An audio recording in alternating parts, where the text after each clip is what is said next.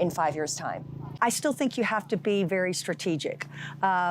It's not just the numbers, but it's how do you make the numbers get to the yes and what you're trying to accomplish. But I think thinking strategically about what makes the business move and what will be meaningful for our membership is something that's going to be that we're laser focused on, that I'm laser focused on. Let's just say you get a call from a friend who says, hey, guess what? I was named CFO. What's one piece of advice you would give to someone who is about to become a CFO? It's an interesting question because I think about my own career journey, and it is probably, my answer would be, is it's not about how to say no, it's about how to say yes. How to figure out how to support the business around you to get them to the place where they need to be. Sure, you want to deliver results and you want to create processes, but don't let processes keep you away from achieving results. And so I'd say have fun with it. This has been a ball for me, and I'm looking forward to the next 5 years. I'm Scarlett Fu. This is Bloomberg.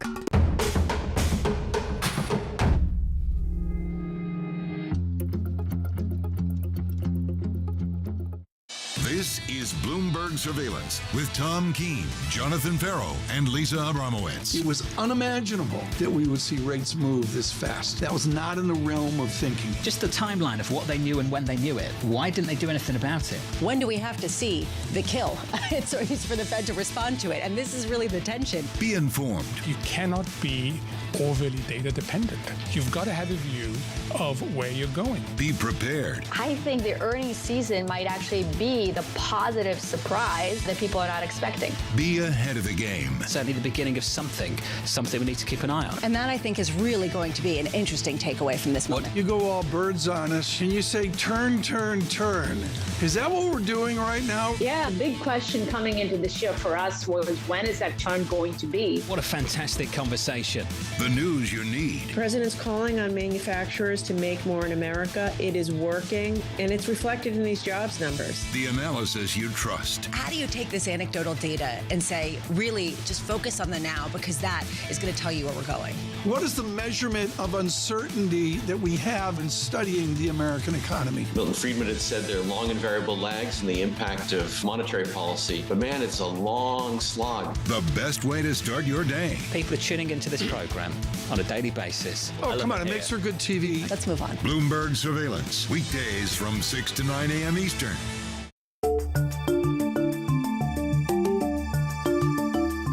In Big Ideas, we show the productivity increases that are possible because of artificial intelligence. It's these companies who could be some of the biggest beneficiaries if they harness AI correctly. I think a lot of people are looking for the killer app, like they look like these viral apps that the internet delivered.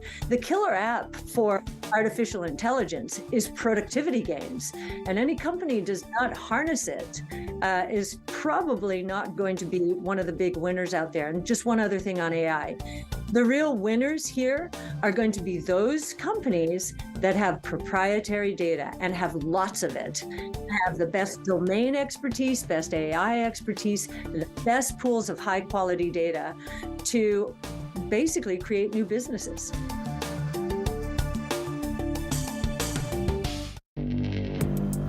Access the financial world on demand. Hear from leading economists, policymakers, and industry experts via live and on-demand webinars, only from Bloomberg. Start exploring to see what's moving the markets. Visit Bloomberg.com/webinars.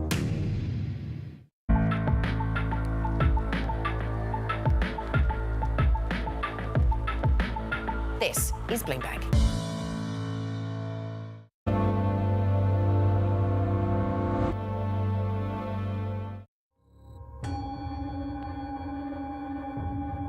When I think of baby powder, I think of something innocent. It's targeted to babies, so it has to be safe and soft and smell good and keep you fresh. Never what it turned out to be. Johnson & Johnson has been accused of knowing of studies that suggested there's a link between using baby powder genitally and ovarian cancer. Johnson & Johnson seems like one of these companies that over the years has had some really serious allegations leveled against it. I was skeptical, as a lot of people are skeptical. J&J occupies what I call a position of trust in this country. But the more I dug into it, the more I looked at the research, I said, well, there's some smoke. Is there fire? And there are many people who say that there's not just fire, but it's a wildfire. A jury ordering Johnson & Johnson to pay a record $4.7 billion over allegations its iconic baby powder causes cancer. The company has faced thousands of lawsuits from customers linking them to cancer. We unequivocally believe that our talc, our baby powder, does not contain asbestos. They're trying to kill me. They're just trying to kill us. Why would I have asbestos in my body? How did it get here? Something that was 40 years ago had come back to haunt J&J. There were hundreds of men at any given time taking part in all sorts of human experiments. There was a degree of exploitation there that should not be happening.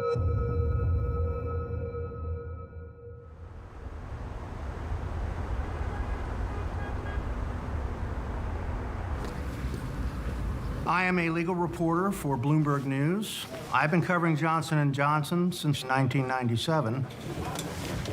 I started covering the talc litigation in 2014. Johnson & Johnson started in the late 1800s. It's a healthcare company. It's the world's largest maker of healthcare products. It generates $95 billion in annual sales. It's one of the largest companies in the world. Johnson & Johnson has some products that are very well known and very widely used all over the world. The baby powder product is one of its iconic brands. Nature pads a baby bunny with lots of soft protection. Your little bunny deserves something just as soft, like Silky Johnson's baby powder. Baby powder first came about in the 1890s. Johnson & Johnson is known in some ways as the baby powder company, and those white bottles are ubiquitous in American homes. And it was used as a desiccant, mostly on babies, to try and treat diaper rash and other things like that. There are some things you just don't give up. Like your Johnson's baby powder? Yeah, like my Johnson's baby powder. It's the softest there is. Adults started to use it at some point, and they started to use it as a way to control sweat. It became, especially for women, a very, very common product that they would use on both their genitals and the rest of their body. Baby powder used to be made of talc. It's basically a silicate-based organic compound that grows in the ground. It has a very like-minded compound called asbestos that grows in the same places. And when you mine talc, in many instances, you're going to find asbestos there. Asbestos is a carcinogen, a known carcinogen. Some of its internal documents, stretching back to the late 60s and 1970s, have J&J employees warning their bosses that there are traces of asbestos in the baby powder.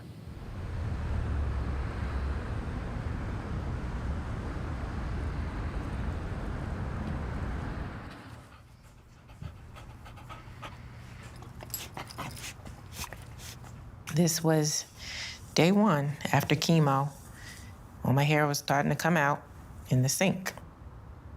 And I was going into a surgery. Wow.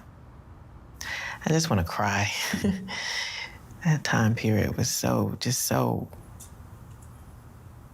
I can't even put it in words. But it was just something I just said in my mind, it's just something you have to go through. Just keep waking up. That was the goal. Just keep waking up.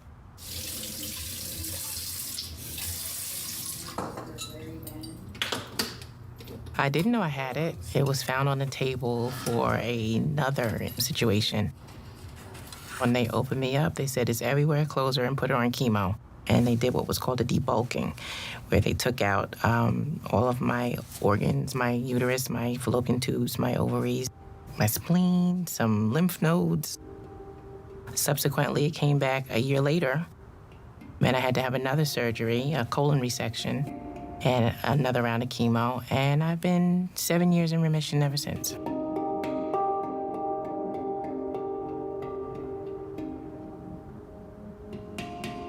The experience having ovarian cancer is multifaceted. The effects of chemo was traumatizing. I mean, my doctors warned me that I would lose my hair, but I was not prepared to lose my eyebrows and my eyelashes. And then my skin color changed. I had this like grayish, sallow look. I was a single mother. I had 2 teenage sons. I recall one time I was cooking and I was exhausted. I had no energy. I was in pain. I'm leaning over the sink and my son walked in and he's like, "Mom, you okay?" And I had to perk up and put on a face, you know, because I didn't want him to think I was dying, because it was one time he thought I was dead. So, you know, it affects everybody in the family. It's not just me. I've used Johnson & Johnson baby powder all my life. My mother used it on me when I was an infant. My first recollection of using it myself was when I was probably around 10, and I started playing baseball. My mother, you know, she sat me down and she had to talk with me. You can't be the stinky girl. You have to stay fresh. And so she taught me how to use it on myself. And I always used it after that. Everything, even on my dogs. The attorneys had sent me to visit an asbestos specialist. When I was told that there was asbestos found in my lymph node tissue, and the asbestos was an exact match to the asbestos that they tested in the bottles of baby powder in my home. And I broke down crying, because I thought, I'm like, they're trying to kill me. They're just trying to kill us. They value money over lives, and that's evident.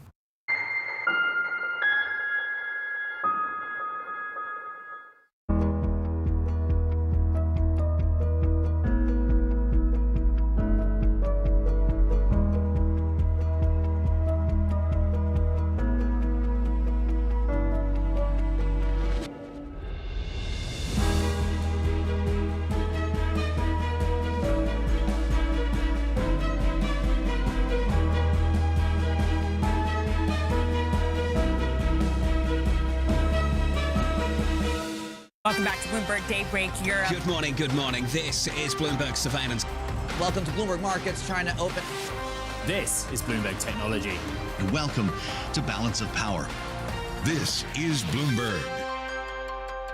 When U.S. jobs numbers are released, Bloomberg brings you crucial data at terminal speed and instant expert analysis. Nobody covers jobs day like Bloomberg.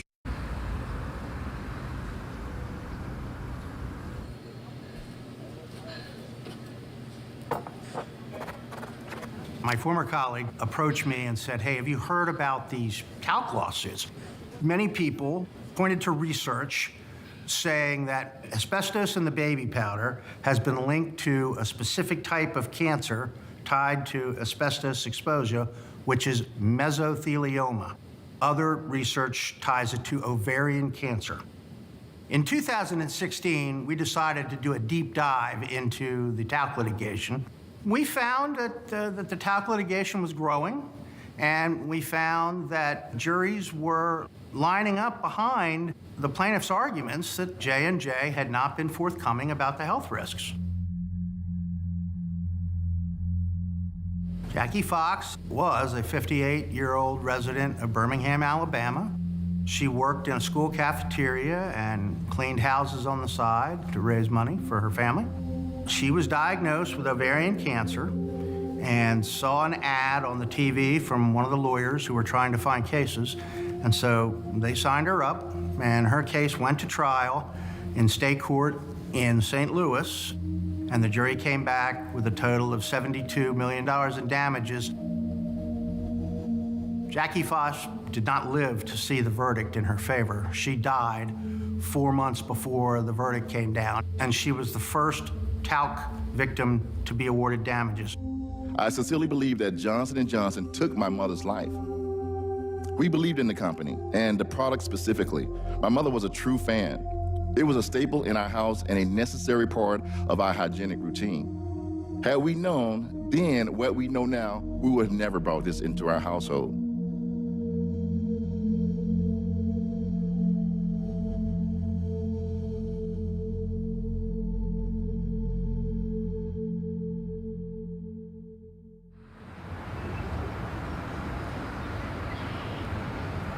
I've been covering the talc litigation for going on 10 years.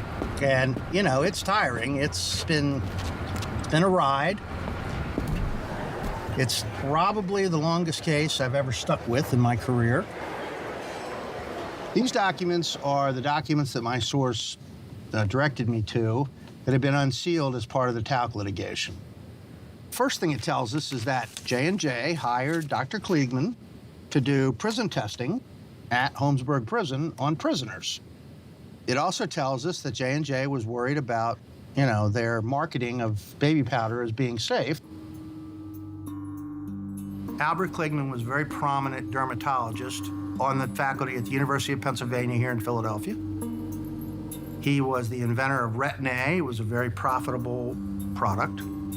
And he was somebody who started the prison-tested regimen at Holmesburg Prison.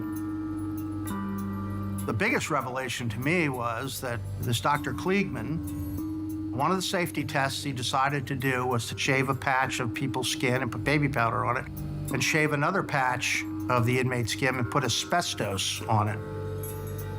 Asbestos is a known carcinogen, and these guys took 50 Holmesburg prisoners, shaved them, and put asbestos on their bodies.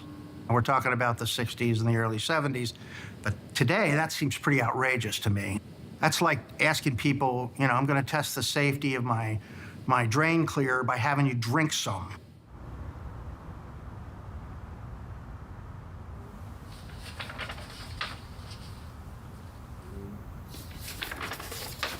In 1971, I got a job running a literacy program in the Philadelphia County prison system.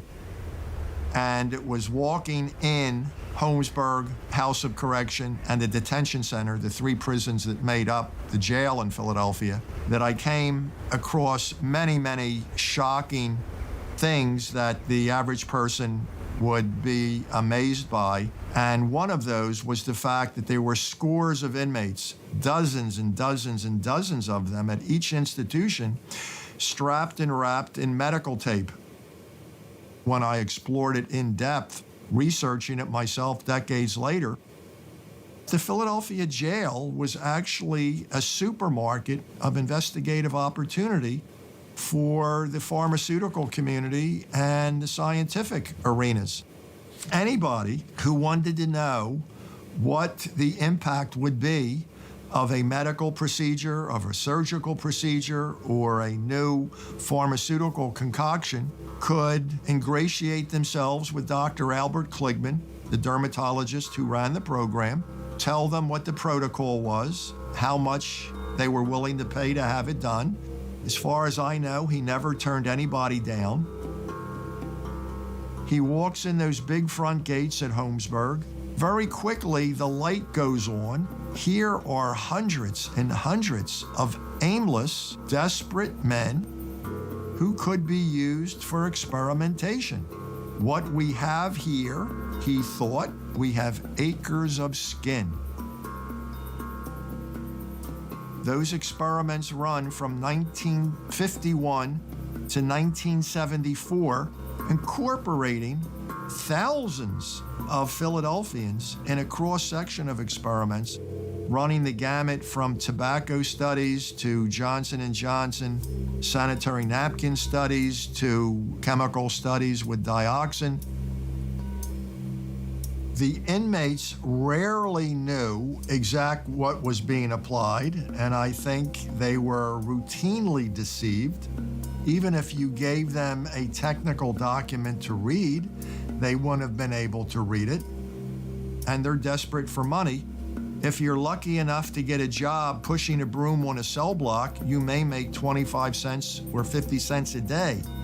But if you're a test subject, if you're a guinea pig, you can make $1 a day, $1.50 a day. Those are princely wages by prison standards. My book, Acres of Skin, is published in 1998. And the inmates learn about the Holmesburg prison experiments, which they knew of, but they didn't know what had actually taken place. So they were shocked, they were alarmed. Because when I went there, I had nothing wrong with me. I had a perfect bill of health. I came out, I'm totally deteriorated right now today. They're all linking their maladies to the possibility that something nefarious had taken place while they were locked up. The inmates have an array of various medical dilemmas that can run from that they lost their hair in prison, they never got it back. Some had fingers and hands that had blown up. They would have respiratory problems, they would spit up blood, they would have headaches. One of the inmates in particular, Leotis Jones, was one of the first inmates to speak out about the experiments. And some inmates actually snapped, went off. And that's when we began to really look at these studies. In the very beginning, they were relatively simple, things that wasn't life-threatening. And then it got on to become, it went on to become more inhumane and more barbaric.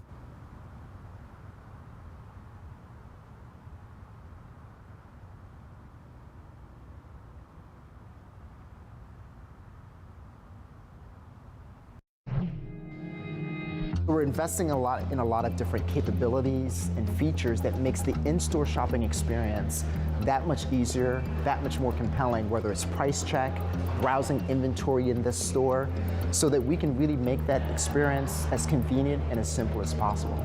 Convenient, simple, that's sort of what people have needed in the age of COVID. Is that here to stay, or do we go back when finally we all hope that the pandemic will be behind us in some way? Do our changing shopping habits go back again? What's really interesting about retail in my 20-plus experience is that convenience never reverts itself. Now, the form of convenience has shifted, whereas, say, in 2000, 2010, a lot of convenience was driven by more stores nearby.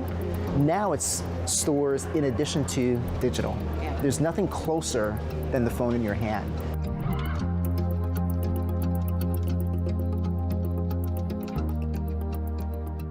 Markets countdown in Europe. From the financial centers of the world, Bloomberg Markets European Close with Guy Johnson in London and Alex Steele in New York. Real-time numbers, real-time analysis. Weekdays.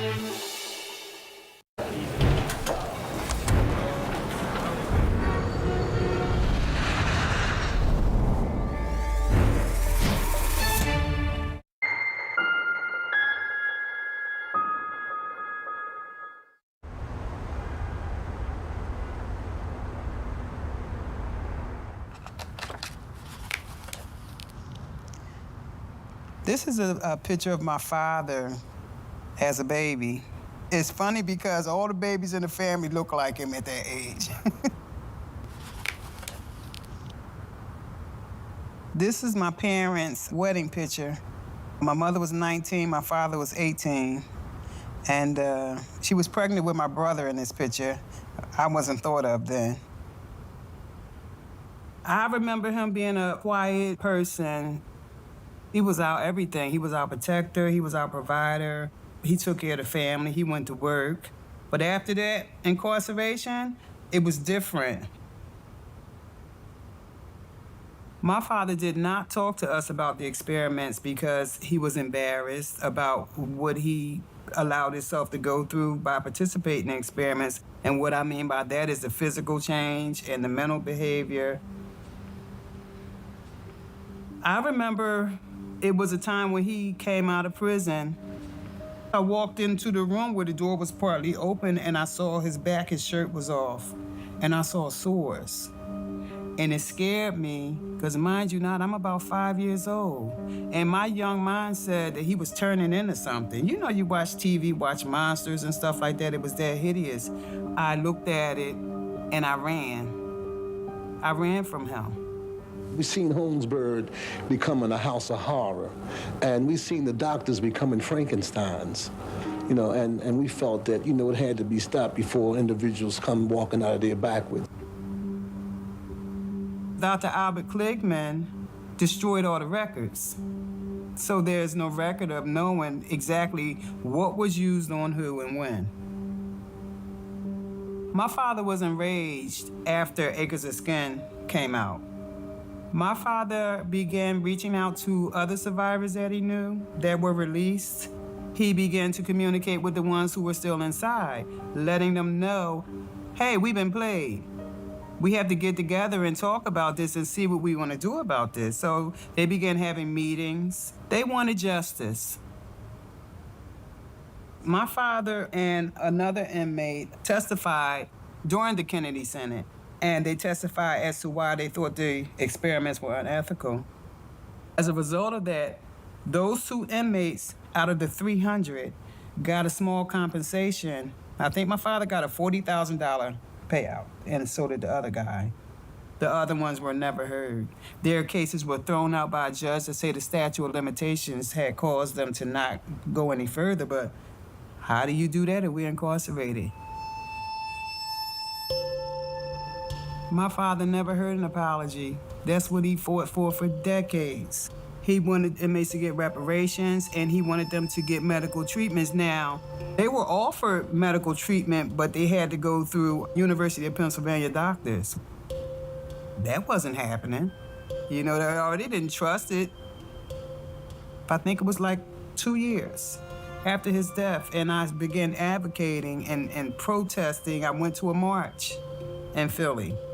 Shortly after that, you know, I wrote an article to the newspaper, and Penn apologized.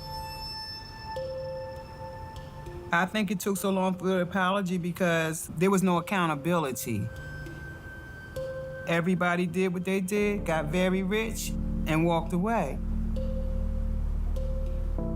Not only were the survivors' lives affected, their families were affected. The city of Philadelphia was affected. They ate steak dinner off the skin of my dad's back. How dare you tell me I can't have a reparation if that's what I asked for?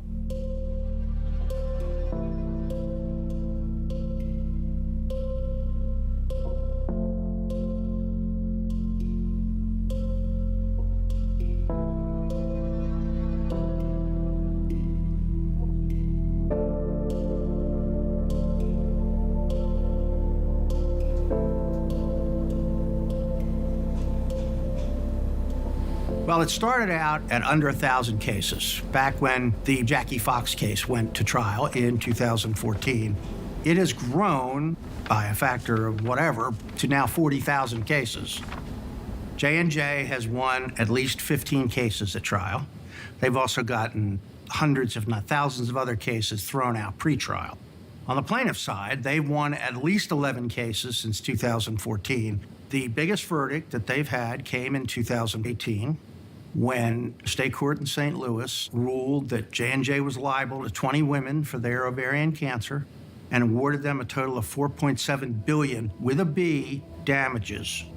On appeal, the Missouri State appellate courts cut the verdict from 4.7 to 2.1. Johnson & Johnson realized that they were facing thousands of talc trials coming up. And the costs of defending those cases and the potential that several more billion-dollar verdicts could come down the road, some people say, prompted J&J to come up with a tactic of having these cases handled in bankruptcy court. Once a company files for bankruptcy, or a unit of a company, all litigation ceases. All the lawsuits are stopped, they're frozen. In 2023, federal appeals court decided that J&J was not entitled to file that unit, put that unit into bankruptcy to resolve the talc litigation, and threw that bankruptcy case out.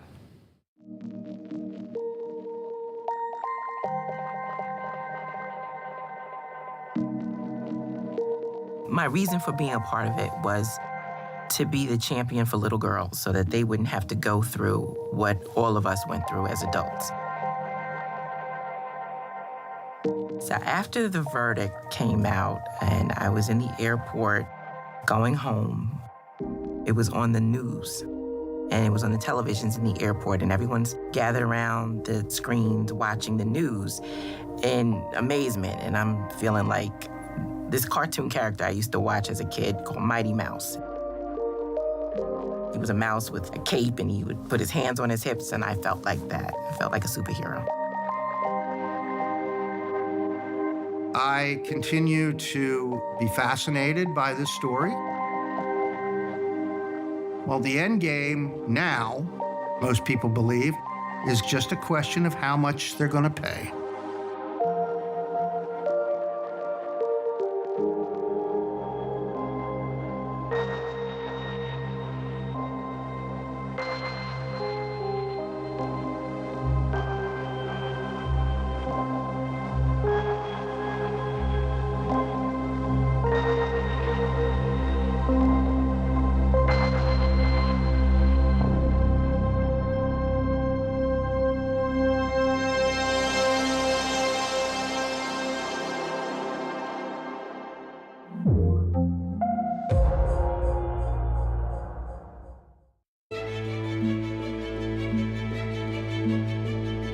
What do you say to the cynics that say, look, it's all nice and fine, but a lot of it is greenwashing, and you're not a good company, you're just a less toxic company than some of the other oil majors?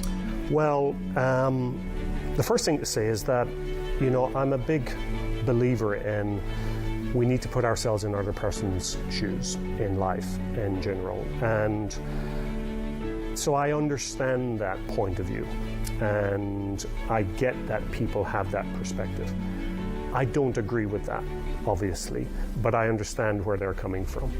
We have an enormous challenge as society, which is to provide the world with reliable, affordable, and clean energy. That's what society wants. That's what society needs. And I believe in my heart that a company like BP is actually one of the few companies in the world who can actually make that happen. We can talk about the things that we're going to grow and over the coming years, and I find it hugely exciting and energizing for our organization. But that's what the world needs, and you simply can't go against the grain of society. You can't defy gravity, and that's why we're making the change that we're making.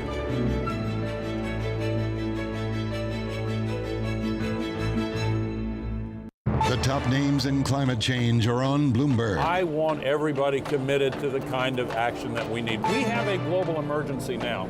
You know, we're still putting 162 million tons of man-made global warming pollution into the sky every day, using the sky as an open sewer.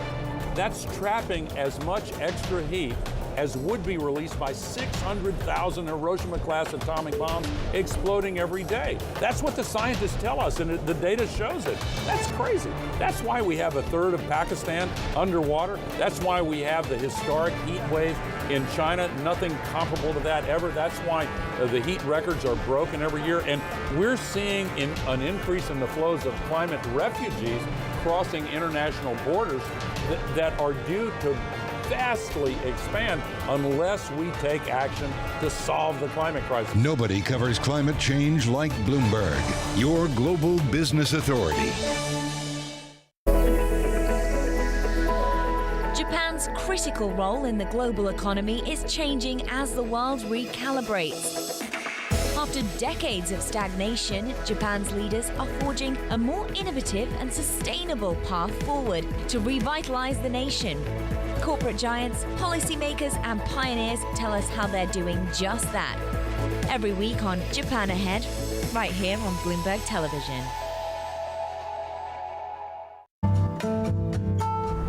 DOJ or other authorities could face bigger challenges. Britain's next. Fed was going to keep rating World Cup. This is a 3. As the economic picture does. The OK is getting ready to make a decision.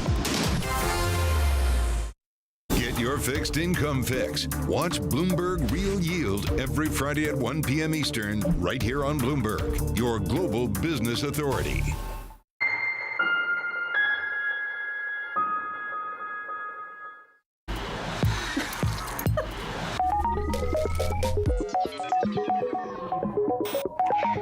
Nate, would you eat something that didn't have a nutritional label on it? No. Well, Yes, I probably would, but I know what you mean. I actually grew up with somebody who works in a sausage factory. They don't eat sausages. Doesn't sound pleasant. No, it doesn't. But it's a good point because AI companies, there's like, what, 10 of them? Only a handful. In terms of like the massive ones who are going to steer the next 50, 100 years of developments, right?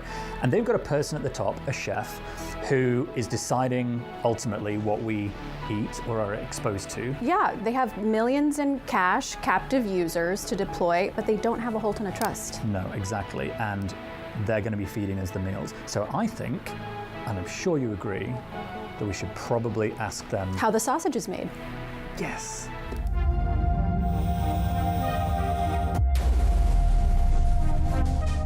Big tech has always played a role in how we engage with the world. The dominance of Microsoft Windows dictated how we interact with personal computers, and Google became the gateway to the internet with both search and the Chrome browser. But back in the day, systems were more open for others to build on. That started to change with smartphones, which triggered a battle for control over what can and can't be installed on billions of devices. Take Apple's iOS system and the App Store, for example. Over time, companies have become more protective of the software and hardware they develop and how well it plays with others. Artificial intelligence is no different. All the tech giants have a horse in the AI race. Microsoft-backed OpenAI has GPT-4, Meta has Llama, and Google has Lambda. These language models are rapidly becoming the backbone of AI systems. So how they're built has big implications for how AI is used. So what happens when AI's leading innovators are also gatekeepers? Companies have clout, cash, and millions of captive users. Their models could eventually become embedded in the apps we use on a daily basis, from Gmail to Word to Instagram. If there's anything we learned from social media sins, it's that technology can get messy when commercial interests meet societal responsibility.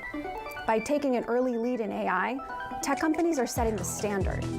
The question is, whose best interest will be at the center of it?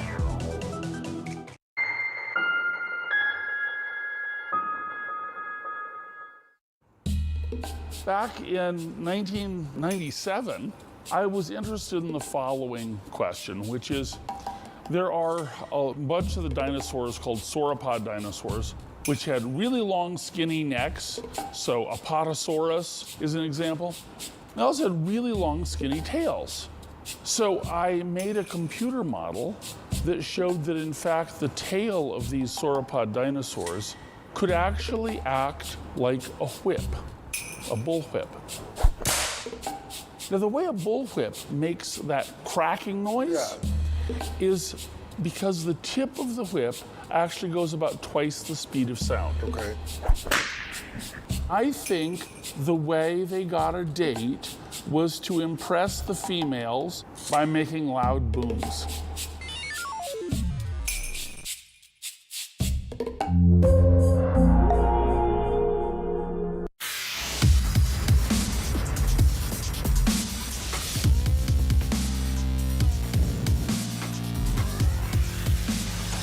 Bloomberg UK, your source for news and analysis covering the biggest challenges facing the UK government, economy, financial services, and markets. Tax cuts should not be the priority. It's about a credible plan for growth over the next 2-3 years. In this post-Brexit world, how do you see actually servicing your clients? It was disruptive, and it's going to have implications to how capital raising works. Now we're having the perfect storm in the UK. Watch Francine Lacqua Thursdays at 9:30 a.m. only on Bloomberg, your global business authority. BSO Now is your online home for weekly Boston Symphony Orchestra and Boston Pops performances. See new concerts that go behind the scenes, plus acclaimed archival concerts. Visit bso.org/now, where the music plays on. BSO season sponsor, Bank of America.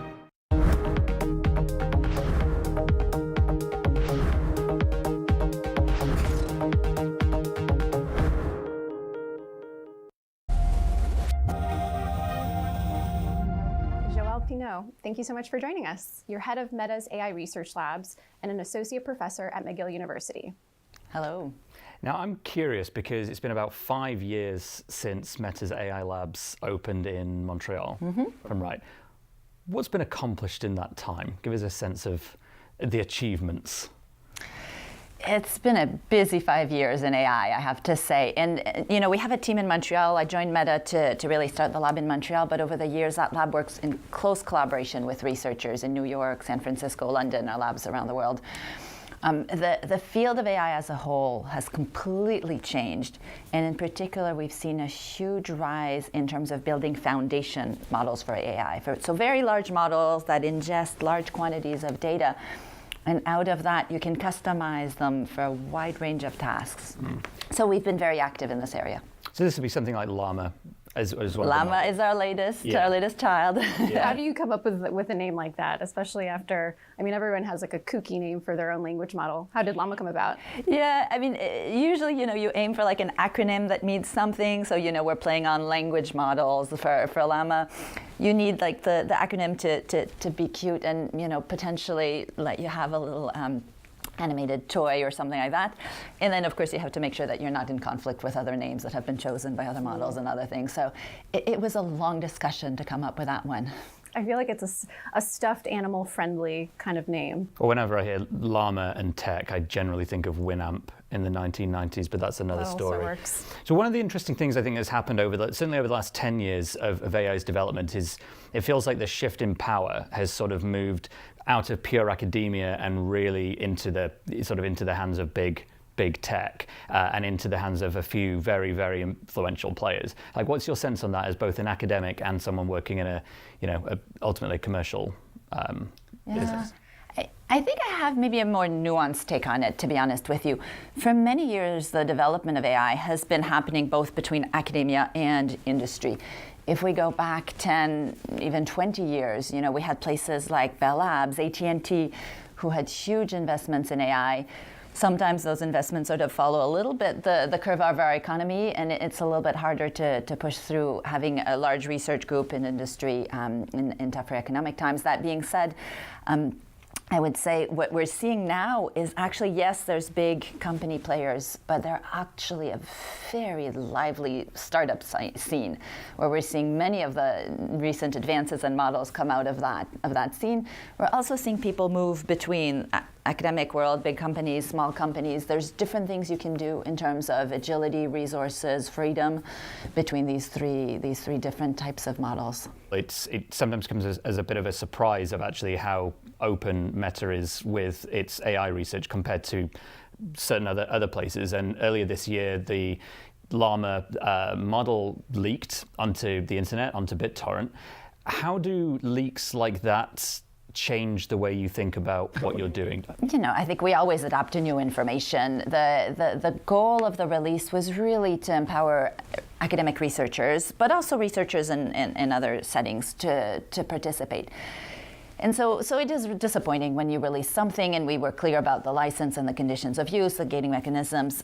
It is disappointing when people choose to go around that, to be honest with you. At the end of the day, it doesn't fundamentally change the reasons why we are pushing for open science, which is really to enable that transparency, to really aim for excellence, to bring in the wider community. And so I think we were very clear about the intent of this model that we were releasing.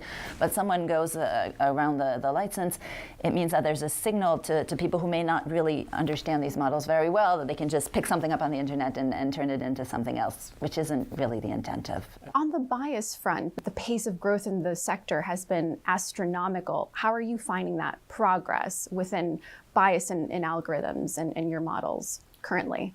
The question of bias and fairness is an interesting one, because unlike other concepts, it's harder to define in terms that the machine will understand. It's harder to build in a criteria in sort of the computer language to say, these are reasonable behaviors, these are not reasonable behavior. Much of that is associated with a very rich cultural context.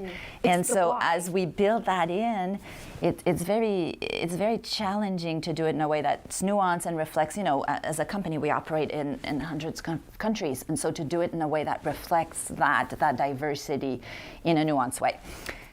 That being said, one of the things that we have found over the years is, in many ways, when you improve the quality of your model, when you have a model that generalizes better, that takes on a broader set of topics with accuracy, you also reduce bias. And to be honest, when we release a model like Llama, we enable researchers to build new benchmarks and tell us, actually, the way you've been measuring bias is too limited. Here's another better way. Right now, there's several benchmark data sets. One of the things they look for is, for example, like association between like genders and employment, right? If you find that you have like association between pronouns with a specific gender association and specific occupations, then you can detect the prevalence of this. But again, it's related to a particular task and a particular data set. Are you comfortable with that pace of growth? Do you think we need to be going faster, or will there be a time where we kind of need to take a step back and maybe reel in some of that growth? I'm driven by curiosity. And so, there's always something new to discover. So in a sense, it's not like there's a right or a wrong pace. There's the things and then there's that frontier. And I'm really, pulled towards always pushing that frontier from a curiosity point of view. What I will say is there's many dimensions to research. There's the technical dimensions. We've talked of some of the social dimensions. And so when it comes to the pace of progress, one thing that's important is that these dimensions move together, sort of hand in hand, that we don't like run away with some models without having the ability to measure some of the important properties of these models as they impact society. So pushing on a technical state of the art and as well as a state of the art in terms of responsibility, that's important to me. And so that's something where I will, if we see one running away from the other, we're going to push on both of them. But if both of them are advancing at a fast pace, I think that's a really great opportunity for us. In a couple of sentences, what's one thing that no one is talking enough about as it relates to AI right now? One of the things that I think is important to talk about is how do we combine some of the work that's happening on generative AI with some of the work that's happening more on the fundamental questions like reasoning and find a path for these to come together. There's some hypothesis that just keep on scaling and scaling data and models and so on is what is going to enable us to keep on making progress.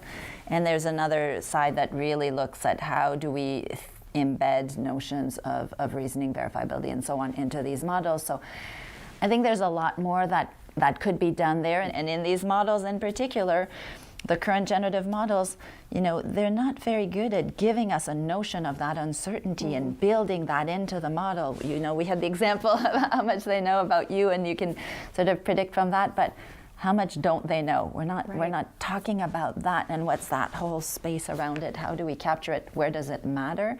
There's a strong link between the technology and the use case, and these are not necessarily the same thing. In one sentence then, your one big prediction for AI in the next 5 years? Yeah, anything that's exciting, scary? I think the thing that I'm looking for is often, AI becomes most useful when we don't see it. When it really becomes really deeply embedded in how we are, how we're working, how we're spending our time and our leisures and so on. And so, right now we're seeing generative models are really in our face, but I think there's a path where a lot of that is just a companion to what we're doing. That's just enhancing our abilities, whether our abilities to work, to communicate, to build communities. Well, this has been a fascinating conversation, Joelle. Thank you so much for coming in. It's been a great pleasure.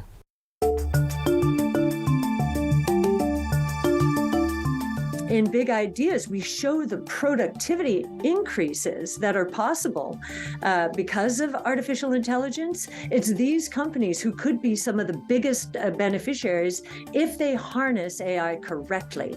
I think a lot of people are looking for the killer app, like they look like these viral apps that the internet delivered. The killer app for artificial intelligence is productivity gains, and any company does not harness it is probably not going to be one of the big winners out there. And just one other thing on AI. The real winners here are going to be those companies that have proprietary data and have lots of it, have the best domain expertise, best AI expertise, the best pools of high quality data to basically create new businesses. How How did Jeff Bezos realize you could sell anything on the internet? The web was growing at something like 2,300% a year. Anything growing that fast is gonna be big. Why did Bill Gates create Control-Alt-Delete? Kind of become the poster child of, hey, couldn't you have made this stuff a little simpler? And what inspired Diane von Furstenberg to create the wrap dress? The wrap dress created me. On the David Rubenstein Show, I uncover the untold stories of the world's most successful leaders, right here on Bloomberg. In a multi-trillion-dollar industry, there's a lot of ground to cover. We indeed have a rally. We're talking a lot of dividends. We're talking income. We'll show you what's happening in ETFs like no one else. Bloomberg ETF IQ, Monday on Bloomberg.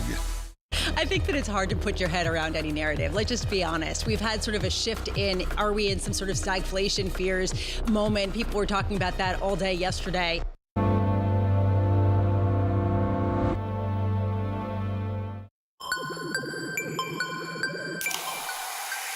Demis Hassabis, it's great to have you here, CEO of DeepMind. Thank you for joining us. Thanks for having me. Going to jump in at the deep end here because DeepMind created a system that could become the best player of one of the hardest games in the world to be the best at, Go. Then you took that and you applied it to protein folding. What's next? Well, look, we've been trying to, from the beginning of DeepMind, since 2010, when we started to kind of take on increasingly more difficult challenges, starting with very simple Atari games, actually, from the 1970s, and then building up, as you said, to Go, and then eventually scientific problems. And we've been trying to build general purpose learning algorithms that eventually, we hope, could be applied to almost anything. Mm. And so, I mean, you're applying this now to medicine. Like, what is the next practical result of that in real world, like medical? Yeah, the next big breakthrough. Yeah, the next big breakthrough. Well, AlphaFold was about solving the 3D structure of proteins. Proteins sort of are responsible for everything in the body. They also sometimes go wrong when there's disease. So the next step is to actually design chemical compounds and drugs, effectively, to target the right parts of the protein, so that hopefully we can cure many, many diseases. So AlphaFold's just one part of that whole process, drug discovery process. So we've actually spun out a new company called Isomorphic Labs to continue this work and actually start looking into chemistry space and figuring out how proteins and ligands, they're called, chemical compounds, bind together and hopefully to address diseases of all kinds. Do you have a timeline in your head of like when that next big thing will come about from any of this work that you're doing? Yeah, you can never be sure. When you're doing cutting edge research, you can never be fully sure like when something will happen. I mean, if you could predict it, then it's not true research, right? But on the other hand, if you have a portfolio of things you're working on and you start getting good experience about the difficulty of those things relative to the capability of your algorithms, you can start making some reasonably good estimates. So if you're working on, say, 5-6 projects, 1 or 2 of them will come to fruition, this year. And so we have several irons in the fire, lots of very exciting things building on AlphaFold and adjacent areas to AlphaFold. And I think in the next couple of years, we're going to see a revolution in drug discovery. Let's talk a little bit about AGI, and just for everyone's benefit, maybe you can give us a summary of how you see AGI, what that looks like to you, and whether we've taken any reasonably significant steps towards it over, say, the last year. Because I know you've said that, maybe within 10, 20 years, has your view on that changed? Well, look, AGI systems is a particular type of AI system, right? And we sort of helped coin that term to mean general learning systems. And the idea is to have eventually to have human level cognitive capabilities across the board. So a general system that's able to do many, many things that cognitively we can do. And so we're still quite far away from that kind of generality. But I think the last few years we've been increasingly getting towards that. And maybe we're within the next decade something like that could I think we could end up building something of that kind of sophistication. How are you thinking about the conversation around alignment and ethics and biases and in some AI models? And you brought up the topic of reinforcement learning. Could you maybe boil it down for the viewers out there who are wondering how this fine-tuning process works and how you're going about it at DeepMind? Yeah, so we've been conscious of the whole alignment and ethics part of AI from the beginning. So now it seems like the whole world's working on it.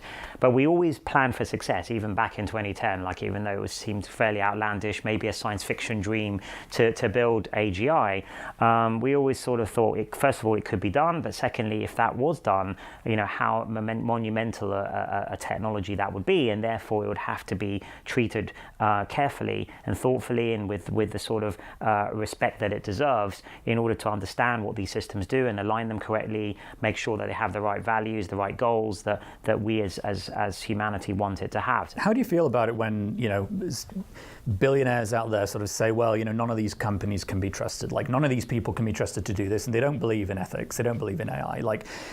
What do you think when you hear stuff like that? Well, I think you've got to look at the motivations of why people are saying that, and usually it's because they're trying to catch up or be involved themselves, and you look at the actions those people take, and you have to sort of infer that what the statements they make. What I can say is, from our point of view and DeepMind's point of view and Google's point of view in the larger picture, we've always had that as a key cornerstone of everything we're doing. We have this sort of phrase of being bold and responsible. So that's what I think we should be doing with AI. So you need to be brave with it because of the potential and the opportunity that's there. So I often say, we should not move fast and break things, right? We should try and think ahead of time what the consequences might be, the downstream impact of various technologies, these kinds of technologies, because they're so powerful, before we put them out there, ideally. I mean, I know there was a while ago, I think you said something, and correct me if I'm wrong here, but the closer that we get to some kind of AGI, the more we should consider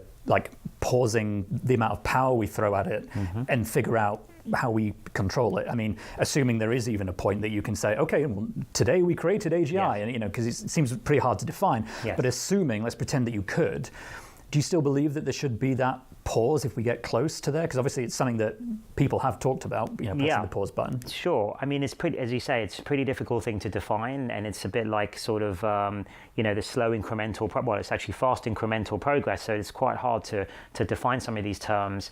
But I in general, my belief is that we should be doing more research, relatively speaking, on analysis and alignment and interpretability of these systems. And obviously, there's a lot of economic imperative to do the capabilities work. And I think that needs to be rebalanced somewhat, but it has to be done in a coordinated way, because there's no point in one actor or even one country doing that if it's not an international sort of agreement to do that. Otherwise, other places will continue to press ahead at full speed. So I think there has to be some kind of cooperation. When you say economic imperative, you're talking about the commercial interests also at play when it comes to developing AI and who's going to get there first, and who's going to gather the most users.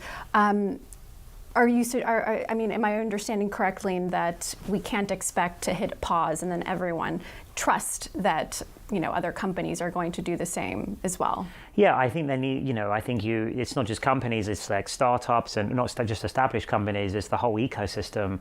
So it's the whole kind of almost capitalist system that is doing what it's supposed to do, which is, here's a very promising technology, amazing opportunities, obviously some commercial ones, scientific as well. I'm most interested in the scientific ones, but there's huge opportunity all around.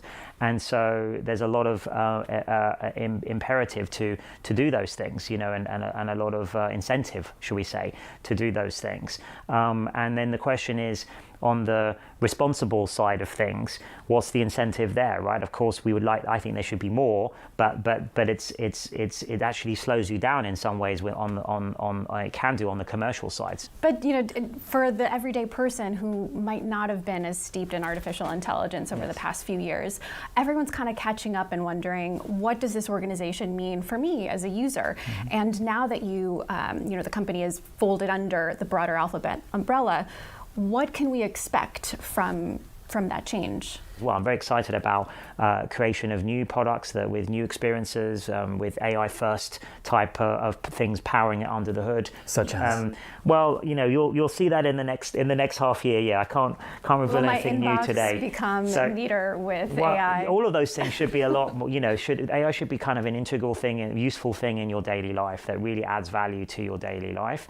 And I'm very excited about that next step and bringing DeepMind's technology and also other Google research technology very to the forefront of all of the, I think it's like 14 billion user products that Google has in so counting. Definitely more consumer facing. Yeah, so then I think probably it will all become a little bit more household name recognition once it's affecting everyday people's lives. Do you think trust in artificial intelligence, and specifically in Google and some other tech companies, is where it needs to be? And are we prepared for what's coming next? So we've been, I've been thinking about this, and many of my colleagues for many, many years, and how we would deal with this moment, what things we need to look out for. So I think so far, I would say we've been very responsible stewards of that. But I think this debate needs to be across all of society.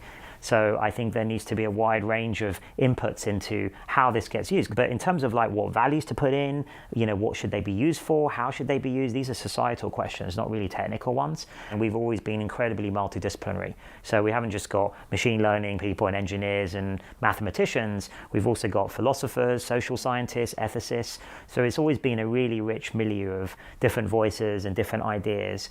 And I think that keeps us very grounded and very focused on the bigger picture of, and the responsibility we have. I have one quick question. Yes. In his departure, Geoffrey Hinton, who is widely known as, the father of artificial intelligence, noted that he couldn't express his concerns with how fast AI was moving in his role at Google. Do you think, even as CEO of DeepMind, you would still, if you felt certain concerns about the pace of growth or other concerns about artificial intelligence, could you voice those in your role as CEO? Of course we could, yeah. And Jeff Hinton could have done as well. I mean, maybe he felt he needed to because he's a new stage of his career. I think he said he's sort of moving into retirement now. He's done after an unbelievable career. So perhaps he wants to write some books or muse on things. He's quite a maverick, Jeff. He's a very interesting character. I've known him for many, many years, and we're good friends. And it's interesting, his views on that. And I have to catch up. I haven't actually caught up with him in a couple of years, and be interesting to talk to him further. Thank you so much for your time. Thank you so much, Great. Dennis. Thank you. At the top of this episode, Jackie, we joked about seeing how the sausage was made. And since then, we've had Jeff Hinton leave Google. Doesn't love how the sausage is made. Doesn't. And wants to stand on the outside and at least be able to say yes, no, no, yes, no, and give his opinion. And I think these guys know it. I think we might be at a turning point. Yes, I think we heard some consensus that while they may not be able to give us a nutritional label in its entirety, they're willing to give us an outline. And, for now, maybe that's something. Yeah, maybe it's enough.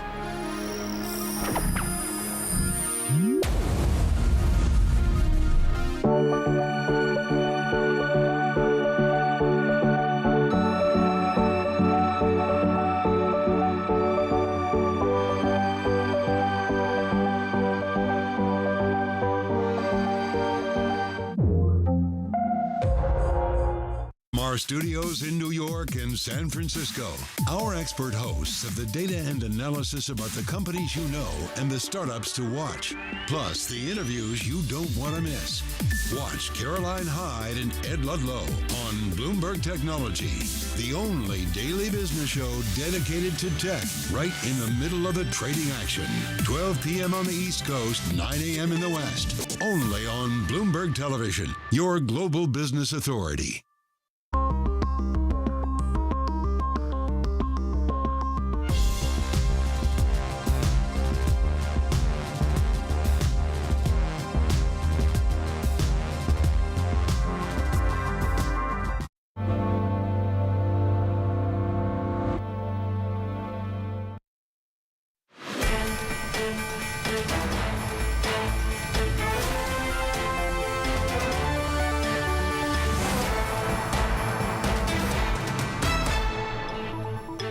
It's almost 11 a.m. in Singapore and Shanghai. Welcome to Bloomberg Markets Asia. I'm Haslinda Amin.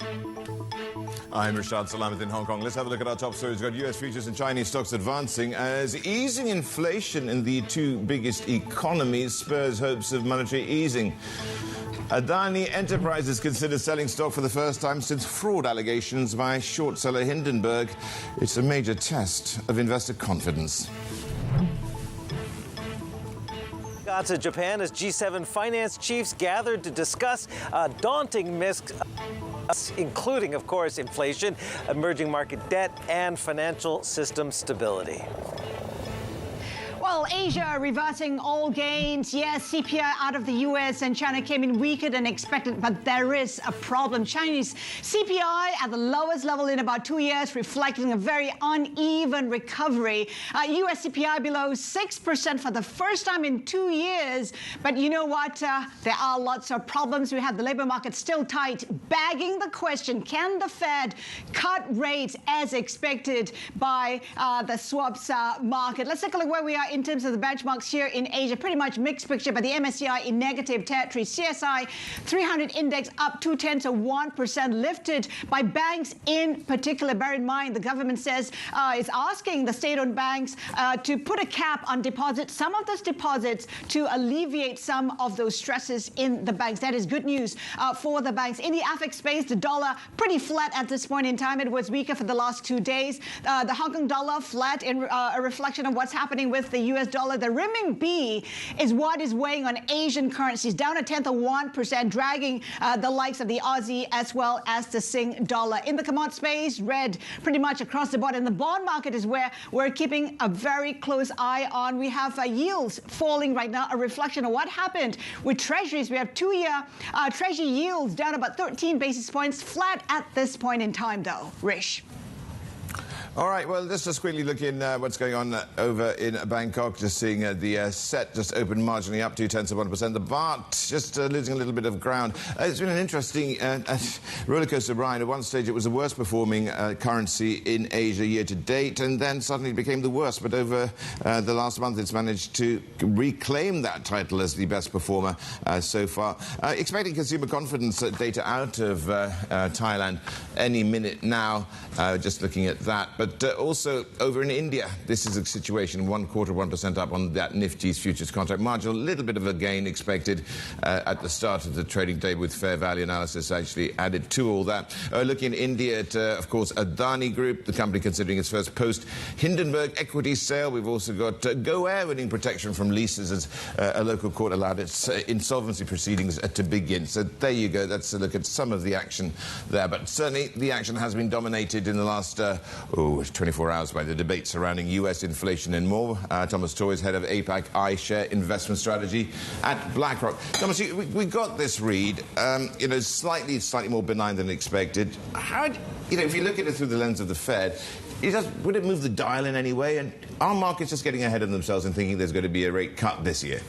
Well, good morning. And certainly on the latter, I think that's definitely the case. I mean, yes, inflation looks like it's peaked in the U.S., but it's still very high. It's still very sticky. And so, one print is not going to drive Fed policy. They're obviously looking at the average over the months. And this expectation, I think markets now pricing in around 45% chance we'll get a rate cut as soon as July. I just don't see it happening. I mean, policy doesn't tend to impact the larger economy for 12 to 18 months. We've only really just had 12 months of rate hikes. Yes, they've been very, very fast, but yeah, I think the Fed will be waiting. But I think pause for now. Yeah. Now, the Fed keeps telling the market to take them seriously, and they don't. They kind of ignore them. It's almost as though there's this sort of cognitive dissonance taking place collectively, that they want the era of free money back. They want their bubble back, don't they, in some ways? Yes, and we keep saying this regime is new. The old regime is over.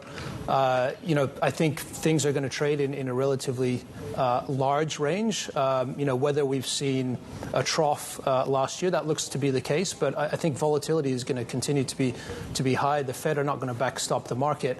And whilst we might have a pause, which from my perspective is not necessarily great news for the market, even though that's the way that we're trading at the moment.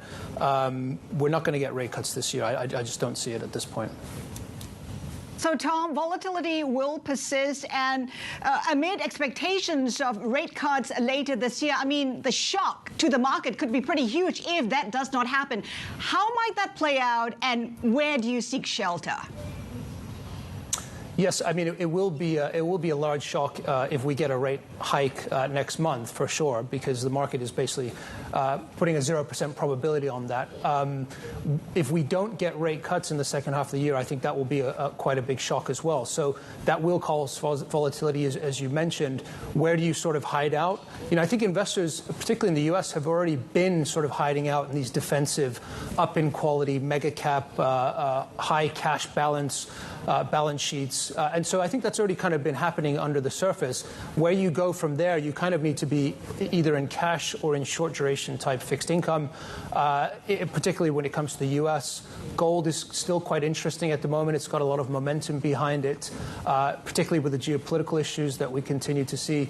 And then looking for alpha in other places. And we keep talking about emerging markets in Asia and whether that's going to be the next trade into the second half of the year, particularly if we don't get Fed rate cuts.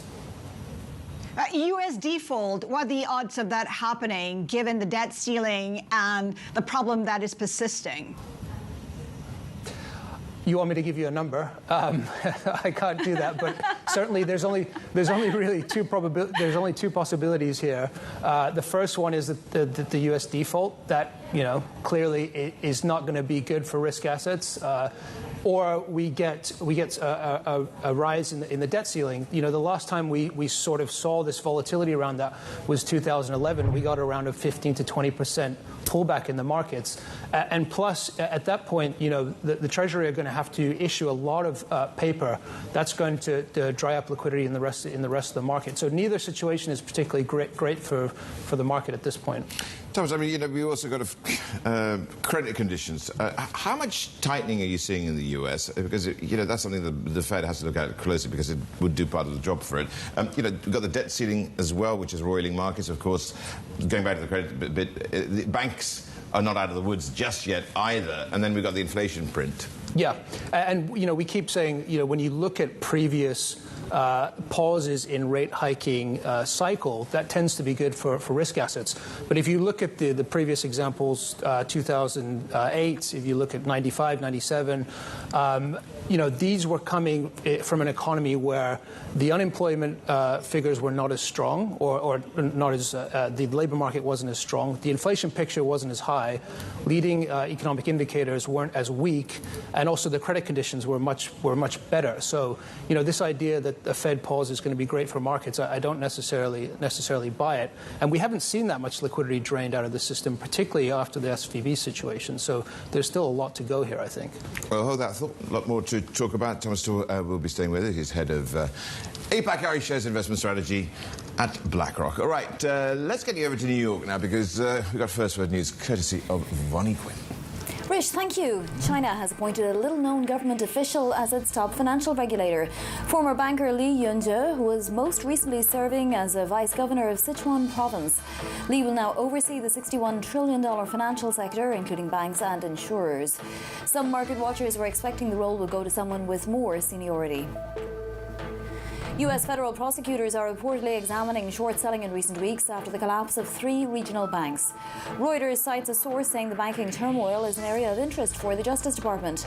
A member of President Biden's Council of Economic Advisors earlier told us that regulators are closely watching short sales in the banking industry, but the situation is still under control.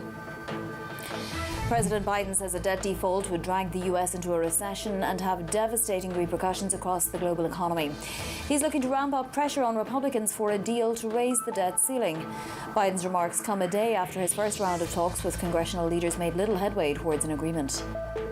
If we default on our debt, the whole world is in trouble. This is a manufactured crisis.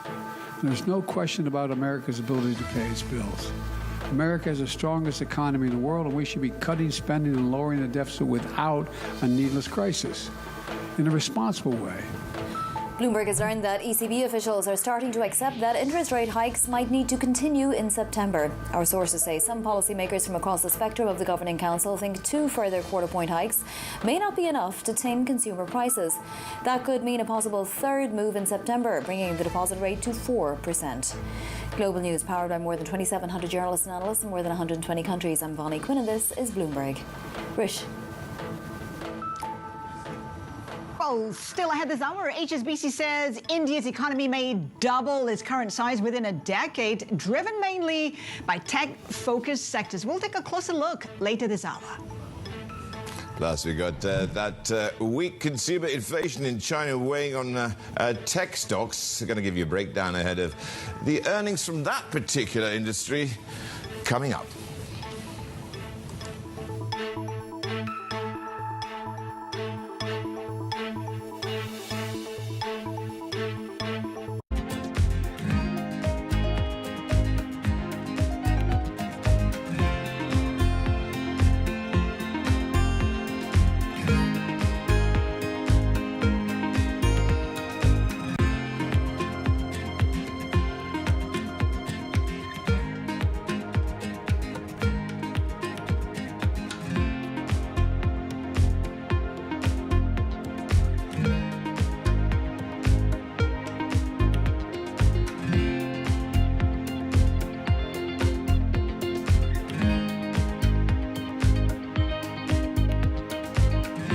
The top names in climate change are on Bloomberg. I want everybody committed to the kind of action that we need. We have a global emergency now.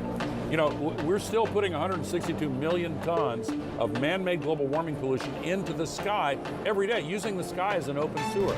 That's trapping as much extra heat as would be released by 600,000 Hiroshima-class atomic bombs exploding every day. That's what the scientists tell us, and the data shows it. That's crazy. That's why we have a third of Pakistan underwater. That's why we have the historic heat wave in China, nothing comparable to that ever. That's why the heat records are broken every year. And we're seeing an increase in the flows of climate refugees crossing international borders that are due to vastly expand unless we take action to solve the climate crisis. Nobody covers climate change like Bloomberg, your global business authority.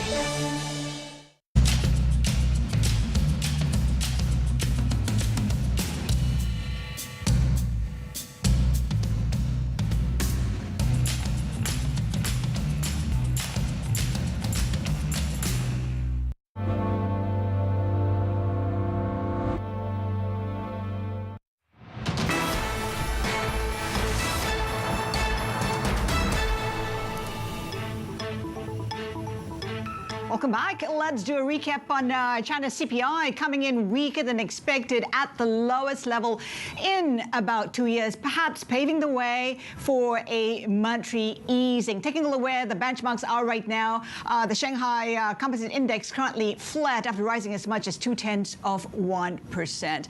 Now let's get back to Thomas Tor, head of APAC iShares investment strategy at BlackRock. Tom, we talk about China's uneven recovery. Is it fair to assume that the downward trend for the stock market is persisting? Well, it certainly looks like it at the moment. You know, I think I've said a couple of times, but it's going to take quite a lot to convince offshore investors to move back into Chinese equities. You know, for us, when you look at the macro data, particularly for this year, you know, we're seeing somewhere north of 6% in terms of GDP growth. How that's going to impact the earnings growth as well, seeing as we've seen continuous earnings revisions lower. You know, I think it's going to take a quite sizable growth differential between U.S., Europe, and China EM for investors to actually move back into the China space. And I think that's what we're predicting, but it's going to take some time. How are you assessing the risk from a further crackdown in China? It's now cracking down on consultants as well as researchers of foreign funds. How worried are you about that? You know, I think that seems to be in a little bit more niche industries. You know, we have, as you know better than I do, we have come out from a very long, deep regulatory crackdown situation. You know, the expectation is that is mostly over now. We're starting to see a little bit of a return of growth in terms of equities and large cap tech stocks in China. But again, the actual drawdown in terms of earnings growth takes a little bit of time. So, you know, I think the main major issue moving back into China still for foreign investors is the geopolitical risks and where you actually put an equity risk premium between investing in the U.S. versus Europe versus China at this point. That's really the major flashpoint. Tell us, Tom, where are we in terms, going back to that inflation, just adding to what you were alluding to, isn't it indicative of a slowing economy? That's one part of it, which is reinforced by the trade data we got as well, which was very weak as well in terms of the import side. Well, where are we? Well, I don't think it's indicative of a slowing economy. It's just indicative of a more uneven recovery, as Linda said. This recovery is supposed to be driven by the consumer, but consumer sentiment in China is still relatively weak. So, what is the People's Bank of China going to do to actually re-stimulate confidence in the end consumers? We're still relatively optimistic, as I said, that we'll get somewhere around 6.1% GDP growth this year. So, we are coming off a very low base effect as well, right? But that's I think true on both the inflation and the trade data, because we do have, in the case of the inflation print, lockdowns, which meant people stockpiled, etc. And as far as the lockdowns last year, of course, meant there was less coming in. Yeah, but I think at the end of the day, the PBOC monetary fiscal policy is accommodative in China. You have this reopening effect. Inflation is not an issue, and then you look at the U.S. And Europe, where it's just completely the opposite picture. So it'll take some time, but I think investors will eventually warm to the macro dynamics there. Tom, we talk about how volatility means that it's going to be a flight to quality. Where are you seeing that quality in Asia, in emerging Asia as well? Yeah, so the flight to quality has mostly happened in the U.S. at this point. As I mentioned earlier, mega caps, tech, strong balance sheets. I think that the flight to quality is not so much a dynamic for Asia at this point. If you look at some of the top performers year to date, South Korea, Taiwan, for example, these are the export-driven economies, very concentrated into tech. So it is a little bit different here because of those dynamics around inflation and central banks moving quicker in this block versus U.S. and Europe. So I think this is why we talk about taking more alpha risk in Asia within the broader bloc, and that is going to be in economies like China. I think India is still being seen as more of a longer-term asset allocation, not so much on the tactical because of valuations, but it is more of a risk-on view here. So India is a long play. How about the Philippines? If you take a look at the GDP data out just this morning, in excess of 6%, it is among the brightest spots. Given the backdrop of a slowing economy, would you be putting money there in markets like the Philippines? Well, that really depends. So most of our investors are benchmarked to a global benchmark. So the Philippines is a very, very small percentage of that. But at the same time, investors are looking for growth stories, particularly over the long term. Philippines has been something, along with Vietnam, that has been looked at as kind of a rotation out of the China manufacturing hub. I think India is seen as kind of the longer term play there, but on the tactical level, if you're looking for a risk reward scenario that's in your favor, the growing economies in places like the Philippines make a lot of sense.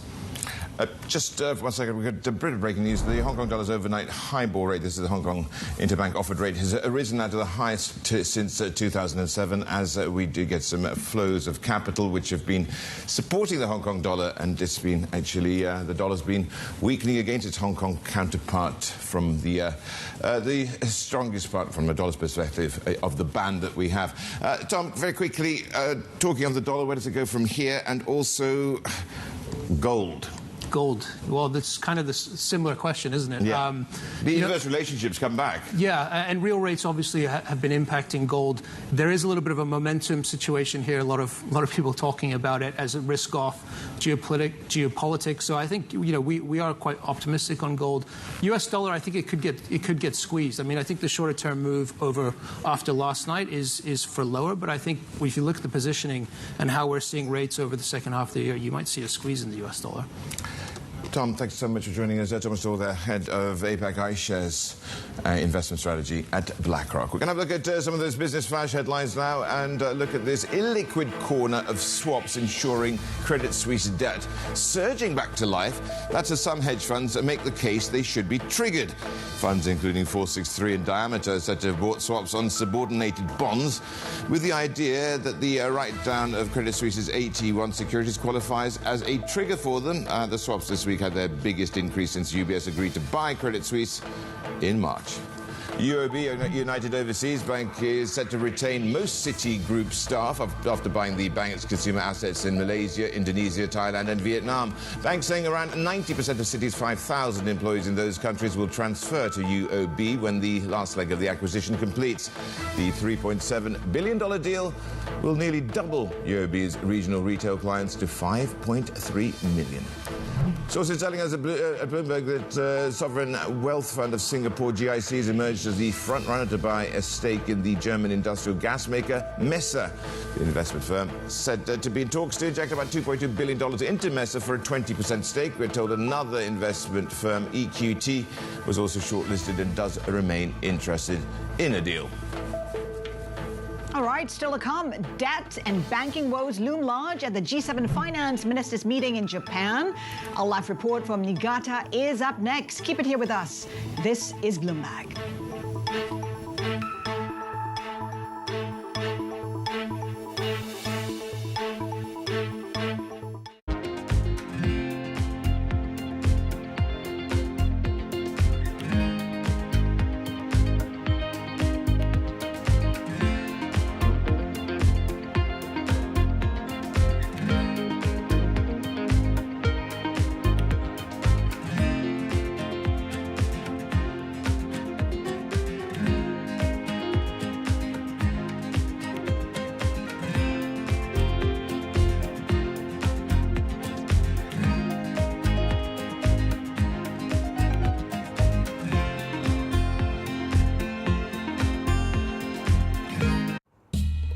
Back in 1997, I was interested in the following question, which is, there are a bunch of the dinosaurs called sauropod dinosaurs, which had really long, skinny necks.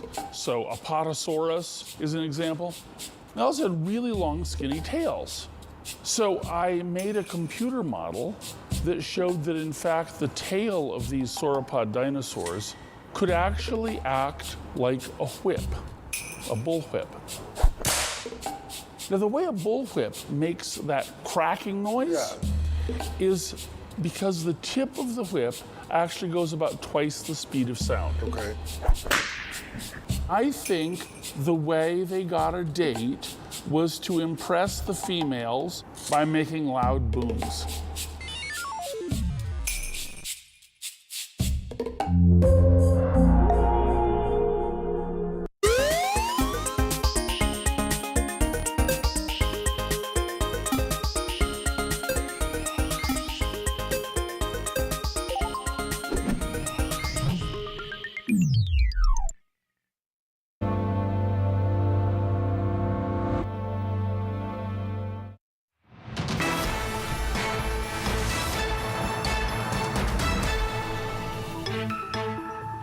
Finance ministers and central bank governors from the world's wealthiest nations are gathering in Japan this week to discuss a growing list of urgent issues. Chief North Asia correspondent Stephen Engel joins us now from Niigata. I mean, Steve, a whole list of questions. The question really is whether there could be consensus from all the leaders.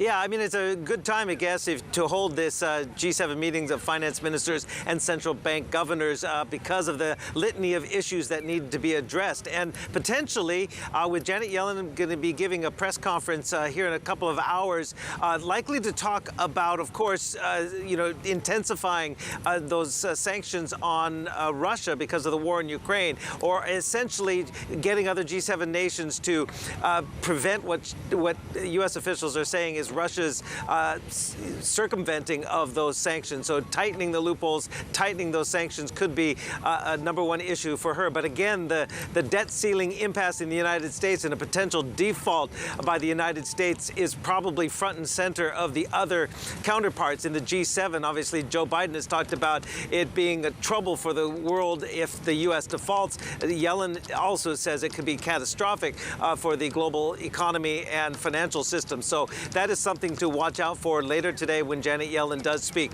We're also going to get press conferences or at least doorstop opportunities with the BOJ Governor Ueda. Also, the Finance Minister Suzuki will be meeting with the press today.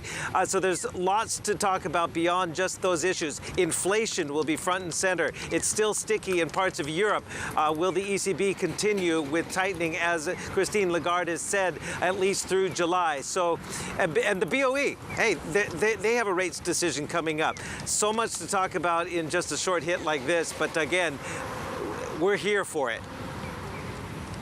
Yeah, I mean, you mentioned a whole list of people there, but I mean, we've got Japan inviting finance ministers from non-G7 countries on an a la carte basis, more or less. Yeah, that's right. I mean, keep in mind, of course, China is not here, represented here. They're not part of the G7. They're not invited as guests, if you will, simply because there is a like-minded invitation, if you will, or getting those on board, other nations in what's been termed the global south. We're talking India, we're talking Brazil, Indonesia, but also Singapore has been invited. Also South Korea, coming on the heels, of course, of that fairly warm meeting in Seoul between President Yoon and also Prime Minister Kishida. So the South Koreans will be represented here. And Janet Yellen has talked about this issue of supply chain resiliency through friendshoring. Supply chain resiliency is just another way of saying relying less on China for global supply chains. So, you know, again, that will be discussed, as well as emerging market debt, a number of issues, and we're going to discuss all of this with a number of great interviews we have coming up. Tomorrow, my colleague Anne-Marie Hordern will be speaking exclusively with Janet Yellen. Later today, I will be speaking exclusively to the Bundesbank president, Joachim Nagel, right here at the G7 finance ministers and central bank governors meeting in Niigata, Japan. It hasn't even started yet. It starts at 2:30 p.m. Japan time. We're already on the ground running. Yeah. Thanks, Steve. Steve Engel there. Let's just have a look at what's going on with some of these markets, and just taking a look at Chinese banks, first of all, because we've got lenders there were up, but they lost some of the gains. We've got media reports saying the government's asked the big four state-owned ones to cut deposit rate ceilings on some of their products. SMIC out with numbers. Terrible time of it. People are expecting a profit plunge, and JD.com comes back with flat results expected when it reports its latest figures coming up later today. All right, still to come, the Adani Group considers a share sale as it seeks to win back investors. Keep it here with us. This is Bloomberg.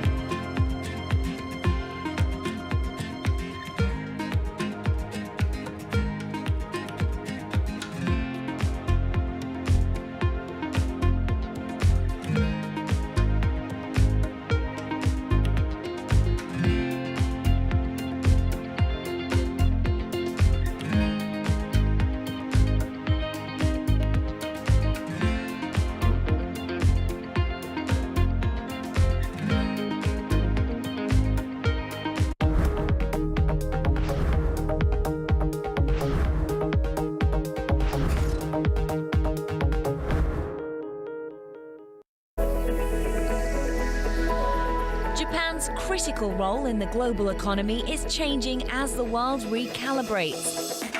After decades of stagnation, Japan's leaders are forging a more innovative and sustainable path forward to revitalize the nation.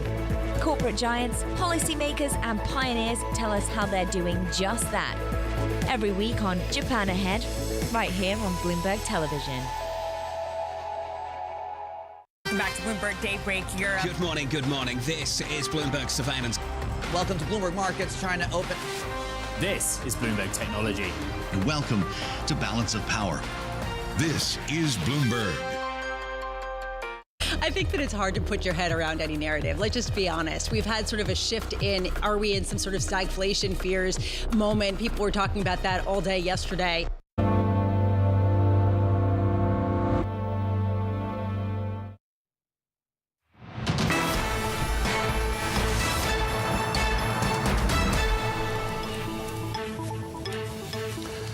Welcome back. You are with Bloomberg Markets as we focus in on India and to have a look at some of those key stories investors are watching out for today. Now, we've got Go Air winning protection from leases as a local court. They allowed its insolvency proceedings to begin.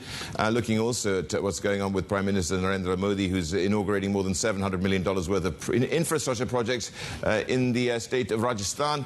Also, Adani Group shares. We're watching those closely. The company considering its first post-Hindenburg equity sale has. And Rish, India's economic prospects are looking up with a fresh string of private sector notes showing optimism in equity and bond markets. Let's get more on that with Manika Doshi, our senior editor in Mumbai. And Manika, tell us about some of these projections. There seems to be an India fever going on, if not across the world, at least in India. Just in this past week, 3 reports out, one on the economy, one on equities, and one on, India's external situation in bonds. HSBC saying now's the time for India if the country plays its cards right. Jeffrey saying the country is definitely on the path of a capex cycle recovery, and Gavical Research saying that the changes that are taking place on the external account front could be transformational for the economy. So like I said, there is an India fever going on. What with India in the news all the time with G20, etc. Manika, what is the basis for them to be so bullish here? There are a lot of people, actually, that are bullish outside of India as well. Let me give you a quick gist of what each of those reports says. For instance, HSBC makes the case for 7.5% growth if India wants to add the 70 million jobs that it needs over the course of the next 10 years. And HSBC says India can get to 7.5% growth over the next 10 years if New India, that's high-tech industries, tech startups, can help old India through digitalization, e-commerce, etc. So that's the HSBC scenario. Then you've got Jeffrey saying that they see all the signs indicating towards a capital cycle revival in India. So from the property upcycle to government capex to deleveraging and a bigger risk appetite. And they're confident that consumption has peaked off and now it's the turn of a capital cycle to take place in the country. And Gavical Research referencing India's attempts to pay for crude purchases using the rupee, saying that if it succeeds in doing so, a cycle may unfold with capital inflows, a stronger rupee, and lower inflation. So all 3 reports, in a sense, looking at macro and micro situations, pertaining to India, but all sounding very, very positive and optimistic on the economy. Manika, you got to wonder about valuations, whether or not they're reflecting all the optimism already. Yes, of course. I don't think any of these are reports that, sort of talk to the next 3 or 6 months. They're all looking at the next 2 years, 5 years, 10 years. Because as you know, India's had, for instance, limited success in rupee payments with crude. In fact, Bloomberg's been reporting, that Russia doesn't want any more rupee payments. So this is, I think, a view to what India could potentially achieve over the course of the next 5 years. So it may not speak to immediate valuations, as you pointed out, which are interesting to watch in the equity markets right now. I want to just dial back to what we had with Go Air. We got a court ruling, Manika. What was this all about? And it's not the only airline in trouble, is it, in the country?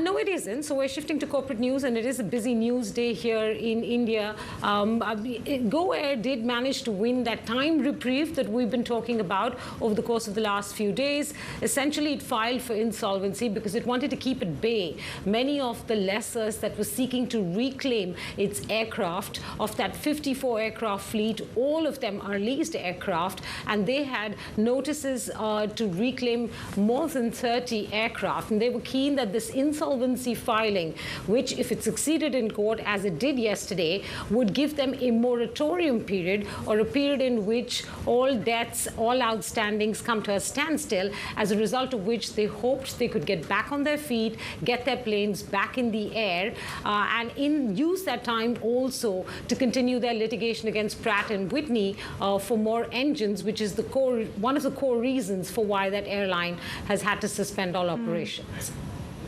Menaka, hang tight as we continue to look at India. HSBC saying it sees India's tech-focused sectors driving growth to 6.5% annually, more than doubling the economy size in the decade. The bank's chief India economist Pranjal Bhandari joins us in Mumbai. Pranjal, good to have you with us. I'm just wondering why, you expect the Indian tech sector to remain resilient when customers overseas, like the ones in the US and Europe, are expecting a slowdown. Yeah, thank you for having me. So, what we call this New India, it's made up of two high-tech sectors. One is this exports of high-tech goods and services, and the other is the high-tech startups ecosystem. I think all of these continue to grow. Let me sort of straight answer your question. IT services in India, India's services exports continue to rise rapidly despite the slowdown that we're seeing globally. And I think the reason for that is that the scope of IT services has really increased. It's not your call centers, it's not your software solutions alone, but it's also things like professional consulting services, more research, more design work, more business development work, and we're seeing these numbers rise rapidly. On the goods export side, India is gaining market share, global market share, in items such as mobile phones, drugs and pharmaceuticals, automobile parts, specialized chemicals. So the high-tech sectors in India are doing very well, and we think that can raise India's GDP growth to 6.5% over the next decade, which would be higher than 6%, which we had at the eve of the pandemic. Pranjal, I mean, the key for India is going to be then what you're talking about here, the new India. It's going to really have a paradigm shift. It's got to have a structural change. Are you witnessing that? Yes, we are. So the new India that we talk about, it's about 15% of India's GDP at this point of time. But in the next 10 years, our sense is that it's going to be, close to about 30% of GDP. So practically double. And that really changes the structure of the economy. And then when you look at the agri, industry and services, the three sectors, our sense is that in the next 10 years, agriculture will fall, industry will rise, services will rise even more, becoming, the largest and the most prominent sector in the economy. And this is where India is gaining. Around the world, we are seeing goods trade weaken a little bit, but the globalization of services continues to rise. And India today is in a position to benefit from that. And I think in that sense, India is in the right place in the right time. Pranjal, you make the point in the report that India needs to boost its share of manufacturing to GDP, and maybe these high-tech sectors can help the informal sectors be able to do that and achieve scale. But it does seem like a really long shot, doesn't it? Yes, that's the hope. So far, I was talking about new India doing very well, but I didn't mention the word old India, which is very important, which makes up 85% of India's GDP. It comprises of India's low and medium tech manufacturing, a part of India that has remained sluggish. It comprises of agriculture, which has also remained, quite sluggish. And the big hope, especially if you want to create the jobs India needs over the next decade, is to raise old India. Now, is that possible? My sense is it's hard work, but for the first time, I'm sort of seeing some glimmer of hope. Our sense is that new India can actually raise and lift up old India over the next decade. How will this happen? My sense is through the public digital infrastructure, which is very impressive. On the back of that, we could have startups which actually try to work with digitization of manufacturing. They pick up a cluster of small firms and they help these small firms feel like they are large firms. simulate scale by giving them access to cheap inputs, new export markets, credit access via some new innovations there, e-logistics, smart manufacturing, and our sense is, small and medium manufacturing through that channel could get a shot in the arm. This is hard work. It will need a lot of other things to happen. For instance, a continuous flow of reforms, private capex rising, employability and education improving, but it's possible. Yeah, okay, if I can just push back a little bit, Pranjul, on that hope and optimism and maybe take a slightly more medium-term outlook. You were amongst the first few economists in India to flag how the informal sector has been decimated by a series of economic events and policies, what you called a forced formalization. Are you now seeing maybe a slightly more optimistic recovery process? And the same question will apply to consumption, which has been in the doldrums over the last couple of years. Yeah, thanks, Venik. I think the last 3 months, seeing some revival in the informal sector. They went through a very rough patch in the pandemic period, but all the indicators we track for the informal sector, for instance, real rural wages, rural inflation, unemployment benefit demand, the demand for non-durable consumption, all of these different indicators have started to look up. And in a way, our sense is that, the baton has got exchanged, as in, the informal sector was doing very well, and that has now peaked and is passed on the baton to the informal sector, which has begun to rise. So from that sense, yes, things are looking good on that front. And I think we're seeing that in a lot of the consumption trends that we track. For instance, we are seeing the demand for consumer durables plateau off a little bit, but the demand for consumer non-durables, which the informal sector consumes quite a lot, has started to rise. We're optimistic about the new India, but when you take a look at the current India, we're seeing, savings rate dipping. We're seeing household debt rising. What does it mean for the economy? What does it mean for growth? Well, look, we're sort of like in the middle of two worlds. I think we're just coming out of the pandemic, the commodity price shock, back-to-back shocks, and we're hoping that in the next 10 years we look very different. So, of course, it's not that all my projections are based on what's going on today. But it's rather based on sectors that have arisen over the last couple of months, and that could change the structure of the economy over the next 10 years. And yes, there are a lot of challenges. Don't get me wrong. And I think the biggest thing we need to get done is a continuous flow of reforms.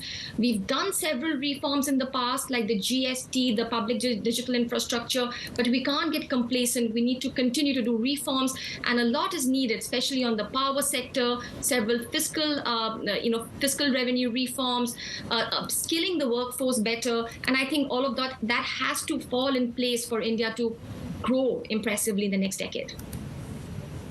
Pranjul, thank you so much for joining us. Pranjul Bandari, their Chief Economist for India and Indonesia at HSBC.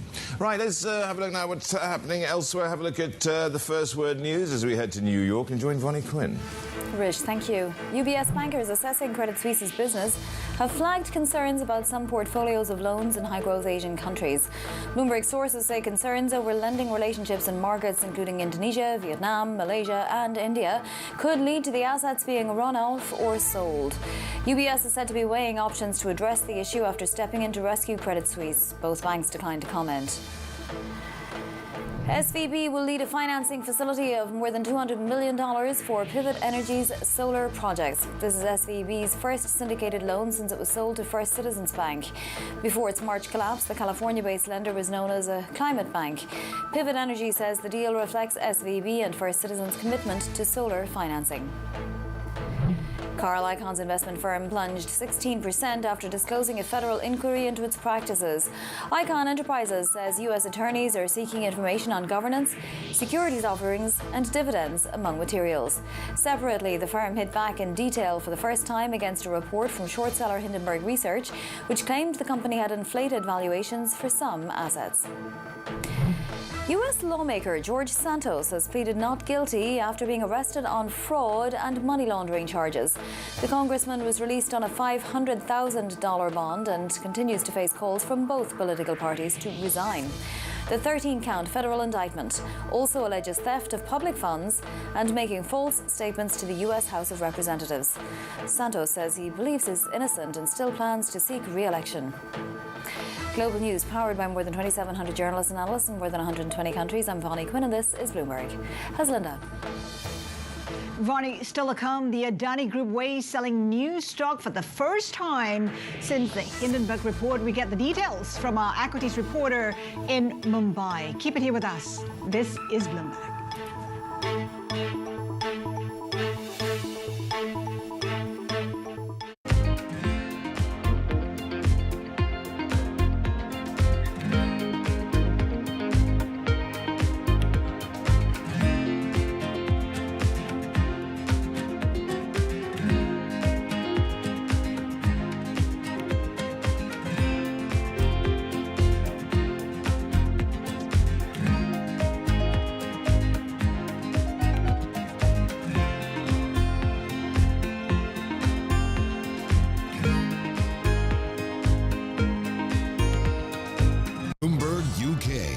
Source for news and analysis covering the biggest challenges facing the UK government, economy, financial services and markets. Tax cuts should not be the priority. It's about a credible plan for growth over the next 2-3 years. In this post-Brexit world, how do you see actually servicing your clients? It was disruptive and it's going to have implications to how capital raising works. Now we're having the perfect storm in the UK. Watch Francine Lacqua Thursdays at 9:30 a.m. only on Bloomberg, your global business authority. Markets countdown in Europe. From the financial centers of the world, Bloomberg Markets European Close with Guy Johnson in London and Alex Steele in New York. Real-time numbers, real-time analysis. Weekdays.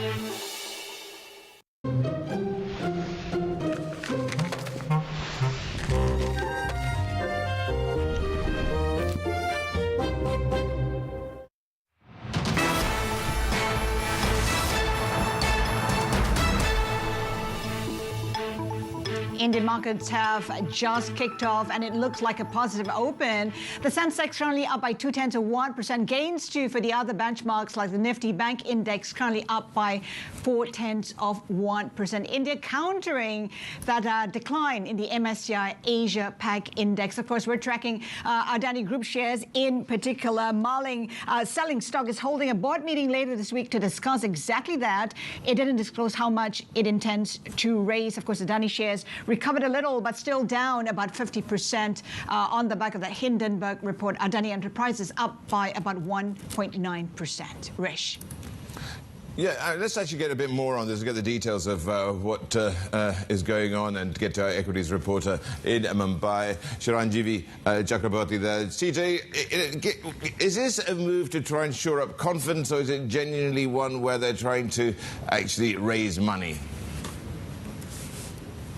Yeah, well, thank you for having me, guys. And it seems the news flow never ends on Adani Group. And definitely, I think this has come out as a bolt out of the blue for a lot of the investors as well as market participants, because nobody was expecting them to do, raise funds through this route. At this point of time, 3 firms from the group, that is Adani Transmission, Adani Enterprise, which is the flagship, and Adani Green, have indicated that they will hold a board meeting to raise funds via securities, which may also include a stock sale. So at this point of time, it seems like the speculation in the market is that they are trying to raise funds, of course, because they continue to want to deleverage their balance sheet. They want to reduce their debt levels, also shore up confidence among investors after what's been a very turbulent 3 months for the group after ever since that short attack came out from Hindenburg back in January. CJ, what's changed since Adani pulled its previous share sale? Yeah, absolutely. I mean, there's been a lot of activity on the group. As you know, they have been trying to assuage investors about their debt position. They have trimmed down their capital expenditure programs going ahead, although they do maintain that their longer-term ambitions still remain on track as far as the green energy is concerned, ports is concerned, or airports is concerned. But at this point of time, it seems like they have got some bit of confidence from the recovery that we have seen in the stocks of the group. As you may remember, after GQG Partners bought stake in 4 of the group's firms back in early March. We have seen a decent amount of recovery. The market cap has seen about $30 to $35 billion of recovery, although it still remains quite off from the peaks before the Hindenburg attack came in. So at this point of time, with the volatility in the stocks per se now going down a bit more compared to where we were back in January and February, a decent amount of recovery. Also, let's not forget that when we, last month we did the story where we indicated that retail investors, the mom and pop investors in India, were among the biggest buyers during the crash that we saw in the group's shares back in January, February, and March. So clearly, there is a lot to be confident about as far as the group is concerned, but a lot of question marks are still hanging over how they want to go about reducing their debt, how are they going to fund the existing capex, because the cash levels at the group are still not enough, according to a lot of analysts, to fund the existing capex that they need to do, leave alone the new capex that they probably want to plan going ahead. So I think there is a good need of funds for the group, but we will have to wait and see whether this is something that they are just taking, the board's approval to raise funds, or whether they will also act upon it as soon as possible and ensure that funds flow in to the 3 firms at least who have at this point of time indicated that they're going to seek their board's approval for fundraising. Overall, looking at reaction from the investors out there, how are they taking this? At this point of time, I think, of course, a lot of surprises there. If you look at, some of the pre-market quotes we're getting on the group, clearly the screen is all green as far as the Adani Group stocks are concerned so far. But I think generally, if they were to probably look at fundraising, I think that will give the investors confidence that the group is quite serious about bringing down their debt levels, which of course has been one of the biggest question marks about them. Also, remember that the 3 firms who have, especially the flagship firm Adani Enterprises, the free float there is quite low. And because if they were to do, an equity share issue probably going ahead, which is one of the options that they are mulling in the board resolution, then that could improve the liquidity level in the stock, which was one of the factors that Hindenburg had also mentioned in his report. So there is, of course, a little bit of confidence recovery that is happening. But if you speak to portfolio investors, they generally indicate that it is going to take at least 2 or 3 more quarters for the overall confidence in the group to recover as far as investors are concerned. Chiranjeevi Chakraborty, equities reporter in Mumbai, thank you so much for that. Coming up, JD.com will be the first among Chinese tech companies to report, with analysts projecting little revenue growth. More on what to expect. This is Bloomberg.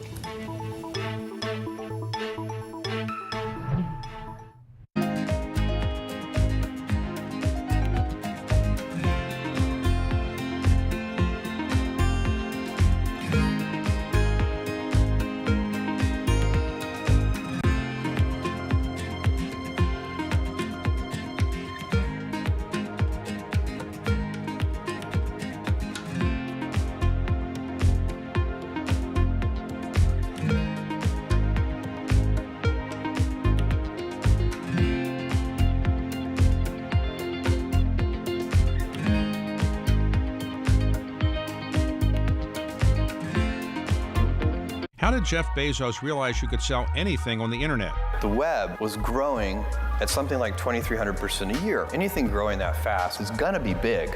Why did Bill Gates create Control-Alt-Delete? Kind of become the poster child of, hey, couldn't you have made this stuff a little simpler? And what inspired Diane von Furstenberg to create the wrap dress? The wrap dress created me. On the David Rubenstein Show, I uncover the untold stories of the world's most successful leaders, right here on Bloomberg.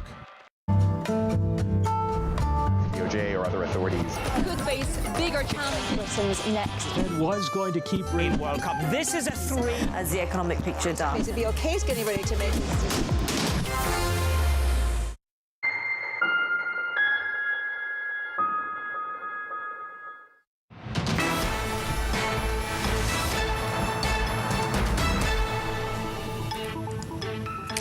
Right, you're back with Bloomberg Markets as JD.com is out with tech, its earnings. It really marks the start of the whole China's tech earnings season.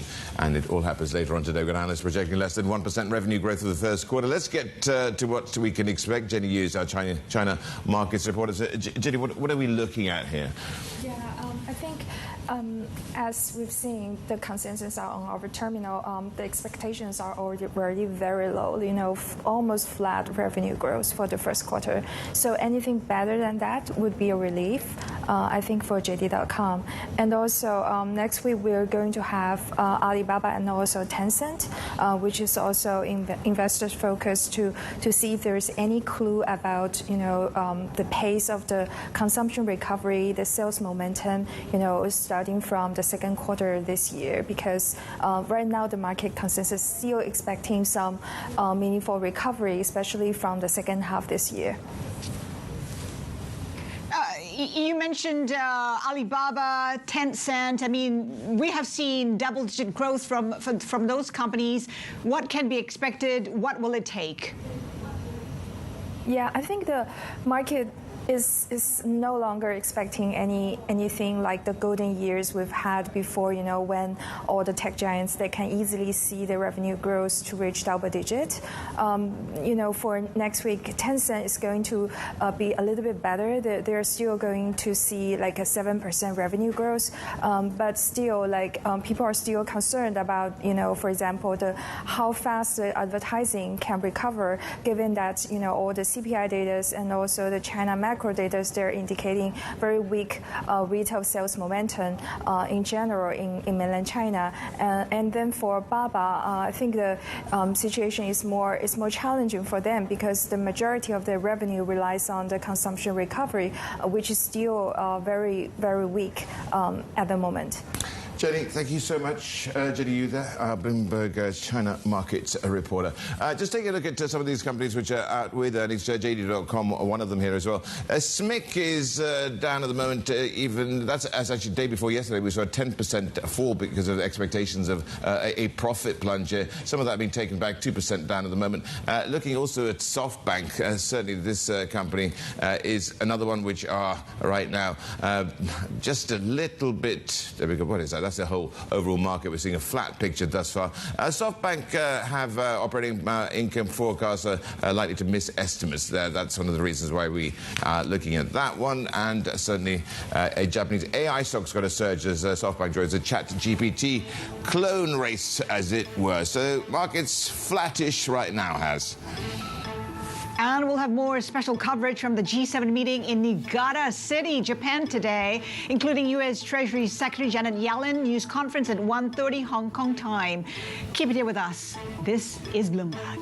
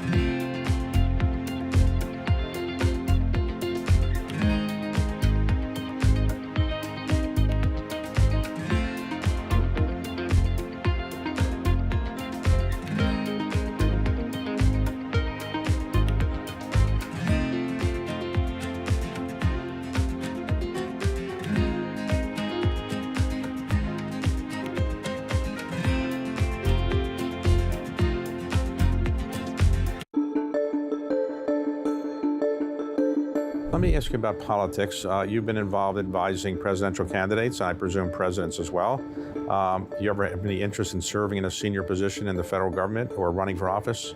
Absolutely, unequivocally, no. The aggravation factor isn't worth it? It's the aggravation factor, but it's more importantly is I don't believe there's any integrity in it. So you do give money to politicians, though, because that's the system, but you... It's a part of the game.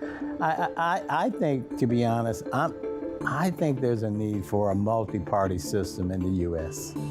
to give more people a choice about where they can throw their voter support and their political support, but also to cause the country to sort of come together by having everybody have a role in deciding what is in the long-term best interest of the country. I've often believed that Black Americans as a people and as a voting bloc should adopt the same position that the original founders of the Congressional Black Caucus had in early 1970. Their philosophy was enunciated like this: Black Americans should have no permanent friends, no permanent enemies, just permanent interests.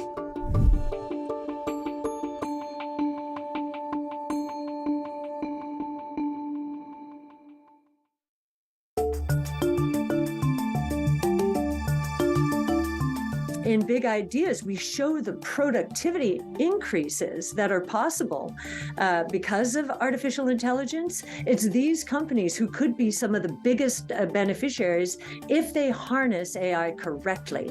I think a lot of people are looking for the killer app, like they look like these viral apps that the internet delivered. The killer app for artificial intelligence is productivity gains, and any company does not harness it is probably not going to be one of the big winners out there. And just one other thing on AI. The real winners here are going to be those companies that have proprietary data and have lots of it, have the best domain expertise, best AI expertise, the best pools of high quality data to basically create new businesses. BSO Now is your online home for weekly Boston Symphony Orchestra and Boston Pops performances. See new concerts that go behind the scenes, plus acclaimed archival concerts. Visit bso.org/now, where the music plays on. BSO season sponsor, Bank of America.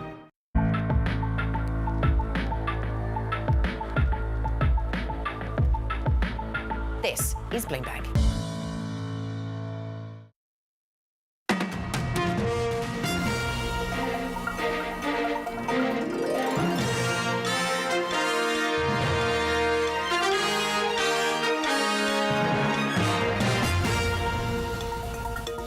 This is Bloomberg Daybreak Middle East. Our top stories this morning. U.S. inflation slow signs of cooling, perhaps giving the Fed room to pause, but the debt ceiling remains a major concern, with President Biden warning of consequences. If we default on our debt, the whole world is in trouble. This is a manufactured crisis. There's no question about America's ability to pay its bills. America has the strongest economy in the world, and we should be cutting spending and lowering the deficit without a needless crisis, in a responsible way. Meanwhile, stubborn double-digit inflation is set to force the Bank of England into a 12th straight rate hike later today. We're live to Threadneedle Street this hour. Sources say an investment firm controlled by a top Abu Dhabi royal has built a short position worth billions of dollars in the U.S. stock market, a bet that a growing recession fear will pressure markets. And Disney shares fall in extended trade. This as the company posts a drop in streaming subscribers and predicts a wider loss in the business this quarter. It's just gone 8 a.m. across the Emirates. A warm welcome to the show. I'm Manus Cranny in Dubai. So it was a Pavlovian response to the possibility of a pause from the Fed. The short end of the curve dropped by 10 basis points yesterday as the headline CPI came in sub-5 for the first time, 5% for the first time in 2 years. Supercore as well has dropped. That excludes services and housing. So there is a debate here. I love what Ben Eamon says. Markets are skiing on the sunny downside slope of post a first major energy price shock. It's just like the 1970s. However, the rate probability, the possibility of a rate hike in June, it was 20% before the CPI, crashed to zero, and we're back at 5%. And the market has now priced in rates will be 4% by the start of 2023. So it is Bank of England Day. We'll get to Lizzie at the Threadneedle Street a little bit later on. I wanted to show you the most splendid performance of all. The pound, of course, is the best performing currency in G10 this year, rallying by 4.49%. We're in for the 12th straight hike, the highest since 2008. But what is it that the Bank of England will give us in tone and intonation? ING doubt that they will shut down their options, and HSBC say the recent data has spooked the market. Hello 5% is something you need to countenance. Hello Hong Kong. Hello Yvonne Mann. She's for us there with the market roundup. Good day, Yvonne.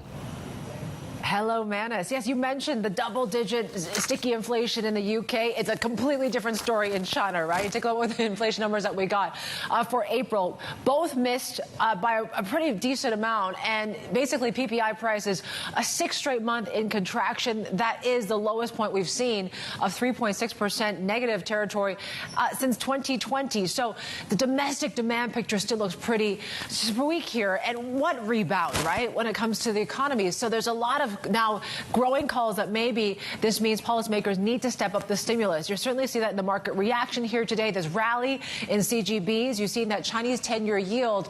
Now we are on course for a 10th straight week of declines. We are back below that 270 level for your Chinese 10-year yield. In terms of, we're seeing swings in the market here. We're pretty much slightly higher on the CSI 300 and the Nikkei 225. We're basically, despite U.S. inflation cooling, we're not seeing a huge positive reaction in these markets. Perhaps it was all priced in, but you did see the dollar take a bit of a backseat. I catch up a bit here when it comes to the yen. We're at 134.23. Flip to the boards. We have a lot of earnings to tell you about as well. First and foremost, it's the banks that we're watching out of China, right? So it seems like this fizzling out of this bank rally continues for a third straight day. That's despite reports from Reuters saying that the regulators or policymakers have asked the big four banks to cut deposit rates. We're seeing the likes of China Galaxy Securities down 5.5%. Li Auto is the outperformer here today, out with earnings in the fourth quarter. They saw their sales double. They had record deliveries. The likes of Citi, pretty bullish when it comes to sales moving forward. They're saying the stock can actually double by Christmas. We're 16% up right now for Li Auto. JD.com, SoftBank, both coming up next in terms of earnings. And Manus, SoftBank, they might swing back to a profit given this rally in tech shares we've seen. Still a lot of questions about that Vision Fund, though, post-SVB collapse. Okay, Yvonne, let's truck along here. We've got a lot to get through after that inflation data. Yvonne Mann in Hong Kong. So the key inflation drivers in the US, they began to recede, as I said, in April, potentially giving room for the Fed to pause their rate hike cycle. Is that theory or real possibility? Jill DeCease is our reporter on this. Look, we've had a reinforcing of the market view, haven't we? That we could have this pause. June is virtually a no-go for a rate hike. Do we cast forward now to when they cut? I mean, is that where I've got to run to? Yeah, thanks, Manet. So, look, I think that it's still way too early for us to tell whether or not, or when the Fed is going to eventually cut rates. I know that markets had been hoping that perhaps there would be something by the end of this calendar year. But ultimately, what Powell and the Fed has said is that we need to see additional data points. Now, this inflation data that we just got, certainly, I think, a relief for investors, seeing that cooling off of, I think you said, it's the first time that the year-on-year gauge has been sub 5% in about 2 years. So that's certainly one helpful sign that maybe inflation is cooling a bit, but we'll have to see where things are going forward. We're still going to get one more CPI print, I think, on the first day of the next FOMC meeting in June. We also need to see what the next jobs report looks like at the beginning of the month. Remember, the original stuff that we saw earlier this month still showed that not cooling off so much. So there's a lot of calculus that goes into what the Fed's next decision is going to be, but it does seem at least more likely that we'll see a pause in the rate cycle for now, at least. So if you look at the UK, they have an inflation problem which is nearly double that of the United States. And still, you think of the States, 5%, the target is 2%. The Bank of England has inflation running still in the double-digit zone in some areas. Could they really signal a pause? They need all the optionality they can get, really. Yeah, I mean, it really does seem more like, maybe the BOE won't follow immediately after, today's widely expected rate hike. They still have room to continue to hike rates further. I think today's would bring them to 4.5% or something like that if it comes in at 25 basis points. But ultimately, as you said, that red hot wage inflation in the UK still continues to present a bigger problem for them. So maybe we're not going to see as aggressive a signal out of the BOE today that a pause is coming anytime soon. Okay. Thank you very much, Jill. Good to have you with us, breaking down the data and casting forward. Jill Decis there on the very latest inflation data. So outside of central banks and inflation, investors have the threat of a US default hanging over them. President Biden spoke last night about how catastrophic such an event would be.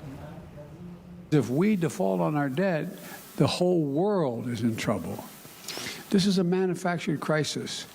There's no question about America's ability to pay its bills. America has the strongest economy in the world, and we should be cutting spending and lowering the deficit without a needless crisis, in a responsible way. Let's bring in my guest, Valentine Anuz, head of fixed income strategy at Amundi Institute. It's manufactured, it's man-made. That's Biden turning up the heat. When I look at in a liquid part of the CDS market, CDS is for the US and I trading over Brazil, Greece. We're looking at some of the highest pricing, way above the default scenario and downgrade scenario of 2011. Give me your roadmap to hell and back over the debt ceiling. Yeah, I'm not particularly concerned with this issue of debt ceilings. I think it will bring a lot of volatility in the market in the short term, but at some point they will reach a resolution. My main concerns regarding the US is more the tightening in financing condition and its impact on the corporate sector and to a lower extent on consumer debt. So yes, volatility in the short term, but not a main concern in the medium term, only volatility. Only volatility, but that volatility can create opportunities, can't it? If I reflect back to the previous downgrade, I'm curious to know whether you think that we get a downgrade, technical default, and then resolution. I want to understand the sequence that you think is the scenario for us and the consequence for treasuries, because, of course, treasuries benefited. Stocks lost 10-15% back in 2011 in the space of 10 days. So what is the reaction function within the bond market? And do you see a technical default and a downgrade as part of that cocktail? No, we don't see a downgrade as a cocktail. We remain quite confident regarding the outcome of this situation. Today, regarding the U.S. fixed income market, we see some opportunities on the long end of the curve. We are moving neutral to long duration. And in the medium term, we see some steepening of the U.S. curve. I'm noticing one of the biggest credit ETFs in the United States, run by Vanguard. 15 weeks of outflows. So you're looking at nearly $5.5 billion having walked out the door from one of their biggest credit ETFs. It had 36 billion in it. Is this where you begin to see cracks in the credit facade and the implications of the beginning of a much tighter credit cycle? Yeah, I think this is really today where the risk is. We are in a totally different situation from the one in 2008, where you have huge level of leverage on the US household side. Today, if you are looking over the past decade, the rise in the leverage has been on the corporate side. And so far, the increase in interest rate, the impact of the increase in interest rates on corporate has been limited because of all the liquidity accumulated during the COVID. But corporate refinancing needs will increase later in the year, so I expect more idiosyncratic risk in late 2023. So this is definitely where the risk is. Okay, but it is idiosyncratic risk, as you say. I was looking at the swaps market.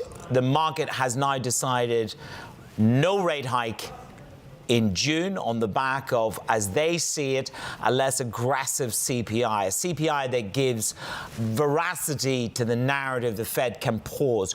Do you expect a pause and then a series of rate cuts, because the market is saying 100 basis points of rate cuts by January of next year? Yeah, I expect a pause, but then I expect the Fed to maintain rates higher for longer than what the market is expected. Yes, the good news is that the Fed's policy is working. Inflation is coming down, but inflation is still too high, far above Fed's target, and the US labor market is still very tight. Rise in wages is not consistent with a 2% inflation target. So I expect higher rates for longer. And I expect the Fed to put the US economy into recession to bring inflation back to 2%.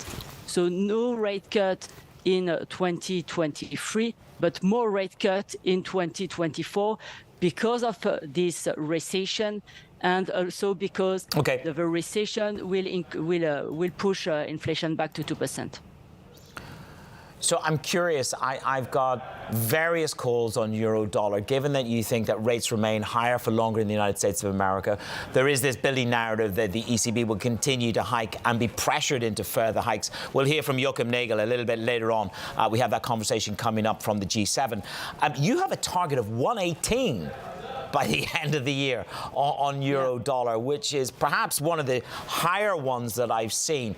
Can you talk me through the justification on that? Is that the ECB out-hikes the Fed and that narrative dominates? Exactly. We think, but in the short term, that the narrative will be the Fed is doing a pause and the ECB is continue to hike rates. This is definitely the same situation in the US and in the Eurozone. We expect the ECB to continue to hike rates.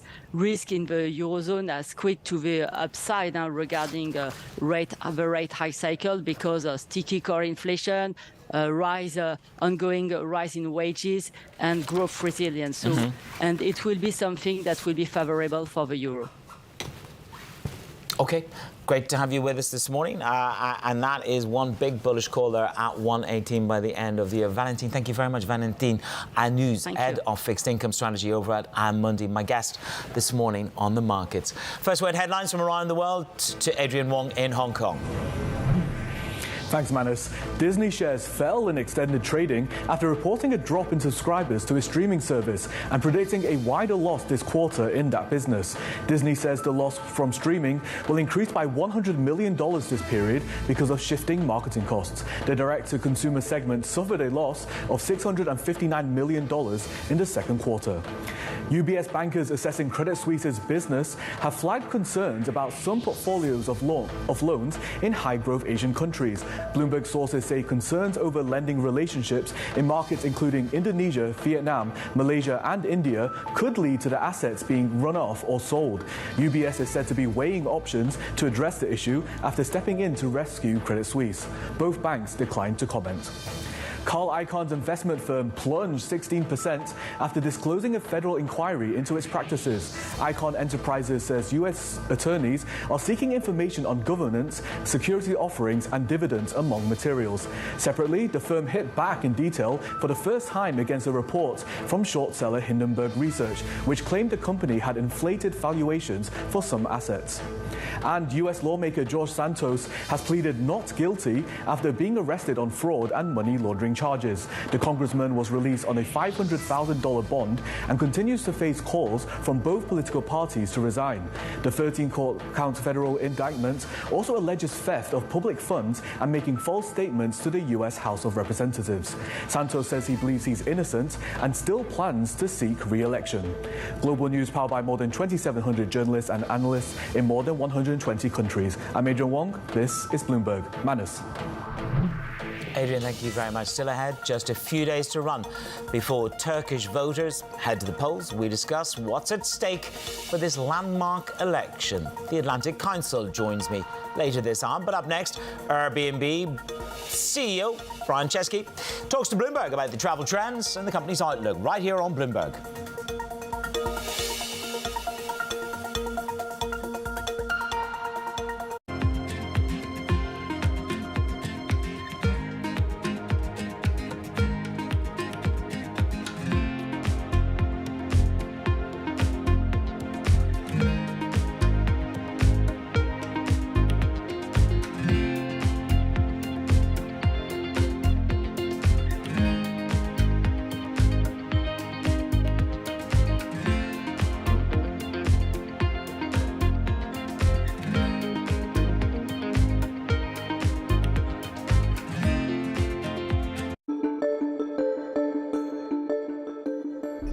York is as safe as it was when you were in the government? It's not as safe as it was. Crime is clearly rising.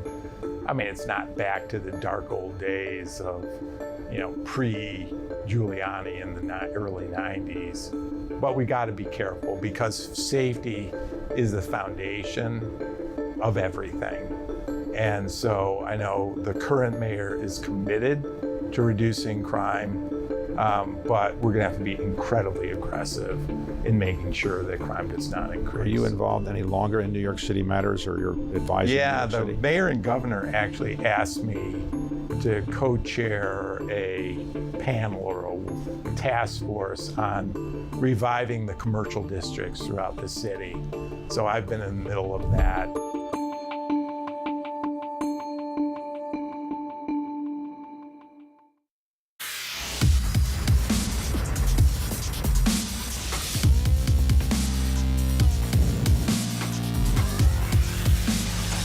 In a multi-trillion-dollar industry, there's a lot of ground to cover. We indeed have a rally. We're talking a lot of dividends. We're talking income. We'll show you what's happening in ETFs like no one else. Bloomberg ETF IQ, Monday on Bloomberg.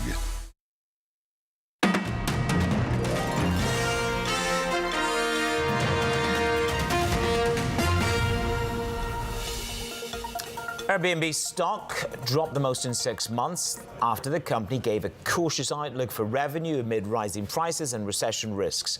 The CEO, Brian Chesky, told Bloomberg he's still bullish about the road ahead. Number one, we have a tough comp against Q2 of last year because a lot of bookings last year were pushed to Q2 because of Omicron. Additionally, we are seeing some pricing pressure in North America on affordability. But I do think that ultimately we're feeling generally very bullish about the road ahead for us on Airbnb. And I think the key is going to be affordability. What we're hearing from travelers, and what I said, of course, within your program last week, is that the number one thing that travelers care about is affordability. And that's why we launched things like Airbnb Rooms, an all-new take on the original Airbnb. The average price per night for an offering like that is $67 a night. So long as we keep adding hosts, I will say our host growth has been accelerating every quarter since it's been public. It's now growing 18% year over year. If we can make sure we have enough great supply, I think there's not a limit to the number of people that could seek out a great accommodation by staying at a home. And yet, travel has been a priority, of course, coming out of the pandemic. And I just wonder if more and more people are going to say, look, maybe we just shouldn't take that trip right now. Folks are getting laid off. Rates are going up. Traveling is expensive. How would you describe your level of caution, if you will? Well, I always want to be cautious. We really want to, exceed people's expectations. And so that's part of what the outlook was trying to do, is just try to make sure that we manage people's expectations.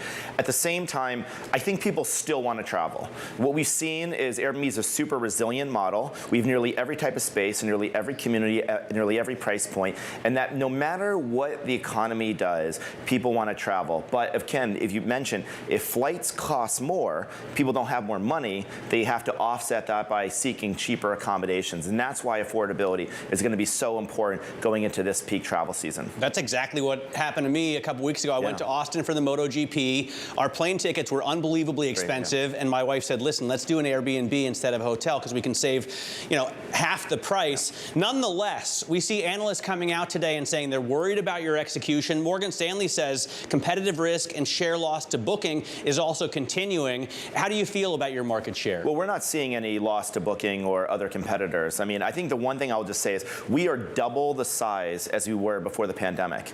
There is no other travel company in our industry that is even close to that level of recovery. And so I'm feeling really great about our level of execution. We've innovated more than I think any other company in travel in the last couple of years, 340 upgrades to our service in the last 2 years, including 53 last week. So we're just going to continue to stay heads down, continue to make sure we have great homes with great support at great prices. Long-term stays, Brian, are also moderating. And of course, as people go back to the office on top of this general, potential more travel pullback, does that category face a risk? No, I think that we are now in a kind of post-pandemic equilibrium. we are still much larger than before the pandemic. Before the pandemic, about 13% of our nights booked were long-term stays. It's now 18%. I think what the pandemic did is it accelerated a lot of adoption of monthly stays. But I think flexibility is here to stay. Even when people going back to the office, they still want to be flexible. And I think with the new features we launched last week, we now allow monthly stays to be more affordable. You can now pay by bank account. People have more monthly discounts. I think you're going to see a lot more adoption of monthly stays in the years to come. Now, you've teased a lot about how AI and ChatGPT are going to be integrated into Airbnb. Can you paint the picture, a little brighter for us? What does Airbnb and the experience look like 5 years from now? How do you use this technology to deal with some of these, fluctuating issues around pricing and demand and, companies like airline prices and hotel prices that you can't necessarily control? I think there's a few things we're going to do. I think the grandest vision is that we build these large language models into our application, a model like GPT-4 or in the future, a subsequent model. And then we're going to be tuning the models based on our data and our customer information. And I would like Airbnb to know more about our customers than any other travel company. So instead of going to Airbnb and asking where are you going and when are you going, we'd ask you a simple question like who are you and what do you want? And we're going to build the most robust profiles. And then we're going to be in the business of matching you. Imagine Airbnb like the ultimate AI concierge.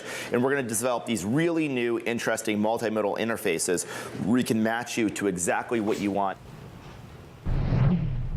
Just what I've always wanted, an AI concierge in my life. The Airbnb CEO, Brian Chesky, there speaking on Bloomberg TV. Plenty more ahead this morning on the most read story on Bloomberg. And it's to do with Credit Suisse. I'll tell you in a moment.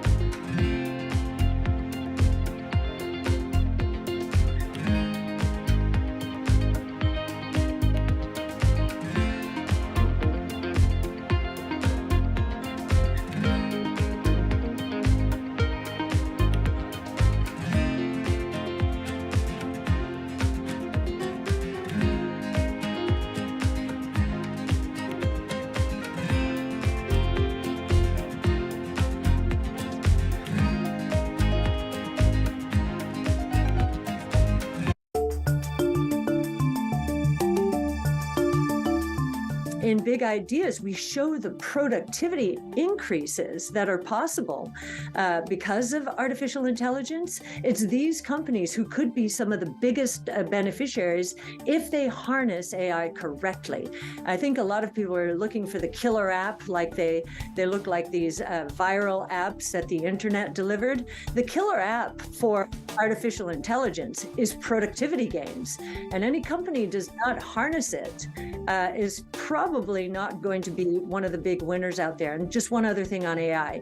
The real winners here are going to be those companies that have proprietary data and have lots of it, have the best domain expertise, best AI expertise, the best pools of high quality data to basically create new businesses.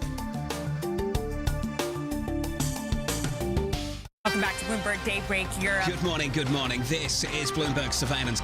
Welcome to Bloomberg Markets, trying to open. This is Bloomberg Technology. And welcome to Balance of Power. This is Bloomberg.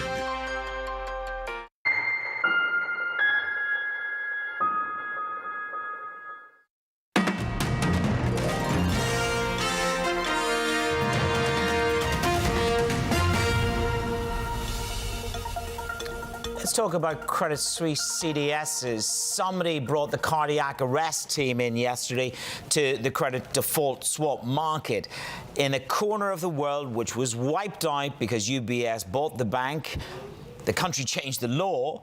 But here's the thing. A couple of hedge funds, 463 in diameter, bought swaps on the subordinated bonds. They jumped by 85 basis points this week to 360 basis points.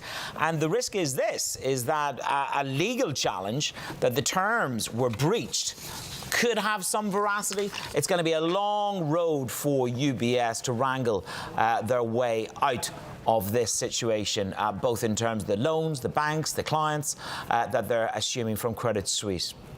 So keep an eye on the CDSs. I know what you're doing. You're hurling tomatoes at the screen going, they're illiquid. I'll move on. You want to stay tuned to Bloomberg TV. The next 24 hours are going to be quite literally gargantuan. JPMorgan CEO Jamie Dimon, the sage of Wall Street, Bank of England Governor Andrew Bailey on why and what they did, perhaps for the 12th straight time. Bundesbank President Joachim Nagel joins the team. And then, as we career towards a debt ceiling risk, the lady herself, Janet Yellen, joins the Bloomberg team.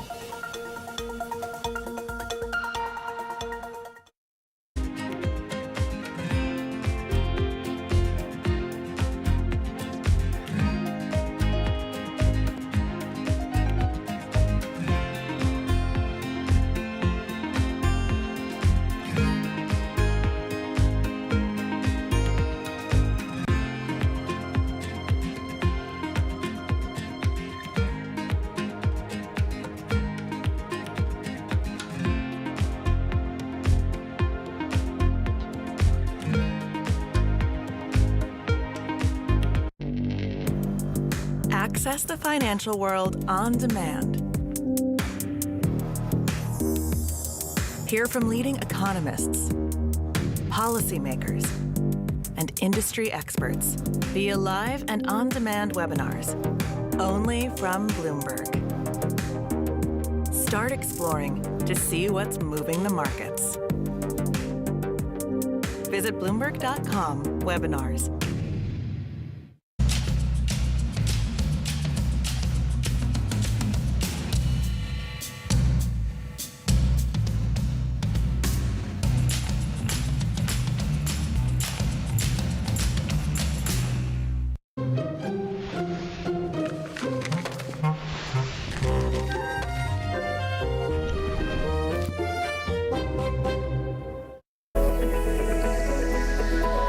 Japan's critical role in the global economy is changing as the world recalibrates. After decades of stagnation, Japan's leaders are forging a more innovative and sustainable path forward to revitalize the nation. Corporate giants, policymakers, and pioneers tell us how they're doing just that. Every week on Japan Ahead, right here on Bloomberg Television.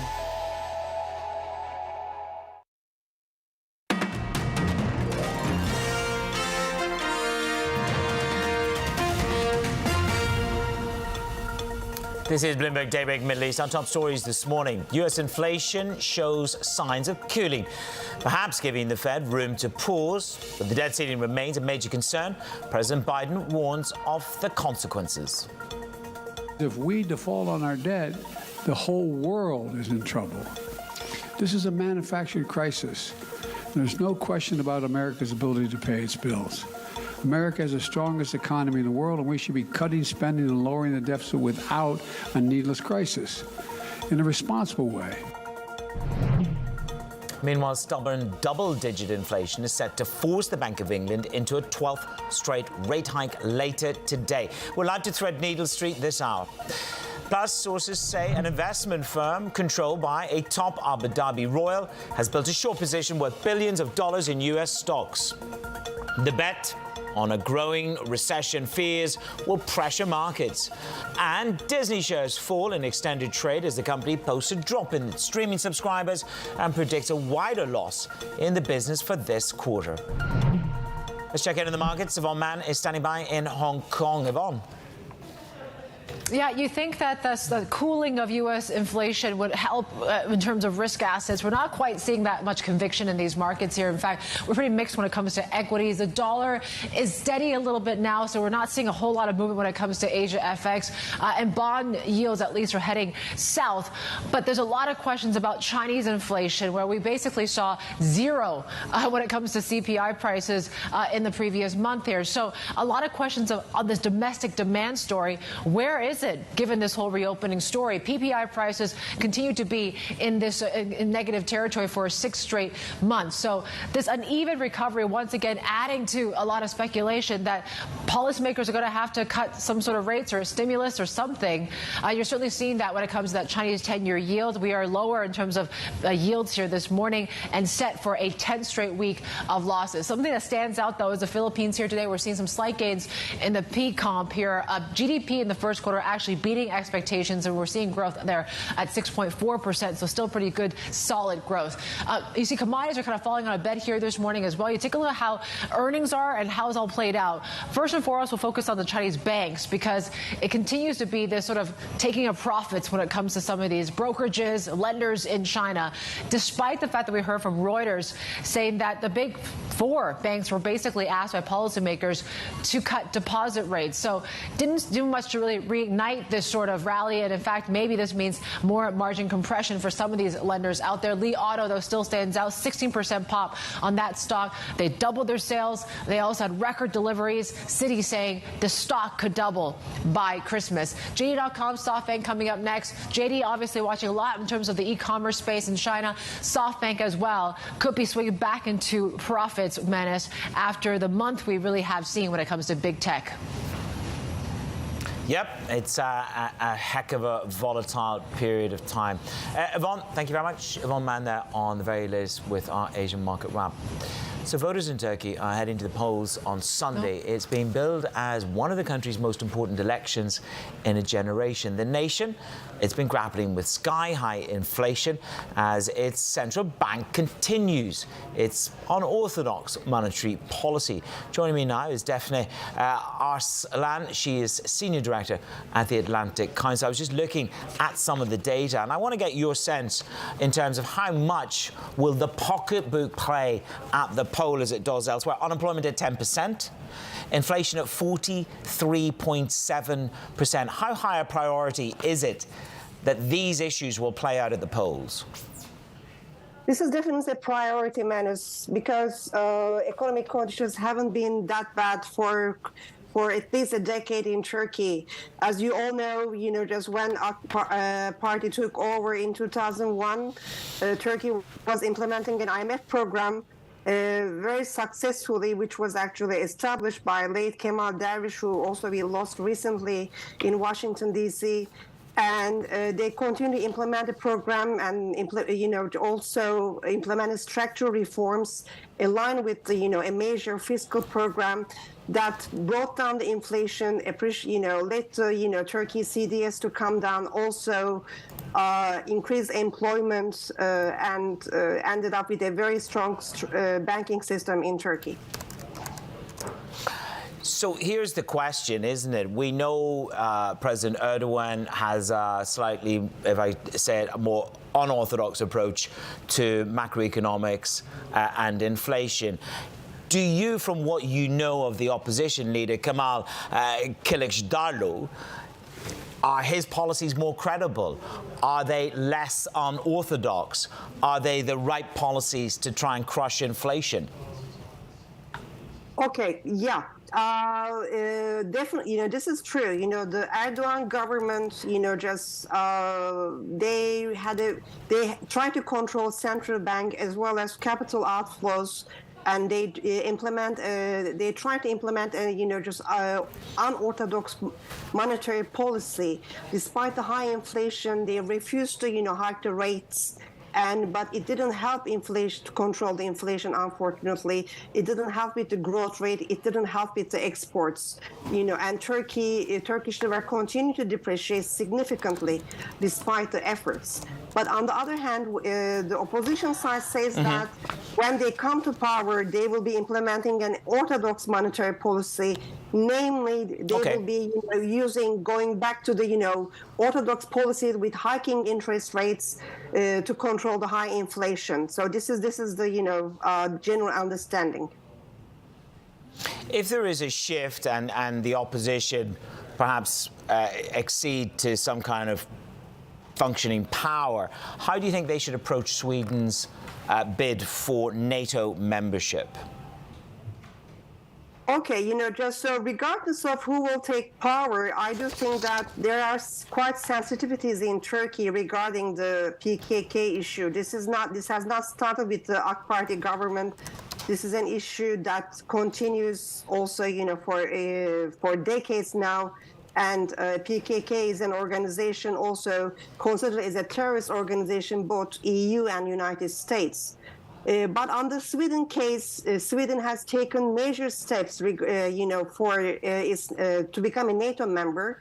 And this is what I expect is that, there will be some commitments maybe made, just during the next NATO summit. But I really do not expect, just Turkish ratification before the fall. It is because it will take time for the new parliament to, to come together and start functioning. So it is. I don't expect a realistic, just approach to that, before the fall. But when the parliament opens and up and running by the fall, we don't know who will be the majority there at that time. How the parliament will be formed, which we will be learning by May 15, by the way.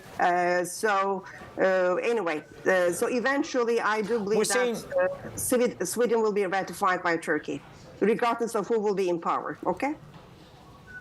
Okay, we're seeing shifts in the political nuances here. Saudis pivot to the east, various rapprochements in the region. How do you see Turkey's relationship with the United States? Because this coalescing around NATO is a way of perhaps building bridges again with Turkey in a more robust way. So how do you see progress of US-Turkey relations? It is true. Again, coming back to my point, regardless of who will be in power, there are sensitivities in Turkey. One of them is the Syria policy of the United States, which has become a challenge. But there are other issues as well, like S-400, which is an impediment, big blockage between Turkey and the United States. And you are right, saying that Sweden's accession, becoming a NATO member is also a priority for the United States. For this reason, I do believe that Turkey will take steps.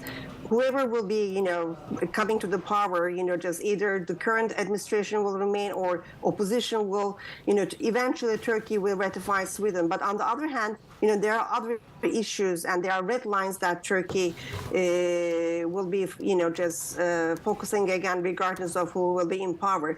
However, regarding the S-400, I do believe that if the opposition wins, there will be a different solution on S-400, and the relations with Russia may be different when opposition takes power than the current administration. So this is what I think. There will be a difference there. Definitely, we appreciate you staying up so late in Washington. Let's see what the Sunday outcome delivers for us. Shifting political scene is the risk. Definitely, Aslan, Senior Director at the Atlantic Council, for joining us ahead of the Turkish elections on Bloomberg.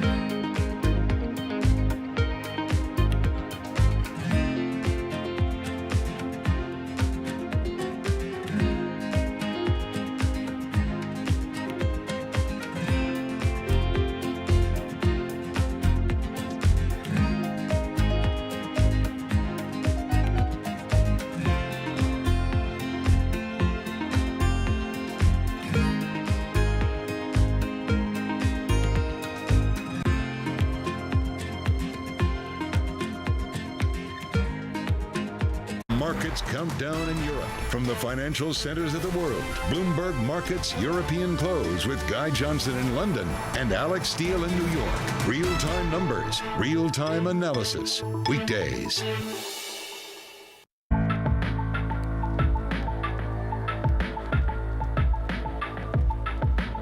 This is Bloomberg.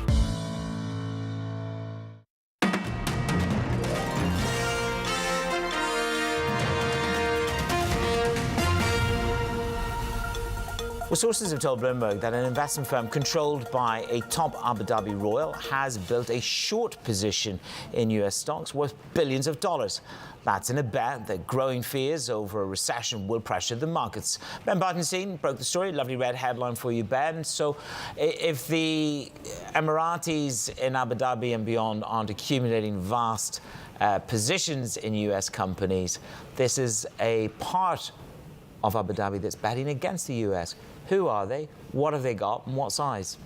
That's right, Manus. Well, as you said, the Royal Group is chaired by UAE National Security Advisor Sheikh Tahnoon. It's become an increasingly relevant player in the global financial world as commodity prices are higher and the world looks for sources of liquidity.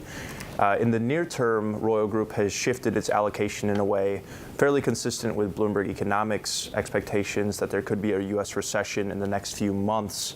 So they've taken a much more conservative strategy when it comes to U.S. allocations. Still, over the medium term, they do have intentions to boost their positions in the U.S. and Europe. Consistently, over their history, Royal Group has positioned itself more so in emerging markets, but they do have a desire to still have some allocation to the U.S. and Europe, but are waiting for markets to settle down a bit as the economic picture becomes a bit more clear.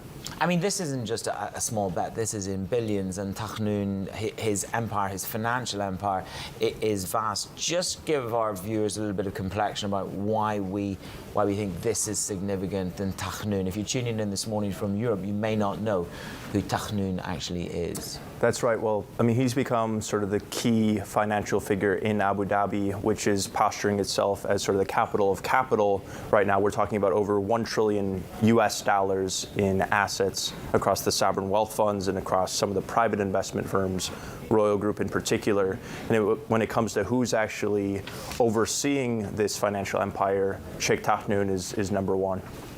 Okay, Ben, thank you very much. Ben Bartenstein there on the size and scale of the bets against the US. Well, inflation in urban parts of Egypt have eased for the first time since June 2022. The April reading came in at 30.6%. Giving some reprieve, you might say, or a temporary reprieve for an economy struggling to stabilize their exchange rate. Monica Malik is the chief economist for Abu Dhabi Commercial Bank. Monica, when I look at this data, and I was looking at Ziad Daoud, our chief emerging markets economist, his post yesterday, 31% from 33%. But the target is to get to 5 to 9% by the end of 2024. I'm not an economist. I don't have a PhD. I'm just a good old BSc. That's a heck of a journey to get to, Monica. Is that even attainable from 31% to 5% by the end of next year? It's going to be very challenging in our view. And while we did see a tick down in the inflation level in April, we do think that in the next few months, it's going to accelerate again. And that's just based on increase in diesel prices, some increase in food prices that have been subsidized. But also a key risk going forward is the fact that we in the markets expect another devaluation of the EGP. We've still got a vast difference between the official EGP rate against the US dollar versus the parallel market. And if you do see that devaluation coming in, that's going to add another leg up to the inflation outlook as imports rise again. So I think it's going to be very challenging. And it's actually one of the many challenges that Egypt is facing at the moment. Look, it does, and I suppose the question is, how real is that next devaluation, Monica, and what do you think that's going to be, or the timing of it? How urgent is it, I'm being presumptive, how urgent is it for them to do the devaluation and get it out of the way? Well, I think just doing a devaluation by itself will not solve Egypt's problems. We've seen that since last year. We've had 3 major devaluations, but each time what you've seen is that there hasn't been sufficient US dollar liquidity. We've not seen the capital flows coming back in, and you've seen the parallel market actually re-emerge at a weaker level.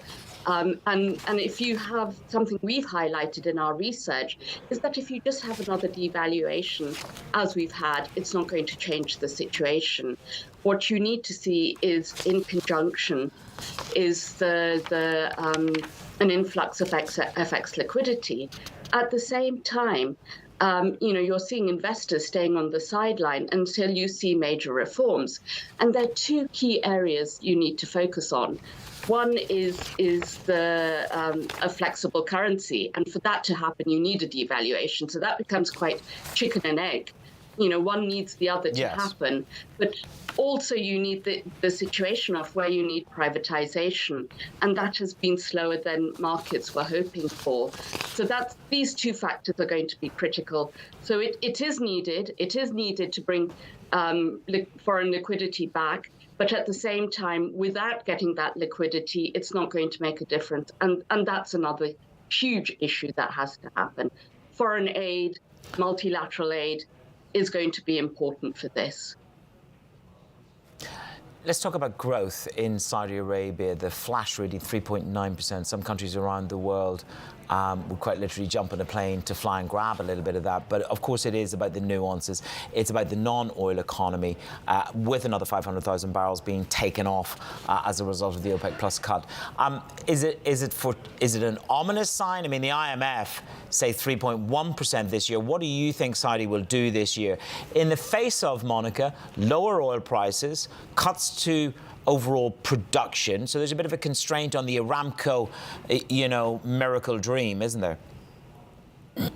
Well, absolutely. This year, of course, is not going to be as strong as last year. Last year was really, really exceptional. And our forecasts for real GDP growth in Saudi Arabia are significantly weaker than the IMF's. We are forecasting around 1% headline real GDP growth. But a big part of that is the oil sector. And when we look at headline growth, it's production changes. We see the oil sector contracting in real terms, so lower production this year than last year in average terms. We don't think that's a major issue for Saudi Arabia. That's more statistics than reality on the ground. In fact, it's a move by Saudi Arabia to support the oil price, and what's more important is oil revenue. And indeed, while oil revenue will be lower, it still remains at a comfortable level. We still see the focus on the investment programs, which will be driven by the PIF and other state-led entities. And we still see non-oil activity remaining very, very strong, supported by the investment programs. In fact, the flash data showed on a quarterly basis that non-oil activity strengthened in 1Q, and a lot of proxy indicators of non-oil activity indicates to us that we expect a further acceleration going into the second quarter as well.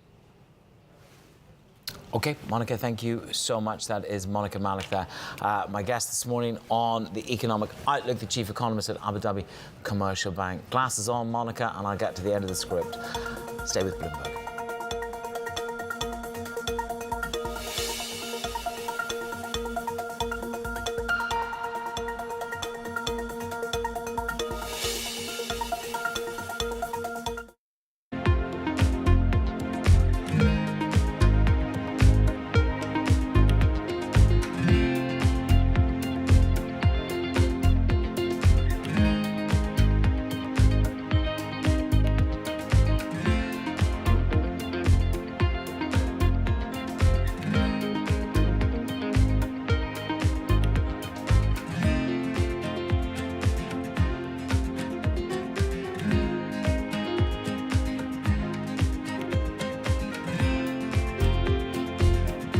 Our studios in New York and San Francisco.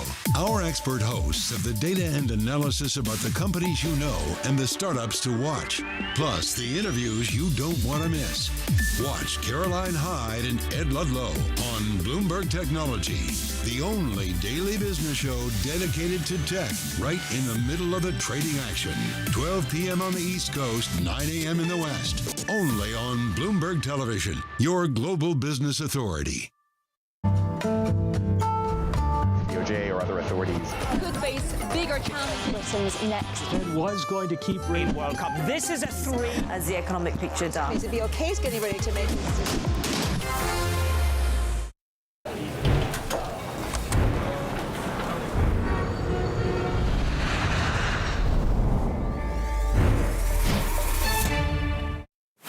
Today, Bloomberg continues its coverage of the JPMorgan Global Markets Conference in Paris with an exclusive interview with JPMorgan CEO Jamie Dimon in the wake of the bank's purchase of First Republic.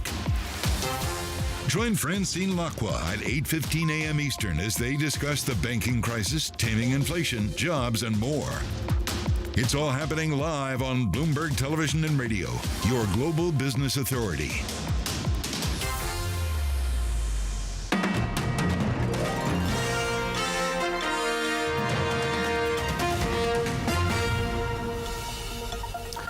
Stubborn double-digit inflation is set to force the hand of the Bank of England into a 12th straight interest rate hike today, even though the end of its lightning-quick hiking cycle is coming into view. Bloomberg UK correspondent Lizzie Burden is outside the Bank of England. It's finally getting warm out there. She's not drenched in rain. Has the worst of the inflation storm cloud scurried beyond the City Mile? Lizzie Burden, good morning. Good morning, Manus. I might be drenched this afternoon by the looks of the forecast, but you're right. Markets and economists agree that it's going to be a quarter-point hike from the Bank of England today. It'd take the rate to 4.5%, the highest since 2008. The question is that the peak? Is it time for a pause? Markets reckon that rates could get to 5% by September. We were speaking to former Bank of England policymaker Sushil Wadhwani yesterday on Bloomberg Radio. He says that would be unwise given the recession risks out of the US, the potential spillover effects. But you've got a split on the committee. Economists reckon you're going to have the same split as last time, 7-2, with doves like Silvana Tenreiro saying recently, to be a hawk right now is like being a fool in the shower, keeping turning on the hot tap, not being patient enough to wait for the warm water and scolding yourself in the process. But you've got hawks as well like Catherine Mann who say you need to bear down on inflation expectations, getting control of the second round effects from that imported inflation. I've been to a few hotels where it's dodgy showers. I can tell you that. You think you're going to get one thing, and something completely different comes down cascading out of the head above you. Now, where are we in forward guidance? Because ING say it would be folly of them to close off optionality. Some people are talking about 5% rates now.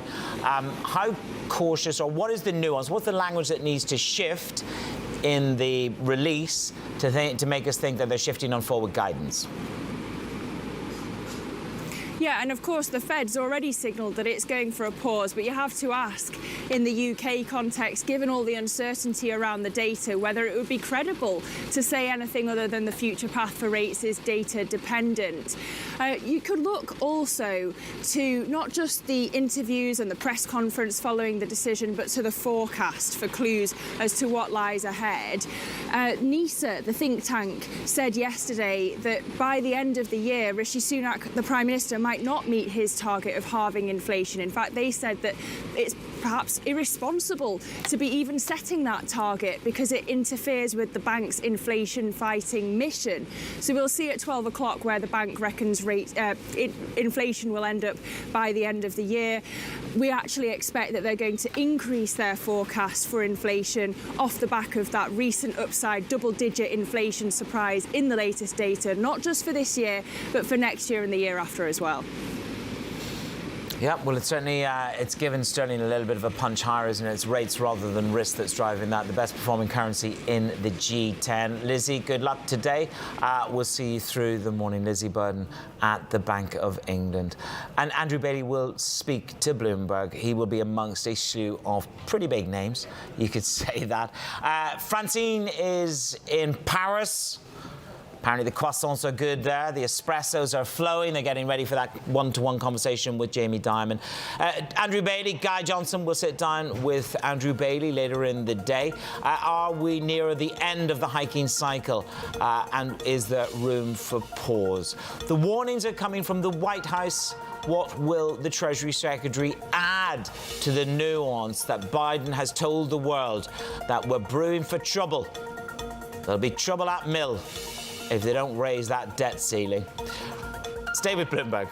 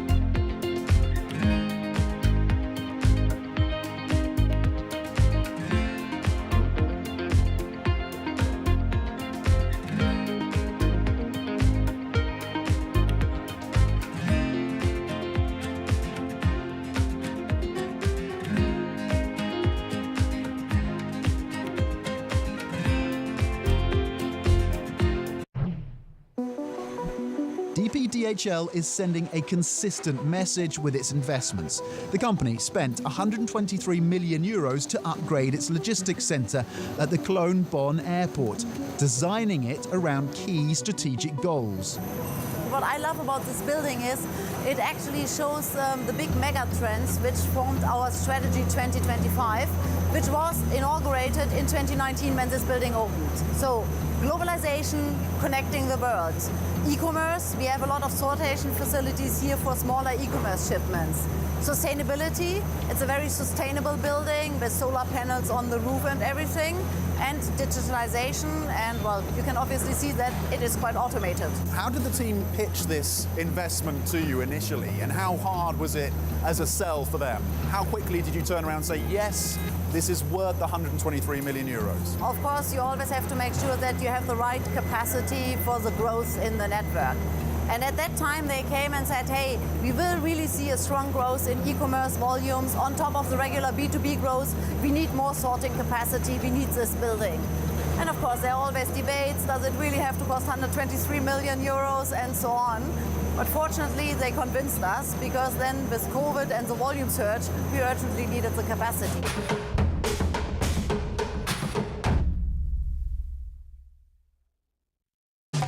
Information you want, analysis you trust. Everything you need to get set for the start of U.S. trading. Watch Bloomberg The Open with Jonathan Ferro. Weekdays on Bloomberg. When U.S. jobs numbers are released, Bloomberg brings you crucial data at terminal speed and instant expert analysis. Nobody covers Jobs Day like Bloomberg.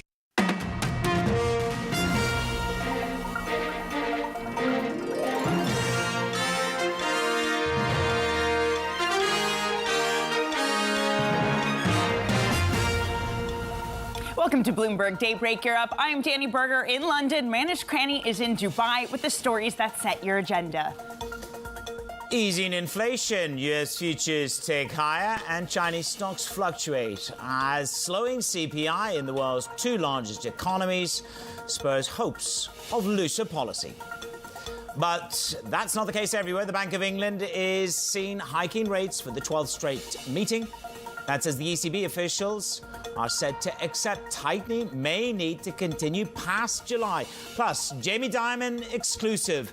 We'll be speaking to the chairman and the CEO of JPMorgan Chase at the bank's annual Global Markets Conference in Paris. A conversation you don't want to miss. Danny, a very good morning. It was almost a Pavlovian response to a softer CPI, and that's what the pricing happened. The pricing a pause. Good morning. Pavlov's dogs, they're salivating for a pause. Good morning. Good morning, Manish. Yeah, bond yields come in. Looking at the market odds, WERP on the terminal, they went from pricing about 20% odds that we'd see a hike to 0 to now about 5%. It's kind of hard to see what would change that before the next hike, Manish, or the next decision, not a hike.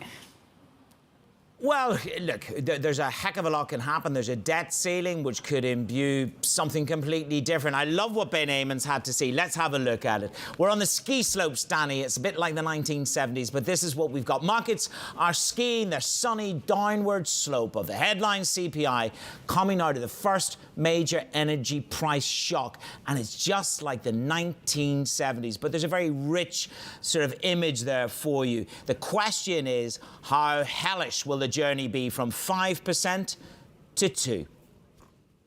Man, I wish I was skiing on a sunny downward slope right now. But Manish, I think it's completely right that you mentioned risks of a default. While you were off interviewing everyone in the world yesterday, I had, of course, Sushil Wadhwani on the program yesterday, who said that if we get close to a possible default, that could mean even more cuts and even sooner cuts from the Fed.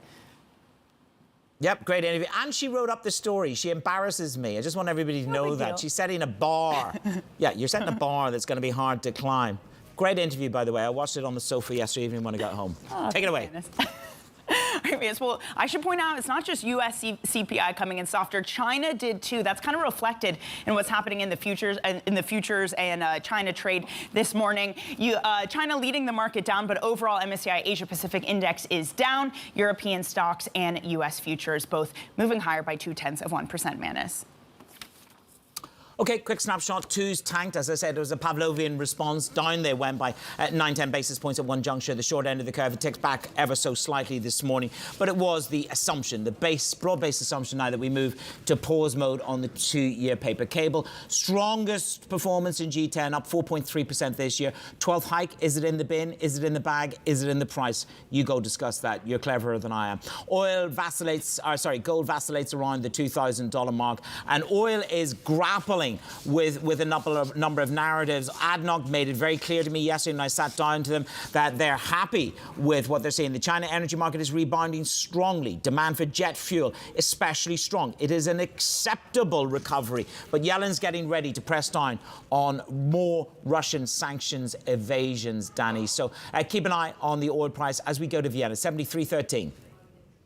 Let's talk about earnings, Manus. Just breaking across the line now, we have the Dutch lender ING reporting first quarter net income, Manus. It is a beat just under 1.6 billion euros. The estimate was for just under 1.2 billion. The other big line to mention here, they will have a share buyback program of up to 1.5 billion euros. Net interest income, another one we keep a close eye on. That is a slight beat, 4 billion euros. The estimate was for just under 4 billion euros, Manus. OK, well, let's take that view on the buyback. It's going to be a nice one for the market to get their jaws in to take it to the CFO. It is Tanate Futrikal. He joins us both now. So well done, 1.5 billion. Let's see what the market makes of that later on. How would you describe this? Is it a one and done or the beginning of a more progressive series of buybacks? And do you have the full ECB backing for this programme? Good morning, Tanate. Hi, good morning, Manix and Danny. Nice to be on the show. I think we had a very solid start to the year with strong first quarter results. And as you mentioned, the high interest rate environment has driven a strong revenue growth that we have. But that's also matched by relatively low risk costs that we have seen during the quarter, showing the resilience of our customer base. And that has driven very strong first quarter profitability and exceptional level of capital generation in the first quarter. So on the back of that results, on the back of strong capital, we have announced a share buyback of 1.5 billion. Tanate, just jumping in there because you mentioned your customers, your clients, the strength there. How has that evolved? How have you seen the deposit picture evolved throughout the both American and Swiss banking crisis? Thanks, Danny. It's been really solid. You know, our franchise is stable. Our deposit growth has actually grown during the quarter, and we are sitting on quite strong liquidity position. The other thing which we're pleased about is the fact that our customers have remained resilient and that the non-performing loan levels in ING has remained modest, almost the same levels as we did in Q4. And would square away the NIMS question for you. We're going to catch up with the head of the ECB in just a while. I know your model will give you what the NIMS outlook will be for the bank. Various CEOs are saying we're at or near the top this year, and then we will roll over. Is that your version of the rest of 2023? How many more rate hikes do you think we will get from the ECB, and what will be the top? Yeah, I guess our house view right now, Magnus, is for interest rates hike to come a couple more times this year. And the terminal rates, we think, will be 3.75 to 4%. And with those, levels, we expect that we will continue to see strong net interest margin and see strong net interest income for the rest of the year. Are you having to pass more of that benefit on to the clients, Tanate? Again, there's this concern that banks globally are going to have an issue with profitability because clients now know they can go to a money market fund, they can go to other vehicles and get more yield. Certainly, and what we have seen, Danny, historically, is that the level of deposit tracking has been at a historic low. We do expect that to pick up at some point. But of course, at the same time, we offer a competitive price for deposits to our customers in all the markets that we have. And so far, at the current rates that we offer customer, we all continue to see inflows of deposits coming into the bank. So that we will watch very carefully the competitive situation in each of the markets. Tanate, you have managed through a whole variety of cycles. So far, nothing has broken in the global system, with 500 basis points of hikes from the Fed, 350 from the ECB, and growing. What is the biggest risk here that something breaks? Do you fear a policy error, or are you very chilled and relaxed and you go, man, we can wash through 500 bips in the States, 354 in Europe? I'm very relaxed. Are you relaxed? I'm not. I sleep well at night, so I'm not that worried. But of course, I make sure that I watch all the things that have happened. You know, this industry has gone through many, many ups and downs the last 3 years. But given, for example, ING's diversified business model in terms of segments, in terms of geographies, in terms of how we fund ourselves, we're quite confident about our prospects despite what is to come. And that's why we are, confident enough that we are doing a share buyback this quarter of $1.5 billion. Tanate, you're going to have to share your meditation routine with Manus. I think both of us could use some help getting a better night's sleep. But look, I mean, just to press you a bit there, you're confident about ING, fair enough. But when you look out, where do you see potential pockets of stress? There's been flags raised about commercial real estate, especially places in Europe. There's been red flags raised about debt buildup with non-financial institutions. Where do you see the biggest potential pockets of stress in the system? I think you named them, Danny. One is clearly commercial real estate. I think that's an area where a correction in prices and valuation needs to happen. I think if there's unexpected moves in terms of debt ceiling in the US, that could have an effect on the confidence in the financial market. That would be the second point there. And then the third kind of unexpected situation that may occur with the war in Ukraine. Those are the three kind of top risks that I see. Okay, Tanate, I'm afraid we're going to have to leave it there on a dour note, unfortunately, but great to talk to you. Tanate Phutrakul there, ING CFO. Coming up on the show with Manus and me, it's relief for the Fed. U.S. inflation shows signs of cooling, opening the door to a pause in rate hikes. Manus. But don't miss our exclusive interview with the JPMorgan chairman and the CEO, Jamie Dimon, live from the bank's annual Global Markets Conference in Paris. That is today with Francine Lacqua on Bloomberg.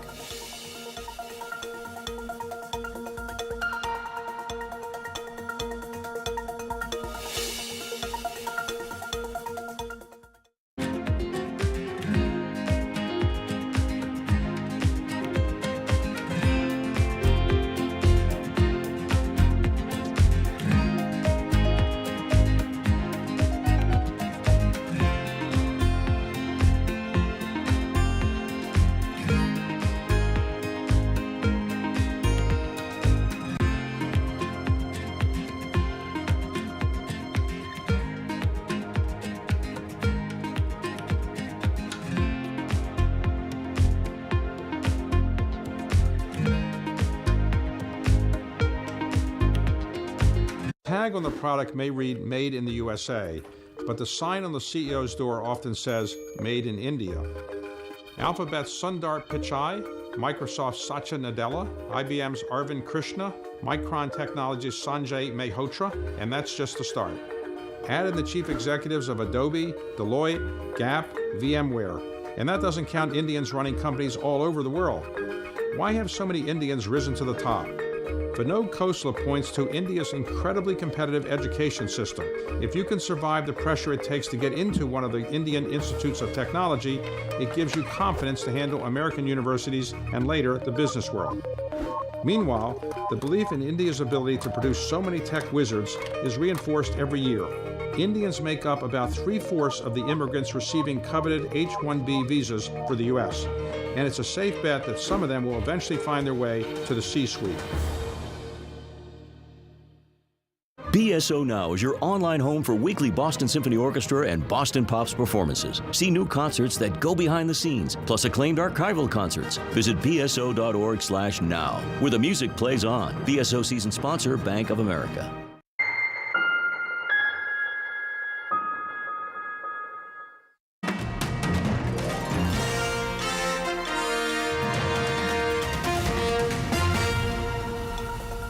CPI is cooling. It's a sign of a little bit of disinflation. The Fed's making some progress on the inflation front. It's not a kind of declare victory number. Inflation is still running close to 5%. This is still going to keep the Fed, kind of focused on what they need to do. The Fed will take this as encouragement. They could justify a pause. The balance of risks are towards hiking further. I don't know how much of a difference 25 basis points makes at this point. They're going to keep rates at this level or maybe even a little bit higher. Keep rates firm throughout the course of the year. Until they see signs that they're confident that inflation is going to get back to 2%. It's just hard to look at this number and think that the Fed is going to see anything here that tells them that they're on that path to 2%. This is just another drop in the ocean.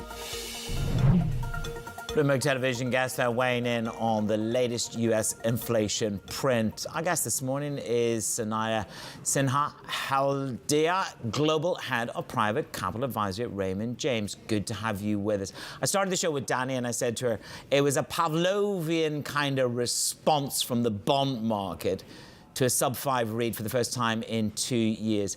Is it over-optimistic that rate hikes stop, as the market is suggesting, and that you get a 100 basis point cut by January of next year? Good morning. Good morning. Nice to see you both again. Yes, it's definitely optimistic to think about a rate cut. Not so optimistic to think about a rate pause. I think the print gives the Fed what it needs to contemplate a pause, which they've signaled already. The market is signaling a rate cut as early as late summer. And if you look at that coming out of the market is a quasi-tightening effect that will have to flow through. That is way too optimistic. Which central banker, Manus, wants to be the one that cut rates too early and risks a double bounce in inflation? Certainly not this Fed. Yeah, considering they, very arguably waited too long to start the hiking cycle. One of the things that has been argued is that China would reopen. That would have this other inflationary bout. That would help global growth. But, looking at the data this morning, inflation is soft in China. What does it mean if we don't have that contributor to global growth? This was a big theory. Remember with all the oil bulls, myself included, in January, who came on here and said, think about an energy play with China reopening. Well, we haven't seen any of that play out. You've seen a lot more softness in the Chinese economy than any of us would have predicted. And that means that the engines to growth, if it's not the U.S. and it's not China, one really has to ask where that's coming from, especially when you think about where equities are still priced. They're still not cheap. And you don't think about drivers that can be so obvious to thinking about re-rating in stocks as early as we are in the potential recessionary cycle here. Manus, what other guest is going to be so humble and say, hey, I've had different data and I've changed our mind? I love that, Sanina. We all get it wrong, that's for sure. Not many people come on, but then this brings in the whole argument, which is about, let's bring Danny into this conversation. This brings in the whole point about being dexterous in terms of the timing and changing when the narrative changes. By the way, I'll counter you. I was in Abu Dhabi yesterday. I was with the global head of ADNOC. He sees a China energy market rebounding strongly. Jet fuel demand in China is exceptionally strong. Do we have Danny there, or shall I just sit on my own? Demand for jet fuel. I promise I'm here. Exceptionally strong. Acceptable level of recovery. So, I don't know, when you speak to some of the end producers, it's slightly different to yours. What is it that makes you a bit more doom and gloom on China? To be fair now, he is talking his book. He sells oil and gas. I would not be surprised if he said anything other than what he just said to you. So I think the doom and gloom is that you are not seeing the kind of growth tailwinds that you're used to seeing out of China when it's in a full boom time recovery scenario. There's a lot of weakness in the Chinese consumer story, in the Chinese real estate markets, and you're yet to see that settle and for the demand story on the consumer side to come back. Now, he may have more data than we have, for example, on the jet fuel side, on the travel side, but that's yet to play through when it comes to their own GDP numbers, and more importantly, when it comes to thinking about how that has fueled global oil demand, and that hasn't come through in the last quarter and a half. Now, that may change through the rest of the year. We all know that the West took a good 2-3 quarters to come back to any sustainable level of growth after pandemic. Hey, Sanina, you and I both next month are going to be headed to Berlin for the biggest private capital conference, Super Return. Every time I go there, I always ask a lot of these executives, look, the macro environment is really difficult. How are you dealing with it? And I do get the answer very frequently. The macro environment doesn't matter for us. We're investing in good companies. They're going to grow. Not to ask you to do my job for me, but why should we care when it comes to private capital what this inflationary environment looks like, what Fed hikes are going to look like? Why does it matter that we're having such a difficult time grasping the macro narrative? Well, I think that we're all, or should be, cross-asset class investors. And in a market where we have to say to each other, well, equities are really expensive. Well, bond markets, luckily, having a little bit of a better season in 23, but some kinks coming up, debt ceiling, etc. Where else is there a wall of capital looking to be put to work? That is in the private capital markets, especially in private equity. $3.7 trillion in dry powder in private markets right now that has to be deployed on a clock.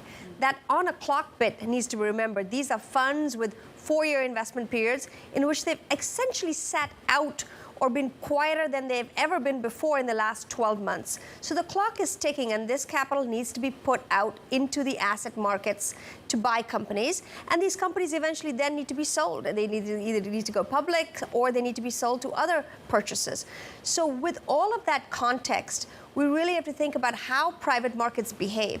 A number of the private market participants need the debt markets, the public debt markets to function, especially the syndicated market to function, so that they can do their job, i.e. leverage buyouts. And that's where the macro cycle matters. That's where Fed hikes matter. That's where debt, the whole debt negotiations matter, because they need a functioning loan and debt market to be able to do leverage buyouts at scale. Right.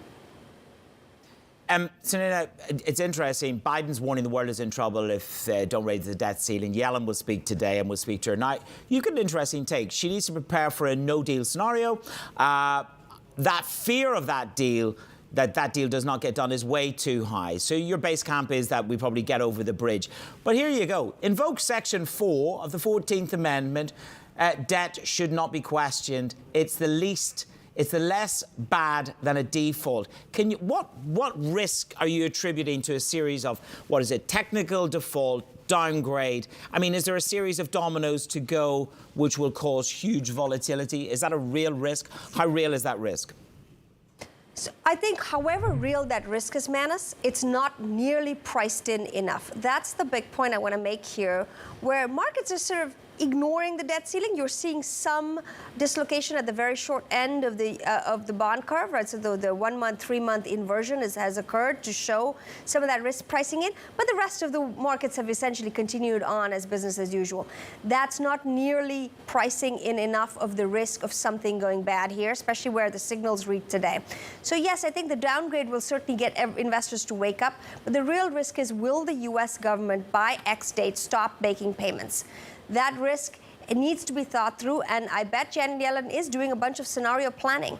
Of course, at that point, one thinks about what are the different options. There are various levels of nuclear options. The worst amongst them is for a complete default and no fallback. So I think Biden's less bad option is to invoke that 14th Amendment, and at least that gets him to continue to make payments. Right. Okay, Sunaina, I'm afraid that's all we have time for. Always such a joy to have you on. Sunaina Sinha-Haldia, Global Head of Private Capital Advisory at Raymond James. Now, coming up, it's decision day for the Bank of England. Could this be the final hike in the cycle? That's next on Bloomberg.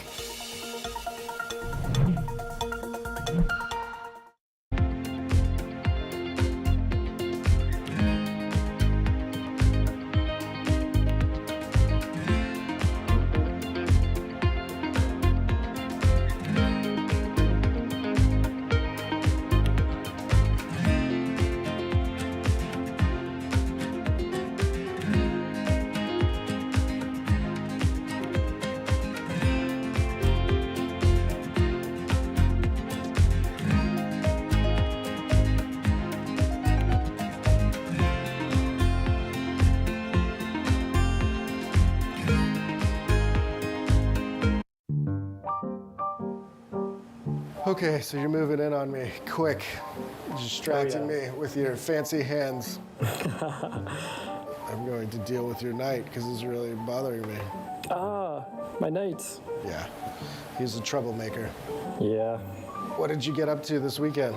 You know, just robot stuff. A lot of chess.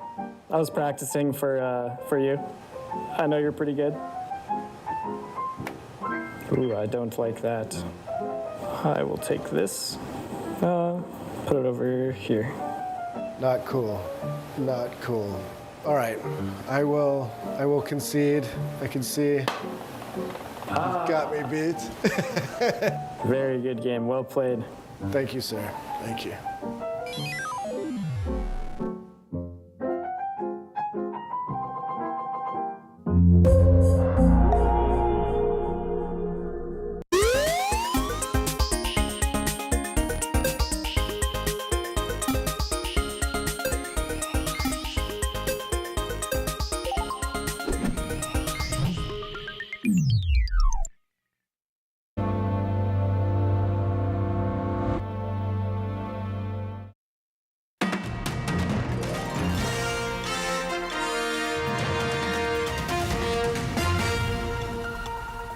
This is Bloomberg Daybreak Europe. I'm Menace Crenny in Dubai. Danny Berger alongside me in London.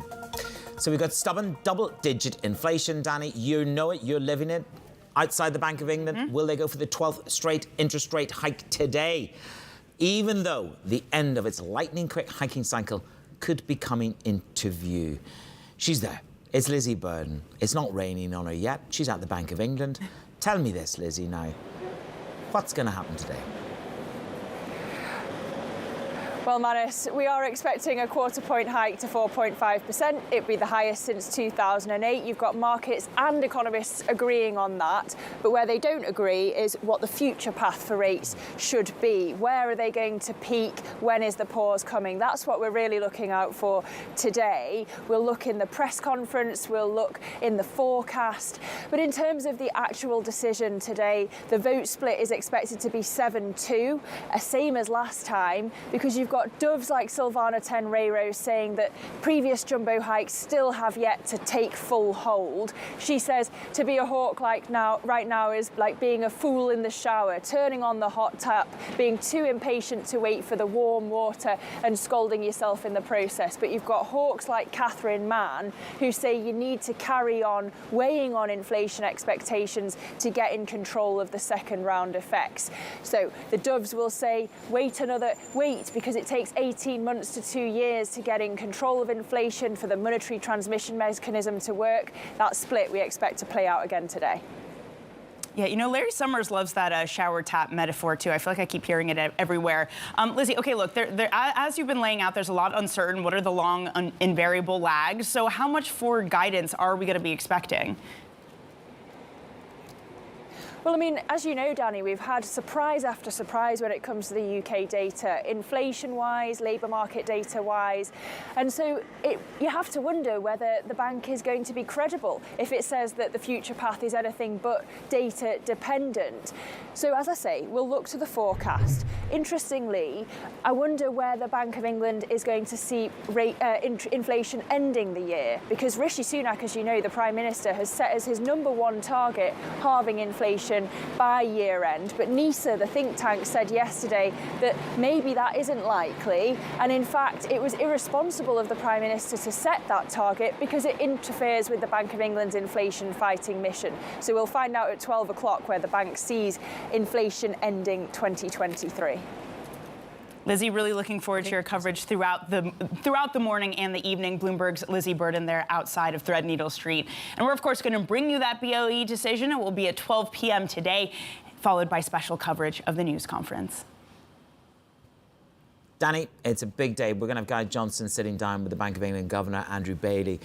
So we get a little bit more nuance in terms of where he sees the road to inflation. That's at 4 o'clock London time. Coming up, though, it is a feast. G7 finances chiefs, they gather in Japan. We're going to hear from the Treasury Secretary, Janet Yellen. She'll have a news conference, Danny. So it's all ears on Yellen. Is she going to add additional pressure? That's the question. To the president's words, the world is in trouble if we default. Well, it's a difficult time for Yellen to come into a G7 meeting when it just is so overshadowed by the debt ceiling, man. As you have to wonder if there's some sense of America isn't coming into these conversations with strength if, again, this type of political thing, not financial, not economic, is what's on the agenda. Yeah, but then the least worst option, glasses on, glasses off. I need to buy some contact lenses. Get some contacts. It's the less... It's not my fault I haven't got the contact lenses. The least bad choice could be Section 4 of the 14th Amendment. Go figure on Bloomberg.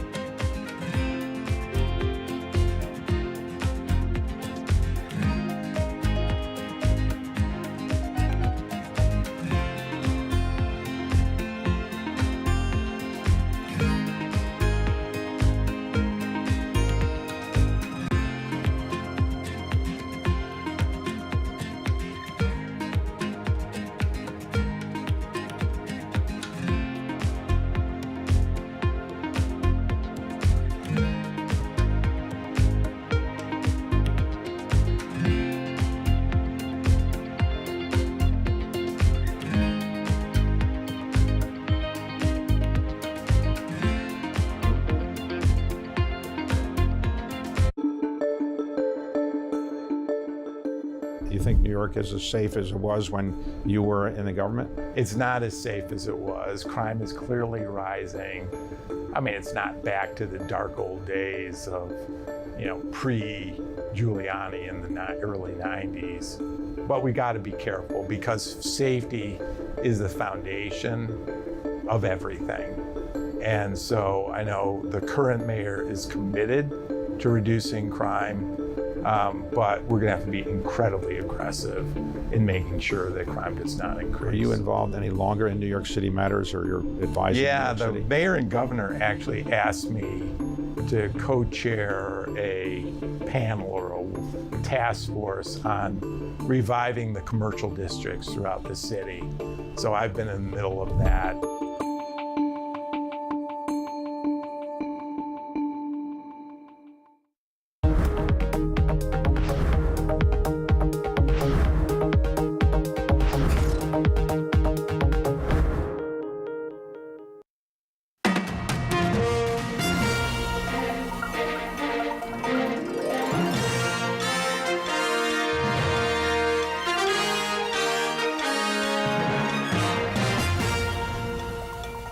This is Bloomberg Daybreak Europe. I'm Manus Cranny in Dubai with Danny Berger in London on the stories that set your agenda.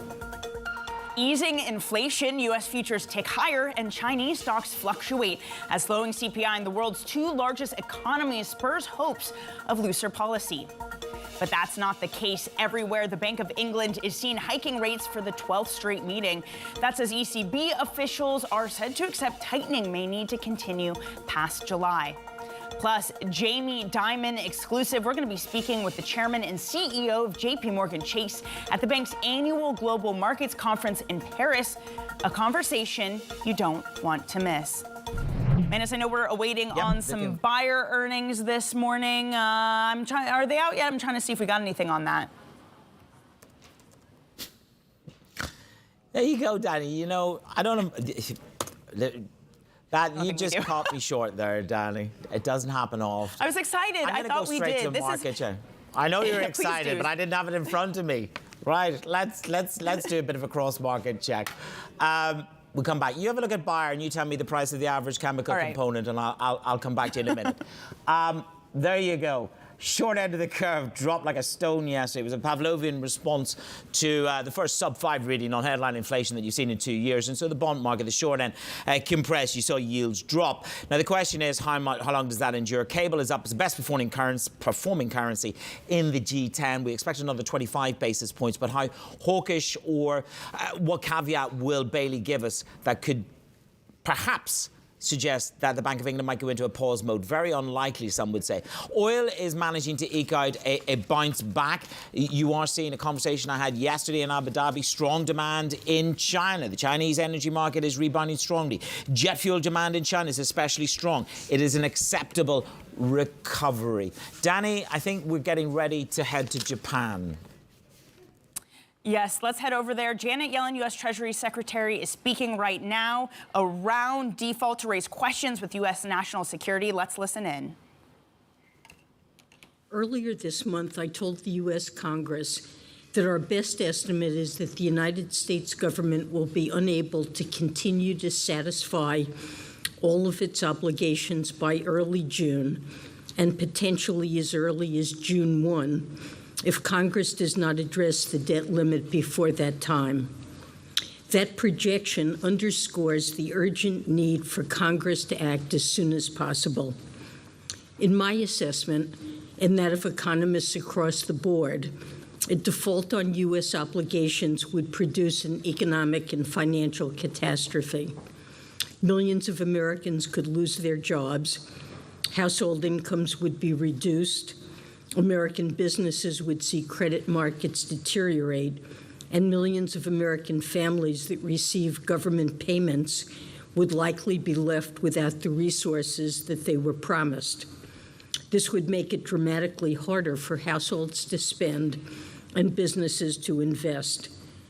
A default would threaten the gains that we've worked so hard to make over the past few years in our pandemic recovery, and it would spark a global downturn that would set us back much further.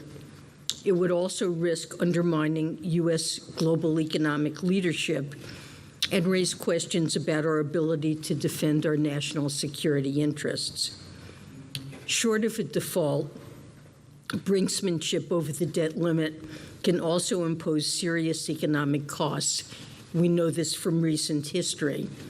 As we learned in 2011, just the serious threat of default can lead to a downgrade of our credit rating and a weakening of consumer confidence. We could see a rise in interest rates drive up payments on mortgages, auto loans, and credit cards. We're already seeing spikes in interest rates for debt due around the date that the debt limit may bind. And there is no good reason to generate a crisis of our own making. The U.S. Congress has raised or suspended the debt limit almost 80 times since 1960. I urge it to act quickly to do so once again. Let me now turn to our work at the G7. I'd like to thank first Finance Minister Suzuki and his team for hosting the G7 Ministerial, and thank you to Japan for its leadership of our group this year. There are many issues that we will work on this week, but today I'd like to highlight 3 of my core priorities. The first is the global macroeconomy. We're taking a broad range of individual and joint actions to bring down inflation, sustain growth, and help mitigate the impact of external shocks, including to developing countries. The second is to redouble our commitment to support Ukraine as it defends itself against Russia. And the third is our longer-term work to bolster economic resiliency and security. As we advance these priorities, I look forward to working not only with my colleagues from the G7, but those from several non-G7 partners that are here this week, including developing countries and emerging markets. We all have shared goals. I look forward to productive discussions about how we can better deliver for all. First, even as we face downside risks, I believe that the global economy remains in a better place than many predicted 6 months ago. In most G7 countries, including the United States, annual headline inflation has fallen in recent months, and the growth outlook for the global economy is better than it was in the fall. In the United States, we've taken decisive action to tackle elevated inflation and strengthen confidence in the banking system, while also enacting a trifecta of historic legislation to raise our long-term growth potential. Other countries have taken actions to address their near-term challenges as well. We encourage our partners to make long-term investments in their productivity and in combating climate change. When we strengthen our own economies, we strengthen the global economy as well. But we need to do more. It's important that we take concerted actions to improve the economic outlook for the entire world, particularly in developing countries. That's why we'll coordinate on our efforts to push hard for timely and comprehensive debt treatments for countries in debt distress. And it's why we've worked hard to take joint actions to lower food and energy costs during a volatile period. Many of these actions have had the largest impact on the poorest countries. Of course, we remained attuned to economic headwinds and downside risks. The world was still recovering from the pandemic when Russia began its illegal, full-scale war against Ukraine.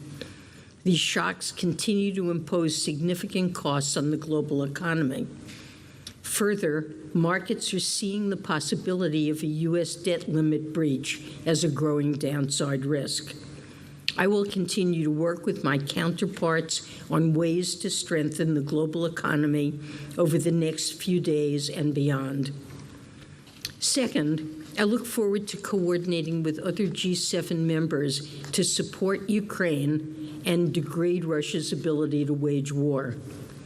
When the G7 finance ministers gathered together last spring, Russia's full-scale war against Ukraine was less than 3 months old. Now, the war is approaching its 450th day.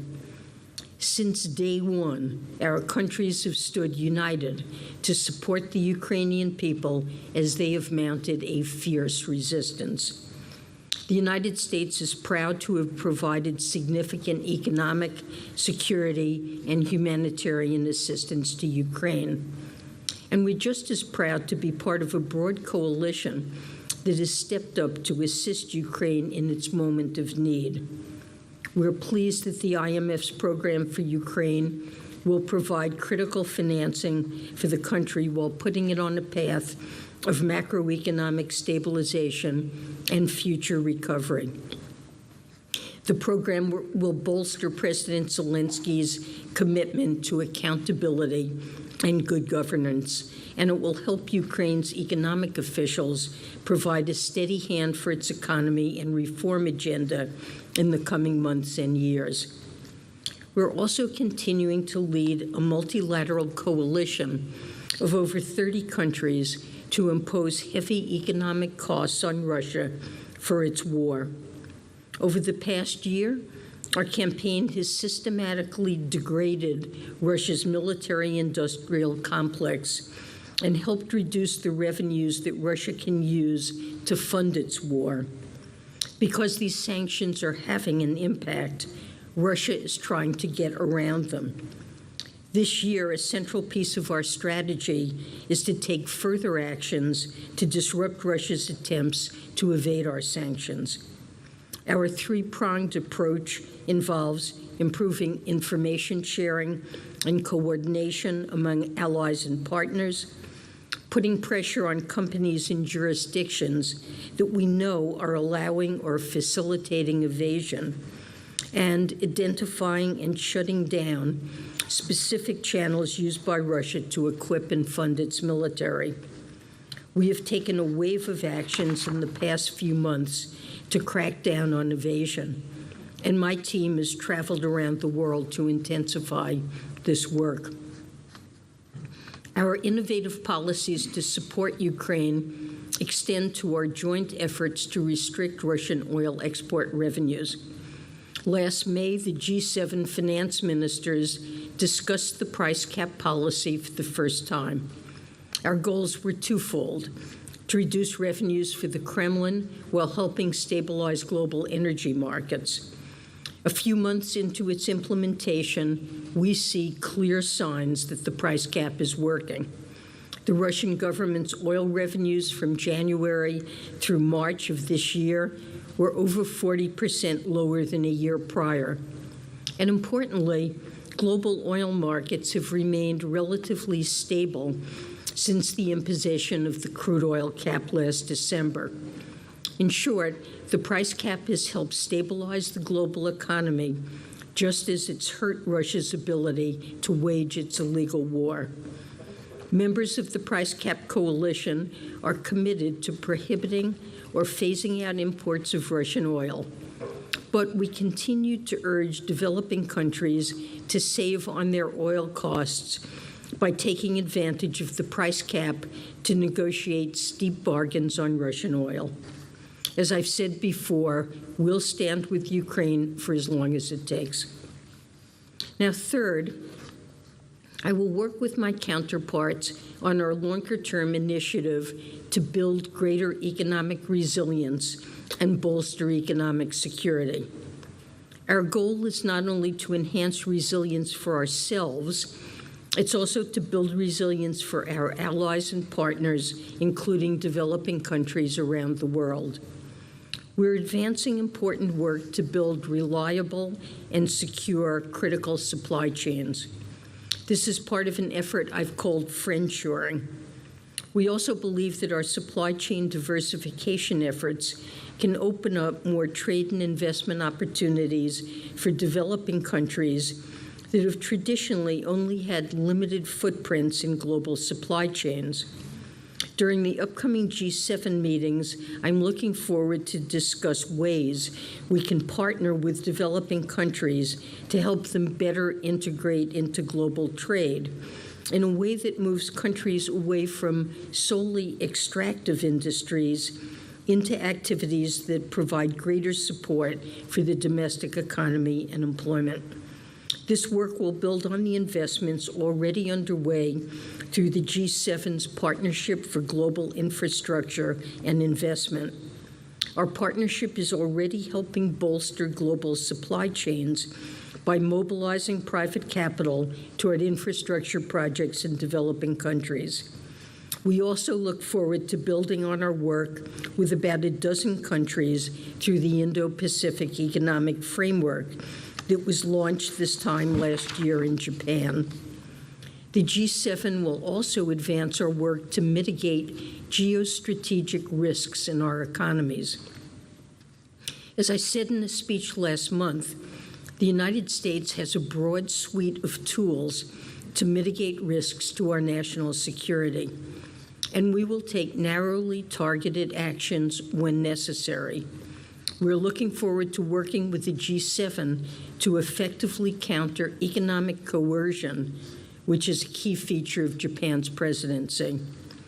We also know that many of the threats to economic resilience are coming from the global challenges that we all face.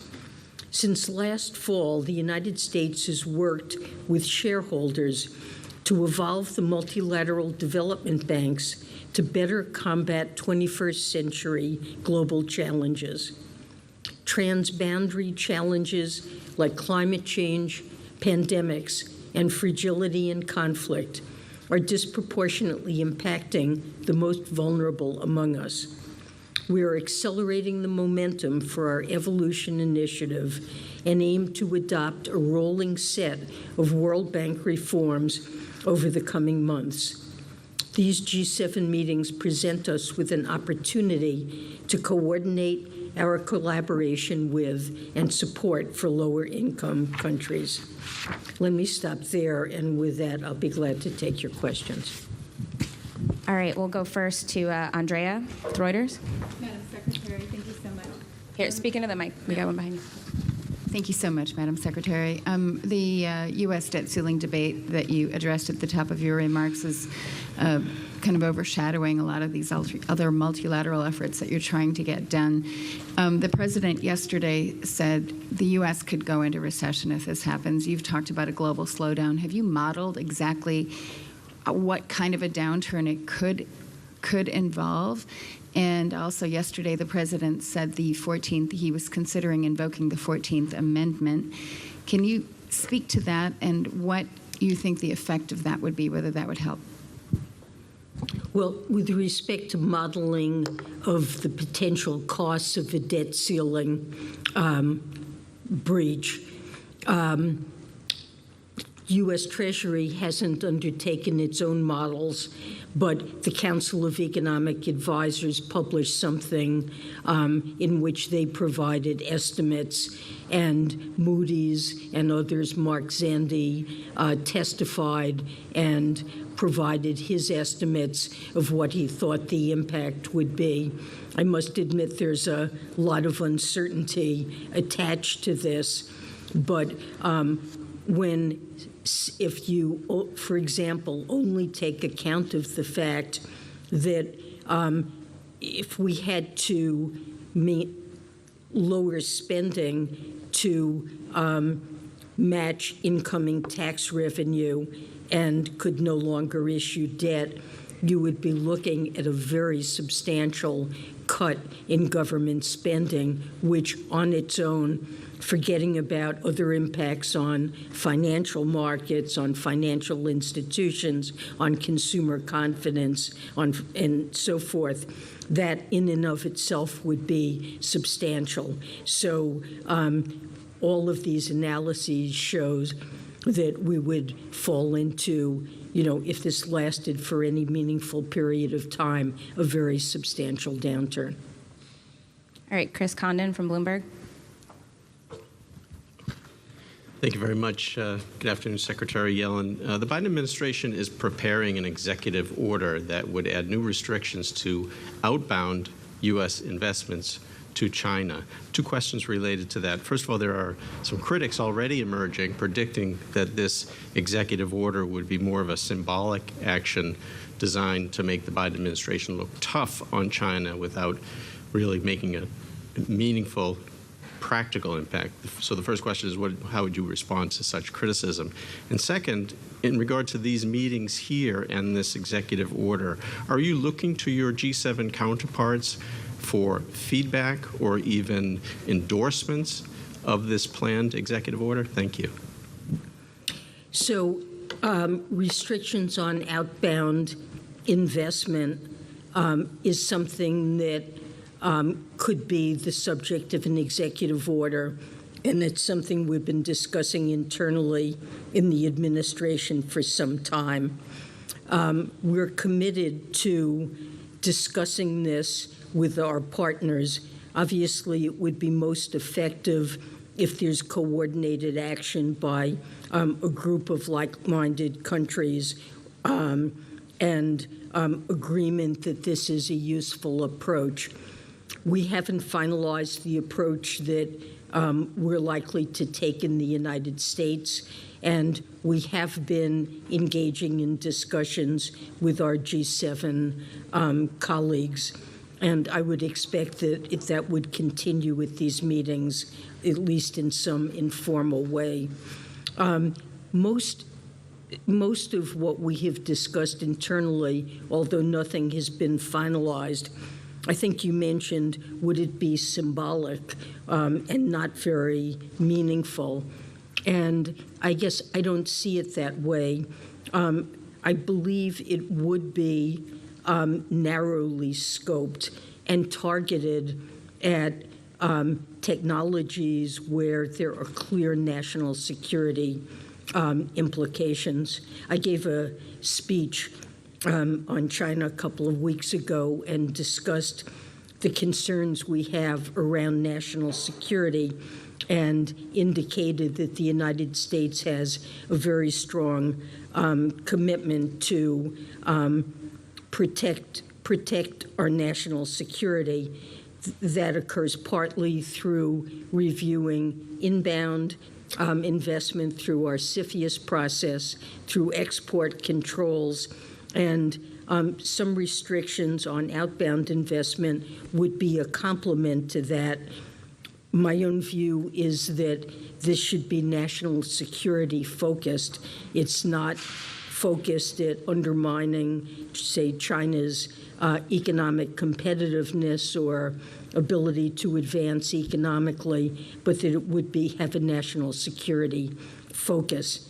That said, that's not symbolic, but we would like to work jointly with our partners and our continuing conversations on that.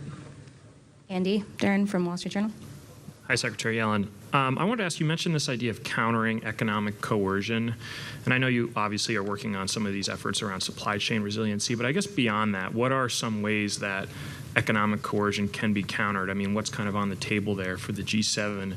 And kind of related to that, China has recently been amping up pressure on Western companies there, searching offices and such things like that. I mean, is that an example of economic coercion, and is that something that could merit a response of some kind from the United States or the G7? Well, I mean, there have been examples of China using economic coercion on countries that take actions that China's not happy with from a geopolitical perspective. Australia's suffered that, Lithuania, there are other countries, and that's a matter that should be of concern to all of us. I'm certainly aware of the examinations that they've conducted of American firms recently, consultancies operating in China. I don't know if I would include that in the same bucket. And I don't have anything concrete to say by way of plans, but I would say that many G7 members share a common concern with this kind of activity and are looking to see what we could jointly do to try to counter this kind of behavior. Katie Forster, AFP. Thanks, yeah. So just hours ago, former President Donald Trump urged Republicans to do a default if no Democrat spending cuts are made. What's your reaction to that, please? And also, are the G7 finance ministers discussing any concrete new actions regarding sanctions evasion, as you mentioned in your speech, please? So I'm aware of former President Trump's comments about default. As I've emphasized and the president is emphasized, and actually all of the congressional leaders who met on Tuesday recognized a default is frankly unthinkable. America should never default. It would be tremendously economically and financially damaging. I think it would rank as a catastrophe, and the numbers we were discussing previously make that more concrete in terms of what the likely consequences are. So the notion that under any circumstances we should default and that that's a reasonable strategy, America simply, as a global leader and as the leader in having the reserve currency that's most used around the world and the broadest and deepest capital markets, the notion of defaulting on our debt is something that would so badly undermine the U.S. and global economy that I think it should be regarded by everyone as unthinkable. We may differ in terms of our views as to how to structure spending, what the appropriate level and composition of spending taxation is. President Biden laid out his views on what's appropriate in his budget. He proposed plans that would involve $3 trillion in deficit reduction over the next decade while continuing to invest in the long-term growth and productivity of the U.S. economy and ask corporations and wealthy individuals to pay their fair share on the tax side. The Republicans have laid down very different ideas, ones that President Biden and I considered to involve draconian cuts that would harm our long-term economic well-being, repealing our clean energy, climate change programs, and cutting to the bone discretionary programs that put teachers in the school and fund law enforcement and veterans medical care and other priorities. But a process has been set up to negotiate fiscal policy, which is, of course, appropriate. Another meeting is scheduled for next Friday, and staff are working to see if they can resolve this. So I'm very hopeful that the differences can be bridged and the debt ceiling will be raised. I now realize, Andrea, I didn't answer your question about the 14th Amendment, since we're on this topic. The 14th Amendment, the idea there that was discussed is that possibly that amendment would justify just issuing debt sufficient to pay all the government's bills and ignore the debt ceiling. And what President Biden said in his remarks is it's really not. There would clearly be litigation around that. It's not a short-run solution. And what I would say, it's legally questionable whether or not that's a viable strategy. But look, as I've said previously, if the debts, I'm often asked questions, if the debt ceiling is not raised, what would you do? Would you do this? Would you ignore the debt ceiling and pay all the bills? What exactly would you do? And I don't want to go there and discuss alternatives. There are choices to be made if we got into that situation. But as you think about each possible thing that we could do, the answer is there is no good alternative that will save us from catastrophe. And so I don't want to get into ranking which bad alternative is better than others. The only reasonable thing is to raise the debt ceiling and to avoid the dreadful consequences that will come if we have to make those choices. Elaine Kurtenbach, AP. Okay, sorry. Oh, okay. I'm sorry, I'm sticking to the same topic, but I'm wondering if you see any, in the long term, way to end this cycle of almost 80 rounds of brinksmanship that are leaving us in this position, sometimes more than once a year. Is there a way in the long term to find a better way to deal with this problem? So my personal opinion on this, I'm not speaking for President Biden, but I've weighed in on this topic previously, and personally, I think we should find a different system for deciding on fiscal policy. Congress could repeal a debt ceiling or handle it differently. For a time, it was handled, and these are some proposals, that the president could unilaterally decide to raise the debt ceiling and inform Congress of it. Congress would have an opportunity, if they wished to, vote to override his decision. The president could veto that. It would take a supermajority of Congress to override the veto. That would be one kind of change. But look, when Congress votes on appropriations and they vote on taxes, and those decisions imply a path of deficits and a set of bills that are entailed by those choices, and to then impose a debt ceiling means it puts my Treasury in the position of having bills come due to pay for programs that have already been legislated and essentially services we've already contracted for, and then says, you can't pay for all of it.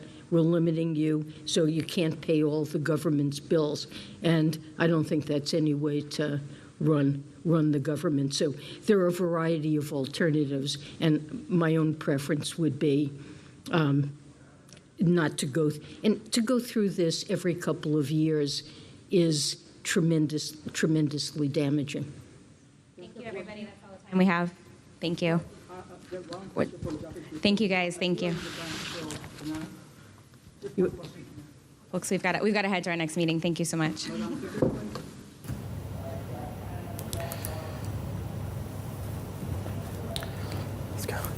Treasury Secretary Janet Yellen just concluding her remarks over there in Japan at that meeting of the G7 finance ministers and central bankers. Welcome to those just joining us this hour on Bloomberg Television. On the subject of Janet Yellen, I should tell you, don't miss our exclusive conversation with the Treasury Secretary. That is tomorrow morning at 8:30 a.m.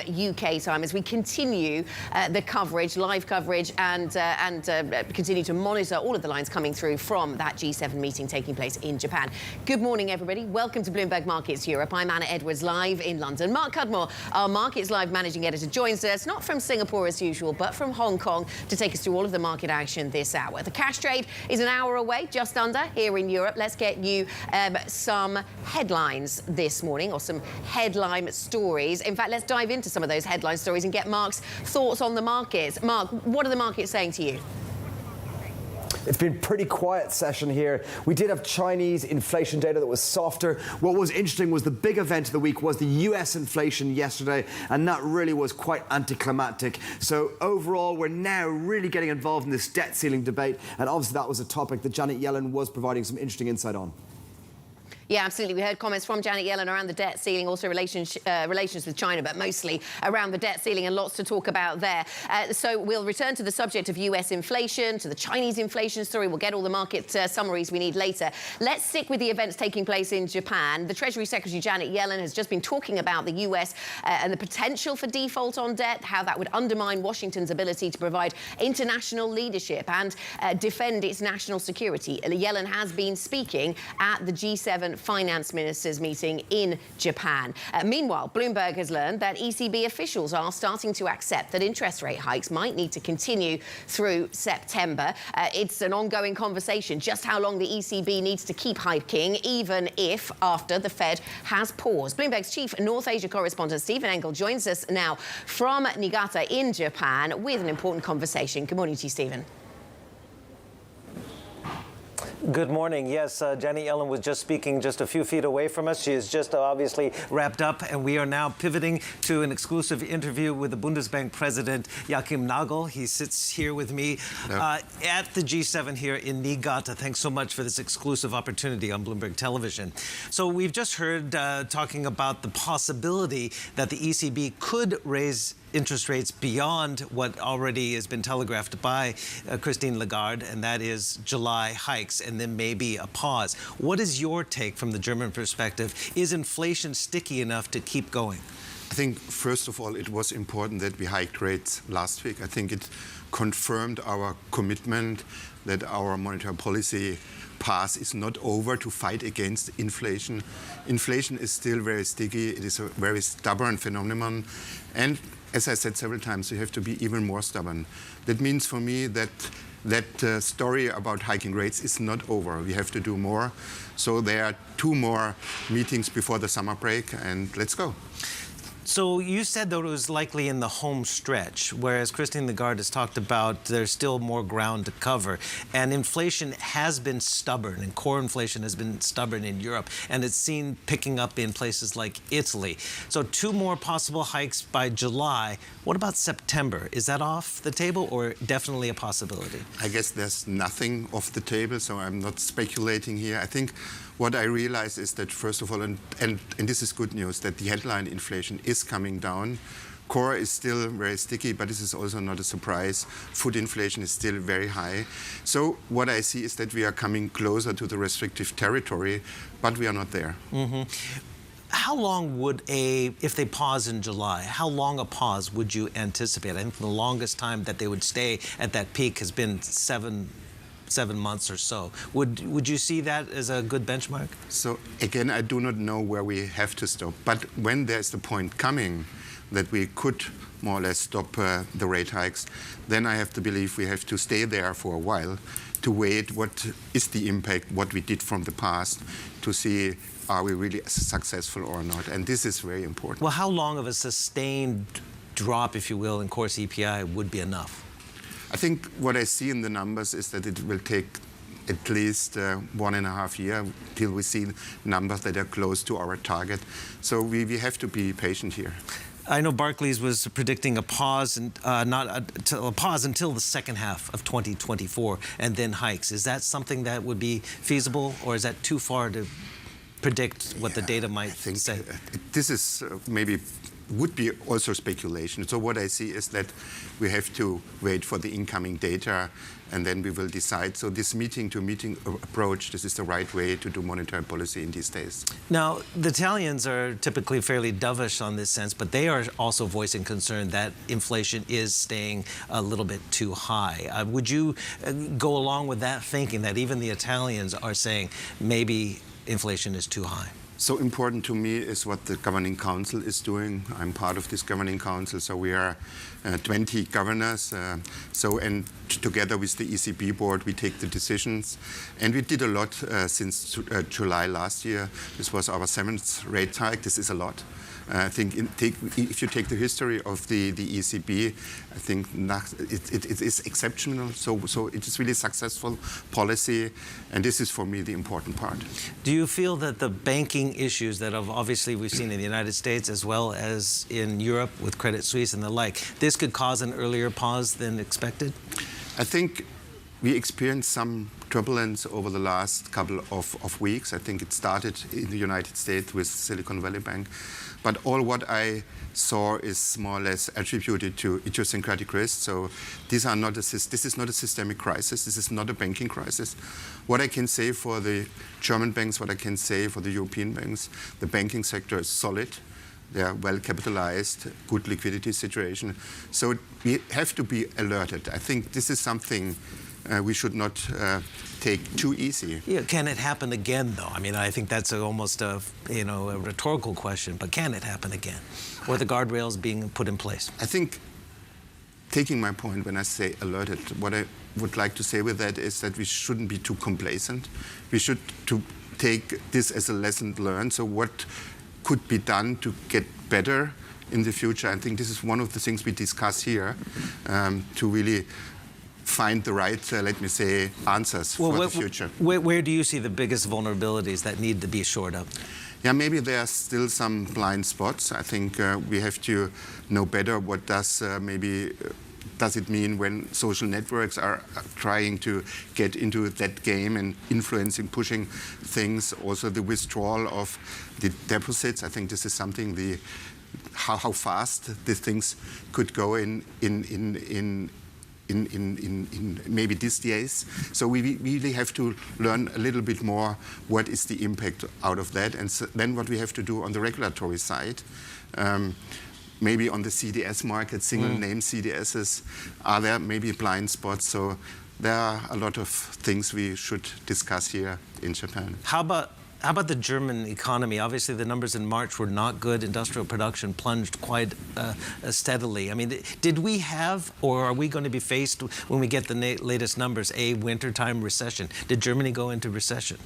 I don't think so. I think taking the numbers, yes, there were some weak numbers coming in last week, but overall it looks much better than we thought half a year ago. So it looks like that it is this is not big growth, but it's not a recession. So what I expect for the rest of the year is maybe a tiny plus for the GDP, but not a recession. Is it a two-speed recovery, I guess you could say, with services outperforming manufacturing? And is that sustainable? Yeah, could be. I think that this is maybe the proper way to see it. But take the overall situation where we came from last year. I think we were in a horrible situation after this horrible war started. I think we had this energy crisis. This is more or less solved. There is no energy crisis that I can see for Germany for this year. So the German government did a lot to overcome this complicated situation. So what I see for 2023, it's much better what I expected last year, and this is good news. Yeah. The financial stability, obviously, is a big issue that Janet Yellen was just talking about. Are there other areas within the Eurozone that there would be more vulnerabilities? You said there's not necessarily those vulnerabilities in the German system. So I think, first of all, and this is my role, this is my mandate, we have to fight against inflation. If we bring inflation down, this is the best way how to cushion and safeguard the whole system. And so, as I alluded to, we are doing a pretty good job here. I'm rather positive that we could achieve our goal in the medium term. And this is what monetary policy has to do. There are several other issues. I just covered the impact of the financial turmoil and what might be a solution out of that. What could we do better? And we have to settle both angles, and we have to do all what is necessary to safeguard the system. Back on rates, would you say it's sustainable if the ECB and the Fed start to diverge? I think we are responsible for the euro system, and the Fed is responsible for the United States. And so I think we shouldn't look too close. We are more or less. We should do what we have to do for our own currencies.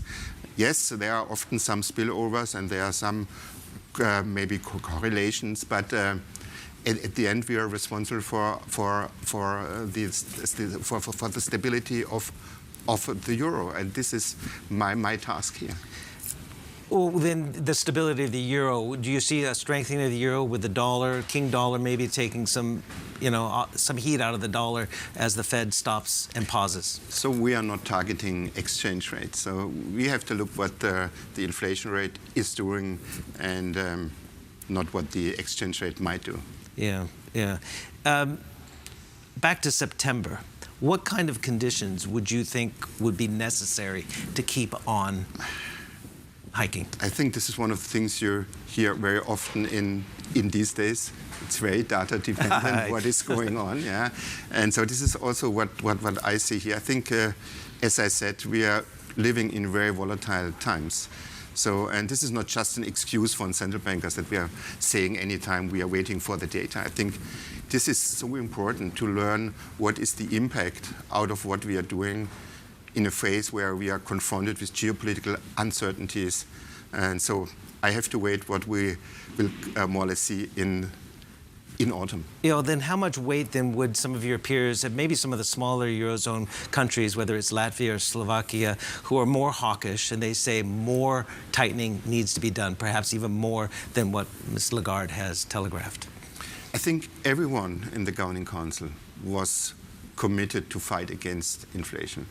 I don't want to classify this as hawkish or maybe dovish. I think there was this overall consensus that we have to hike rates, and I think this consensus is not over. This is still there, and this is for me the more important thing.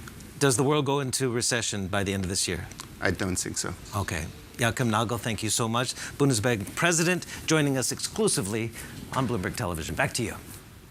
Stephen, thank you very much. Bloomberg Stephen Engel joining us there from the G7 in Nagata in Japan. Thank you very much to Joachim Nagel of the ECB, of the Bundesbank. Thank you to Stephen. Coming up on the programme, we'll stick with inflation themes, but talk about the UK. Sticky inflation is fueling bets that the Bank of England will raise rates again. We have that meeting taking place today. We'll discuss that next, and we'll hear later today from the Bank of England Governor himself. That's at 4 p.m. London time. This is Bloomberg.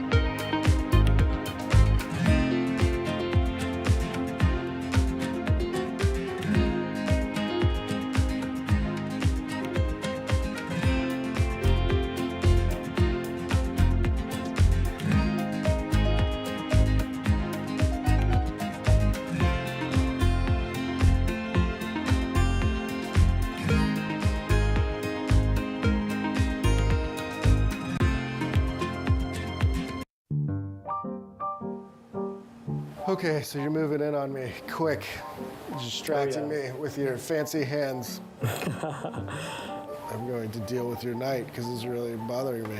Ah, my knight. Yeah, he's a troublemaker. Yeah.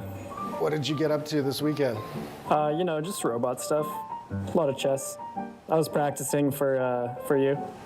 I know you're pretty good. Ooh, I don't like that.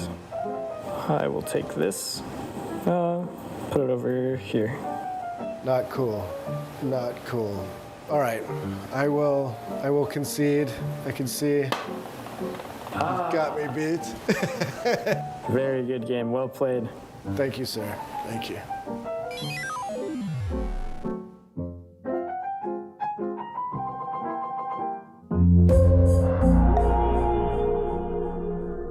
Markets countdown in Europe. From the financial centers of the world, Bloomberg Markets European Close with Guy Johnson in London and Alex Steele in New York. Real-time numbers, real-time analysis. Weekdays.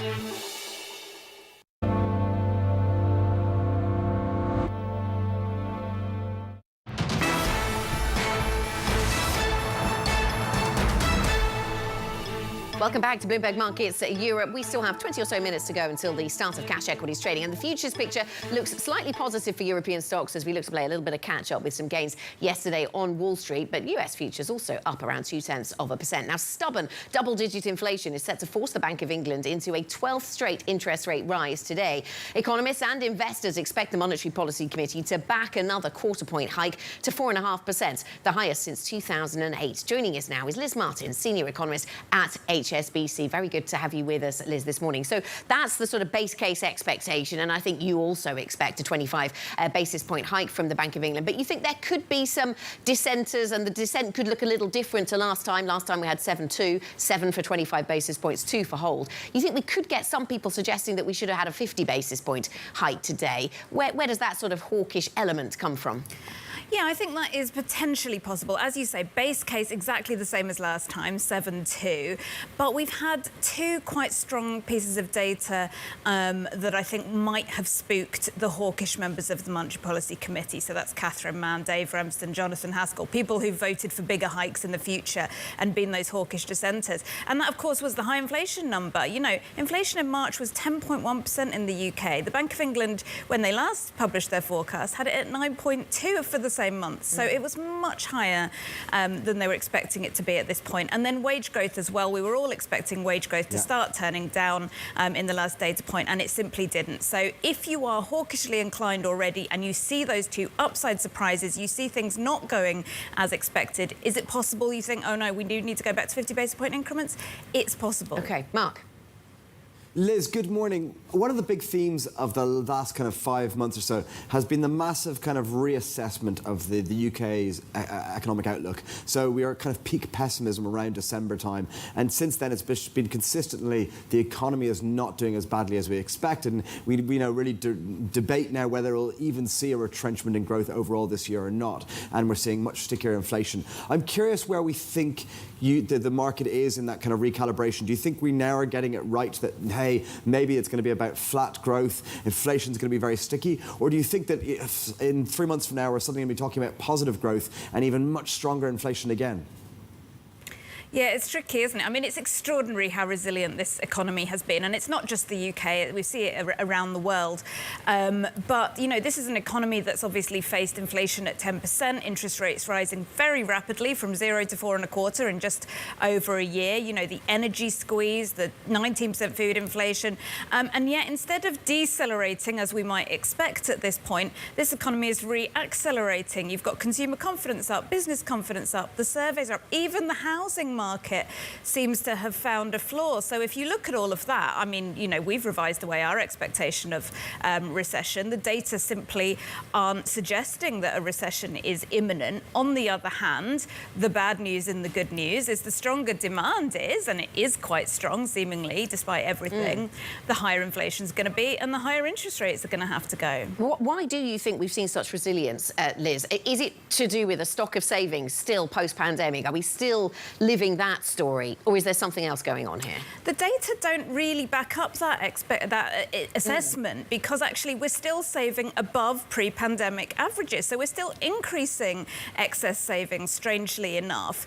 I think there's a couple of things going on. I think one is inequality. So some people have had a really tough time in this income squeeze, but some simply haven't. Some have simply absorbed it.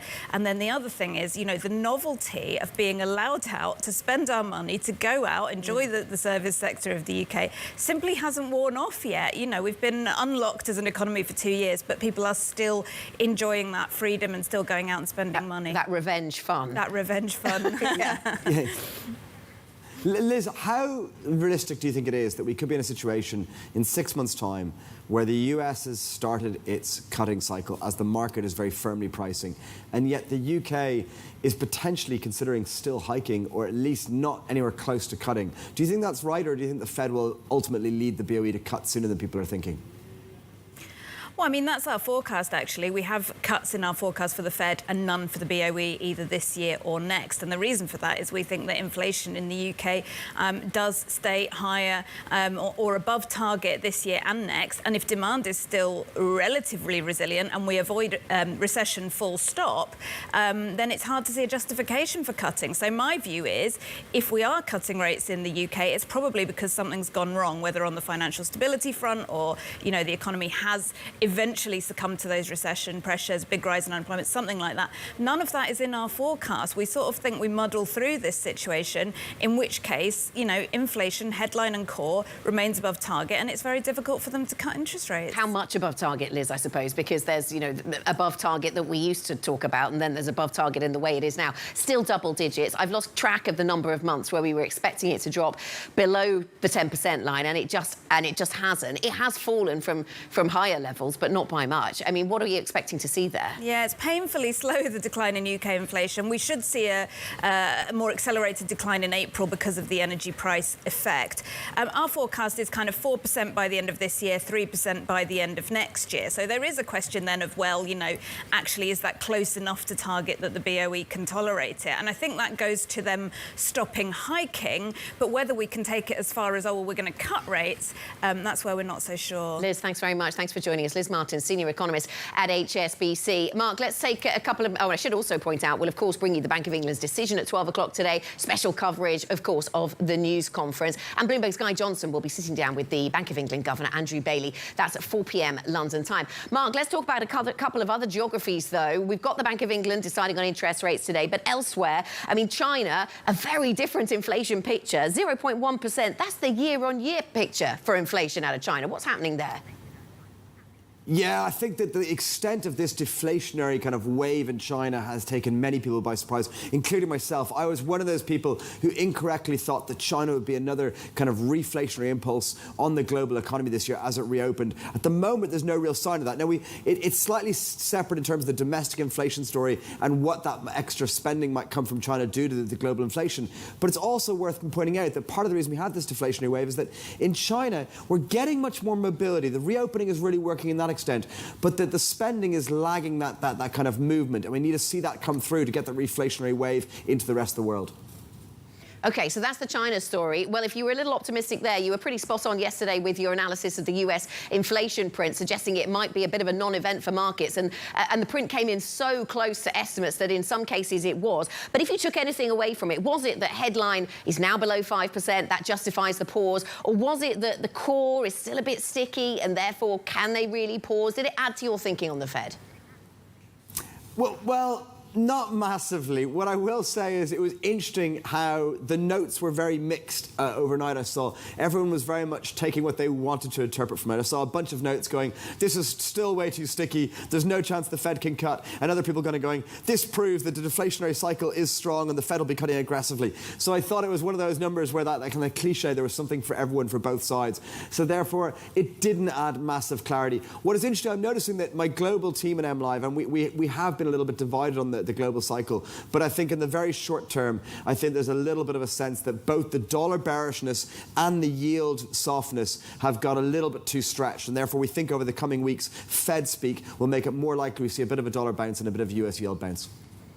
OK, and we'll certainly get some detail on the FX markets shortly. We have a guest coming up on that subject just in the next part of the programme. Remember, you can get up-to-date analysis and insight from Mark and the rest of the Markets Live team. He referenced their divisions on some subjects, of the same view on other things. The Markets Live blog is the place to go to keep across their thinking. MLIV Go is the function to use on the Bloomberg terminal. Coming up on the programme, we will head to Paris, where we'll be live once again at the JPMorgan Global Markets Conference. We'll talk about FX markets. We'll get an FX perspective. Given what's going on in the debt ceiling debate over in the United States, what does that mean for FX markets? We'll talk about the dollar and other havens. This is Bloomberg.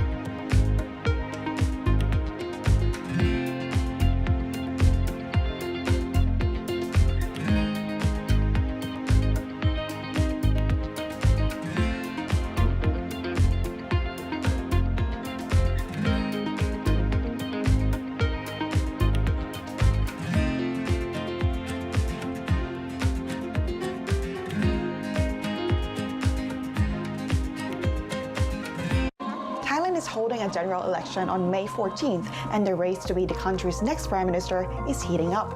Dozens of candidates are eyeing the job, but the contest is expected to be mainly between candidates of the pro-establishment groups and a pro-democracy camp of opposition parties.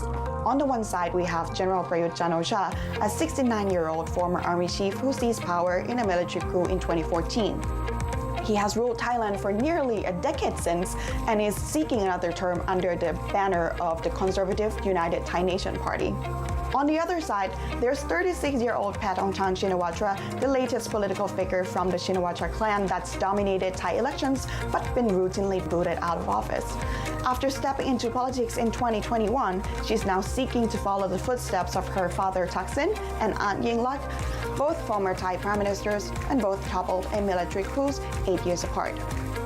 Paetongtarn has been leading in most popularity polls and winning approval ratings for opposition Pheu Thai party.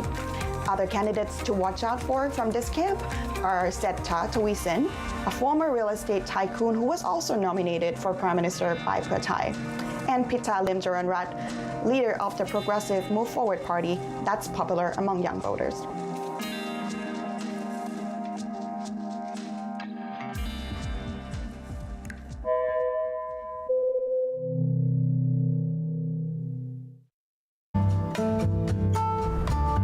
Or other authorities. Could face bigger challenges next. Fed was going to keep rating World Cup. This is a 3. As the economic picture does. To be okay is getting ready to make a decision.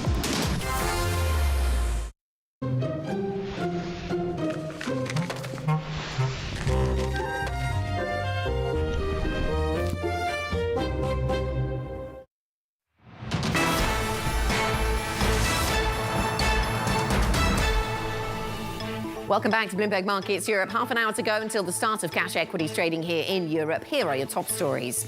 Easing inflation, US futures tick higher and Chinese stocks fluctuate as slowing CPI in the world's 2 largest economies spurs hopes of looser policy.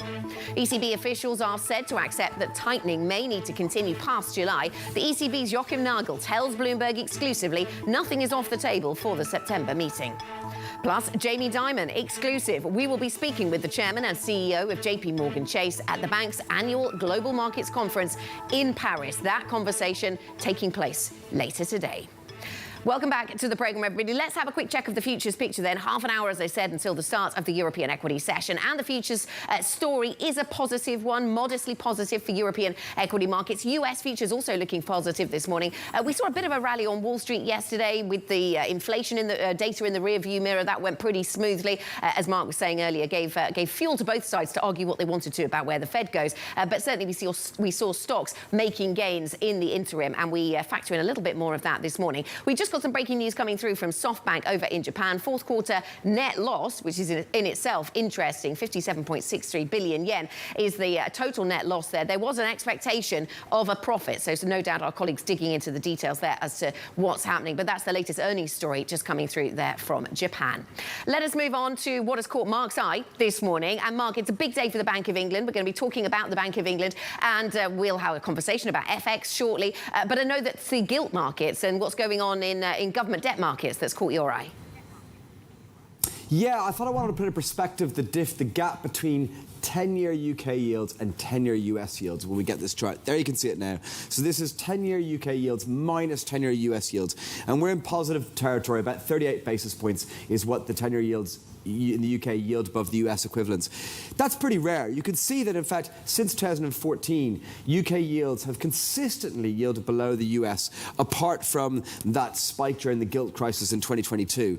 And as basically you've got to say, are we back in this old paradigm of the mid-2000s? And bear in mind, that 2000 and 2012 era was a really kind of golden period for the UK economy. I'm not so sure we're going back into that world. I don't think that this can continue to go much higher. So what's going to happen? Is the UK 10-year drop going to drop, or US yields going to go higher?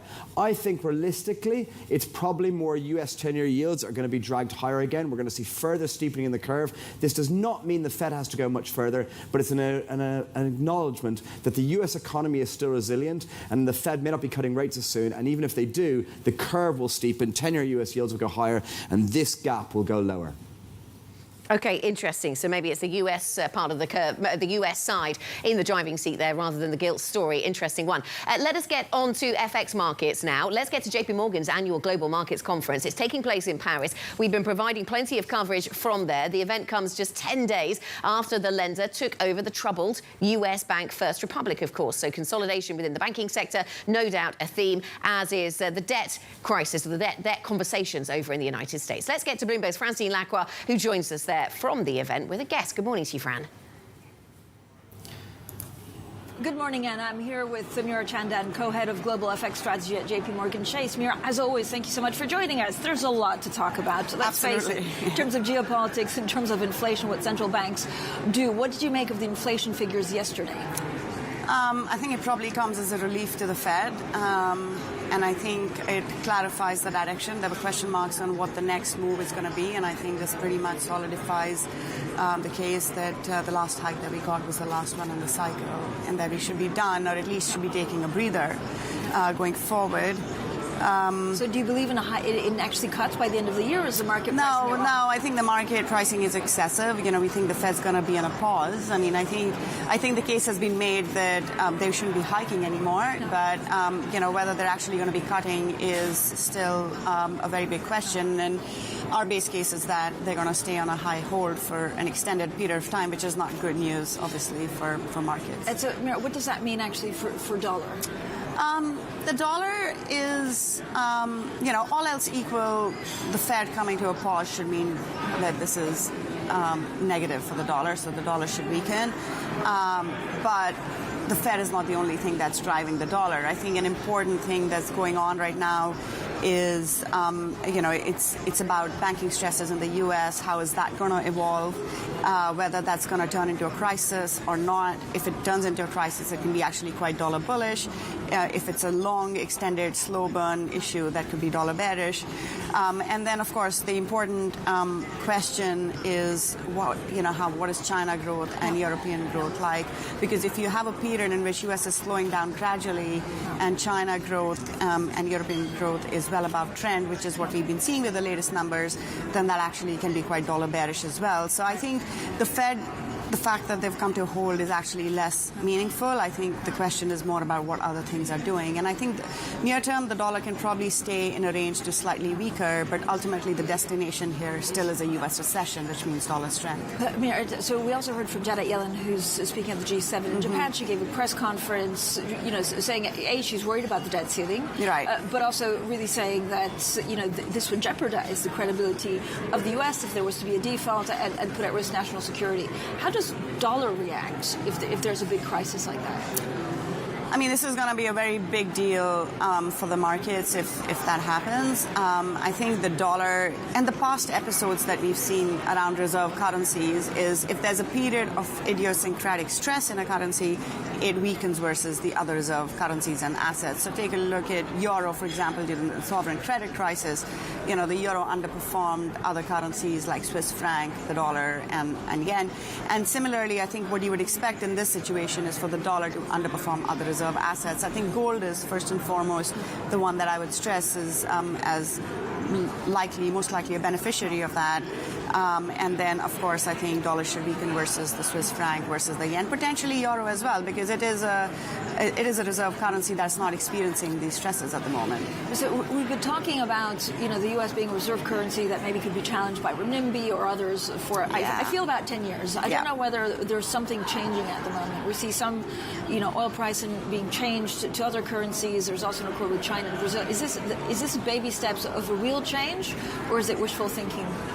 I mean, I think we're going to be talking about it for another 10 years as well. I don't think, I think it's real. It's happening. You can see publicly available metrics in which the footprint of the dollar, at least on some metrics, is starting to shrink. And, you know, you can see that in, for example, the central bank reserves allocation to the dollar.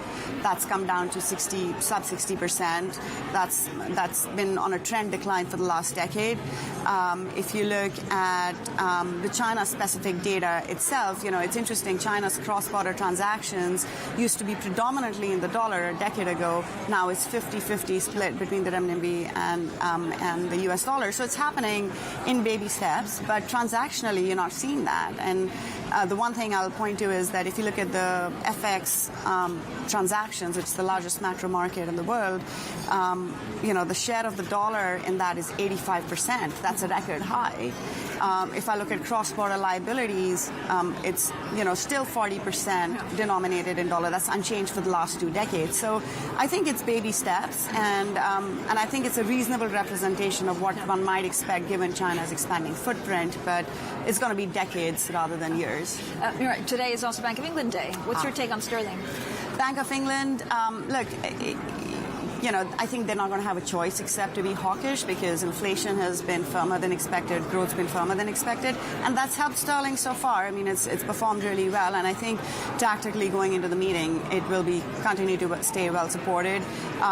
It's not our expectation, but if there is a descent for a 50 basis point hike, I think that's going to be another kind of hawkish signal.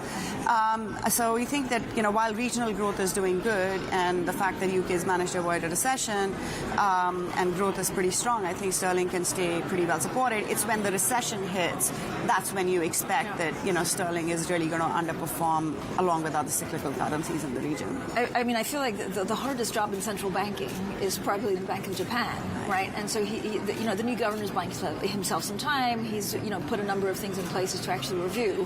Where do we end up with the Bank of Japan?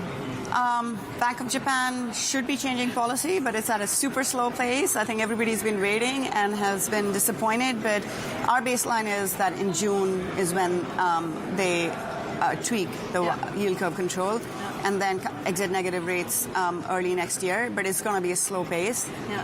Dollar yen, I think, is probably going to be more about the U.S. side of the equation than the Japan side because Bank of Japan is moving so slowly. I think it's going to come down to whether the market can price in more cuts. And I think if we have the U.S. rates falling, pricing in more of a recession, that's when you see dollar yen really breaking lower. But do you play euro yen? I mean, is there a favorite kind of pairing that investors can get into?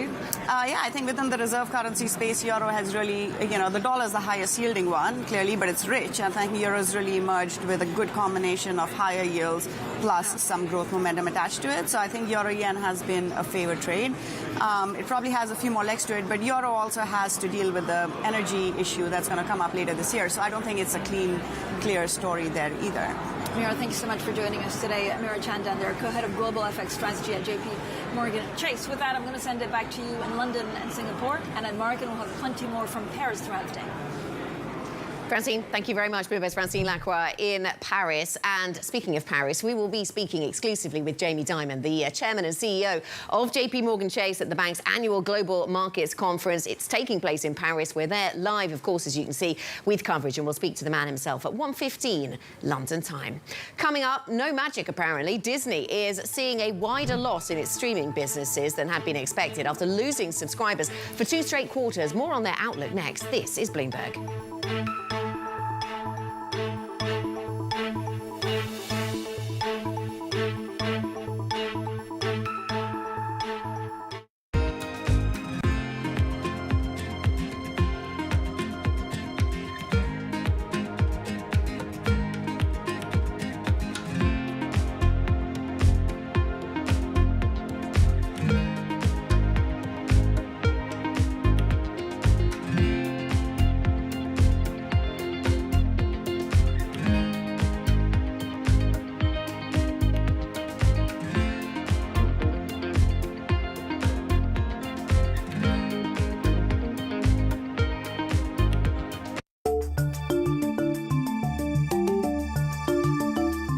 In Big Ideas, we show the productivity increases that are possible because of artificial intelligence. It's these companies who could be some of the biggest beneficiaries if they harness AI correctly.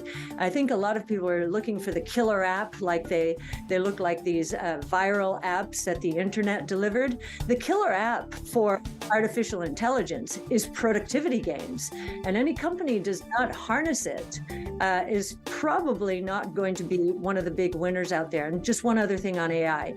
The real winners here are going to be those companies that have proprietary data and have lots of it, have the best domain expertise, best AI expertise, the best pools of high quality data to basically create new businesses.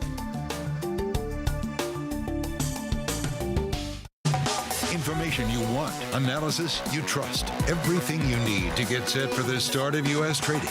Watch Bloomberg The Open with Jonathan Ferro. Weekdays on Bloomberg.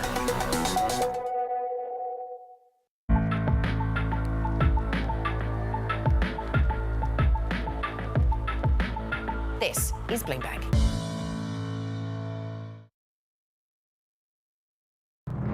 Concerns about sticky inflation are fueling bets the Bank of England is set to raise rates again. But will BOE Governor Andrew Bailey signal a pause or more hikes to come? We always have to be very focused on how do we sort of bring these various pieces of policy making into alignment so that they work together. Tune in to Bloomberg for live coverage of the BOE decision and following press conference. Today starting at 12:15 p.m. London time, right here on Bloomberg, your global business authority.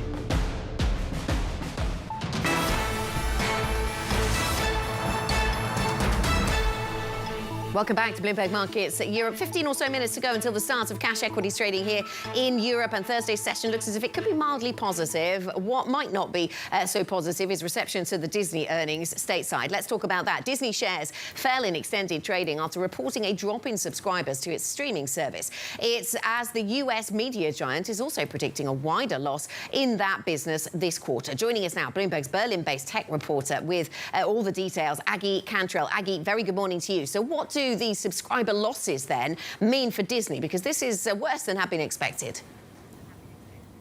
Yes, absolutely, Anna. The subscriber losses for Disney are a crucial metric for the company, because a number that really caught my eye is that around $960 million decline in operating income for the linear TV market. That's the old-fashioned form of TV that people were using many, many years ago now. But it needs to be counterbalanced with a boost in subscriptions, a boost in people to their streaming services, and that's a core focus of the company. But as well as that, we also need to point out that that wasn't the only thing that caused the wobble aftermarket for Disney. It wasn't just the subscriber numbers dropped. It was also that on the earnings call, the chief financial officer said that there was going to be $100 million increase in losses this quarter as well for the company. So there's also a fear that going into this next quarter, it's not really just about subscribers, it's also about traditional metrics like profitability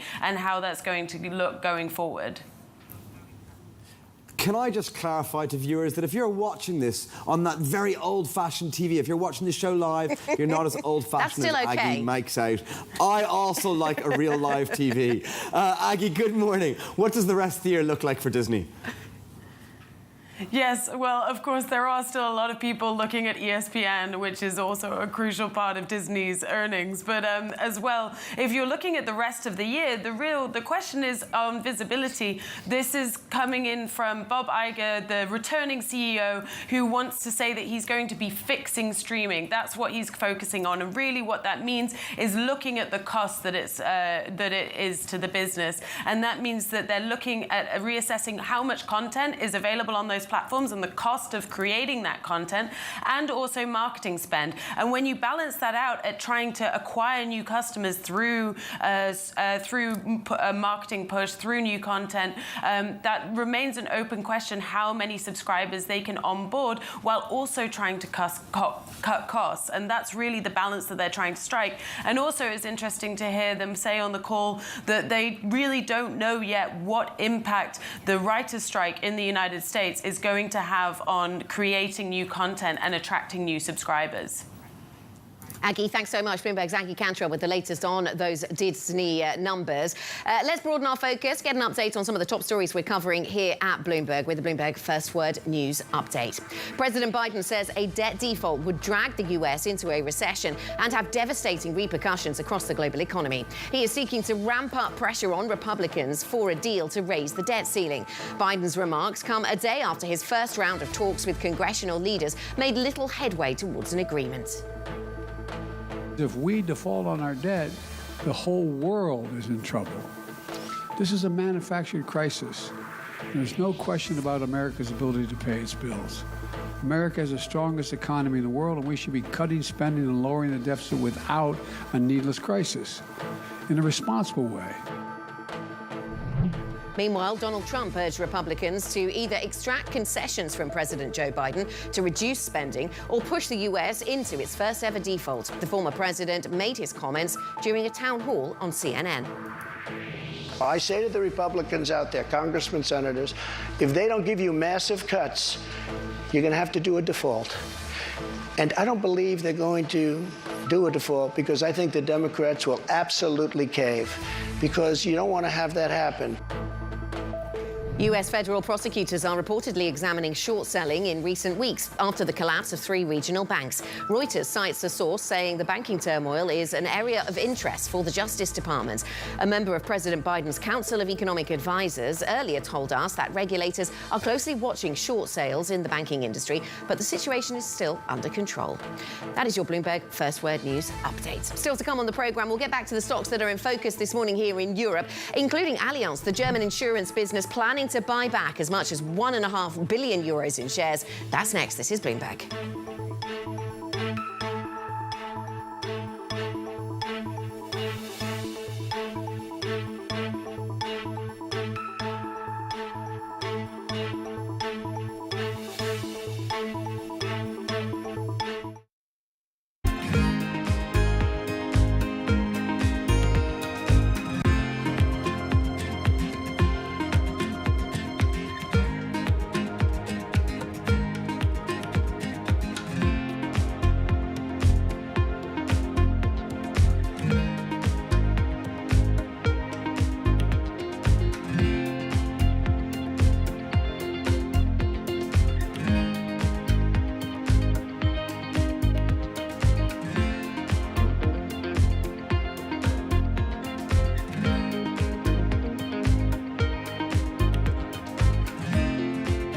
tag on the product may read Made in the USA, but the sign on the CEO's door often says Made in India. Alphabet's Sundar Pichai, Microsoft's Satya Nadella, IBM's Arvind Krishna, Micron Technology's Sanjay Mehrotra, and that's just the start. Add in the chief executives of Adobe, Deloitte, Gap, VMware, and that doesn't count Indians running companies all over the world. Why have so many Indians risen to the top? Vinod Khosla points to India's incredibly competitive education system. If you can survive the pressure it takes to get into one of the Indian institutes of technology, it gives you confidence to handle American universities and later the business world. Meanwhile, the belief in India's ability to produce so many tech wizards is reinforced every year. Indians make up about 3/4 of the immigrants receiving coveted H-1B visas for the U.S., and it's a safe bet that some of them will eventually find their way to the C-suite. BSO Now is your online home for weekly Boston Symphony Orchestra and Boston Pops performances. See new concerts that go behind the scenes, plus acclaimed archival concerts. Visit bso.org/now, where the music plays on. BSO season sponsor, Bank of America.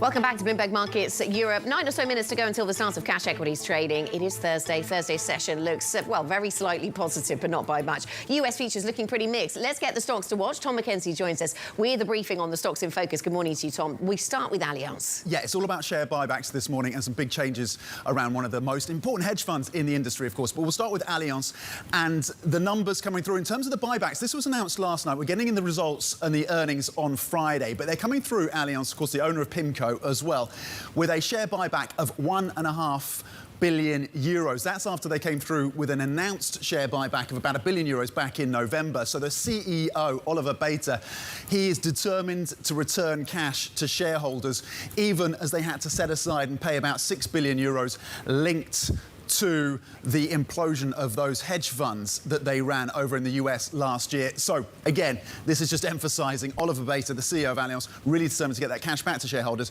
and announced €1.5 billion buyback. And again, we're going to get the earnings and the results on Friday. ING, look, €1.5 billion seems to be the lucky number today, because ING also coming out with announcements around a share buyback of about €1.5 billion euros as well. That's after they came in through very strongly. This is a trend we're seeing now in terms of European banks. We saw it from Crédit Agricole, we saw it from ABN AMRO, ING building on the picture in terms of net interest income coming in very strongly and lower loan loss provisions. In fact, net income for the quarter tripling and coming in well above the estimates for a really solid set of results for ING, of course, listed over in the Netherlands, and a share buyback. This is the hedge fund story, though, we're talking about. Man Group, of course, the world's largest publicly listed hedge fund. The CEO, Luke Ellis, someone that Anna Edwards knows very well indeed, stepping down September the 1st. He's run the business and been top and the leader there, the CEO, at least since 2016. And in fact, he's grown assets under management at Man Group from about 81 billion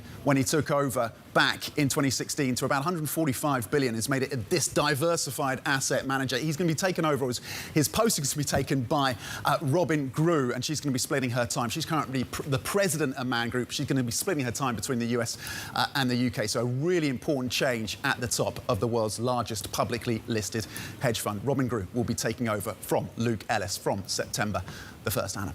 Tom, thank you very much. Tom McKenzie, our European Market Open anchor. He'll be back with the start of the European trading session shortly, but a nice briefing there at the stocks that are in focus. Mark, thinking about the macro stories, I mean, we've heard about the debt ceiling this hour because we started the programme with those comments from Janet Yellen, and that theme really dominating that G7 meeting of finance ministers and central bankers over in Japan.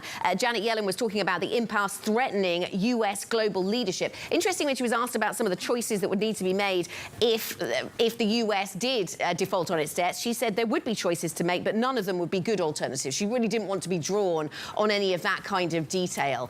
Is the market really captivated by this or trying to keep it to one side? The market's completely captivated, but not yet trading it. That's an important distinction to make. I think it was interesting that Janet Yellen says we shouldn't even be thinking about defaulting on our debt. But they are thinking about it. They're being forced to by a slightly ridiculous system. And I think that's what everyone's worried about. That's what, Biden's comments made clear, Yellen's comments made clear, that no one thinks the US should be defaulting. There's no reason for this to happen. And yet everyone's worried that ultimately the brinkmanship is going to bring it that far. When do we start trading this more aggressively?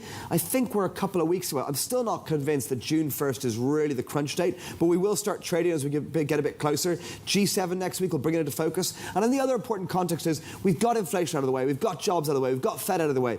Debt ceiling is the next big macro catalyst for markets. We've got through most of the earnings season. So it is really debt ceiling we're going to be talking about for the next few weeks. So don't get too bored too quickly because you're going to hear a lot about it.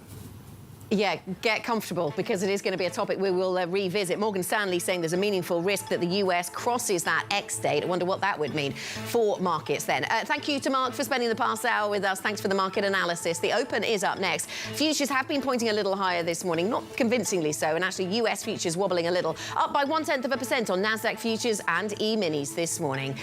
The Market Open is just minutes away. This is Bloomberg.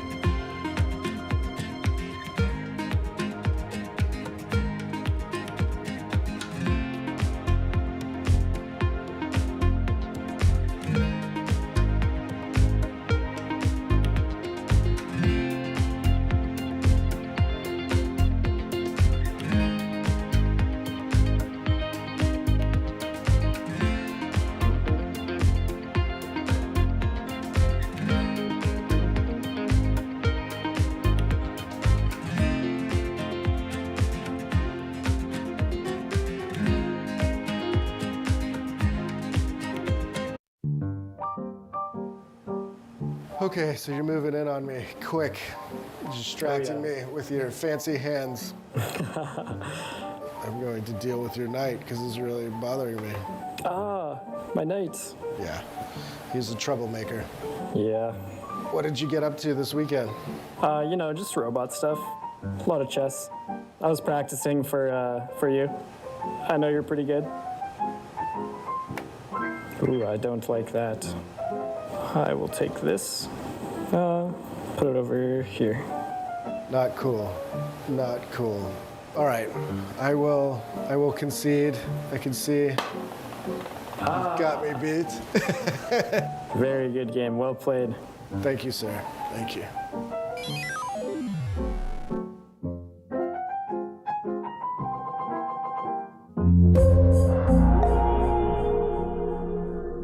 Business Week Radio, live weekday afternoons at 3 p.m. Eastern. We got a little bit of talking. Come on, are you guys ready? Harnessing the power of Bloomberg Business Week, Carol Masser and Tim Stanovic bring you the latest news from the worlds of business, technology, politics, and more. How does the Fed play into this and what the Fed does potentially? This is so exhausting and this is so all-encompassing. Listen on Bloomberg Radio and streaming on YouTube and Bloomberg Originals.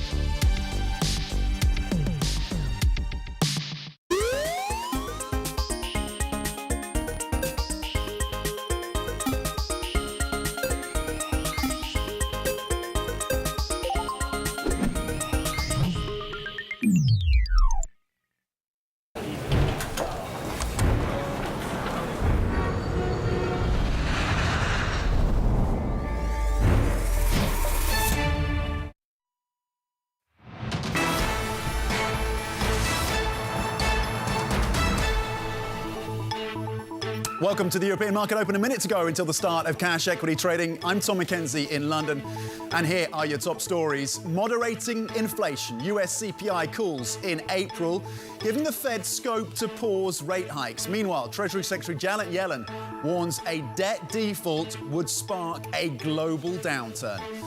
More hikes in Europe. The Bank of England is set to raise rates for a 12th straight meeting today. The ECB's Joachim Nagel tells Bloomberg the central bank is getting closer to restrictive policy, but isn't there yet. Plus, Jamie Dimon exclusive. We will be speaking with the CEO and chairman of JPMorgan Chase at the bank's annual Global Markets Conference in Paris, a conversation you do not want to miss. Let's check in on the futures then.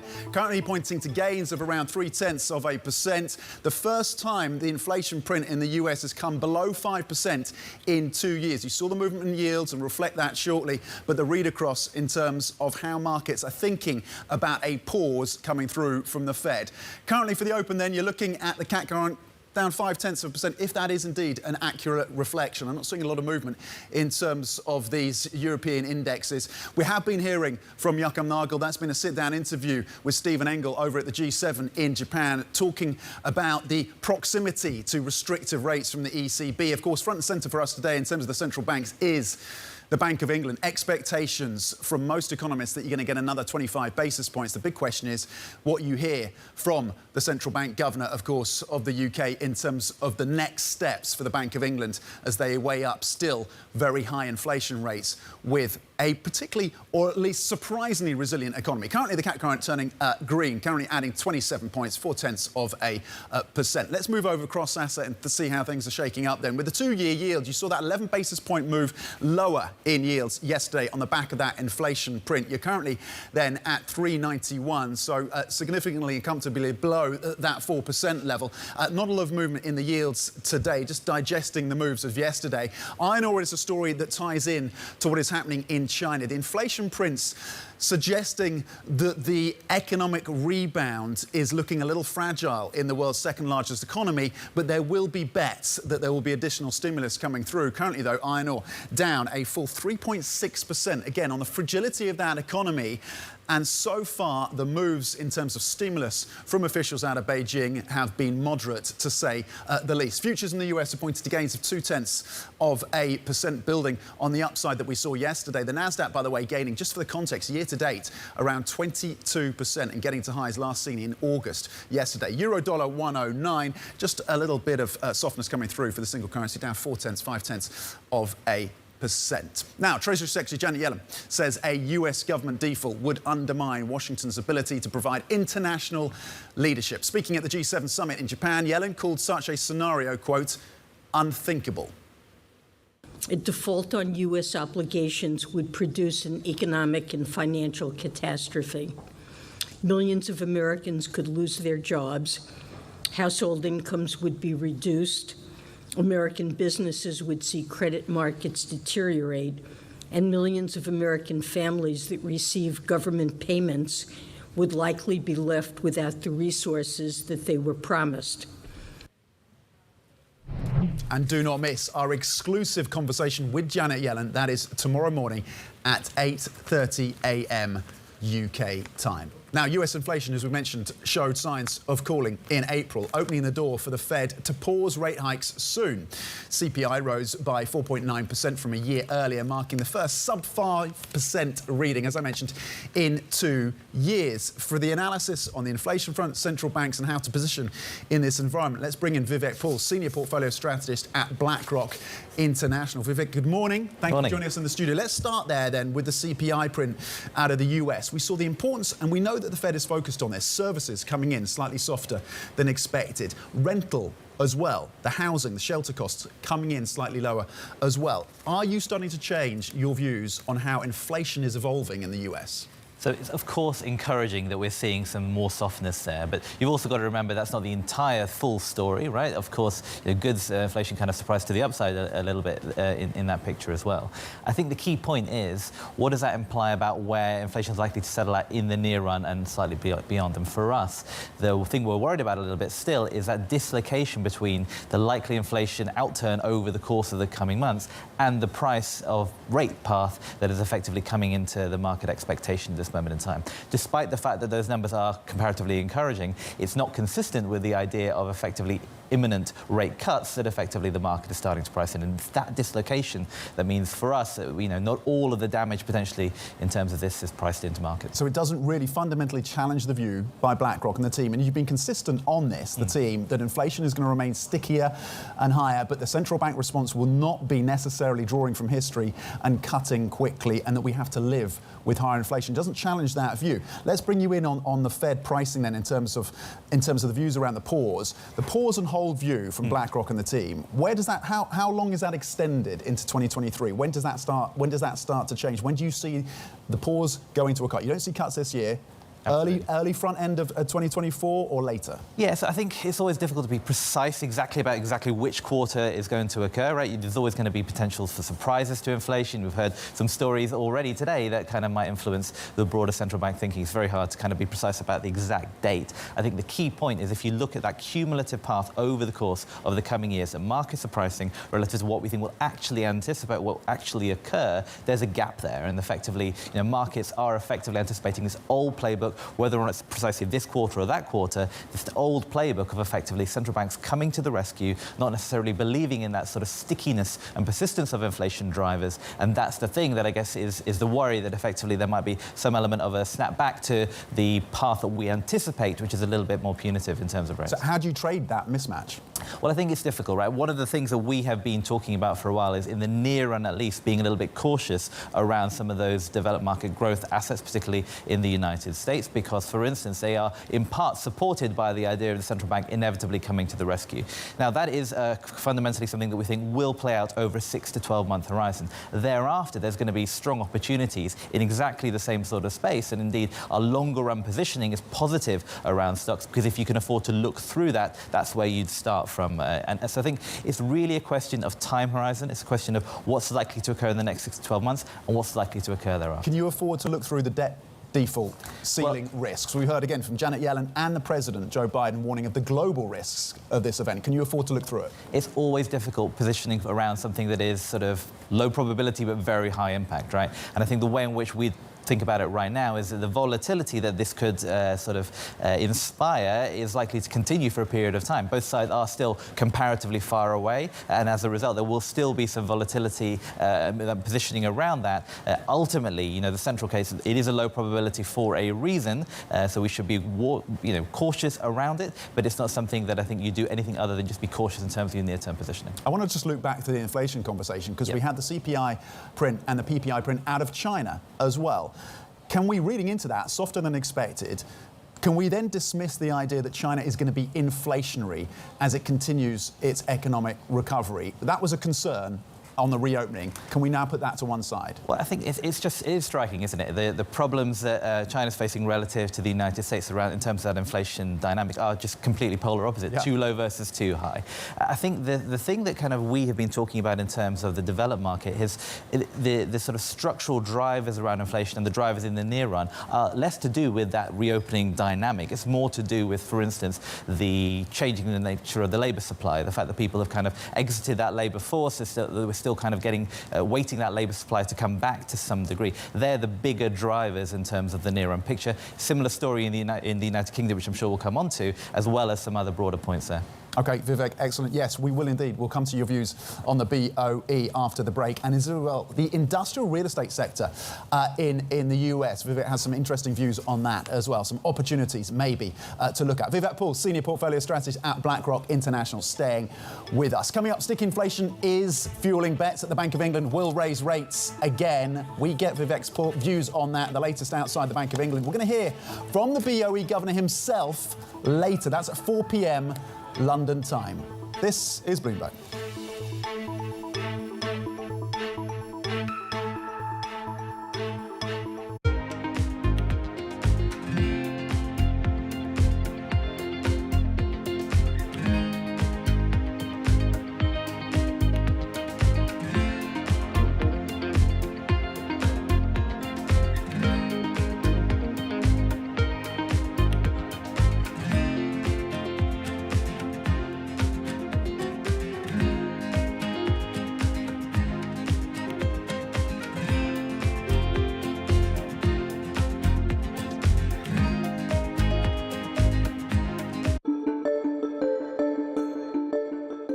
Do you think New York is as safe as it was when you were in the government? It's not as safe as it was. Crime is clearly rising.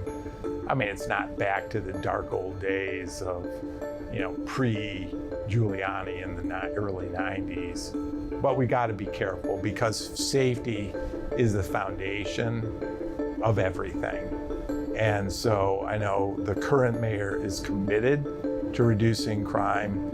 But we're going to have to be incredibly aggressive in making sure that crime does not increase. Are you involved any longer in New York City matters, or you're advising New York City? The mayor and governor actually asked me to co-chair a panel or a task force on reviving the commercial districts throughout the city.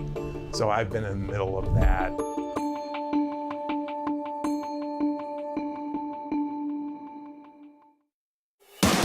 From the world of politics to the world of business. Every weekday at 5 p.m. Eastern Time, hosts Anne-Marie Hordern and Joe Matthew alongside Kaylee Lines deliver news, insight, and analysis live from Bloomberg's Washington headquarters. Get the latest from and about politics' biggest power players at the end of every trading day. Balance of Power, every weekday at 5 p.m. Eastern Time, only on Bloomberg, your global business authority. In a multi-trillion-dollar industry, there's a lot of ground to cover. We indeed have a rally. We're talking a lot of dividends. We're talking income. We'll show you what's happening in ETFs like no one else. Bloomberg ETF IQ, Monday on Bloomberg. When U.S. jobs numbers are released, Bloomberg brings you crucial data at terminal speed and instant expert analysis. Nobody covers Jobs Day like Bloomberg.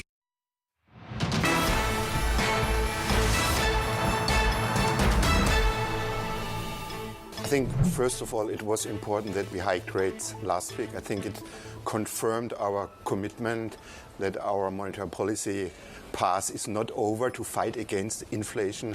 Inflation is still very sticky. It is a very stubborn phenomenon. And as I said several times, you have to be even more stubborn. That means for me that story about hiking rates is not over. We have to do more. So there are 2 more meetings before the summer break, and let's go. So you said that it was likely in the home stretch, whereas Christine Lagarde has talked about there's still more ground to cover. And inflation has been stubborn, and core inflation has been stubborn in Europe, and it's seen picking up in places like Italy. So 2 more possible hikes by July. What about September? Is that off the table or definitely a possibility? I guess there's nothing off the table, so I'm not speculating here. I think what I realize is that, first of all, and this is good news, that the headline inflation is coming down Core is still very sticky, but this is also not a surprise. Food inflation is still very high.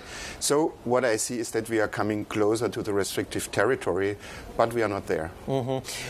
How long would if they pause in July, how long a pause would you anticipate? I think the longest time that they would stay at that peak has been seven months or so. Would you see that as a good benchmark? So again, I do not know where we have to stop. But when there's the point coming that we could more or less stop the rate hikes, then I have to believe we have to stay there for a while to wait what is the impact, what we did from the past, to see are we really successful or not. And this is very important. Well, how long of a sustained drop, if you will, in core CPI would be enough? I think what I see in the numbers is that it will take at least 1.5 years till we see numbers that are close to our target. So we have to be patient here. I know Barclays was predicting a pause, and a pause until the second half of 2024, and then hikes. Is that something that would be feasible, or is that too far to predict what the data might say? This is maybe would be also speculation. So what I see is that we have to wait for the incoming data, and then we will decide. So this meeting-to-meeting approach, this is the right way to do monetary policy in these days. OK, that was the Bundesbank President and ECB Governing Council member Joachim Nagel speaking exclusively with Bloomberg's Stephen Engel at the G7 on the sidelines of the G7 in Japan. Now, stubborn double-digit inflation is set to force the Bank of England into a 12th straight interest rate hike today, even though the end of its lightning-quick hiking cycle is coming into view. Bloomberg UK correspondent Lizzie Burden is outside the Bank of England for us this morning. Lizzie, what can we expect? Well, Tom, markets and economists are pretty much in agreement that we're going to see a quarter-point hike today to 4.5%. But the real focus today is on the future path for rates. When will they peak? Where will they peak? Markets reckon there's a pretty strong chance of it being 5% by September. But we were speaking on Bloomberg Radio yesterday to Sushil Wadhwani, former Bank of England policymaker. He said that level would be unwise given the potential spillover effects of a US recession, given all the recent US regional banking turmoil. In terms of the rate split today, economists are looking for 7.2, same as last time, but the risk being that hawks on the committee are spooked by that double-digit inflation surprise that you mentioned in the latest data.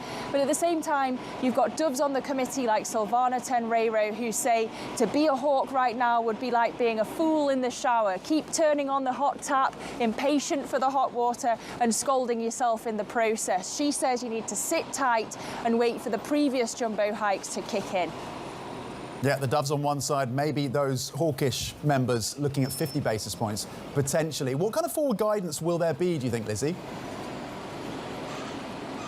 Well, of course, the Fed has already signalled a pause, but in the UK context, we've had surprise after surprise when it comes to the data. So you have to ask how credible the Bank of England can be if it gives detailed forward guidance. Some are asking, should they have been less dovish earlier in the cycle? Is it too late for tough talk now? Apart from the presser and the interviews, I know we've got one coming up with the governor this afternoon, I would also just look at the forecast for inflation for hints about the future path for rates. Economists surveyed by Bloomberg reckon that you're going to get an upgrade to the inflation forecast, not just for this year, but for next and 2025 as well, given that we've already still got double-digit inflation. And it'll be interesting as well to see where the Bank of England reckons inflation is going to end 2023, because, of course, it's number one priority for Rishi Sunak to halve inflation by the end of the year. But we heard from NISA, the think tank, yesterday, saying that may not be possible, and indeed, perhaps it was irresponsible to set that target because it interferes with the Bank of England's inflation fighting mission. We'll see where the Bank of England reckons inflation will end the year at 12 o'clock today, Tom. OK, scrutinising those inflation forecasts from the Bank of England. Lizzie Burden outside the BOE. Thank you very much indeed. We will bring you the BOE's decision, of course, at 12 p.m. today, and special coverage of the news conference. Bloomberg's Guy Johnson will be sitting down with the BOE Governor Andrew Bailey. We're going to bring you that interview today, 4 p.m. London time, so definitely tune in for that. Now, Vivek Paul, Senior Portfolio Strategist at BlackRock International, is still with us. Vivek, then, on the BOE, can they afford to signal a pause? as Lizzie's rightly said, the more prescriptive they are, the more they're holding themselves a hostage to fortune. I think this just kind of shows how difficult it's been for them. That trade-off of kind of stabilising inflation, stabilising growth is so hard for developed markets the world over, but it's almost particularly for the Bank of England. The fact that it is still, at the moment, double-digit inflation, of course that's going to come down materially, but the fact that core is multiples of their target, and the fact that when you think about the growth picture now, it's been a while of around about no growth. Whether or not we've technically avoided a recession is secondary to the fact that it's been basically flat growth. It's projected to be basically flat growth for the period of time to come. So this dynamic is more acute for them than almost anyone else. So this is the most tortured central bank at this point? Not the words I'd use, but I think clearly they are they're at the coalface here in terms of that sharp trade-off, that kind of new regime dynamic that we've been talking about, that sort of balancing those two competing factors. It is more difficult for them in some ways than many others. Do you think they get to above 5%, or what's the terminal rate you're looking at for BOE? What's your projection? So, I mean, today, as already mentioned, is kind of incredible surprise if it's anything other than that 25 basis points. I think what we need to look for is kind of how they talk, but not just about the inflation path, but also about the growth path when we're thinking about today. Because, how do you view that near-term resiliency? Is that, in their eyes, effectively, or do we read into that effectively just means they need to do more in the future? Or is it effectively the fact that some of the lagged effects from the rate rises we've already seen have yet to come through? So understanding how they view that dynamic, I think, is also going to help us understand how they view that trade-off and how that'll play out. Just briefly on the ECB then, inflation rates are lower compared to the UK for the Eurozone. You got a line in your notes to us on the ECB. They are going to go full steam ahead with rate hikes. Just unpack that for us. Well, I think this point about the trade-off that we're talking about here, right? And if you think about the ECB, think about the Bank of England, there's more of that primacy of the inflation mandate than there is potentially for the Federal Reserve. So if you think about the balance of what they're trying to do, perhaps that is part of the reason why they are still yet to be done, as we heard from the correspondent earlier. And I think that dynamic doesn't mean that there is no trade-off to be had. There is, but I think they are kind of veering towards one side of it for the foreseeable future. You've talked, there's been a lot of scrutiny around other cracks. We've looked at the banking system. That continues to be an issue, of course. But US real estate has really come to the fore in terms of a potential risk factor, another area that could crack as these rates continue to rise. But you also say there are potential opportunities within the mix there. Yeah, so real estate is something that for a period of time now we've been a little bit worried about because of the lagged impacts of rate rises, not necessarily seen in terms of the cap rates that were materialising. And then if you add to that the fact that we've had the sort of regional bank fallout in the United States, that adds to the pressure. That's not something that we saw coming, but that's an example of a crack that could occur.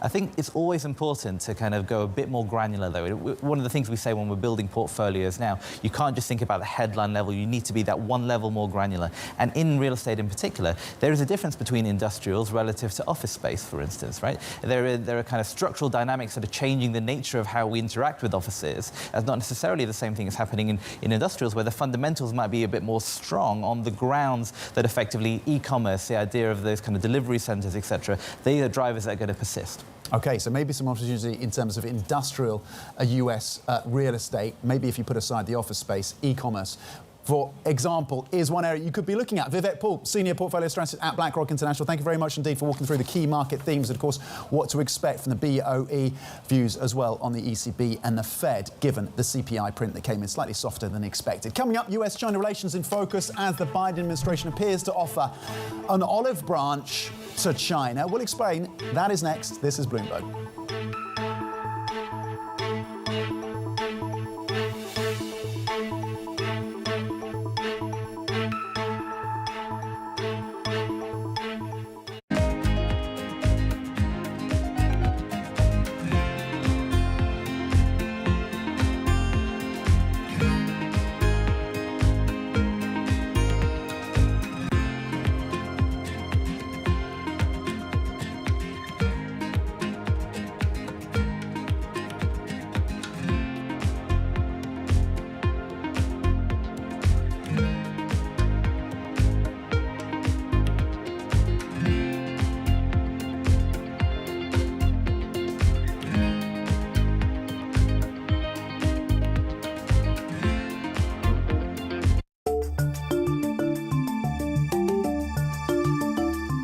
in Big Ideas, we show the productivity increases that are possible because of artificial intelligence. It's these companies who could be some of the biggest beneficiaries if they harness AI correctly. I think a lot of people are looking for the killer app, like they look like these viral apps that the internet delivered. The killer app for artificial intelligence is productivity gains, and any company does not harness it is probably not going to be one of the big winners out there. And just one other thing on AI. The real winners here are going to be those companies that have proprietary data and have lots of it, have the best domain expertise, best AI expertise, the best pools of high quality data to basically create new businesses.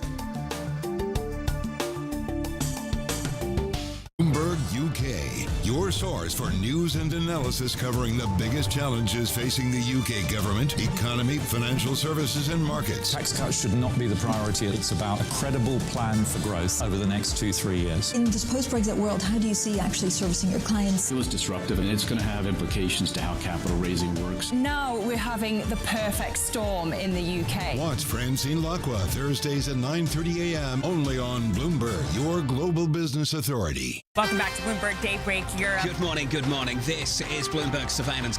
Welcome to Bloomberg Markets. China open. This is Bloomberg Technology. And welcome to Balance of Power. This is Bloomberg.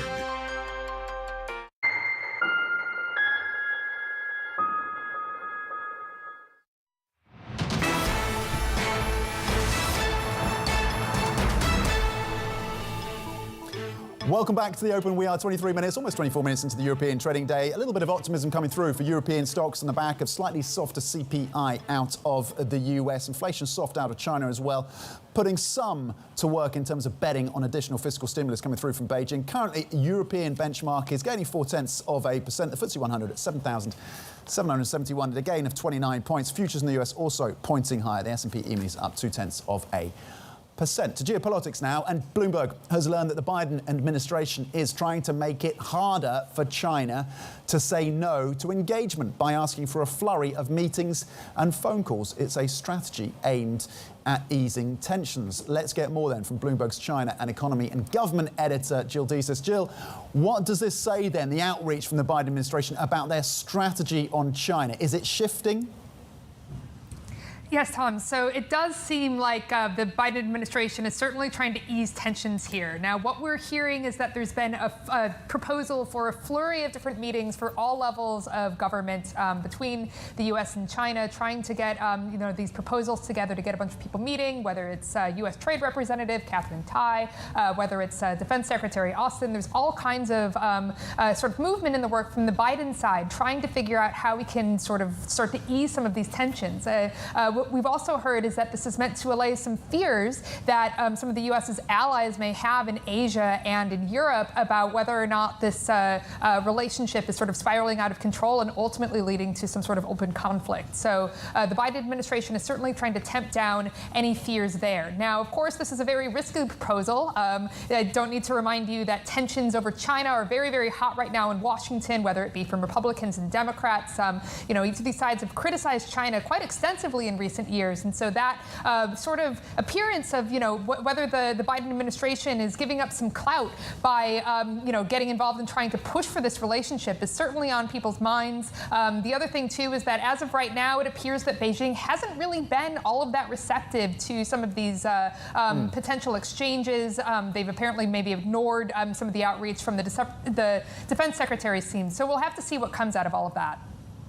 OK, excellent. Jill Desis in Hong Kong for a look at that outreach from the US to China. Let's see if they pick up the phone over in Beijing. Let's check in on a couple of individual stocks to look at ING, Allianz and Man Group. ING and Allianz with a picture around share buybacks, both 1.5 billion euros. But the story for ING is a very strong beat when it comes to net income for the quarter, the first quarter, tripling from the previous year-on-year quarter. So a really strong beat in terms of net interest income and lower loan loss provisions than expected, rallying there 2.6%. Allianz coming through with a share buyback of 1.5 billion euros, as I mentioned. And Man Group, change at the top there from September the 1st.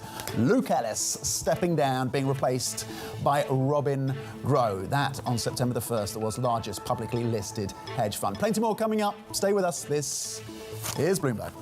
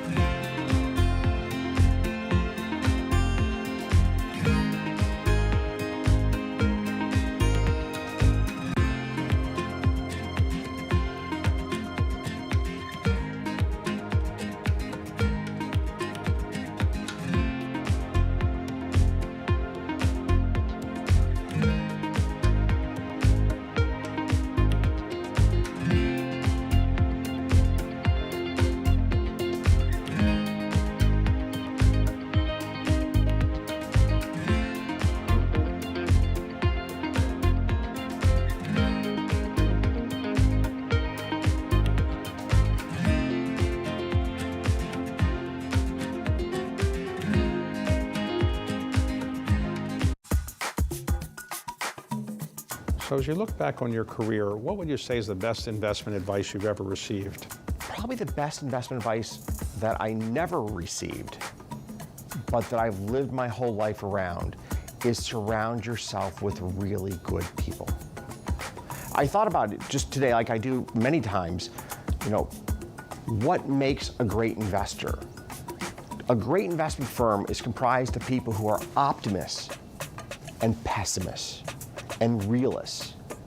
Because in the intersection of the debates that go across that wide range of personalities is where you find truth.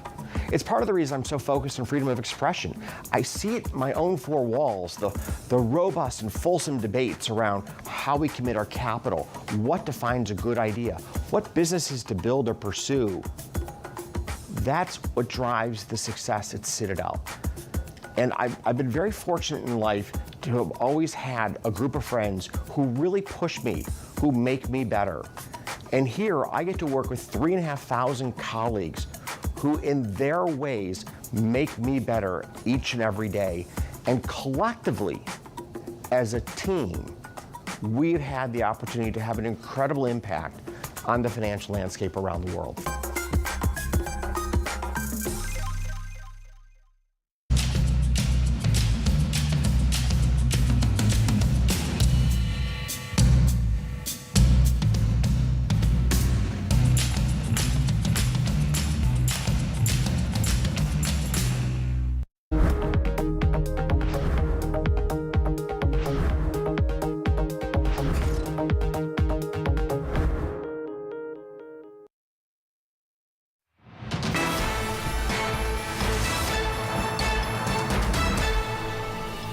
Welcome back to the Open. We are 30 minutes into the European trading day, and here are your top stories.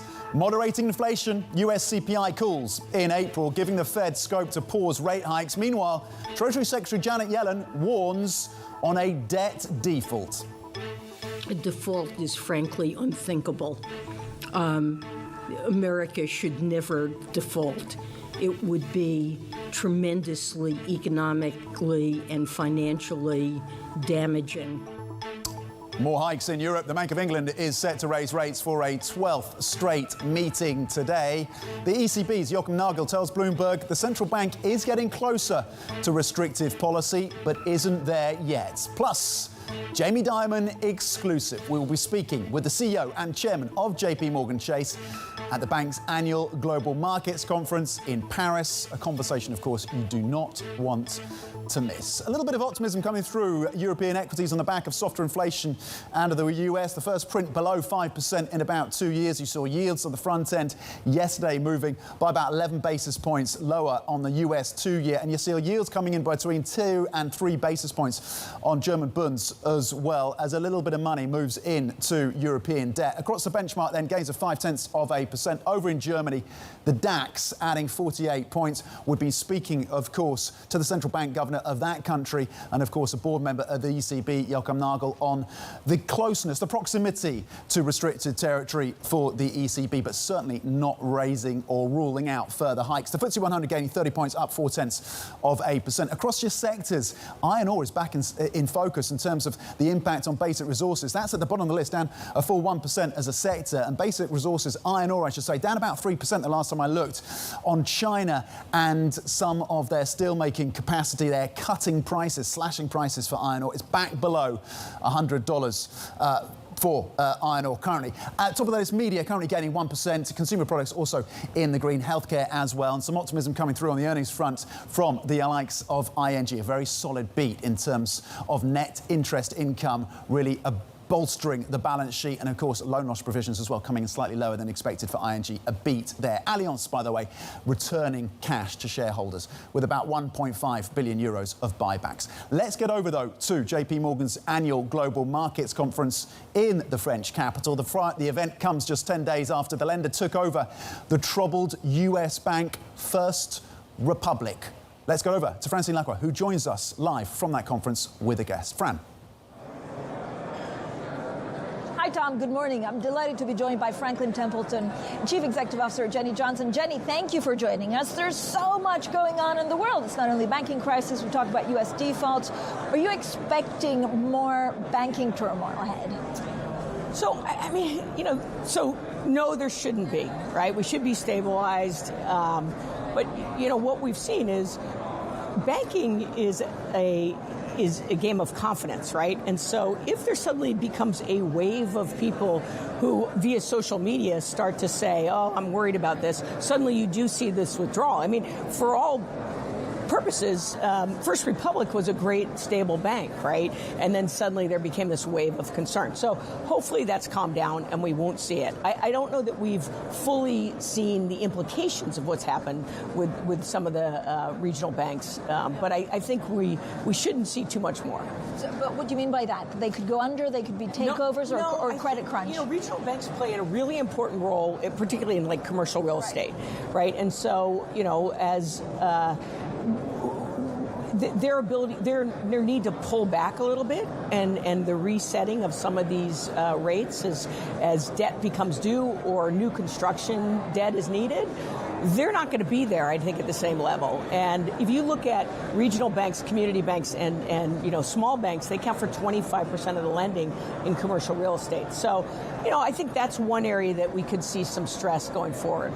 How much stress? So commercial real estate, again, usually it's longer maturities, or certainly the refinancing is on a longer term. That's right. I think anybody who's mid-project or trying to get financing, it's definitely going to be tougher. And I think in commercial real estate, it's depends on where you are, right? So I think office is going to have a hard time. I think it's really hard for people to underwrite office. Retail malls, I think, are a little bit more stressed. But, housing is a great market. We've underbuilt, so I think there's a lot of confidence around that. Industrial, that you've seen increased rents there as the demand has continued to be really strong. So I think the important thing is it's going to be where are you? But I think the other side of that is you are going to see some of the lenders pull back a little bit.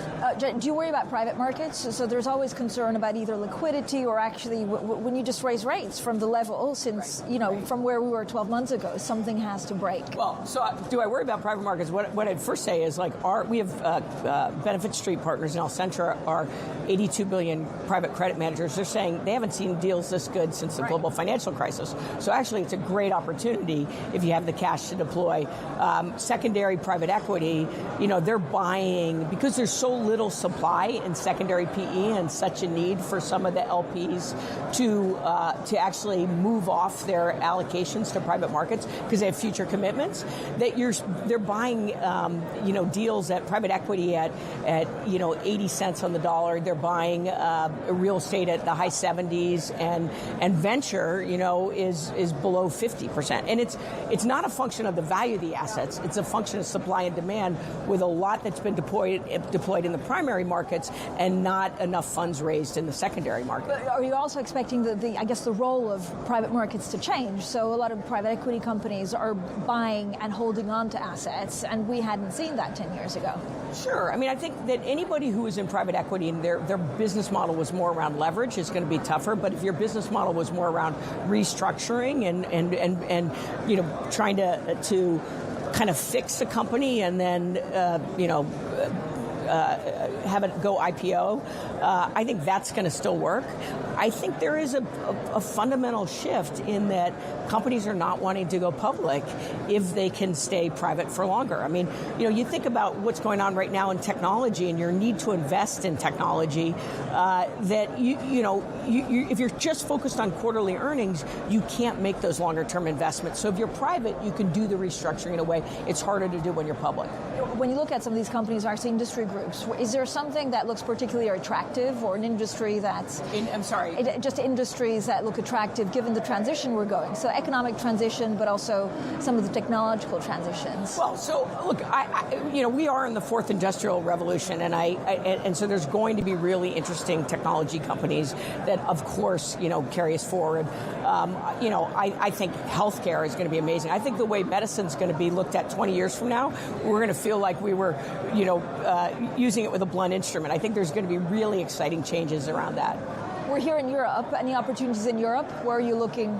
I mean, the interest rate environment is similar but slightly different to the U.S. I think it's always good to go with the trends, right? And so if you look at the types of things that are happening in Europe, a couple of big trends, right? Energy security, post-Russia, Ukraine, people looked at food security, right? So you're going to see opportunity there. And actually, for the first time, kind of military, right? There's a need I think there's been a change in attitude. So those are three big trends that you're going to see change in Europe. But you think there's opportunities in Europe? I know when you speak to a lot of U.S. investors, they kind of think that Europe's about to implode. I think they have, and you're seeing a little bit of inflation there. So, yes, I think in those categories, there's certainly opportunity in Europe. I think people had sort of not written off Europe, but said, there's opportunity in other places. But no, of course there's opportunity in Europe. Jen, given everything we've talked about, is there anything that keeps you up at night? That you kind of... AI and ChatGPT. because we don't know where it ends? I just think, we're at an inflection point here where think about ChatGPT as being the moment of the internet browser being delivered. So suddenly, AI has been around for a long time. Suddenly people are like, oh, now I get it, right? And anytime there's that comes into a business, you have to think about how you should change your business and how you should leverage it to make sure that you're staying competitive. And so, it's something that we're spending a lot of time thinking about. Yeah, and the problem, I guess, is that technologically we all have access. So actually the pace of adoption is so much bigger than the browser. Suddenly everybody is an AI person, right? They're like, oh my gosh, now I get what this means. And so it is going to, we all have to be thinking about how it's going to change our business. Yeah, do you think it will change our economies as well? I mean, as an investor, is it opportunity to find something, or you just have to look at your portfolio and say, where do we end up in 4 years? I mean, there's no question. Think about it. It's funny, I ran the e-business world when the internet was first out, and everything at Franklin Templeton that was under internet was under me. I couldn't get the marketing department to pay attention because they didn't want to spend their time on that thing called the internet, right? We're going to be a little bit at that moment where suddenly everybody is saying, I'm not sure what to do with this tool, but I know it's going to be really important. It's going to be important for investment people to be, finding insights and leveraging insights. It's going to be a way to consume information. There's something called Chat PDF, which allows you to, take in an annual report and ask questions in there. So now you can look at many more annual reports and see it. So it's just going to be another way to view information. And, I have ideas about how it can make changes in a company. I know it's going to be significant. So watch the space. Jenny, as always, thank you so much. That was, of course, the Franklin Templeton Chief Executive Officer, Jenny Johnson. With that, Tom, I'm going to send it back to you in London, and we'll have plenty more from Paris throughout the day. Yeah, really interesting conversation, Francine, on the ground for us, of course, at JPMorgan's annual Global Markets Conference in Paris. And the big one coming up, we're going to be speaking to Jamie Dimon, the CEO and chairman, of course, of JPMorgan Chase. That is at 1:15 p.m. UK time. Do not miss that interview. A couple of lines crossing from Nissan, of course, the Japanese automaker, upgrading their forecasts in terms of full-year operating income and profit, well above the estimate. So operating profits expected to come in at 520 billion yen. That is a full 120 billion yen above the average estimate. There's still some question marks for this automaker around margins, getting those back up to where they need to be, the transition, of course, to EVs, particularly in that all-important Chinese market, and whether or not they can get back to full production. They're expecting about 4 million units to be delivered this year. They do actually have production capacity of over 5 million units. But nonetheless, the upgrade in terms of the forecast for operating profit coming in above the estimates for Nissan. That's the year-to-date stock moves, 21% gains for that company. Coming up, no magic. Disney is seeing a wider loss in its streaming business after losing subscribers for 2 straight quarters. More details on that story next. This is Bloomberg.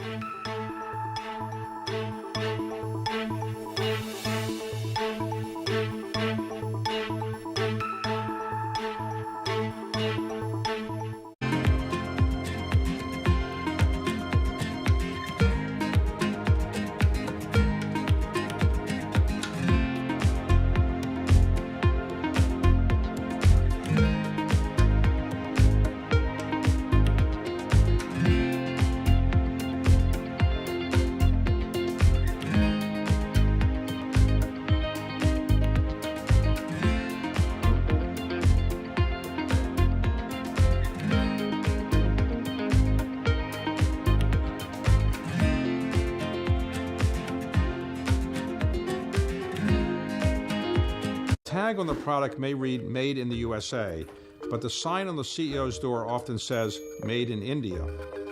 Alphabet's Sundar Pichai, Microsoft's Satya Nadella, IBM's Arvind Krishna, Micron Technology's Sanjay Mehrotra, and that's just the start.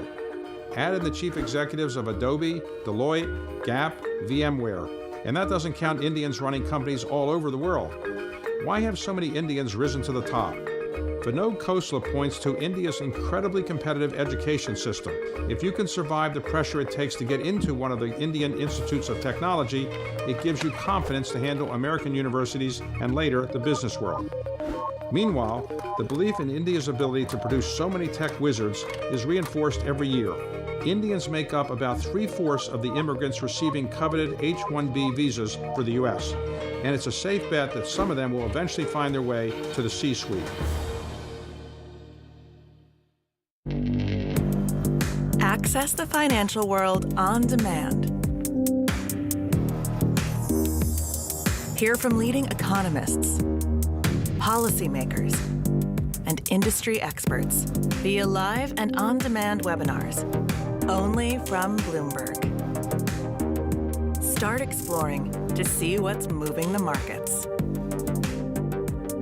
Visit Bloomberg.com/webinars.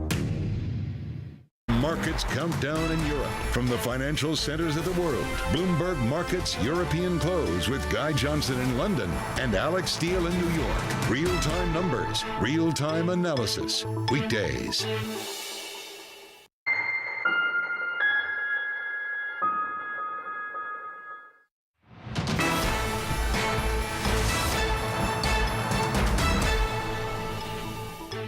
Welcome back to the Open, 45 minutes into the European trading day, and you are getting slightly more conviction around the optimism through these equity markets. 0.6% gain for the European benchmark. You saw the Nasdaq yesterday, tech heavy, of course, getting back to levels last seen in August. 22% year-to-date gains. If you hadn't led into that and lead into that rally, you'd have lost out on that opportunity around the Nasdaq. Does that continue, though? Of course, the rates environment crucial for the tech sector. Here in the UK, the FTSE 100 up 0.5%, despite the drag coming through from basic resources. Futures in the US S&P E-minis currently up 0.3%. Let's get back to the tech story, though. Arguably, Disney is a bit of a tech play. Disney shares falling in extended trading after reporting a drop in subscribers to its streaming service.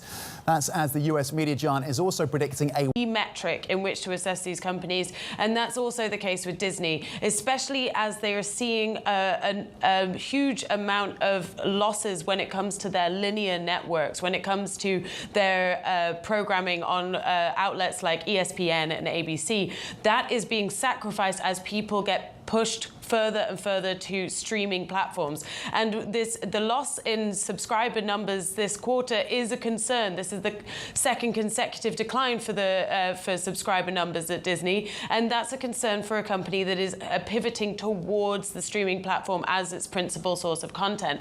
But as well as that, the other thing that that caused a wobble after hours was on the earnings call. They also signaled this 100 million widening projected loss in this quarter as well. So it's not just about the subscriber numbers, but also traditional metrics like the income and the profit for the company. Yeah, and this, of course, with Bob Iger firmly back in charge, of course, at the top of Disney, and the cost-cutting that's been pushed through that. What does the rest of the year look like then? How much visibility does Disney have at this point?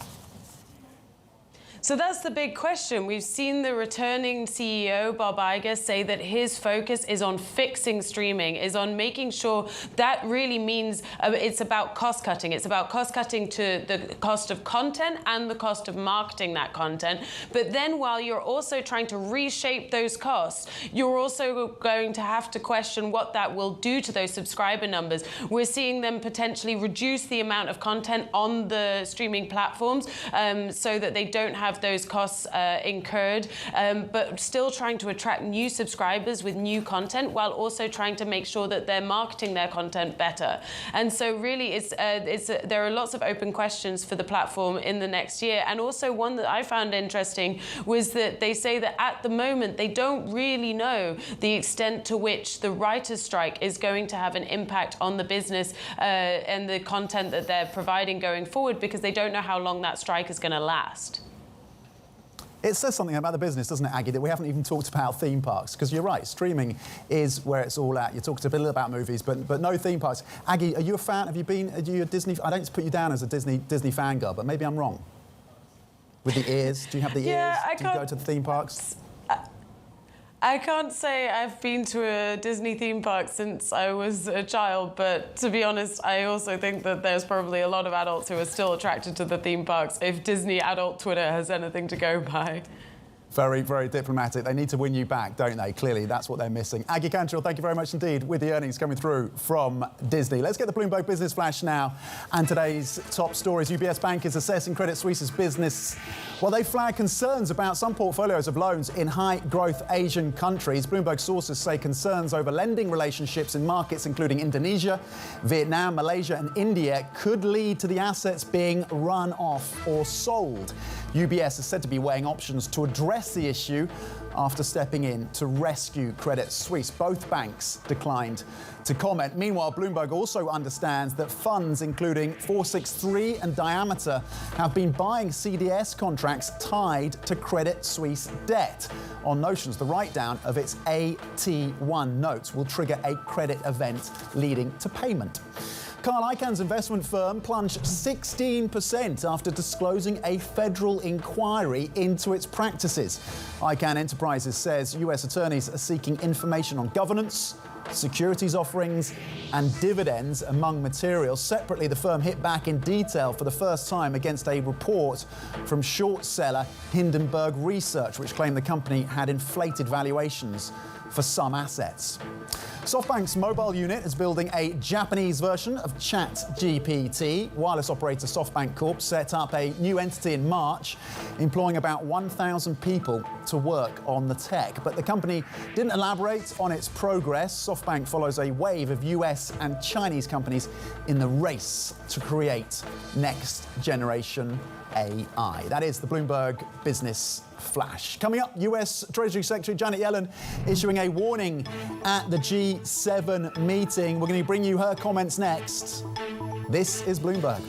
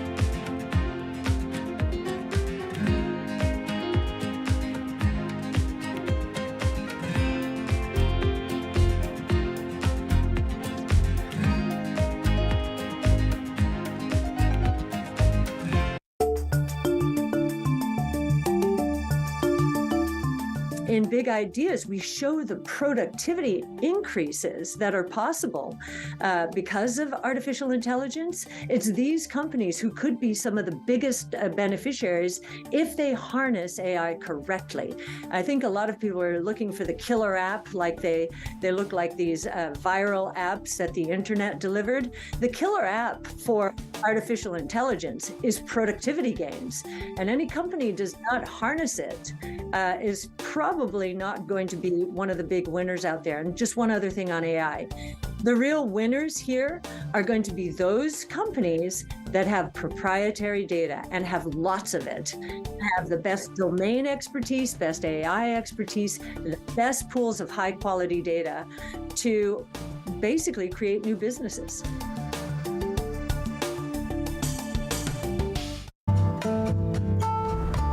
Or other authorities. Could face bigger challenges. Britain's next. Fed was going to keep rating World Cup. This is a 3. As the economic picture does. To be okay is getting ready to make a decision.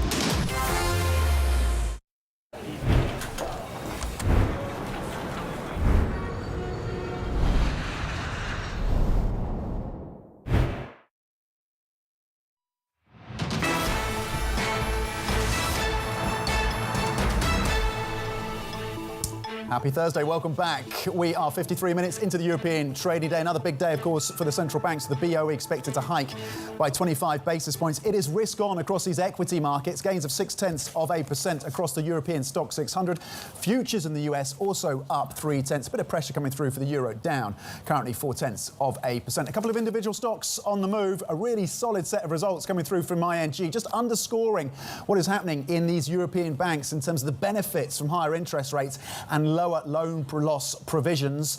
Allianz, meanwhile, coming through with an additional share buyback of about 1.5 billion euros. And change at the top for Man Group. We have the first female CEO going to be appointed September the 1st, or at least taking the position September the 1st. Taking over from Luke Ellis will be Robin Grew as the head of the world's largest publicly listed hedge fund. That's Man Group, of course, listed here in the UK. Meanwhile, the concerns about the debt ceiling are gaining prominence. Treasury Secretary Janet Yellen saying that the failure to avoid a looming US debt default would undermine Washington's abilities to provide international leadership. Joining us for more is John Herskovits, Bloomberg's East Asia government reporter in Tokyo. John, what were your key takeaways then from what we heard from Janet Yellen and her warning?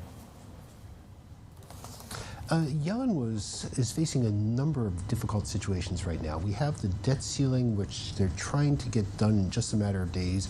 And Yellen really put a great deal of emphasis on tightening the sanctions on Russia for its full-scale invasion of Ukraine. She's looking at mechanisms to get partners involved, to increase surveillance, and to go after dual-use goods, perhaps provided by third countries. But this comes at a time when China's foreign minister was just in Europe saying that China is willing to react strictly and strongly to any measures which might punish Chinese companies in all of this. So we have that going on. We have the G7 leaders meeting coming up later this month in Hiroshima. And what the leaders see as economic coercion by China is going to be one of the issues that will be front and center when they get together to discuss their main concerns.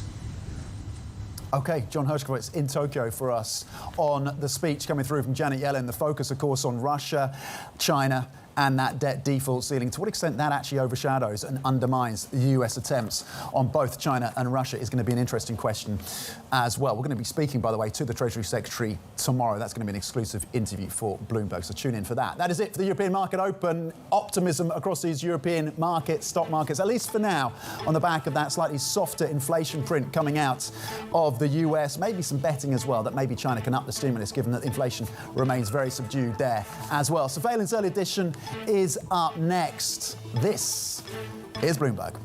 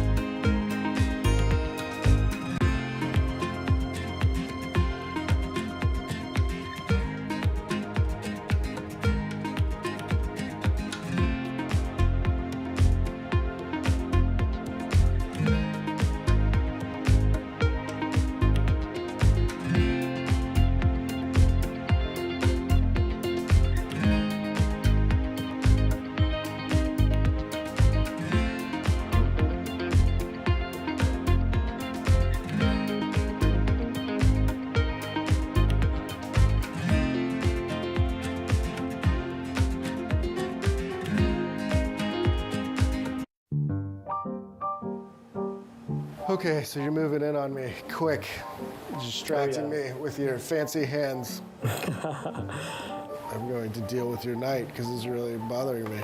Ah, my knight. Yeah, he's a troublemaker. Yeah. What did you get up to this weekend? You know, just robot stuff. A lot of chess. I was practicing for you. I know you're pretty good. Ooh, I don't like that. I will take this, put it over here. Not cool, not cool. All right, I will concede. I can see you got me beat. Very good game, well played. Thank you, sir, thank you.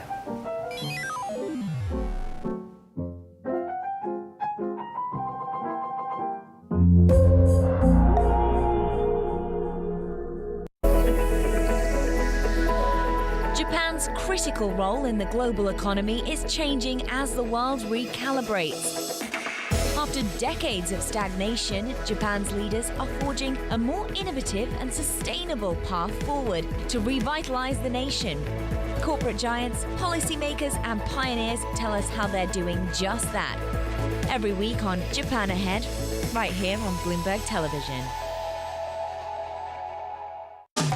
Information you want, analysis you trust. Everything you need to get set for the start of U.S. trading. Watch Bloomberg The Open with Jonathan Ferro. Weekdays on Bloomberg.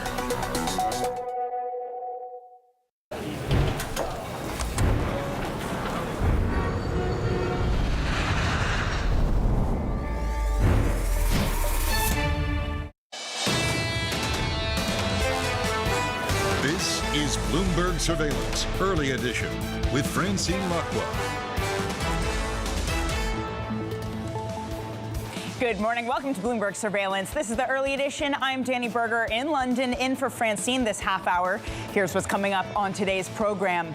Moderating inflation, U.S. CPI cools in April, giving the Fed scope to pause rate hikes. Meanwhile, Treasury Secretary Janet Yellen warns a debt default would spark a global downturn. Default is frankly unthinkable. America should never default. It would be tremendously economically and financially damaging. More hikes in Europe. The Bank of England is set to raise rate for a 12th straight meeting today. The ECB's Joachim Nagel tells Bloomberg the central bank is getting closer to restrictive policy, but isn't there yet. I guess there's nothing off the table, so I'm not speculating here. I think what I realize is that, first of all, and this is good news, that the headline inflation is coming down. The ECB's consumer inflation report is hitting the tape. Now, feeding into those comments from Nagel, the ECB saying that consumer inflation expectations rose significantly. This is for the month of March. They are seeing higher inflation expectations than they did the month before, than they did in February. Yes, this is backwards looking, but it is reigniting this fear of entrenched inflation in Europe. Is the ECB going to have to keep hiking? We'll take a look and see in a bit whether that's moving bond markets. We also just minutes ago got Emirates Group earnings crossing. Reminder, this is not just the airline, it is the bigger company.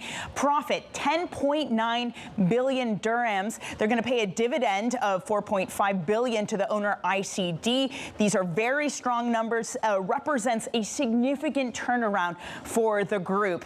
So that's some of the earnings. That's the big picture. It is inflation on the mind of everyone. Are we going to see this divergence between the U.S. and Europe? Not just the U.S., by the way, China too, inflation not picking up. We thought this would be a big source of inflationary pressures throughout the globe. It's not playing out. Now, part of that is giving a boost to equities today. Yesterday's strong session in the U.S. Let me show you what we're seeing in Europe so far. European stocks up 0.5%, more than 0.5%, I should say. It is a session of buying for bonds. 10-year yields, those lower by 1.5 basis points. I did want to point out just how strange this curve is. Basically, the whole curve is prices moving lower, except for the very front end. Why is that? We're pricing in this risk of a default. It's not hugely priced in. Bloomberg MLI pointing out that it's only about 3%. Even so, the most inverted we've seen in 1 month 10-year yield curve since at least the 2000s, since we have data going back. Copper LME, I just want to point this out because, again, it's that China story. The growth there, the strength, not as strong as we thought it would be. Producer prices, those disappointing, those fell.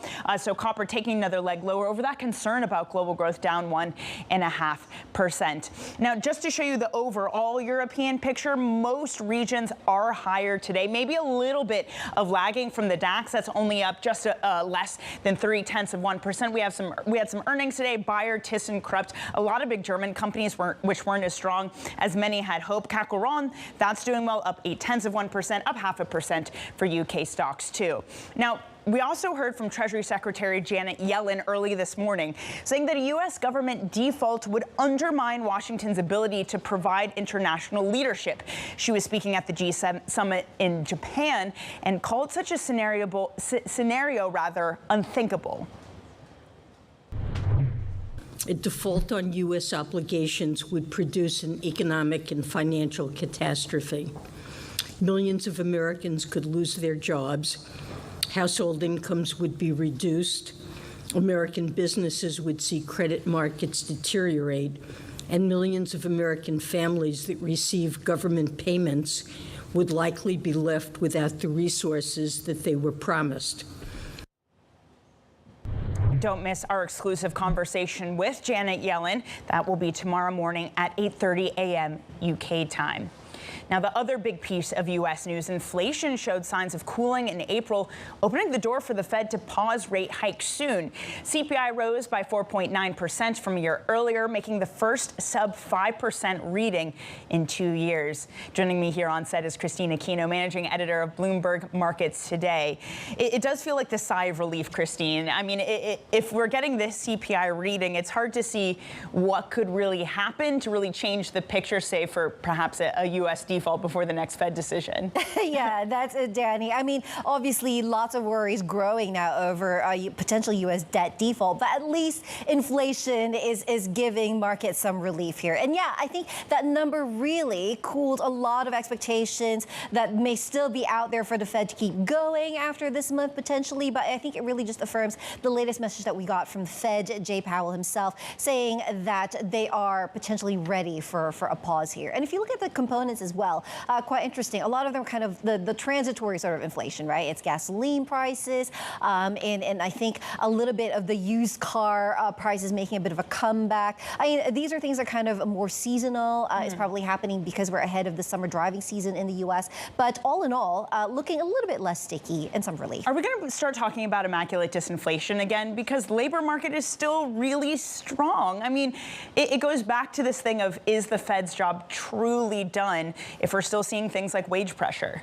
Yeah, I mean, that is the big question, isn't it? And if you just kind of look at the core measure, I think it would be hard pressed to say that the Fed is truly done, right? Because even that's kind of the flip side of the inflation number, is that core has remained in that range of 5.5 to 5.7% since December. And so that really hasn't budged at all. And I think this really just drives home the message as well, that the easy part of the Fed's job in reining in inflation is behind us. It was kind of getting it from near double digits to where it is now. That's really the easy part, you know. It's now kind of bringing it back down to that 2% target, which is looking really quite far away by the day. Yeah, and it's like, do we have to have a hard landing in order to get to 2%? Christine, always such a pleasure to start the show with you. Christine Aquino there, a managing editor of Bloomberg Markets Today. Now, contributing to perhaps some slower global inflation, China's consumer inflation slowed to the weakest pace in 2 years in April, while producer prices fell further into deflation. Joining us now is Bloomberg's Jill Desis in Hong Kong. Jill, what happened? Because it was not that long ago that everybody was talking about the fact we get this global inflationary pressure coming from China reopening. I mean, that's not playing out. No, it's really not, Danny. I think that what you're looking at here is, perhaps some more trouble signs for the economic recovery. I mean, at this point, look, economists were thinking that there was going to be a drop-off, a slowdown in inflation in China. I think 0.3% around was the estimate. I mean, we almost fell into deflationary territory with consumer inflation in April. You're looking at maybe some additional pressures, some slowing domestic demand that I think is sort of calls into question even further the state of the domestic, economic recovery here. And it also, look, there's been so many signs recently with a bunch of other points of economic data that have been somewhat troublesome. Manufacturing activities falling off in April. We also saw a drop-off in imports, a slowdown in export growth. And also, I mean, I'm just looking now, there's a headline that just crossed the terminal about credit expansion in April. It looks like we're still getting some of that data, but ultimately that's coming in quite a bit weaker than some estimates. So ultimately, all of this is sort of forming the picture that the economic recovery in China right now, maybe there's some questions about sustainability, and we're going to have to see whether that continues into May and then June. Maybe kind of a piece of good news for Europe and the U.S. who are still trying to fight inflation. Jill, thank you so much. That's Bloomberg's Jill Desis in Hong Kong. Speaking of fighting inflation, coming up on the program, sticky inflation is fueling bets the Bank of England will raise rates again. We're going to discuss that with Martin Wheely, former BOE MPC member. And we're also going to hear from the man himself, the BOE Governor Andrew Bailey. That will take place at 4 p.m. London time. This is Bloomberg.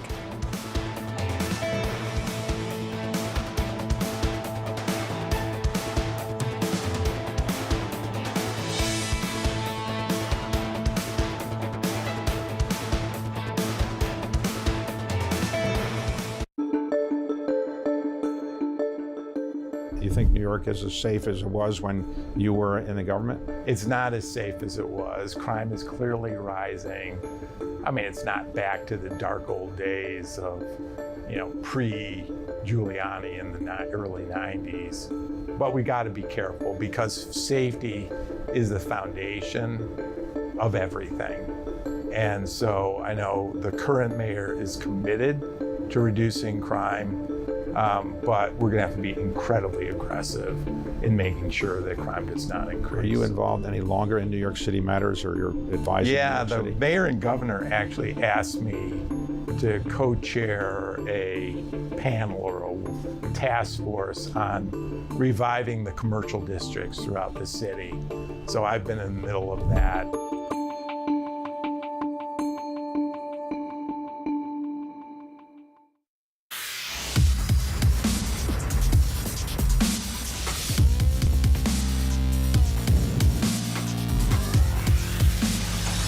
Our studios in New York and San Francisco. Our expert hosts have the data and analysis about the companies you know and the startups to watch. Plus, the interviews you don't want to miss. Watch Caroline Hyde and Ed Ludlow on Bloomberg Technology, the only daily business show dedicated to tech, right in the middle of the trading action. 12 p.m. on the East Coast, 9 a.m. in the West. Only on Bloomberg Television, your global business authority. BSO Now is your online home for weekly Boston Symphony Orchestra and Boston Pops performances. See new concerts that go behind the scenes, plus acclaimed archival concerts. Visit bso.org/now, where the music plays on. BSO season sponsor, Bank of America.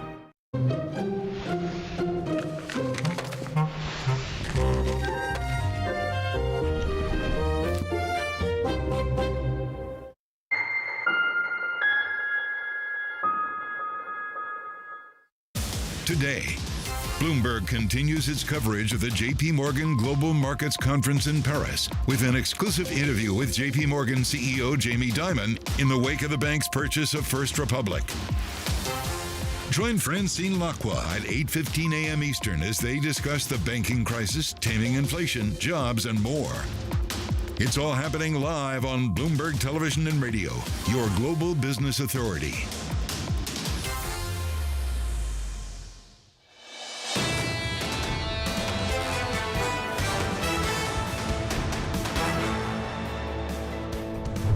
I think first of all, it was important that we hiked rates last week. I think it confirmed our commitment that our monetary policy path is not over to fight against inflation. Inflation is still very sticky. It is a very stubborn phenomenon. And as I said several times, you have to be even more stubborn. That means for me that story about hiking rates is not over. We have to do more. So there are 2 more meetings before the summer break, and let's go. So you said that it was likely in the home stretch, whereas Christine Lagarde has talked about there's still more ground to cover.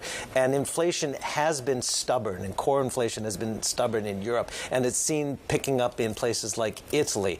So 2 more possible hikes by July. What about September? Is that off the table or definitely a possibility? I guess there's nothing off the table, so I'm not speculating here. I think what I realize is that, first of all, and this is good news, that the headline inflation is coming down. Core is still very sticky, but this is also not a surprise. Food inflation is still very high. So what I see is that we are coming closer to the restrictive territory, but we are not there. Mm-hmm.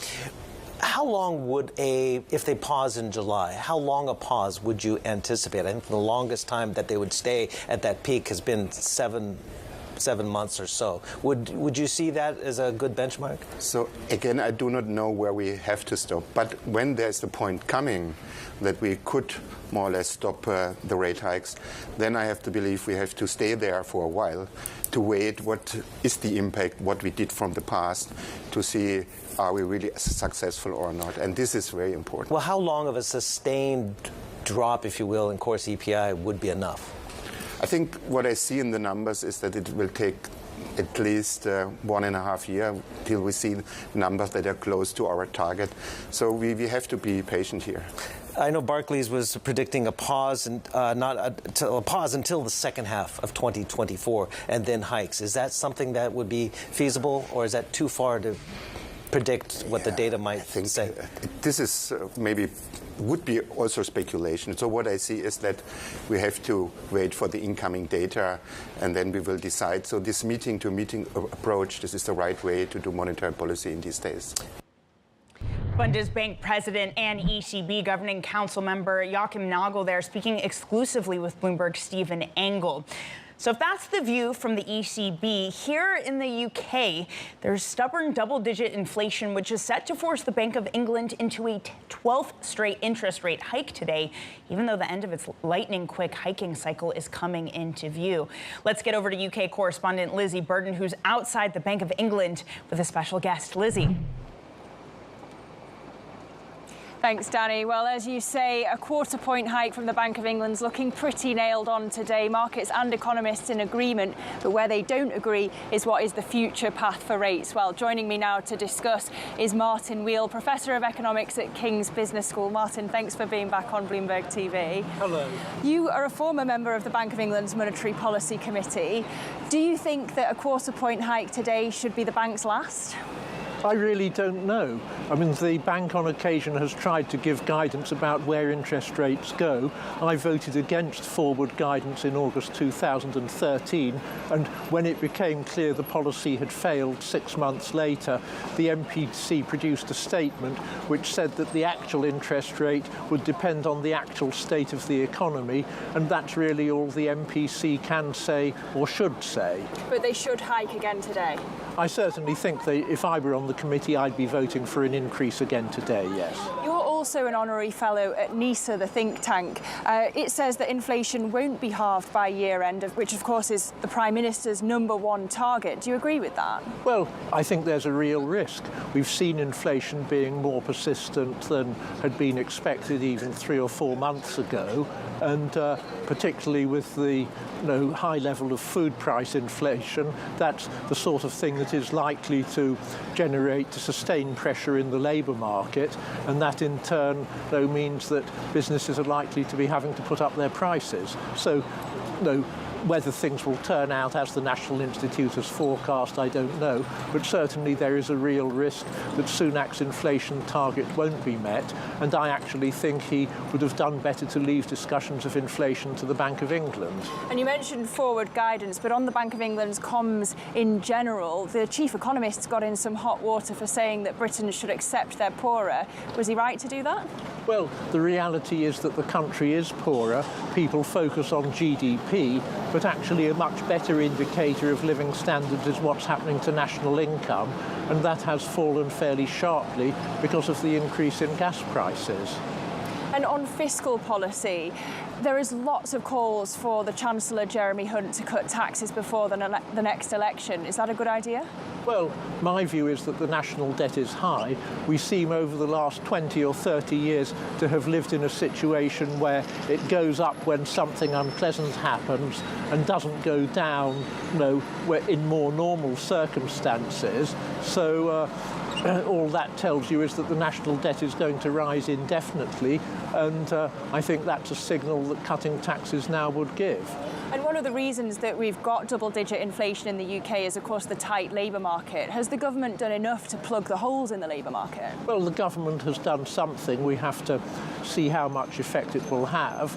It's true immigration has been higher than was expected, but I think we are still suffering first from the effects of Brexit and the limits that's placed on immigration from the rest of Europe.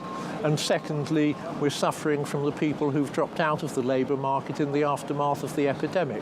Maybe they will decide to go back to work as they discover that their pension savings don't last as long as they'd hoped. I don't know. And of course, we'll soon get more jobs data. Are we underestimating the price-wage spiral in the UK? Well, I think we have seen a price-wage spiral. It's perfectly true that wages haven't been going up as much as prices have, but I think most people would say that the reason that private sector regular pay is growing at about 7% is because inflation has been so high over the last year and a half or so. All right, Martin Wheel, Professor of Economics at King's Business School, thank you very much for joining me. Back to you, Danny. Lizzie, fantastic interview, a good setup for a few hours' time when we get the BOE decision. Bloomberg's UK correspondent there, Lizzie Burden. And of course, we're going to be bringing you that decision 12 p.m. today and special coverage of the news conference. And Bloomberg's Guy Johnson will be sitting down with BOE Governor Andrew Bailey. We're going to bring you that interview today, 4 p.m. London time. But first, coming up on this program, no magic. Disney is seeing a wider loss in its streaming business after losing subscribers for 2 straight quarters. We'll have more on their outlook next. This is Bloomberg.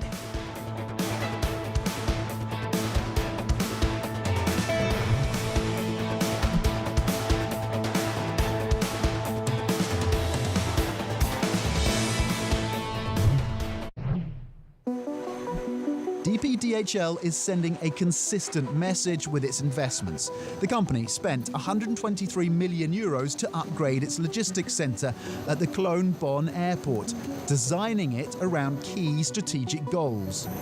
What I love about this building is it actually shows the big mega trends which formed our strategy 2025, which was inaugurated in 2019 when this building opened. So globalization, connecting the world. E-commerce, we have a lot of sortation facilities here for smaller e-commerce shipments.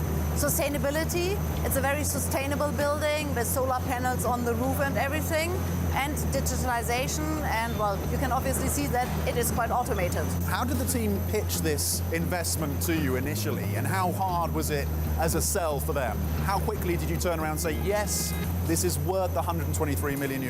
Of course, you always have to make sure that you have the right capacity for the growth in the network.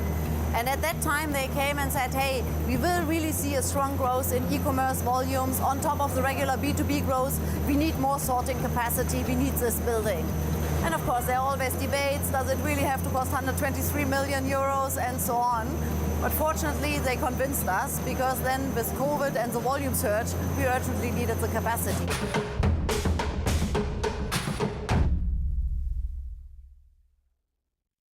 Business Week Radio.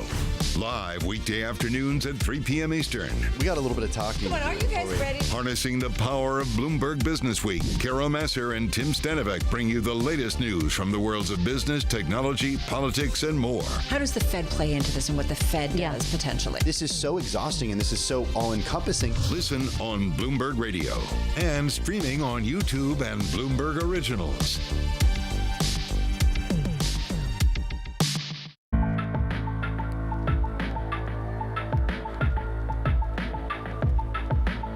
This is Bloomberg.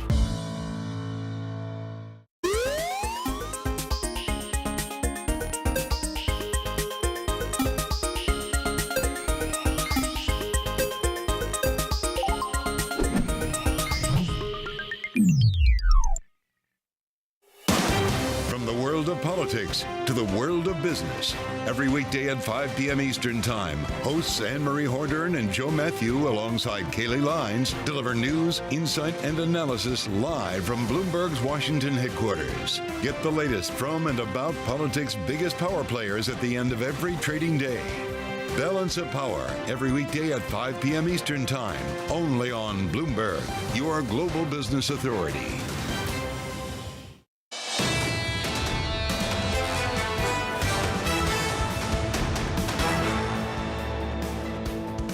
Economics, finance, politics. This is Bloomberg Surveillance Early Edition. I'm Danny Berger in London. Disney shares are down in the pre-market trade after reporting a drop in subscribers to its streaming service. This is also happening as the U.S. media giant predicts a wider loss in that business this quarter.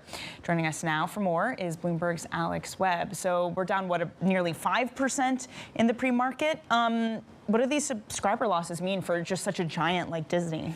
There'd often been a conversation about what is the base layer when it comes to streaming. That ultimately, that's what people thought Netflix was. So you'd have Netflix, and then you would add other things on top of that. That thesis started to fall apart a little bit. But this does start to make it look as though Disney is very much a discretionary piece, that actually Disney Plus isn't the streaming service that everybody feels they need. It's something that, you know, if you like Star Wars or Marvel, perhaps, and kids' films, then you might get it. Now, there are a lot of people that do like those three pools, but it's not everyone, and not necessarily everybody feels like they need them. Also, some of the new content coming onto Disney Plus hasn't been quite as exciting as the first flush that we saw. That seems to have taken some of the wind out when it's compounded by the economic circumstances. So given that, I mean, how much visibility do they have going forward? Because as you say, the economic circumstances, I mean, there's just still so much unknown at this point. Well, they telegraphed that in this quarter there's going to be $100 million, worse hit to their earnings as a consequence of marketing spend, which presumably is an effort to bring some of these subscribers back. There are renewed efforts now. He said Bob Iger, the CEO, said he's going to try to integrate Hulu, which is technically a sort of joint venture. It's 75% Disney, 25% Comcast, the parent of NBC Universal. Right. Disney has a right to buy that at a particular price. It increasingly looks like that is going to happen because he says he's going to try to merge Hulu into Disney Plus. Well, that's interesting because Hulu is maybe less discretionary. I mean, I remember when I lived in the U.S., like Hulu was a must to have to watch all the shows I wanted to. But the thing that's interesting, actually, if you're here in our part of the world, if you get Disney Plus, all the shows that are on Hulu in the US are on Disney Plus in Europe, right? And so it already is the case in the rest of the world. It's really only in the US's home market. Think about it. You get Handmaid's Tale on Disney Plus in Europe. In the US, you have to have Hulu and Disney Plus if you want to watch Handmaid's Tale and The Mandalorian, for instance. Right. So it's bringing more, it would be in the US, bringing more sort of grown-up content, as it were, onto the main Disney Plus platform. Alex, thank you so much for that. That's Bloomberg's Alex Webb on Disney earnings. Now, coming up later, Francine is going to be sitting down with JPMorgan Chase Chair and CEO Jamie Dimon. Stay with us for that. Plenty more interviews ahead. This is Bloomberg.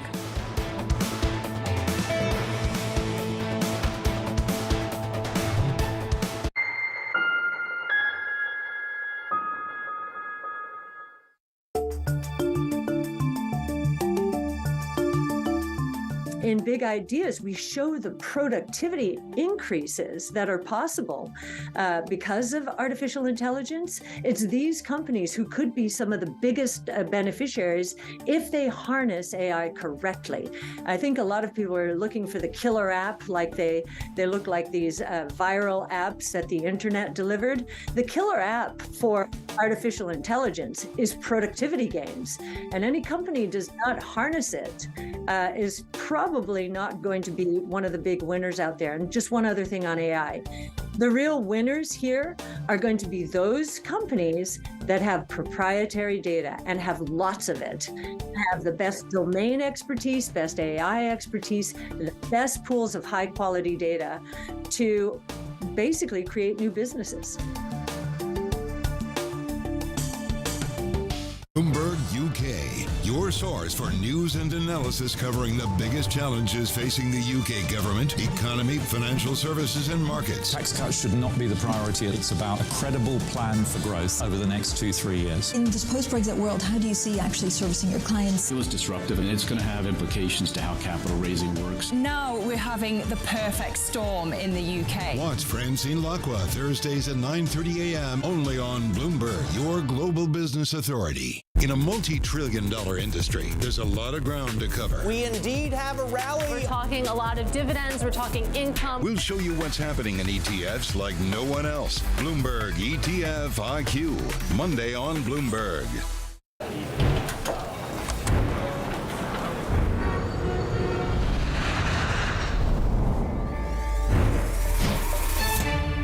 The tag on the product may read Made in the USA, but the sign on the CEO's door often says Made in India. Alphabet's Sundar Pichai, Microsoft's Satya Nadella, IBM's Arvind Krishna, Micron Technology's Sanjay Mehrotra, and that's just the start. Add in the chief executives of Adobe, Deloitte, Gap, VMware, and that doesn't count Indians running companies all over the world. Why have so many Indians risen to the top? Vinod Khosla points to India's incredibly competitive education system. If you can survive the pressure it takes to get into one of the Indian institutes of technology, it gives you confidence to handle American universities and later the business world. Meanwhile, the belief in India's ability to produce so many tech wizards is reinforced every year. Indians make up about 3/4 of the immigrants receiving coveted H-1B visas for the U.S., and it's a safe bet that some of them will eventually find their way to the C-suite.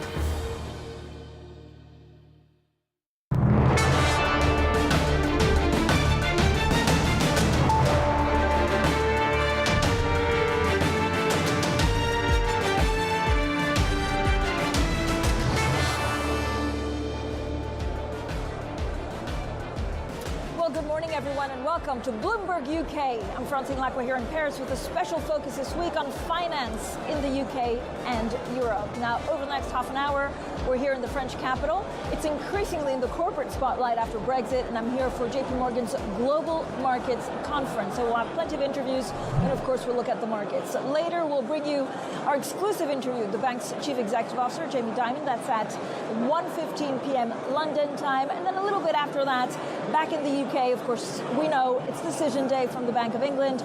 They're expected to raise rates another time, and we'll bring you our interview with the Governor, Andrew Bailey, later today, and that's at 4 p.m.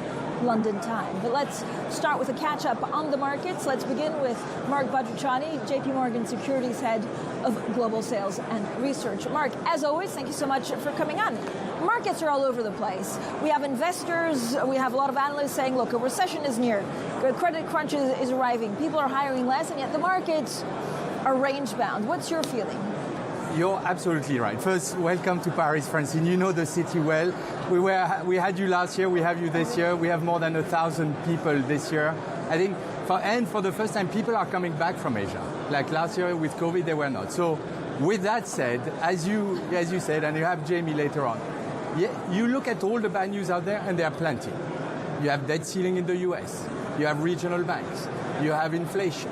You have the Bank of England later today. So you have many reasons, and our clients are telling us we have many reasons to be negative.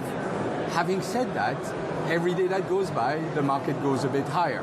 So the question is, what do people really think? They think there is recession and should go lower. What is happening is probably not exactly the same. So I don't really understand market behavior. Is it because people are still fully invested? Is it because of the private markets and the fact that there's still no real alternative? Or is it really that... It's a great question. And if you remember last year, we talked about what people were thinking about commodities. And I made the point making the difference between what people think and what people express in their investment. So we had a survey this morning at the conference. A lot of people are still invested in cash.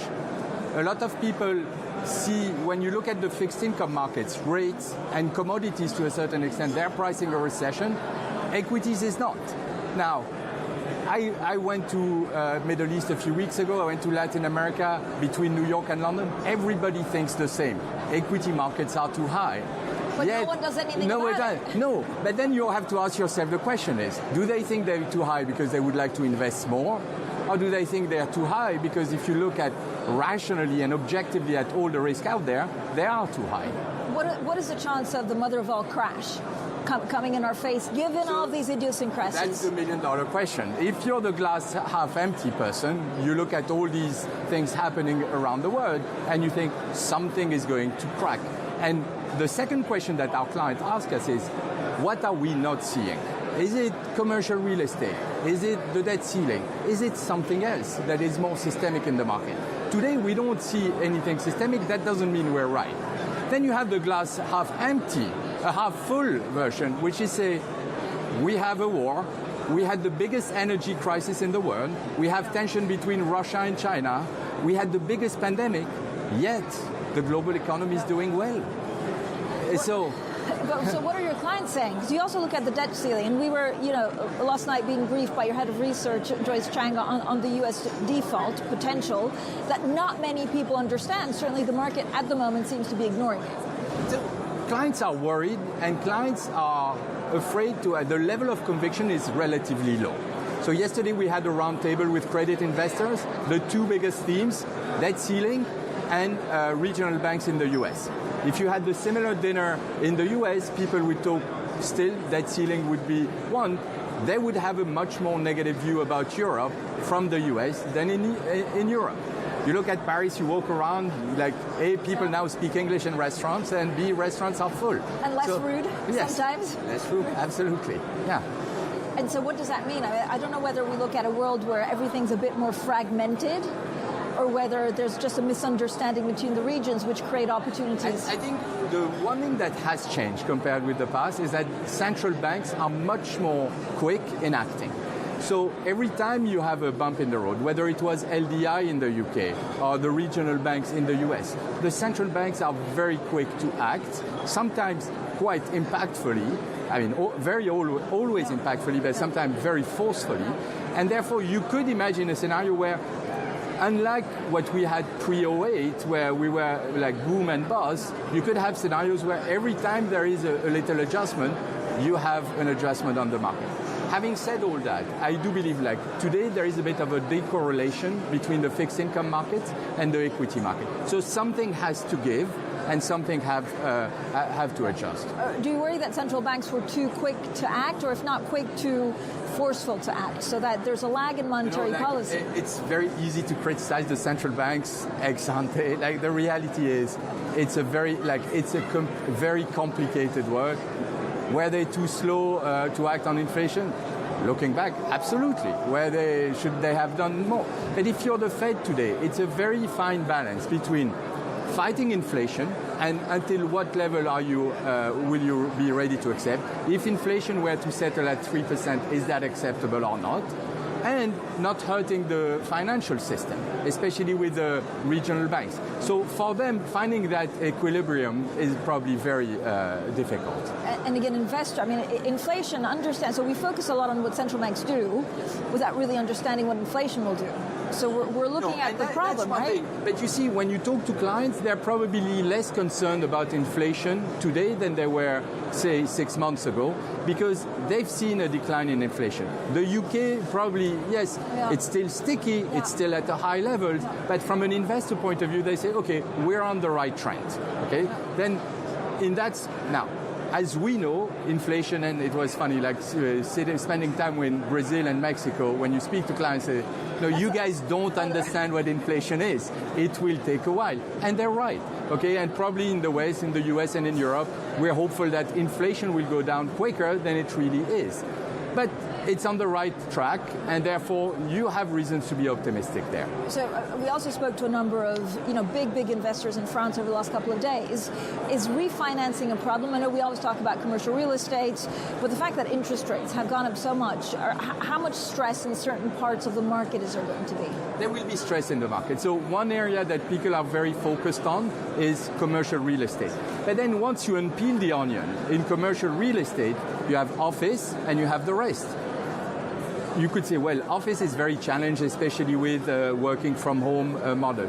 The reality is, if you have an office in San Francisco, yes, that's very challenged. If you have the same office space or newer office space in Miami, you're okay. Like you're oversubscribed. So even there, it's very hard to distinguish the two. The other thing is, it will take time. It's not like you have a wall of refinancing overnight. All these things happen over time, and you have deep pockets sitting on the sideline, like PE firms and sponsors who probably see it as an opportunity. So last time I spoke to you, there were a number other challenges. Yes. Are you a glass half full kind of guy? Because actually, so we saw the banks. JPMorgan played a role in this with First Republic. There was, of course, the ETFs. There's Credit Suisse. But overall, the system has held. The system has held. And overall, if you see like Credit Suisse getting bought by UBS, a few regional banks going under in the US, despite all that, the system is functioning well. And even when we look at what happened last year, you had like S&P going down quite a bit and in a relatively orderly way. And every time you had a bump in the road, I think between the market players and the central bank, it ended up in a good way. So I am a glass half full guy, especially when I travel. I think it's kind of, and if you haven't been lately, go to the Middle East. You're like, that's probably the high end in terms of how positive you can feel. But even in countries without China, yes, but even with, yes, not all of them, and even with oil coming down, I think the word is, and again, as I told you, biggest pandemic, you have a war, you have tension between US and China, you have the debt ceiling. Despite all that, the global economy is growing. Mark, it's also a decision day for the Bank of England. What do you do with the UK? I don't know whether there's a strong inflation. I think there's inflation is probably more challenging in the UK because you have a combination of everything that's happening in the world and Brexit and transition.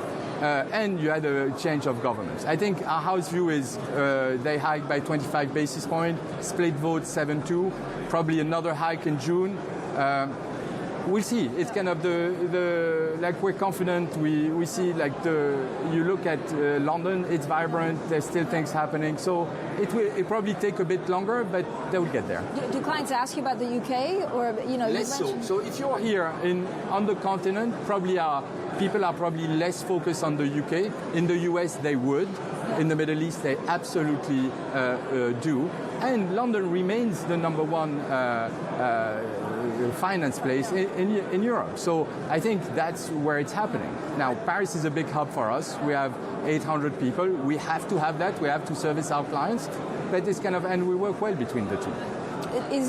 Are we underestimating actually a lot of the geopolitics with China? Yes, and I'm sure you'll discuss that with Jamie tonight. That's the biggest concern for our clients. So today, when we did the poll, number one biggest concern was geopolitics, especially since when you look at it, you have tension escalating between the US and China almost by accident more than by design until you had the Biden-Xi summit. I think things have escalated. From what we hear, from what we see, what our clients believe is that's definitely the biggest risk out there. And clearly people would like to see a resolution on Ukraine. Yeah, and it's difficult to trade, actually. Geopolitics, the problem is that traditionally... Almost impossible to trade. It's impossible. So we had a question on China, if people were investing in China, wanted to invest more. And if you look at the answers, it goes from uninvestable to I'm underweight, I need to increase my exposure. Mark, thank you so much, as always, for joining us. Mark Badruchani there, the JPMorgan Securities Head of Global Sales and Research. Now, we'll have plenty more from here throughout the day. Coming up, Paris reaps Brexit benefits as it seeks to take London's limelight as Europe's biggest finance hub. So we discuss that next with our Lionel Laurent. This is Bloomberg.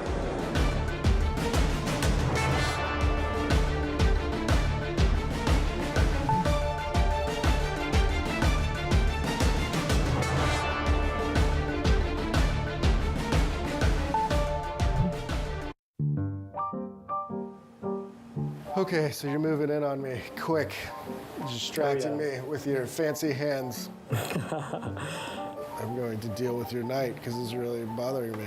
Ah, my knight. Yeah, he's a troublemaker. Yeah. What did you get up to this weekend? You know, just robot stuff. A lot of chess. I was practicing for you. I know you're pretty good. Ooh, I don't like that. I will take this, put it over here. Not cool. Not cool. All right, I will concede. I can see you've got me beat.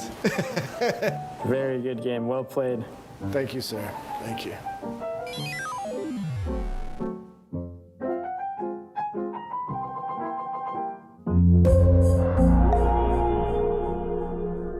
When U.S. jobs numbers are released, Bloomberg brings you crucial data at terminal speed and instant expert analysis. Nobody covers jobs day like Bloomberg.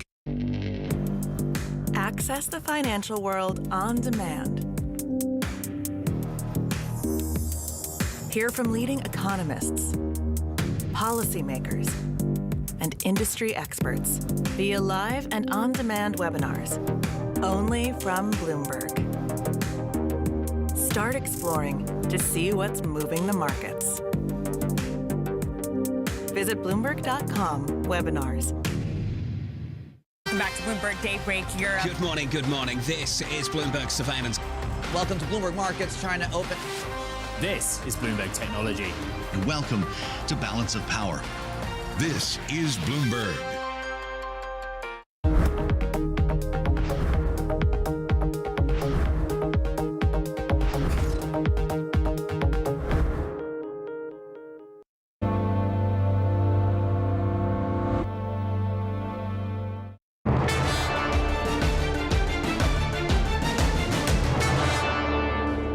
I would definitely think that Paris is probably the best positioned city and France country in establishing the new continental financial services hub, definitely from an asset management perspective. We invested quite a lot in Europe and we decided to establish a sales and trading hub in Paris. Brexit has been, in my view, an accelerator. But the reason why Paris is so well positioned now, it dates probably 10 years, 20 years back. We worked on the legal framework, on the fiscal framework, so that it could be a place to attract new investments.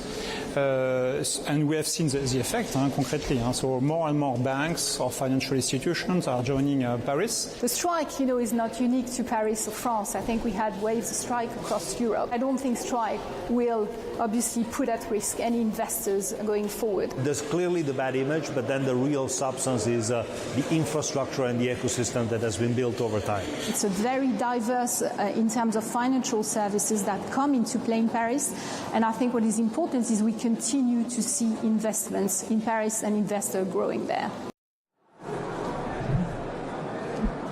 Business leaders there on how Brexit has actually benefited Paris. Now, joining us now, Bloomberg opinion columnist Lionel Laurent. Lionel, first of all, it's very exciting because I think it's this week that you launch a Paris edition of a newsletter, and so you'll be focused on finance and trying to figure out really how France is benefiting from Brexit. So we're here, I mean, JPMorgan does a conference here, a lot of the other banks. How much has it benefited? Hugely.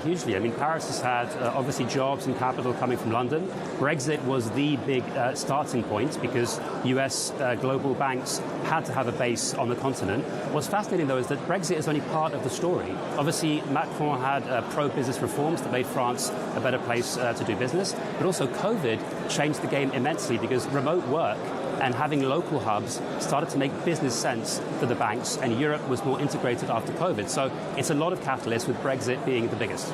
But, Leona, I guess the question is, what kind of numbers are we looking at? So, of course, if you have to service your clients, and if you have some top earners that you want to keep happy and they don't want to go to Frankfurt or they don't want to go to Amsterdam and they want to come to Paris, you keep them here. But does it make business sense hiring here? Because it's so difficult to then restructure, for example, the organization or the union if something were to happen.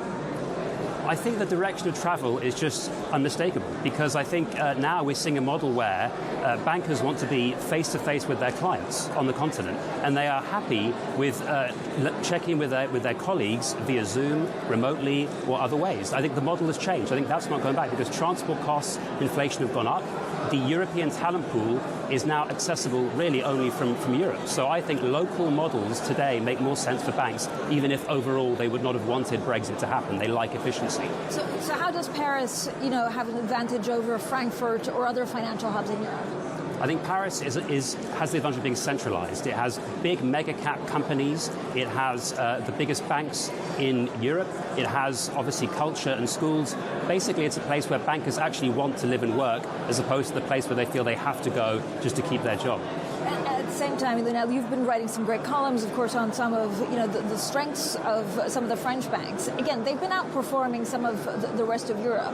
What are the French banks getting right compared to the Italians or the Germans?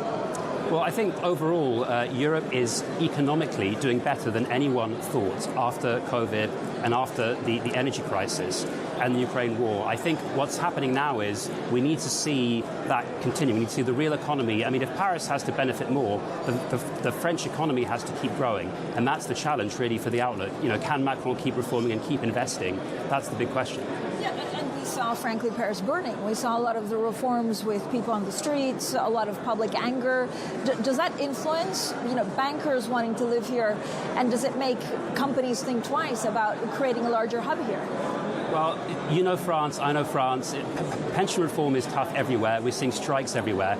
I think that is seen as a temporary thing, because fundamentally, income inequality is relatively low in France. Inflation looks better in France than even in the UK. I think the question is, all of this depends on French debt and French government support. How is that going to continue if debt is being stretched as a proportion of GDP and if Macron is politically constrained? So that's the issue for the future. But how difficult is it actually for President Macron? Because I remember his famous speech saying, look, we're going to roll out the red carpet for entrepreneurs, but also some of the bankers. How difficult is it, as a former hedge fund guy himself, is it to help finance, come to Paris whilst dealing with this huge, social unrest and cost of living crisis? I think it's difficult, but the political story and the economic story are diverging in France. Politically, no question, there's gridlock in France. Macron has a huge uphill struggle to get his reforms through. But economically, you just have to admit that France is not doing too badly relative to other countries. That's part of why bankers stay here and think there's a reason to stay here. It's not just Macron rolling out the red carpet, it's the rest of the economy. So, I'm excited about your newsletter. I think it comes out tomorrow for the first time. What time? So it's coming out Saturday. We're doing a kind of weekend takeover of the Brussels edition. No, we work 24/7 at Bloomberg, even in Paris. We're going to take over the Brussels edition newsletter, and it's going to be a weekly roundup of everything you need to know from the ground, local knowledge, but with a global perspective, news, views, markets, finance, economics, luxury, the whole gamut from Paris, but for a global readership. Great. I'm going to subscribe. You subscribe, right? You go online, you log in and subscribe. Yes. There you go. Lionel, thank you so much for joining us. Lionel Laurent from Bloomberg Opinion, and now newly minted newsletter in charge as well. Coming up, we'll discuss what the future holds for London after a barrage of criticism from some city leaders. We'll have a full roundup of that criticism and those critics next. This is Bloomberg.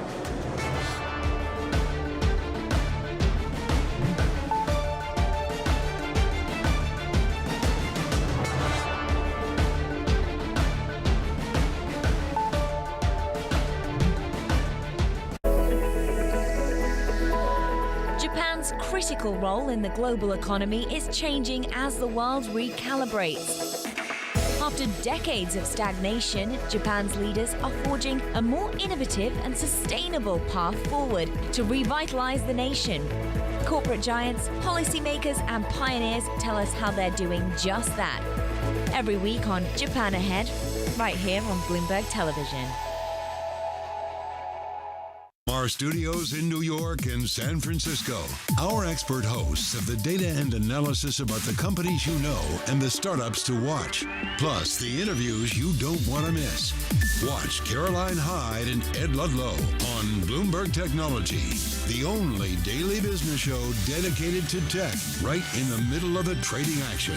12 p.m. on the East Coast, 9 a.m. in the West. Only on Bloomberg Television, your global business authority.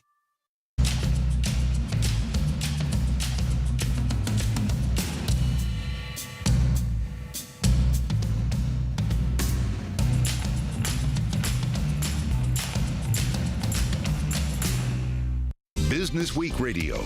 Live weekday afternoons at 3 p.m. Eastern. We got a little bit of talking. Come on, are you guys ready? Harnessing the power of Bloomberg Business Week. Carol Masser and Tim Stanovic bring you the latest news from the worlds of business, technology, politics, and more. How does the Fed play into this and what the Fed does potentially? This is so exhausting and this is so all-encompassing. Listen on Bloomberg Radio and streaming on YouTube and Bloomberg Originals.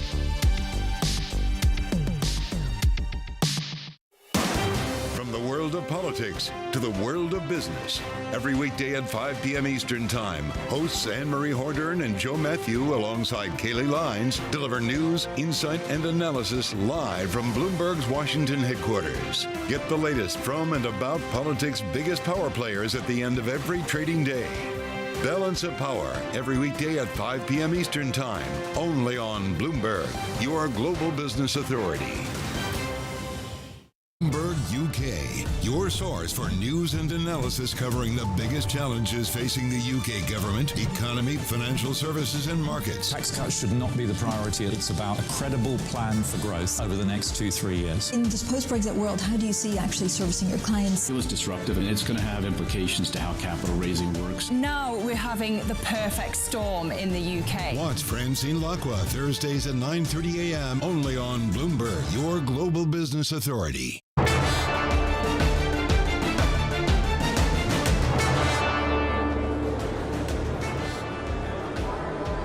JPMorgan's top executive in Europe says Brexit has cannibalized London's listing pool. Now, data compiled by Bloomberg actually shows listings in the English capital have raised just $18 million so far this year. That's less than 1% of Europe's total. Now, Will Shaw from our finance team joins us now. Will, what does the future then look like for London? And good morning.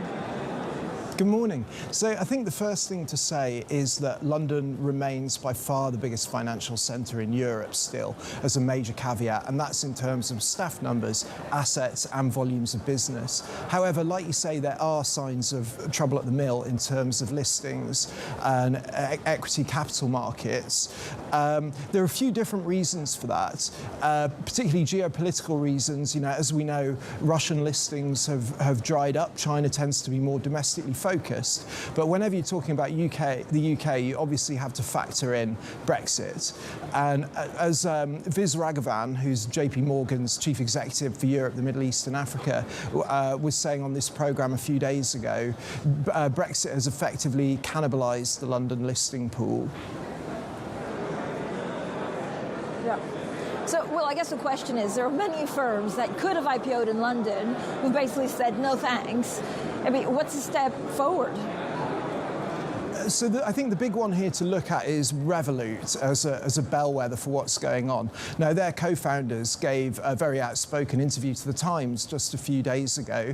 They said they had no intention of listing on the London Stock Exchange. They had a laundry list of problems that they pointed to. They said the regulatory environment was unclear, which made things uncompetitive completely, particularly when compared with the United States. They talked about red tape, about high taxes, and a skills shortage from Brexit. So generally, you know, there is a sense of pessimism around listings in the UK. Again, I'd come back to that caveat. You know, a lot of the talk at the moment is about Paris, about how well France is doing. The UK remains like very dominant in terms of financial services. Well, Thanks so much, Will Shaw there from our finance team. Now, don't forget also to listen to our podcast, and you can subscribe to In the City as well. It's the one I host with David Merritt, and you can find Apple Podcast, Spotify, or wherever you get your podcast. New episodes drop every Thursday, and today we talk about some of the CBI scandals. A reminder, BOE decision, that's at 12 p.m. London time, and then we have a special interview with the governor. This is Bloomberg.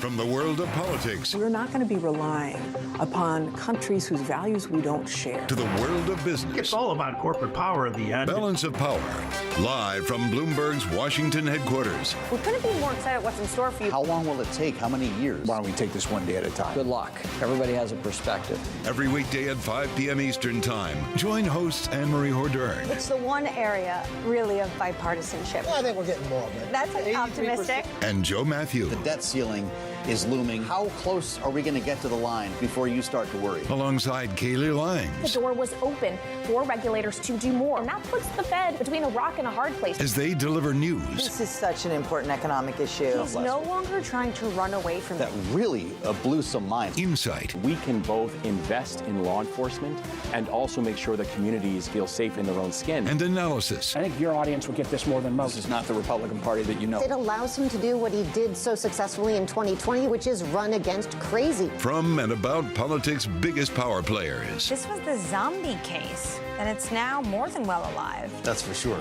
with two more potentially to come. I'm willing to have this battle. It is vitally important. This is the intersection of Washington and Wall Street. Bringing people directly to the decision makers Right. that impact your investments and your life. Balance of Power, every weekday at 5 p.m. Eastern, only on Bloomberg, your global business authority. Access the financial world on demand.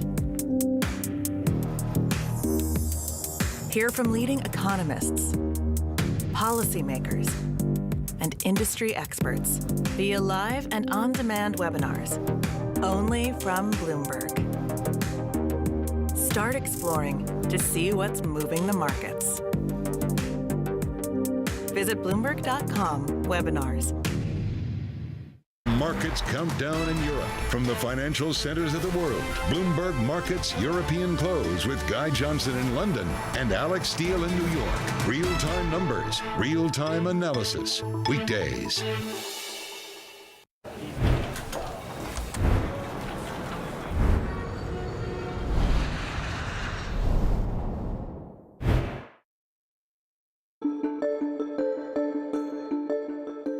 Do you think New York is as safe as it was when you were in the government? It's not as safe as it was. Crime is clearly rising.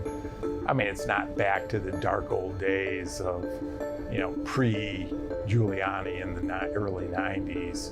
But we got to be careful because safety is the foundation of everything. And so I know the current mayor is committed to reducing crime. But we're going to have to be incredibly aggressive in making sure that crime does not increase. Are you involved any longer in New York City matters, or you're advising New York City? The mayor and governor actually asked me to co-chair a panel or a task force on reviving the commercial districts throughout the city. So I've been in the middle of that.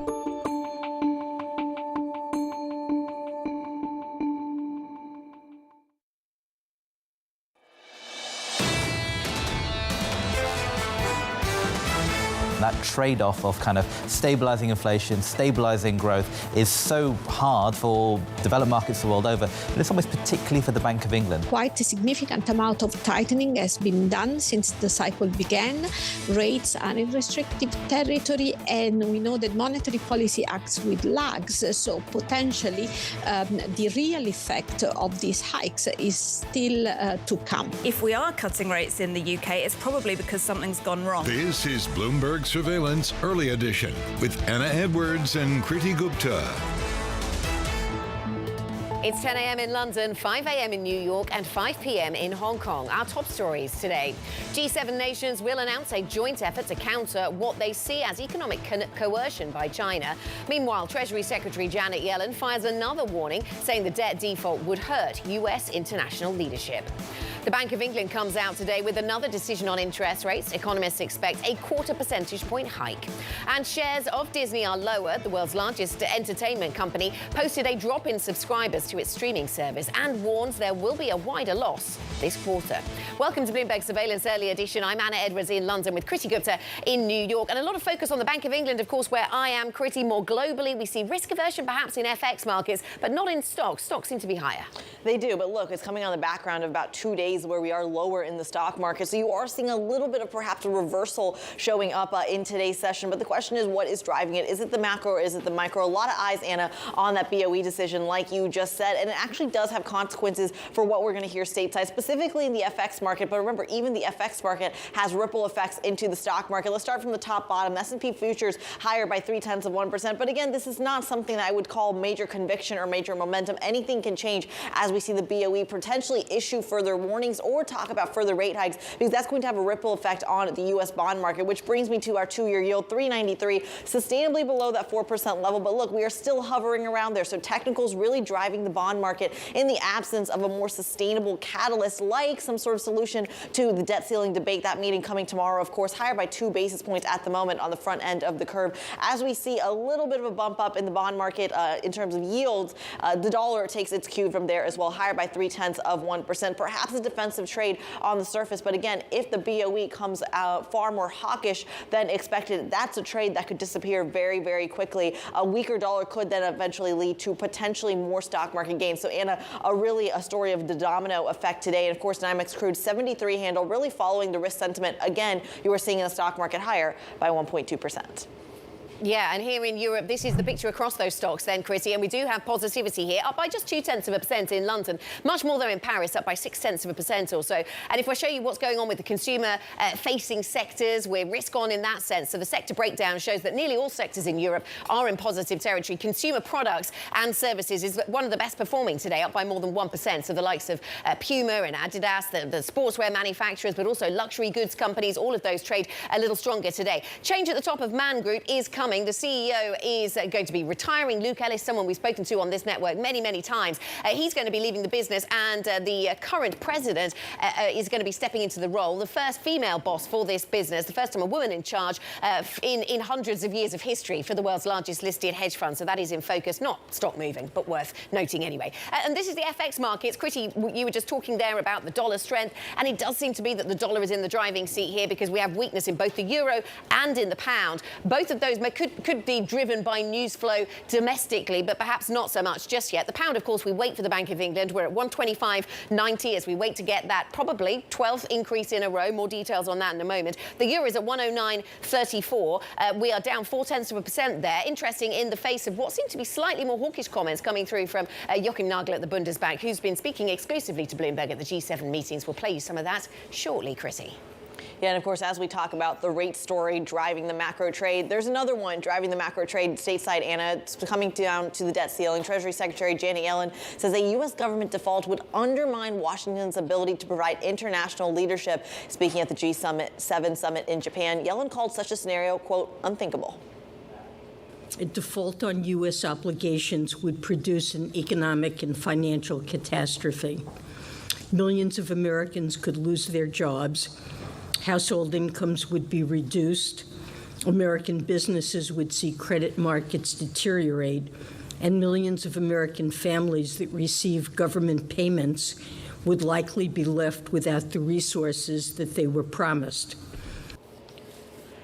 Joining us for more is John Herskovitz, Bloomberg East Asia government editor in Tokyo. John, a pleasure to have you on the show. Walk us through the thinking here. I mean, I think it's a no-brainer that this is going to be a disastrous consequence, one that we haven't seen in history, even though we seem to get closer and closer in each iteration. What is the thinking like on G7? Just how much panic is there? G7 right now, people understand the situation that's going on and the enormous stakes that are involved. And the comments from Yellen just reinforce what could happen. And she's speaking to an audience that really understands the risk of a U.S. default. Meanwhile, in the U.S., we have Joe Biden. He went out to say to a congressional district in the Hudson Valley of New York, a swing district, to say the world would be in trouble if there was a default. He's trying to pick off a few Republican votes. So we have this push at the global level with Yellen and this local level with Biden, just trying to get a vote or two or three or four, whatever he can get, to get the votes that he needs on this crucial piece of legislation. And John, let me ask you about another talking point over there at the G7, and that is around all things China. We mentioned in our headlines the thoughts around economic coercion, and that seems to be a geopolitical talking point. But in terms of the economics coming out of the world's second largest economy, the inflation numbers, I mean, they're really incredible. The drop down we've seen from 0.7% to 0.1% in year-on-year CPI. This is the kind of move that other central banks globally can only imagine. Yeah, it's some of the worst numbers that have been seen in a couple of years, and it's really pushed the idea of whether macroeconomic stimulus or stimulus will be needed in some form.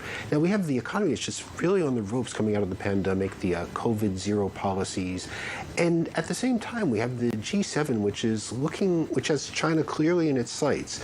The idea that they see China as a coercive power, and they want to take it on. Now, there's some debate as to whether this would mean decoupling, separation from China, or just de-risking, making China less crucial to global supply lines for key materials.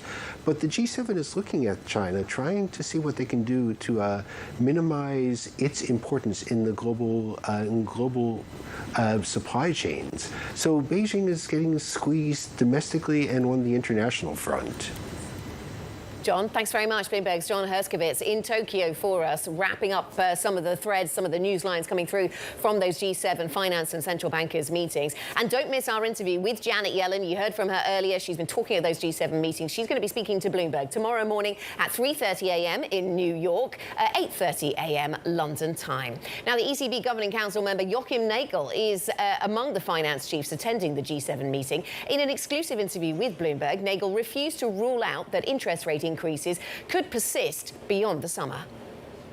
I guess there's nothing off the table, so I'm not speculating here. I think what I realize is that, first of all, and this is good news, that the headline inflation is coming down. Core is still very sticky, but this is also not a surprise. Food inflation is still very high. So what I see is that we are coming closer to the restrictive territory, but we are not there. Joachim Nagel there. Alexander Weber joins us, Bloomberg European economy reporter in Frankfurt. Alex, good to speak to you. So is the consensus, what does the consensus look like then around the ECB? Is there a slight move towards a little more hawkishness, all this talk of ongoing hikes? Yeah, it is definitely notable that Joachim Nagel and some of the other officials who've spoken recently are refusing to endorse market expectations, which are for just 2 more hikes in June and July.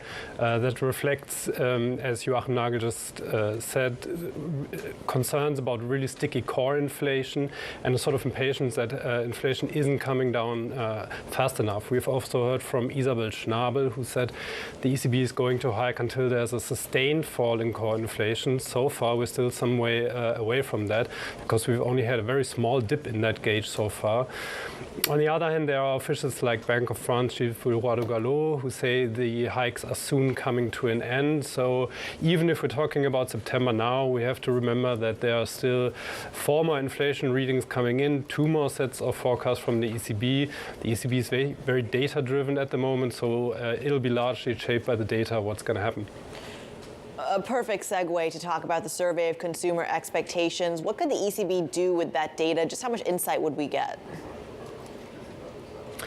I mean, it's definitely will be taken as a sign of concern. The ECB is watching inflation expectations very closely because they think that if they get stuck above the 2% target, they could perpetuate inflation.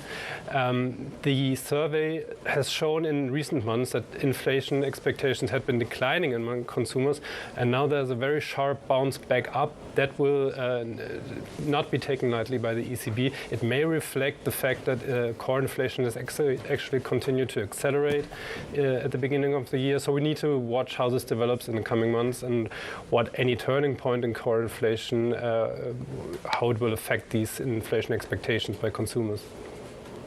Alexander, thanks very much. Bloomberg's Alexander Weber there in Frankfurt for us. Now, in earnings news, Disney posted a drop in streaming subscribers and predicted a wider loss, despite CEO Bob Iger's aggressive cost-cutting strategy. Joining us now to discuss, Bloomberg's Alex Webb on set with me here in London. Good morning to you, Alex. So what does this subscriber loss, what does that mean for Disney? Because I thought the focus was supposed to be on profits and not subscribers this time around. Yeah, I mean, I think what we've seen with Disney is they're in the middle of a bit of a pivot. They had really gone all in on Disney Plus in the effort to become a growth stock. Of course, growth stocks now, given the economic circumstances, given the rates conditions, are being punished. So they're sort of pivoting back a bit towards value. The CEO has suggested that the dividend might maybe be reintroduced later this year. What Disney Plus itself is in the broader spectrum of streaming services is clear it's kind of discretionary. Like Netflix might be considered the base layer for some, and you add Disney Plus if you want it. Changes to new advertising tiers, things like that, have helped or hurt the business reduce the number of subscribers. Well, to Anna's point there about the subscriber story, I mean, everyone was talking about how the parks business was going to be kind of the redeeming factor for Disney, and perhaps where a lot of Bob Iger's specific cost efficiency plans showed up. What have we learned about that part of the business? Things really worked, actually, there, particularly in the international business, which returned to profit after having been loss-making. They posted quite significant profits in the park business, which now represent almost 3/4 of total profits. So it's, when you think about the way Disney is valued and when it was getting those huge valuations during the lockdowns on the basis of Disney Plus, a huge chunk of that business remains what some might consider a relatively stodgy theme parks business. Alex, thanks very much. Alex Webb with analysis on Disney earnings. And we'll get more thoughts on Disney, the report they put out, what's the future looking like for this business. Citigroup's Managing Director, Jason Bazinet, joins us a little bit later on to talk us through his thoughts on the business. Coming up, Callum Pickering will be with us, Berenberg senior economist. We'll mop up inflation data from the US and China, the world's two biggest economies. Really fascinating stories. We also get the Bank of England rate decision, of course. Plus, Bloomberg is live at the JPMorgan Global Markets Conference in Paris. Later today, we will be hearing exclusively from JPMorgan CEO Jamie Dimon. That's at 8:15 New York time, 1:15 p.m. if you're in London. Earlier today, we heard from Franklin Templeton CEO Jenny Johnson. Banking is a game of confidence, right? And so if there suddenly becomes a wave of people who, via social media, start to say, oh, I'm worried about this, suddenly you do see this withdrawal. Hopefully that's calmed down and we won't see it. I don't know that we've fully seen the implications of what's happened with some of the regional banks, but I think we shouldn't see too much more.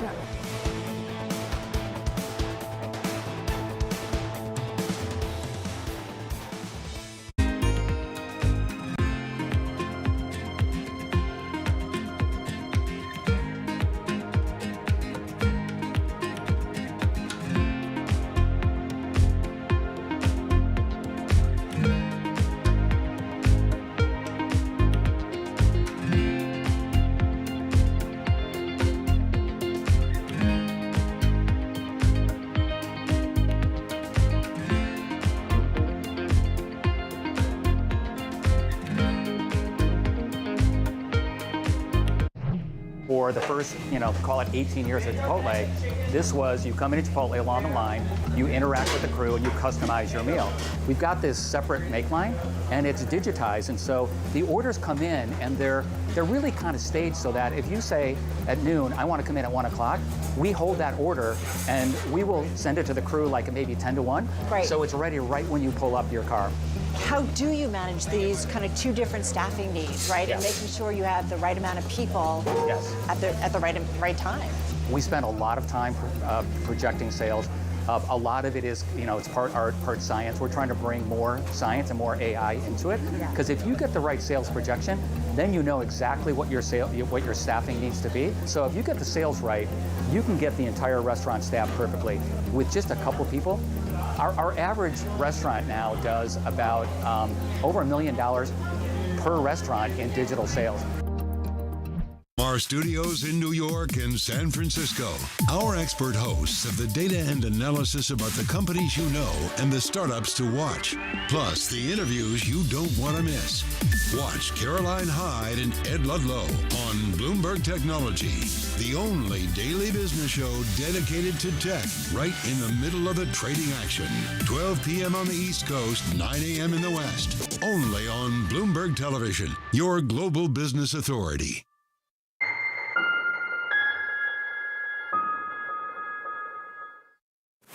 Today, Bloomberg continues its coverage of the JPMorgan Global Markets Conference in Paris with an exclusive interview with JPMorgan CEO Jamie Dimon in the wake of the bank's purchase of First Republic. Join Francine Lacqua at 8:15 a.m. Eastern as they discuss the banking crisis, taming inflation, jobs, and more. It's all happening live on Bloomberg Television and Radio, your global business authority.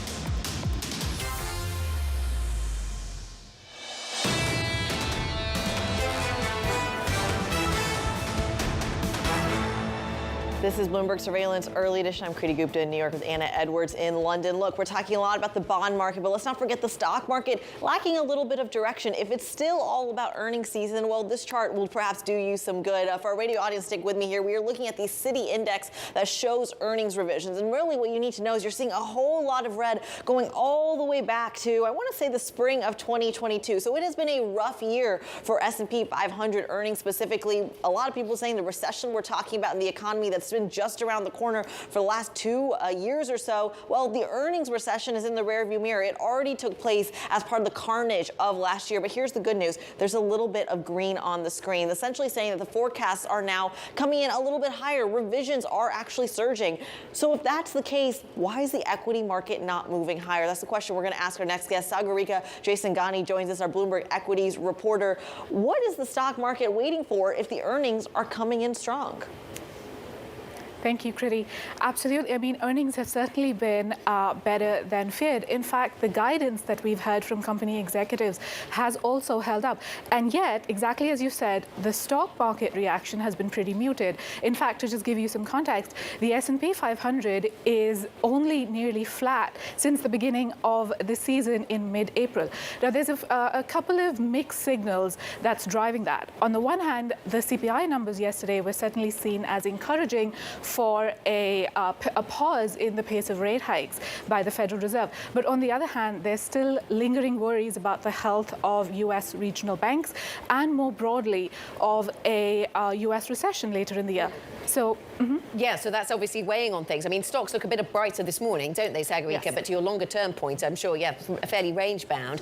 What about other things that markets might be watching in the earnings story, like buybacks, for example? We noticeably heard some of that from some in the energy space, but maybe not quite what they were previously. So how's that story developing? Absolutely. I think buybacks was a very strong theme at the start of the year. In fact, January got off to a record start for the U.S. That trend, unfortunately, has not held up as we've proceeded through 2023. In fact, data from Goldman Sachs earlier showed that U.S. buybacks fell 21% in the first quarter compared with last year.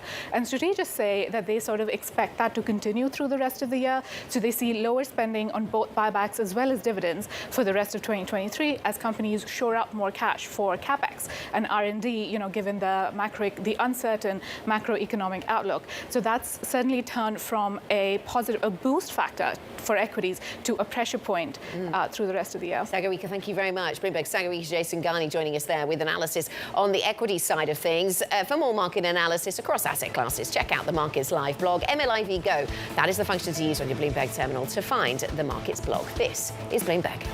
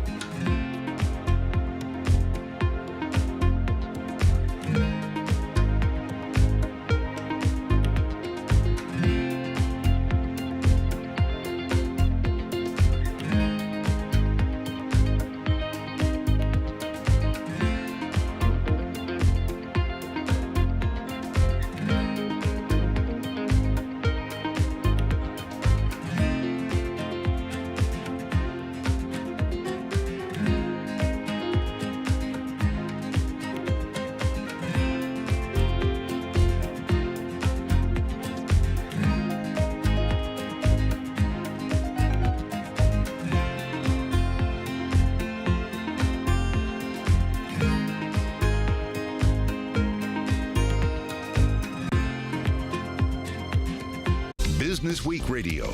Live weekday afternoons at 3 p.m. Eastern. We got a little bit of talking. Come on, are you guys ready? Harnessing the power of Bloomberg Business Week, Carol Masser and Tim Stanovic bring you the latest news from the worlds of business, technology, politics, and more. How does the Fed play into this and what the Fed does potentially? This is so exhausting and this is so all-encompassing. Listen on Bloomberg Radio and streaming on YouTube and Bloomberg Originals.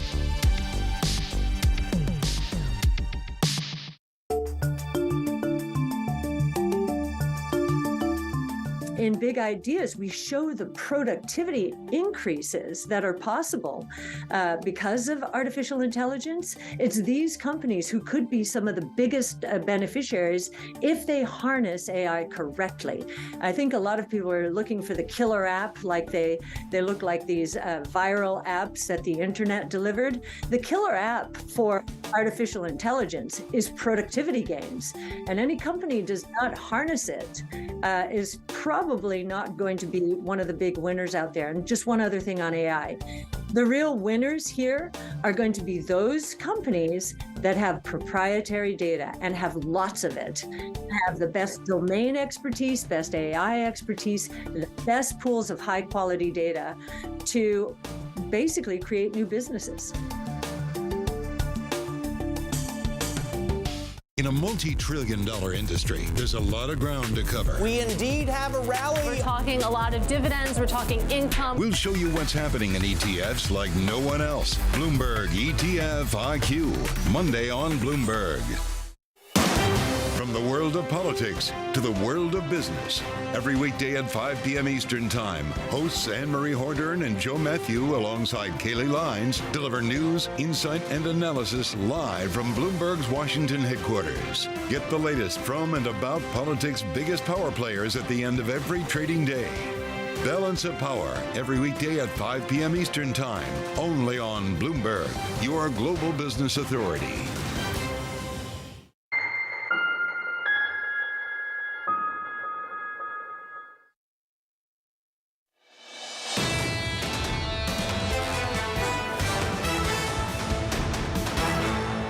This is Bloomberg Surveillance Early Edition. I'm Kriti Gupta in New York with Anna Edwards in London. Now keeping you up to date with news from around the world, here's the first word. For a third day, Israel and Palestinian militants in the Gaza Strip exchanged fire. Islamic Jihad squads launched more than 500 rockets towards Israel. Meanwhile, Israeli aircraft killed the group's chief rocket maker in Gaza. Efforts to reach a ceasefire have not worked. Ukraine is preparing for a counteroffensive against Russia, armed with more than $30 billion in weapons supplied by its allies. But the weapons may not be enough.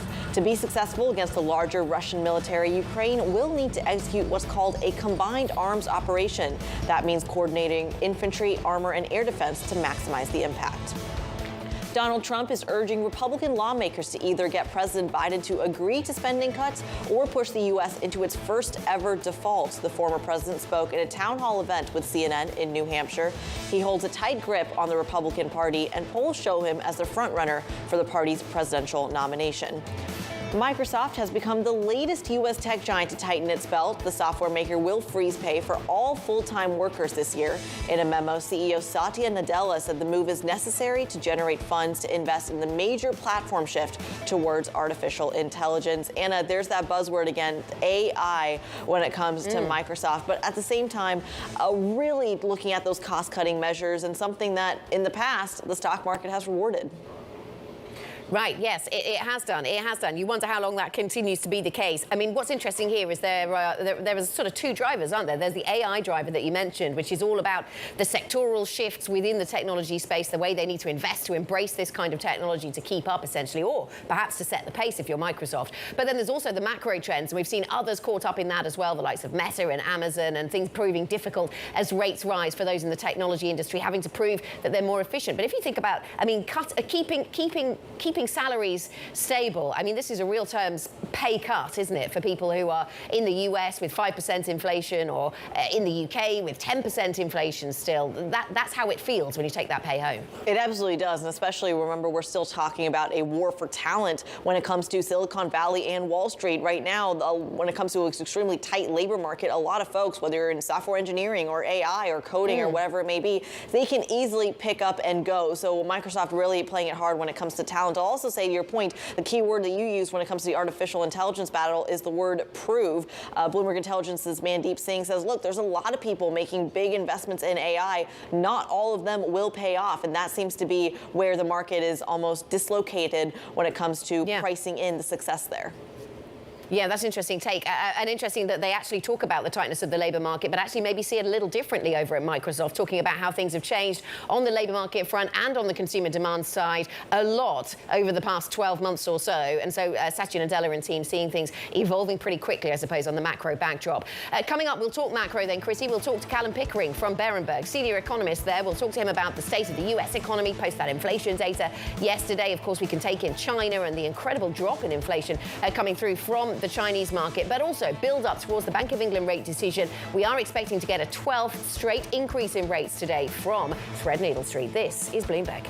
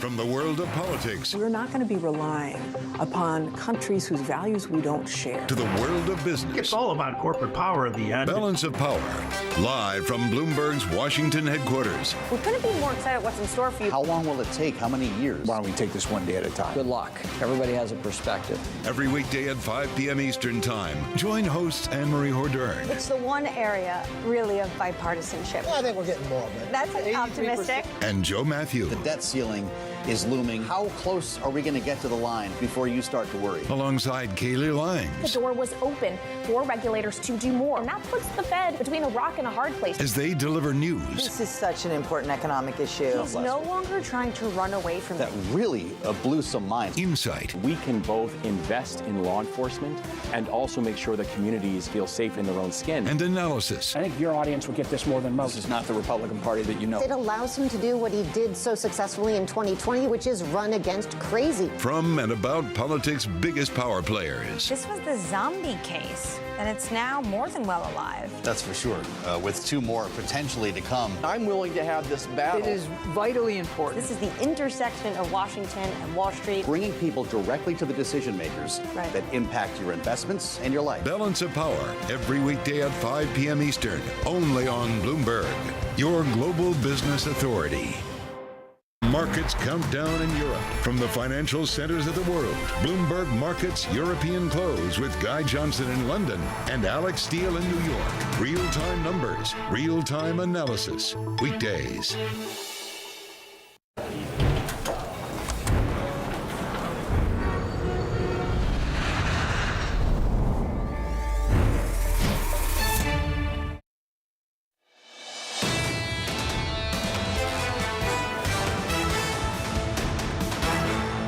This is Bloomberg Surveillance Early Edition. Here's what you need to know. G7 nations will announce a joint effort to counter what they see as economic coercion by China. Meanwhile, Treasury Secretary Janet Yellen fires another warning, saying the debt default would hurt U.S. international leadership. The Bank of England comes out today with another decision on interest rates.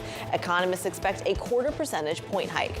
And shares of Disney are lower. The world's largest entertainment company posted a drop in subscribers to its streaming service and warns there's going to be a wider loss this quarter. I'm Kriti Gupta in New York with Anna Edwards in London. Anna, a lot today just on the macro front, but I got to say a little bit of a stalemate. Yet on the earnings front, things seem to be moving. What do you see? Yeah, here in Europe, we see European stocks moving a little bit higher, up by around 0.5%. Consumer products and services, that was the best performing sector last time we checked in a little earlier on this morning. We're seeing most sectors in Europe in positive territory, picking up on a little bit of the strength coming later in the day yesterday on Wall Street that perhaps we missed out on. But then US futures have been pointing higher as well. So backward and forward looking, there seem to be drivers to the upside for European stocks. So we go higher on European stocks. Man Group, just worth a mention because there will be soon change at the top. Luke Ellis is going to retire as the CEO. The current president is going to be made the new CEO over at this incredibly old and storied hedge fund, of course, the world's largest listed hedge fund. And they're going to put a woman in charge of the business for the first time. So worth a mention there. The euro is at 109.30, down around 0.5% against the US dollar on a day when we saw maybe at the margin some more hawkish commentary coming through from certain ECB officials. Certainly an acknowledgement that hikes are still ongoing at the ECB. But I suppose we heard that last week from Christine Lagarde, no pause. The pound is at 125.89, down by 0.3% for the UK currency. We're waiting, of course, Chrissy, for details from the Bank of England, both on the size of the hike. The market is expecting to get a hike of 25 basis points. So we'll look for confirmation of that, but also any guidance about the future. We'll get into more conversations on that shortly. Yeah, and a ripple effect that you're definitely going to feel stateside as well if it all comes down to the rate story and whether the BOE is essentially the last hawk standing when it comes to tightening rates. Well, that's going to have a ripple effect on the bond market, on the currency market, and then as a function, the stock market as well. For now, futures higher by about 0.3%, taking their cue from Europe, Anna, and essentially the momentum you are seeing there. But again, anything can change in just 3 short hours. The 2-year yield at 3.91. It is starting to pair a lot of those losses that we saw earlier in the session. So you are starting to see the yield actually come down just a little bit, but still higher by about 1 basis point. Again, it all comes down to the BOE. What do they suggest and what are the ripple effects for the rest of the market? The dollar taking its cue as well. Yields higher, but only marginally. The dollar seeing a little extra strength, higher by 0.3%. But again, a pound could change that. More action there, at least, could change that. NYMEX crude trading at a 73 handle. Interesting to see a little bit more of risk sentiment in crude and commodities reflect what you're seeing in the future story, because Anna, commodities are not necessarily kind of that recession gauge that we are so used to using them for. Instead, trading more on again, sentiment and what the stock market and arguably what the bond market is telling it to do. Absolutely. Let's get into our next conversation then, Chrissy. Callum Pickering joins us, Berenberg's senior economist, on the day when the Bank of England meets to set interest rates. Callum, very good morning to you. So one of my colleagues said Happy Bank of England Day. I don't know if that's the correct greeting in the City of London, but maybe we'll make it a thing. Callum, talk me through your thinking then from the BOE. A 12th hike expected, 25 basis points, 7-2, the vote split. Those seem to be the expectations. What's your thinking? No, I agree. I think the money market basically has it right. 25 basis points virtually guaranteed. I think almost all market economists are thinking the same thing. The question is going to be whether or not the Bank of England go again. We're looking probably at an upside risk for June, but it's certainly not guaranteed. What will matter is the Bank of England's forward guidance. Do they go Fed or do they go ECB? Probably in the middle. They stay in the middle. There will be data dependent, which means the complication for markets is what does the Bank of England forecast for inflation? And within the overall forecast, there will be a 3-month forecast for headline inflation. So basically, whether or not they hike in June will depend on where inflation comes in the next couple of months relative to what the Bank of England forecasts. So we probably don't find anything out today, actually. OK, right. Well, that's going to be interesting in itself, I suppose, or infuriating. There seems to be this classic split in expectations between what economists are saying will happen in the next few months and what the markets are saying. A lot of economists saying this could be the last hike, whereas markets seem to have priced in a couple more. I mean, where's all that coming from? Well, I think this should be the last hike, actually. All of the forward-looking data suggests that the Bank of England can look forward to some significant disinflation over the next few months, quarters. And keep in mind, for the UK, fiscal policy is tight. It's not tight in the US, it's not tight in the Eurozone, so that's also disinflationary.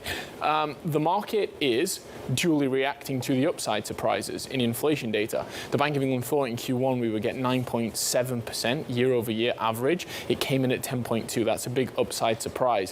What I expect to see is the market basically come down if inflation comes in line with the Bank of England's expectations. And so I think the market needs to come back just a little bit. Yeah, we kept thinking, Chrissy, that we were going to get these prints below 10%, and we kept being denied. We'll see what the Bank of England has made of that. Yeah, not a great sign, especially when you're dealing with a cost of living crisis that I believe at the IMF spring meeting said would last years, and not certainly seeing the pace of recovery that we're perhaps going to see stateside or even in the EU. Callum, to that point, just when or what a kind of a beacon is the Bank of England looking forward to take the same stance as the ECB and as the Federal Reserve that, you know, now it is the time to stop hiking? Well, I think the problem that the Bank of England has is if you were to speak to the economists and policymakers, say, well, where do you think inflation is going to be 18 months from now? I think the consensus would be below 2%. And on that basis, you say, well, why are you hiking any further? But keep in mind, inflation data came in above expectations in context of an economy that was much stronger than expected. Now, I'm basically a known optimist on the UK, but even in the middle of last summer, I was expecting a 2.5% decline in real GDP over the course of winter. And instead, economic activity has been flat. So there's been a huge upside surprise in output. So if the economy is stronger than expected and inflation is coming in higher than expected, that is a signal that the economy is tolerating higher interest rates better than the Bank of England had anticipated. And so caution argues for the Bank of England to keep edging up. But once you get that inflection on inflation, then you can look to the forecast and say, well, let's just consider where the economy and inflation are heading. But we're just one meeting away from that, I think, and then June will be the decisive meeting.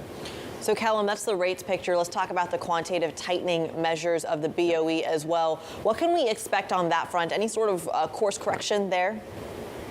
No course correction. The Bank of England is very confident that the UK banking system is well capitalised and has enough liquidity to tolerate any risks from the US market. That's important. And second, the bond market seems to be stable. I actually don't like the term quantitative tightening. I would prefer if we called it quantitative reversal. Why? Because the Bank of England, like the Fed and the ECB, are basically saying this is an operational consideration. We intend to do no tightening whatsoever. If markets are calm, this happens in the background, and then we'll pause if we see some problems in markets on the financial policy side. And so I don't expect anything economically significant from the Bank of England on QT. It will just be in the background. We're going to continue this quantitative reversal, focus on interest rates as the marginal policy tool. And Callum, going a little further afield, of course, all this taking place in the backdrop of global markets, there's a lot of focus on the debt limit in the United States, and those conversations ongoing. We expect that to continue up to the well, who knows, X day, early June perhaps. How are conversations with clients going on around this? I mean, are you taking our clients and the conversations adopting some nuance, or is it very binary? It's a sort of either it happens or it doesn't happen, and you prepare accordingly? Well, so the US economy is the conductor of the global economic orchestra, absolutely no doubt. So what happens in Europe depends a lot upon what happens in the US, and so rightly so people are nervous, but also no one really believes that the US will default, and they shouldn't either. So probably you do get some political fix. When and how that happens is uncertain. We've been here before on a number of occasions. For Europe, it really matters because the US is likely to head into a recession this year, mild recession with a lowercase m, but politics can have a bearing on economics. So if things really go the wrong way in the US, that points towards a deeper economic recession.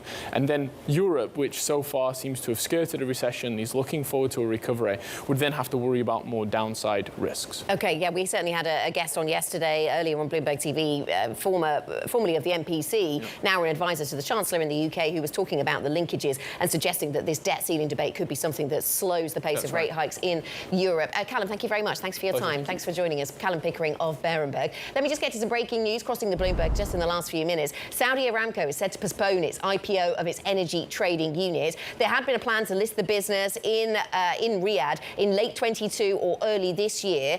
They were seeking a valuation of more than $30 billion. The reasons that are quoted by people familiar with the matter who've been talking to Bloomberg, the business now feels it'll be difficult to list such a large business on the Riyadh bourse at the moment. And the Saudi firm also wants to take more time to complete the integration of its main trading unit with the trading arm of its US refining business, Motiva Enterprises. rises. So a lot to think about when it comes to that listing story and no doubt the energy markets. Coming up, we will get back to some of the corporate earnings stories we've been following over the past 24 hours. Disney in focus.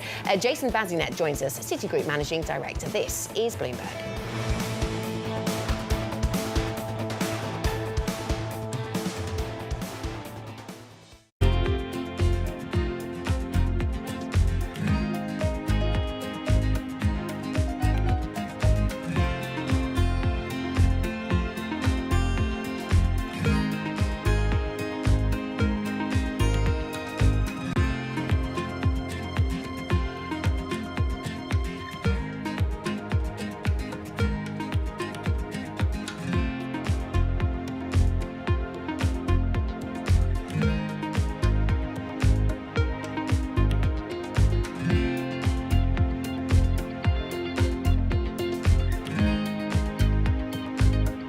CFOs are reshaping the C-suite. Bloomberg's chief future officer shines a spotlight on these dynamic leaders. Today's CFO has to be much, much more than a bookkeeper. One of the most important things is looking around the corner.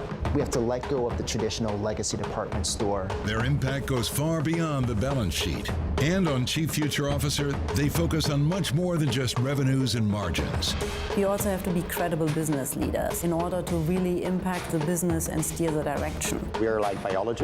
We need to deeply understand the financial DNA of a company. People just come with a playbook and say, okay, we're going to roll that. Don't do that. Think longer term. It's an amazing time to be in this role. It's a lot more than the profit today. It's building the future of tomorrow. Get passion, perspective, and more from the Chief Future Officers of some of the world's most influential companies. A new episode every month, only on Bloomberg. Bloomberg has enhanced search on the terminal to deliver what you need when you need it.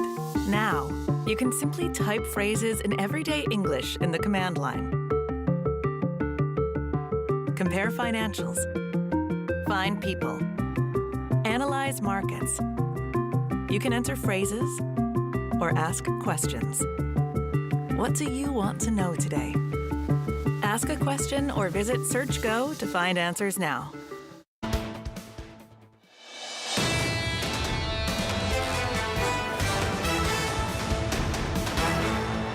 This is Bloomberg Surveillance Early Edition. I'm Kriti Gupta in New York with Anna Edwards in London. Has Bob Iger lost his magic touch? Disney shares are falling in the pre-market. It kind of seems like it based off that. That's coming after another drop in streaming subscribers. Joining us now to discuss is Jason Bazinet, Citigroup Managing Director. He's got a buy rating on the stock and a $130 price target, implying about 37% upside. Jason, a pleasure to have you on the show. Thank you for waking up early for us. This story of cost efficiency is something that is going through all tech names, if you can include Disney as officially a tech name.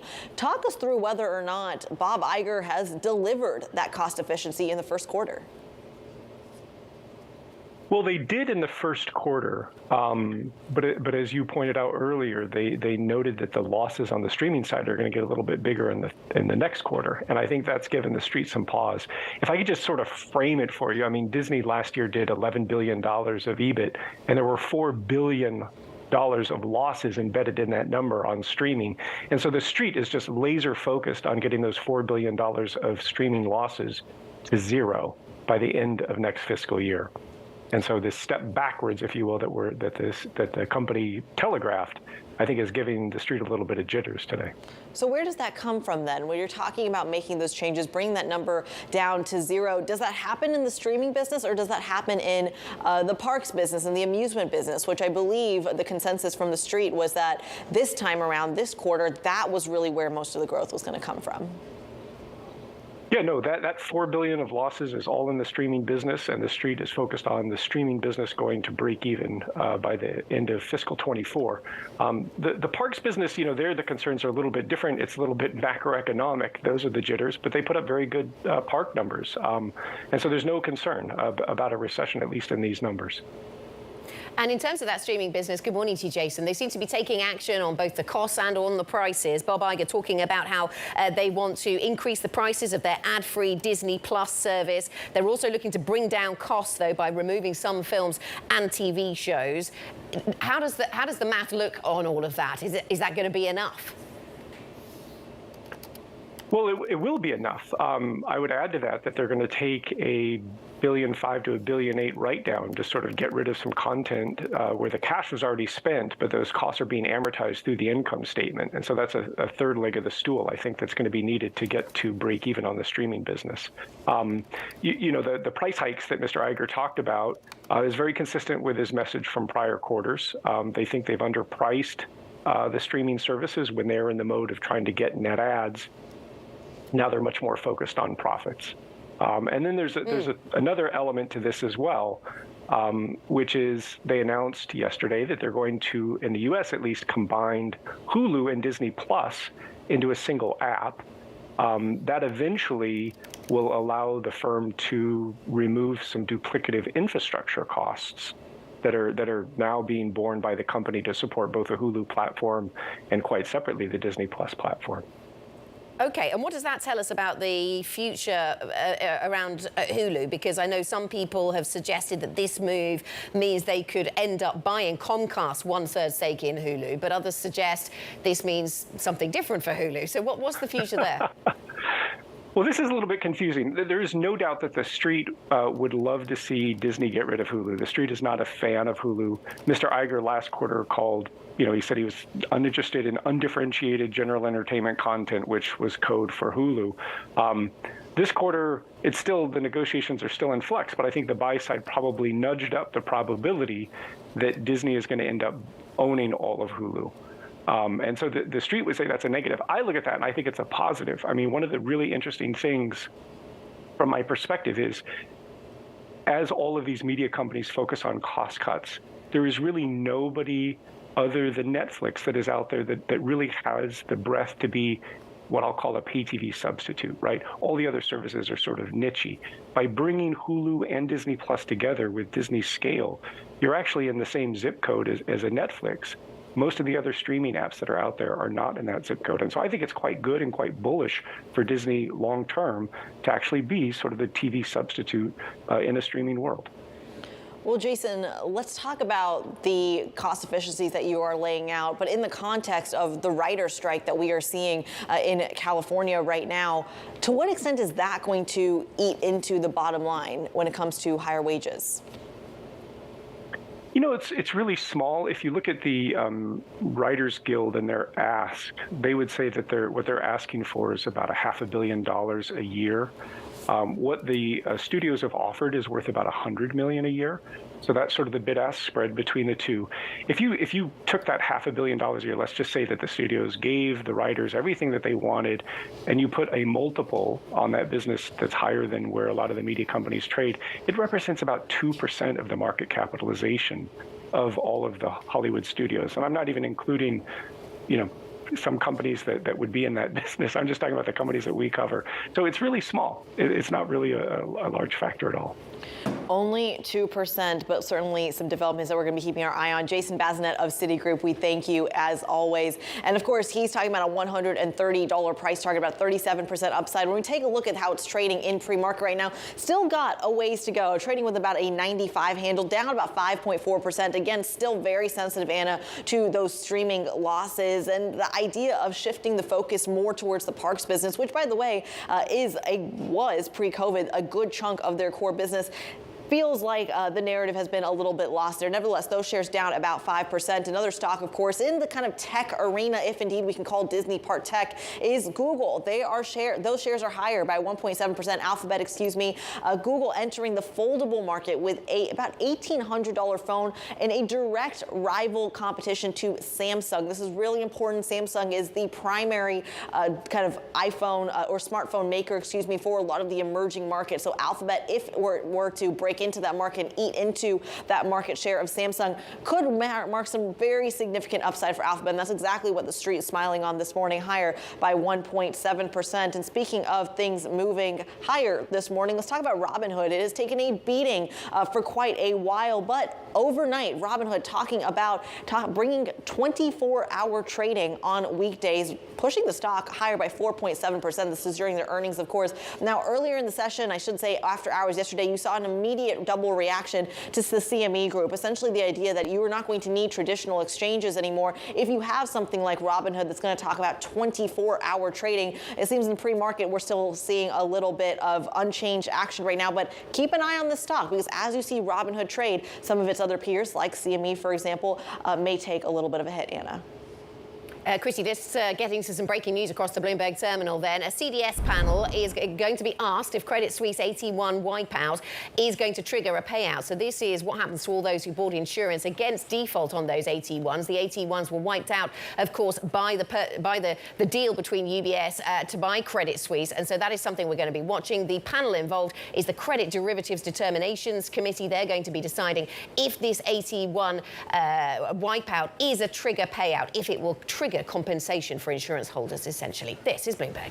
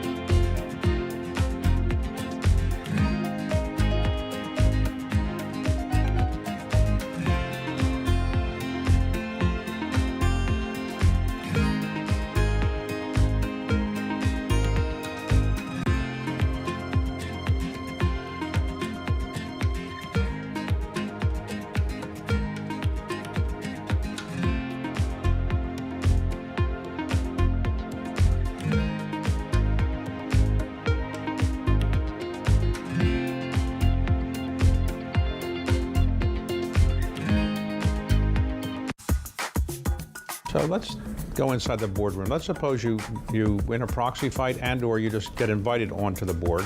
You go to your first board meeting, and you're the person who's saying you can fix this company, and all of the others on the board of directors are saying, well, we're doing pretty well. How do you get received when you start saying, here's what I wanted you to do? Well, first of all, we don't bring that to the boardroom. Our time is spent with the CEO, the chairman, the CFO, and share our plans with them outside the boardroom. We try never to solve an issue in a boardroom. Okay, it's always best done the day before, the week before, outside that room. We wouldn't be there if they really were doing well. So it's really hard for them to straight face and tell us we're doing well. And we present them with a plan.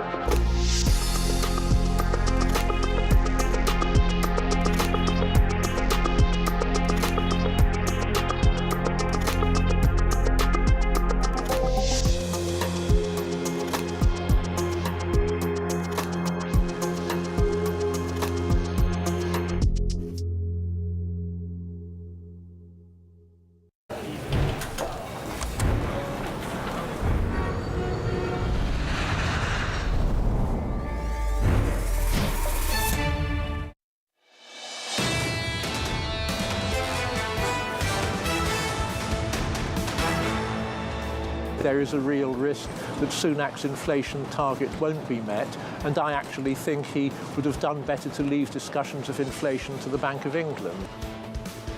That was the former Bank of England MPC member Martin Wheal speaking to Bloomberg's Lizzie Burden. Sticky inflation in the UK looks to be putting pressure, of course, on the Bank of England to continue hiking rates today. And Lizzie Burden, who was talking to Martin Wheal there, is with us now. She's outside the Bank of England for us this morning as we build towards a decision which comes in around an hour's time. Lizzie, what do we expect? Well, I know markets and economists are in agreement this time that rates are going to rise 25 basis points to 4.5%. It'd be the highest level since 2008. So the real focus today is the future path for rates. Any hints on that from the governor and his colleagues at the press conference and the interviews that will follow, as well as in the forecast. Now, markets are predicting that they're going to hit 5% potentially by September. But we were speaking to Sushil Wadhwani, former Bank of England policymaker, yesterday on Bloomberg Radio, and he said that would be unwise given the potential spillover risk from a US recession, given all the recent turmoil around regional banking there. In terms of the vote split today, we're expecting 7-2. That's what economists reckon. It would be the same as last time. But the risk would be that you've got hawks on the committee who could be spooked by that recent upside inflation surprise and actually go for a 50. But at the other end of the spectrum, you've got doves like Silvana Tenreiro who say you need to take account of the lag in monetary transmission. It takes 18 months to 2 years. She says being a hawk right now is like being a fool in the shower, turning on the tap, keep turning it, not being patient enough to wait for warm water and scalding yourself in the process. An experience I can certainly relate to. Lizzie, in about 30 seconds, how much forward guidance will there really be? Well, you've got to ask how credible the Bank of England can be if it does anything other than say that it's data dependent, given all the surprises we've had on inflation and the labour market recently. But it'd be interesting to see where the Bank of England reckons inflation will end the year, given what Martin Wheel just said. It's the Prime Minister's #1 target for it to halve by year end. Only a few weeks ago, it was seen as unambitious, as ambitious as saying that the sun's going to set at the end of the day. But now it looks like it's in doubt. Lizzie, thank you very much. Bloomberg's Lizzie Burden for us outside the Bank of England. And certainly we'll continue to cover the Bank of England story as it develops today. We'll bring you the decision, of course, and any forward guidance we do get. That is it for Early Edition. Don't miss our exclusive interview with JPMorgan CEO Jamie Dimon, 8:15 New York time. This is Bloomberg.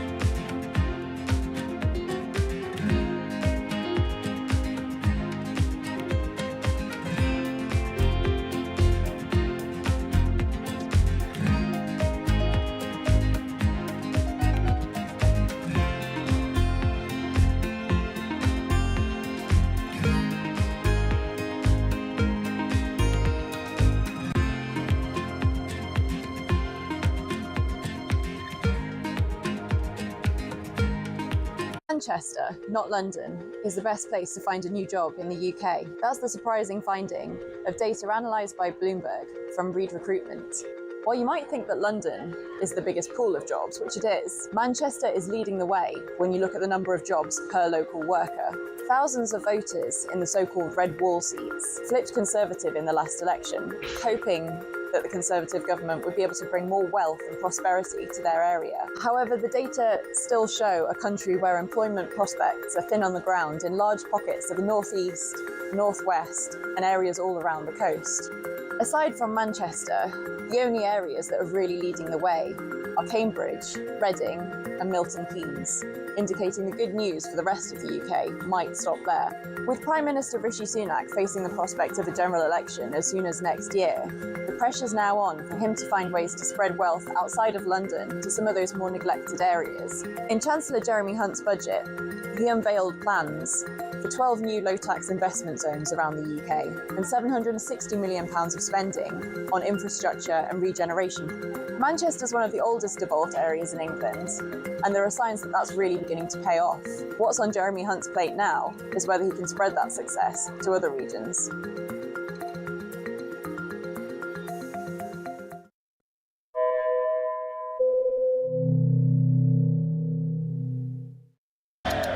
From New York City, in London, in Sydney, from Washington, in Tokyo, 9 a.m. in Beijing and Shanghai. Good morning, everyone. Have a great evening. Here's what I'm watching. You do not want to miss this story. Is there the kind of upside?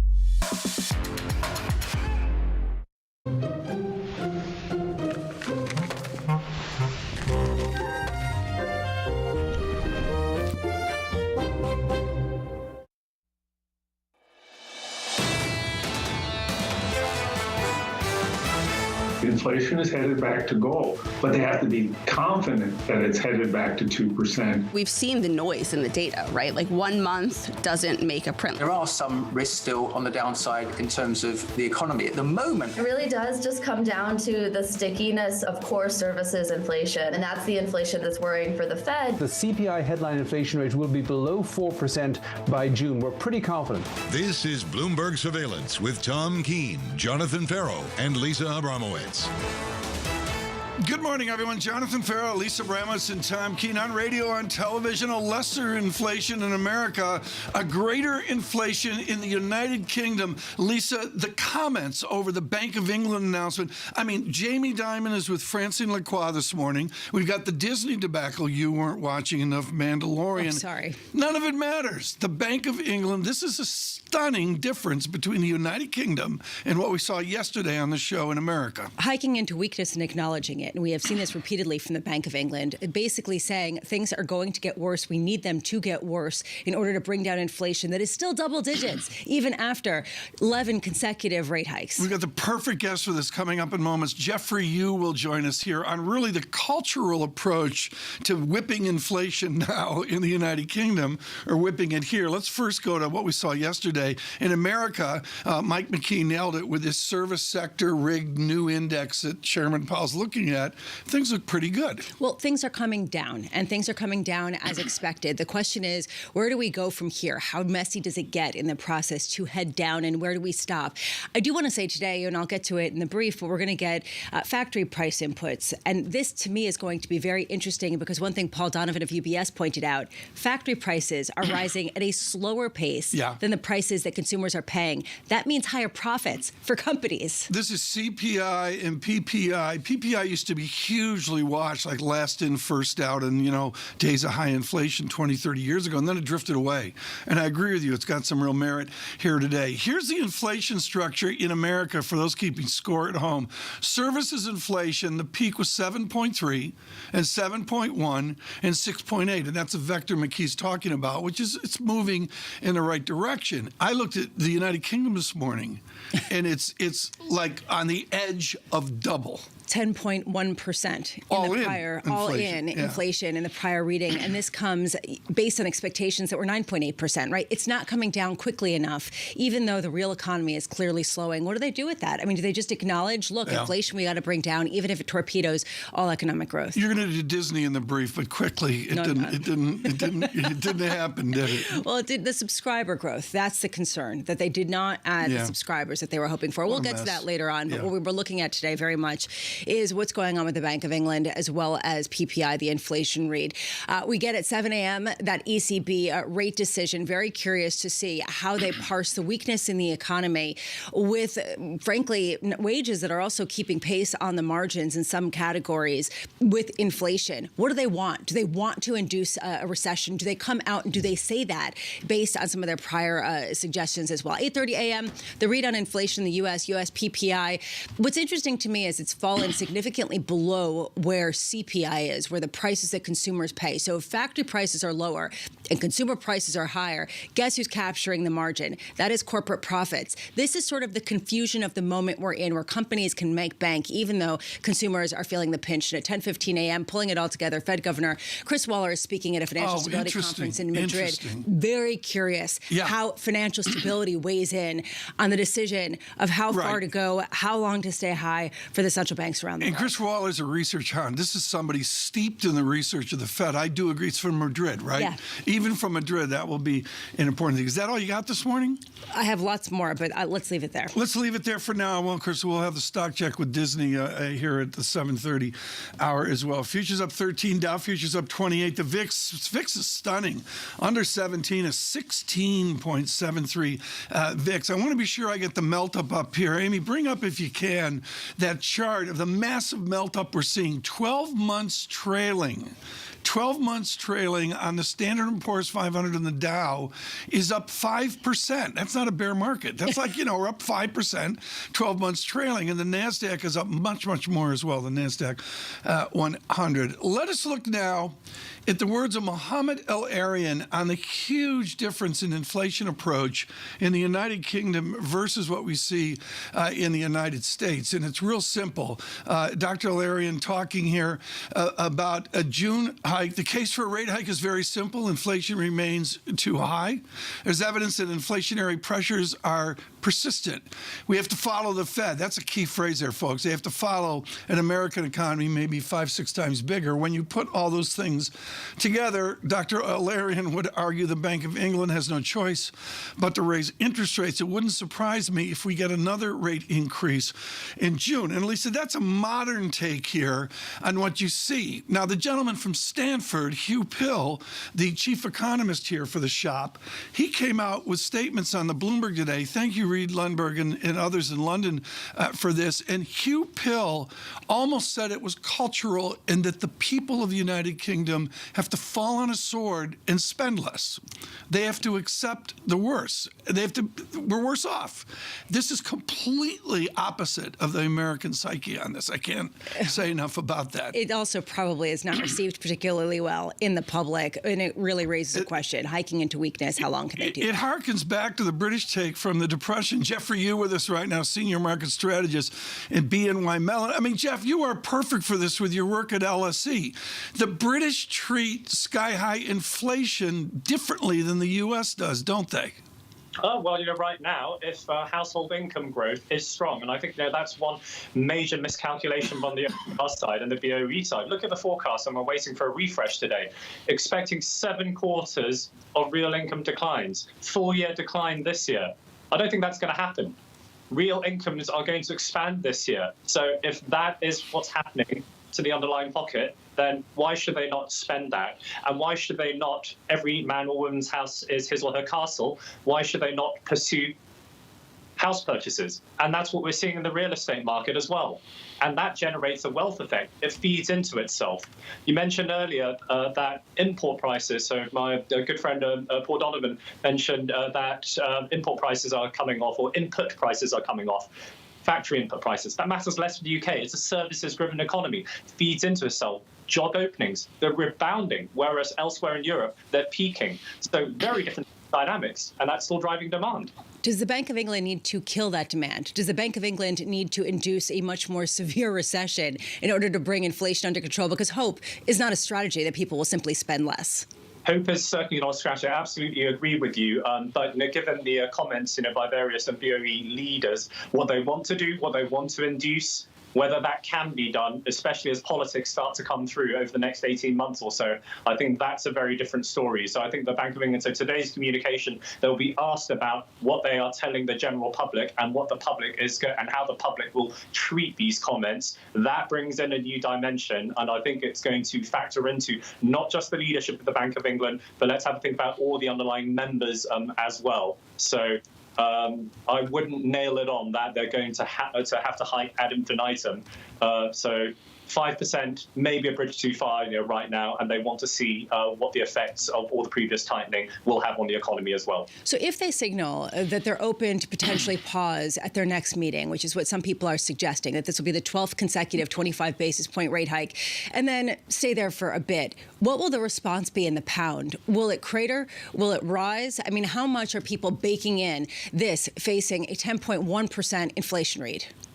Well, 2 things there. Firstly, looking at our underlying flow data, our clients have been buying the pound. They've been buying against the dollar. They've been buying against the euro as well. So on that note alone, just from a positioning point of view, you will see a bit of an adjustment to the down. Risk is to the downside. And on the other hand, having a strong pound, that impacts inflation less in the UK. It's a services-driven economy. If there's strong services demand and the input is domestic wages, and we see strong labour market tightness in the UK, even having a strong pound, a weak pound, that's not going to make too much of a difference. So it does go back to the demand story. Jeff, I look at this, and it goes back to the word no one speaks about within United Kingdom political economics, and that is austerity. There seems to be an immense embedded elite comfort in telling the British people that they must be austere. Overlay that with the reality of year 3 or year 4, whatever it is, of Brexit. Tell me about British comfort with austerity. We have to hold back and spend less in this experiment of Brexit. Well, put it this way: former Prime Minister Johnson basically pledged that this will not be the age of austerity anymore, be the age of levelling up. So Chancellor Hunt, right now, he's not putting it insofar as austere terms, but there is a need for retrenchment. There is a need for restraint, and tax and cuts can happen further down the line. I'd say most of the debate right now is on the corporation side. But again, going back to the politics, going back to what's happened in the local elections, political giveaways, fiscal giveaways, that's a tradition in the UK ahead of elections. So what I worry is heading into autumn, we're going to start talking about fiscal easing. So that's inflationary just when the BOE is thinking about pausing. Those timelines do not match up. Jeff, you quickly here. It's on sterling. What is your call 12 months out on GBUSD?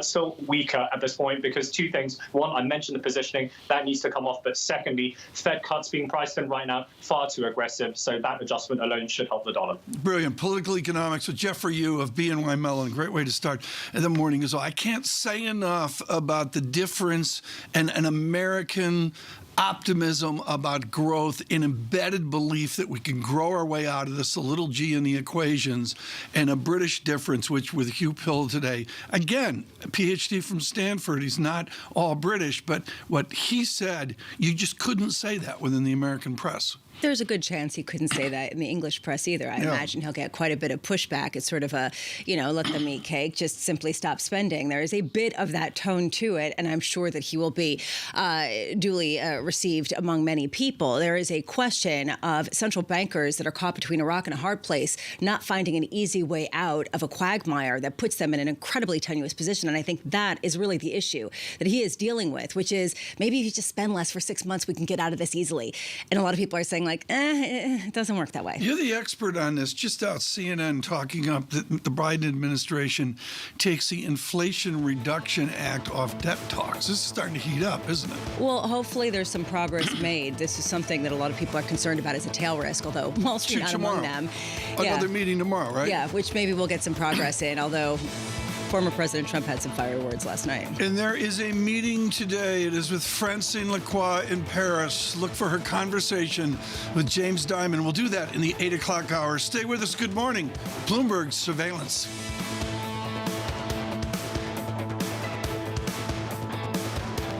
Keeping you up to date with news from around the world with the first word, I'm Lisa Mateo.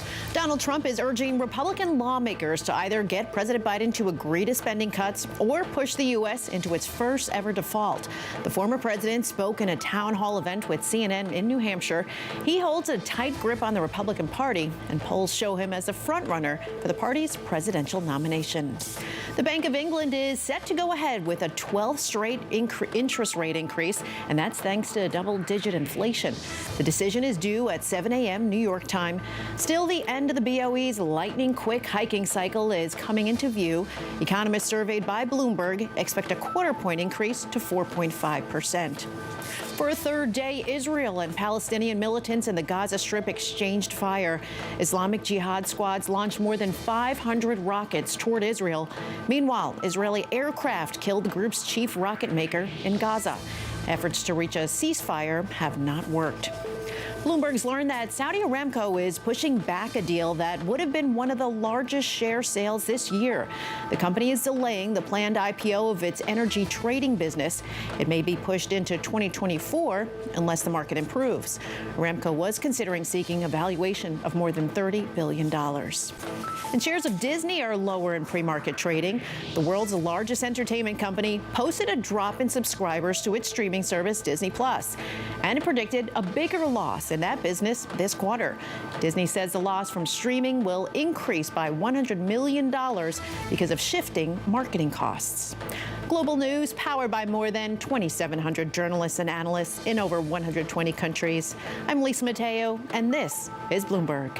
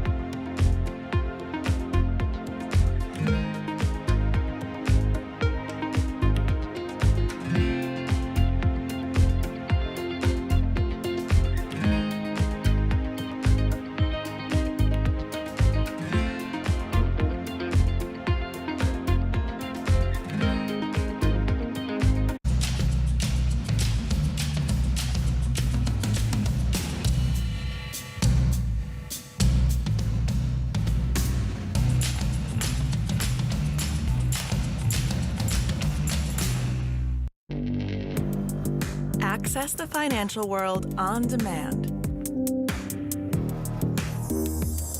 Hear from leading economists, policymakers, and industry experts via live and on-demand webinars, only from Bloomberg. Start exploring to see what's moving the markets. Visit Bloomberg.com/webinars. BSO Now is your online home for weekly Boston Symphony Orchestra and Boston Pops performances. See new concerts that go behind the scenes, plus acclaimed archival concerts. Visit bso.org/now, where the music plays on. BSO season sponsor, Bank of America. Today, Bloomberg continues its coverage of the JPMorgan Global Markets Conference in Paris with an exclusive interview with JPMorgan CEO Jamie Dimon in the wake of the bank's purchase of First Republic. Join Francine Lacqua at 8:15 a.m. Eastern as they discuss the banking crisis, taming inflation, jobs, and more. It's all happening live on Bloomberg Television and Radio, your global business authority.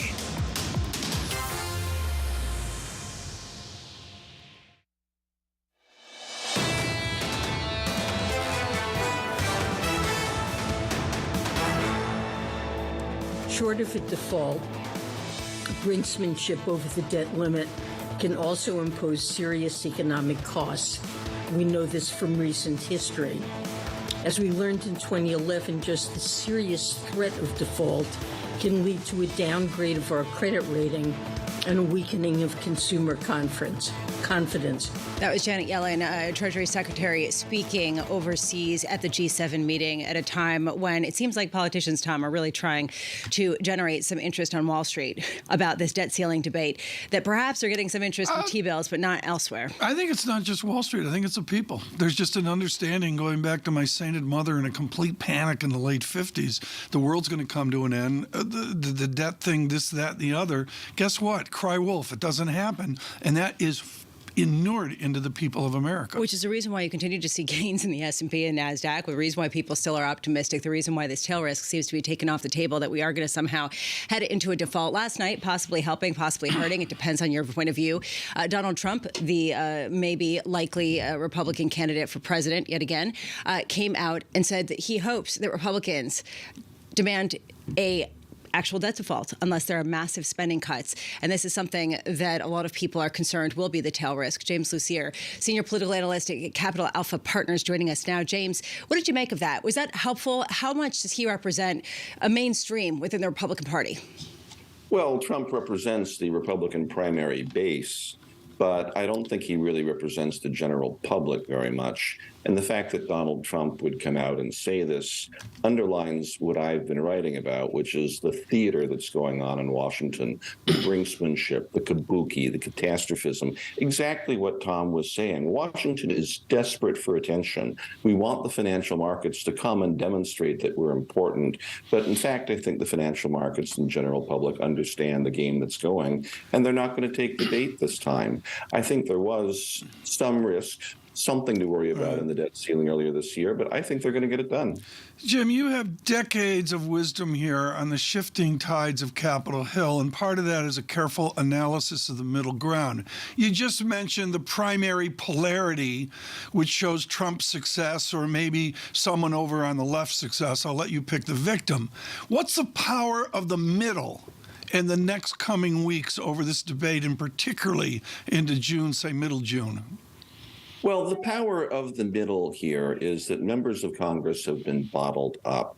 They are there to legislate. They are there to do deals. They are looking for a deal. We're waiting for a Senate gang to come apart. We're waiting for the House problem solvers to come and start offering alternative solutions. And as soon as you have talks at the White House where there appears to be some substance, IRA is off the table, this is off the table, there's a framework, that means that you're going to unleash the hive mind of Congress. That means that leadership will probably be losing control at some point, and you'll have independent actors on the Hill working toward a deal. But more importantly, I think you've got to look at the timetable. They don't have enough time. They'll have to start putting themselves extensions.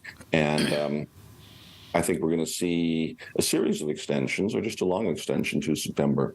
You have a terrific chronology in your research note, and the word that comes up all the time in your research note, sentence to sentence, is the V word, vacation. Explain how the lack of attendance here gets in our way, even if they kick us the can down the road to the end of the fiscal year, or dare I say into autumn.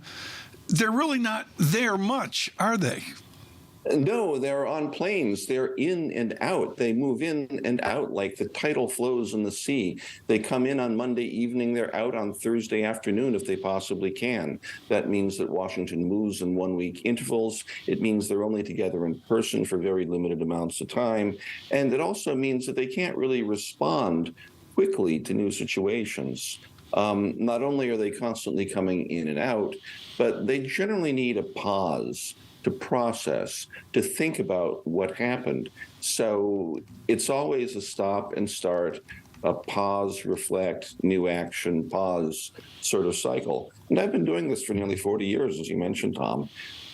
There's no real change. We're going to be talking about the debt ceiling debate with increasing frequency, fortunately or unfortunately for most people probably who are sick of talking about this. At the same time that we're still battling inflation and dealing with what the consequences of the rate hiking cycle will be, how much is the underpinning inflation in the U.S. right now really heightening some of this debt ceiling debate in a way that perhaps it hasn't been even back in 2011? Well, I think we're seeing a fundamentally different sort of debate than we saw, for instance, in 2008 or during the banking crisis or in 2011, when you still had that Tea Party effect, which was really driven more by the banking crisis than anything else. I do think that thanks in part to Donald Trump, there is a much higher tolerance for spending here. I do think that inflation, or at least the sense that inflation comes from too much spending, driving this cycle, as opposed to, angry people worried about personal debt in the wake of a banking crisis.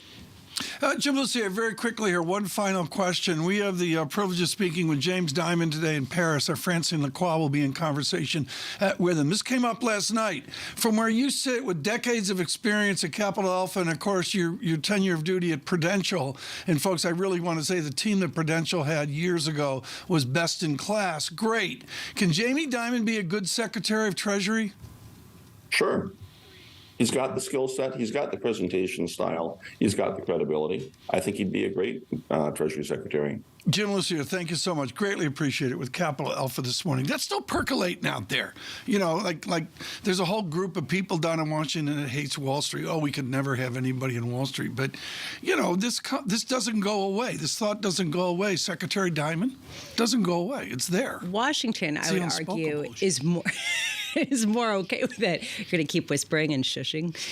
There's this issue that evil bankers. How much could a banker, or not even a banker at this point, a very wealthy individual who's working in the financial sector, actually get elected? The populist kind of, elected's different. And this is actually one of the big questions. I mean, Donald Trump did, and he's a wealthy real estate investor. So there's a question of whether that is off the table. But there is a different nature to somebody who works within more academic and more established circles that seems to not necessarily play with the population in the same kind of way. It's a cabinet position like Yellen. And the answer is, as Jim Lucia said there, is, you're looking for people that have communication skills, and Dr. Yellen, as an economist, has a whole different cadence and pace than what you get from some of our minutiae with Trump and others over the years. I mean, a whole different thing. Yeah, the question is, would he leave JPMorgan to do that? We shall see. We'll hear from him. Maybe Francine Lacqua. I'm just trying to stir the pot no here. Kidding. Francine's out. She's in Paris. Ask Dimon if he wants to be Secretary of Treasury. We'll have to see. No, but I thought that was interesting how this is all going to percolate. The confidence that something will get done. The confidence that the headline that you mentioned earlier about taking some of the some things off the table in the discussion is actually steps of some concrete kind of progress. My measurement here in the data check on the tension in Washington is a comparison of the 3-month yield, the T-bill yield, and the benchmark 10-year note. We're back out to a negative 182 basis points, not record wide, but certainly on a weekly chart showing some real tension there. Even with the better equity markets, and right now S&P futures up 10. I'm looking at the bomber. There it is moments ago, Lisa, back down to a 3.91% in the 2-year. Again, not new lows, but getting there rapidly. Yesterday, the tone really seemed to be, we got just the expected decline in CPI and headline CPI. And this is incredibly positive and shows that we're disinflating at a rapid pace and that the Fed can even cut rates later this year. To me, this is really the question. Is it going to be a messy process, and is it going to cause a lot of angst as people start to see volatility in the numbers? Well, the yield structure is lower. There's no question about it. 10-year yield 3.42%. Just some really interesting moves here. And economic data at 8:30. In the 8 o'clock hour, we will have claims for you and PPI analysis as well.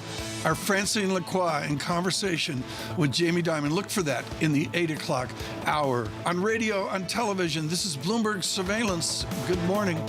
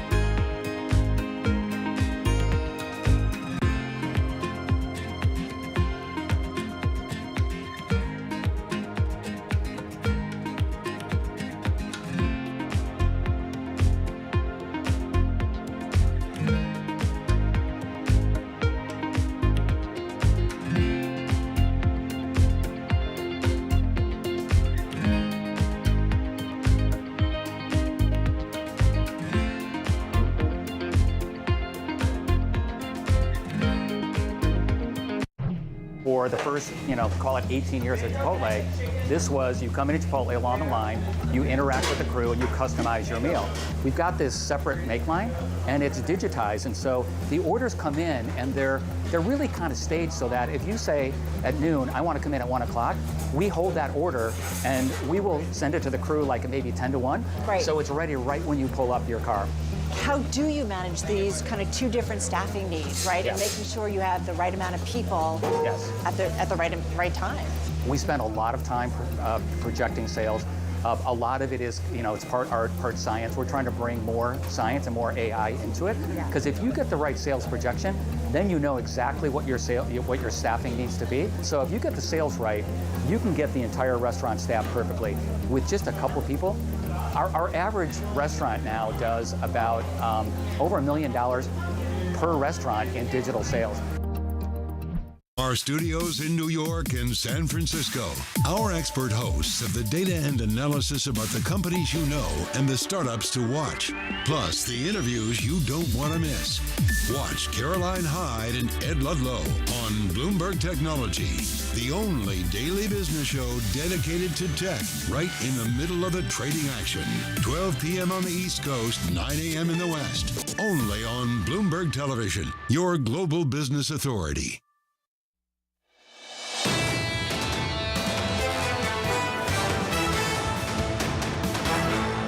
Good morning, everyone. Bloomberg Surveillance on radio and television. John Farrell on assignment right now. He's deep on assignment somewhere. It sounds like rumored to be back tomorrow. Rumored to be back. What do you think? 50-50 odds?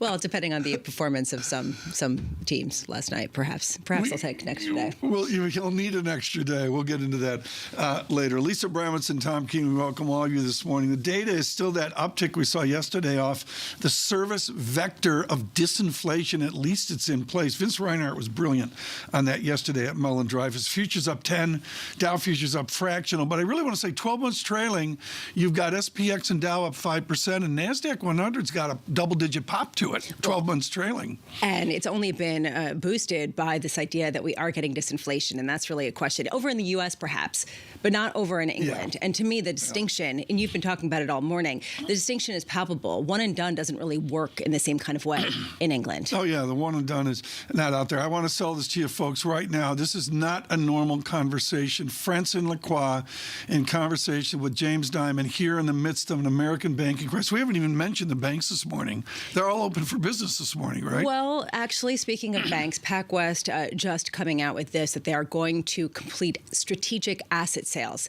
this quarter, kind of highlighting how the positive signs that we saw in some banks does not apply to some of the more troubled sides of the Jamie Dimon's going to do a strategic asset sale. It has something to do with the new building on Park Avenue. I'm not sure about that. We'll see. Meanwhile, where that goes. We are about a half an hour away from the Bank of England. And just, there's a question of this 25 basis point hike. Janet Henry of HSBC does expect that. But she's looking for some dissent, something that we haven't been seeing over in the U.S. She wrote, though our base case for this meeting is for a 7-2 vote again, as in March, any deviation from this will get the market's attention. If anything, the risk is that the recent data have spooked the hawks and we could get a few votes for a larger 50 basis point hike, Tom. That would be something that would certainly cause markets to move. Janet Henry is with HSBC. They have been absolutely brilliant over the arc of this crisis. I'm talking 10 years of a lower rate regime and more subdued GDP. And the back and forth on that, Janet Henry has provided leadership as their chief economist. Janet, what will be the nuance today? I love that the Bank of England is more fractious, including Catherine Mann, a great supporter of Bloomberg surveillance. But what will you look at the actual announcement to interpret the body language of the BOE? Well, as always, it will be about the vote. And it will be about the language and even a little bit on the forecasts, which are always, their own mystery where the Bank of England is concerned. But I think more than any other major central bank, the Bank of England does have a lot of diversity of views. So as the UK team said in that comment, we expect a vote of 7-2, but it's even possible we get a four-way split. We know that two people were very, very dovish and if anything, think it's time to cut. Whereas we know some of the more hawkish people, which you included as Catherine Mann, actually, in view of the recent run of data, which have been, but not just the pay numbers, the inflation numbers, the business confidence, the consumer confidence, the big mounts in the service sector, PMI, they might be minded to vote for a 50. So I think, anything on the hawkish side would be what would influence the markets as much as they will try to keep the statement quite neutral. Is double-digit inflation in the United Kingdom, is Brexit part of that reality?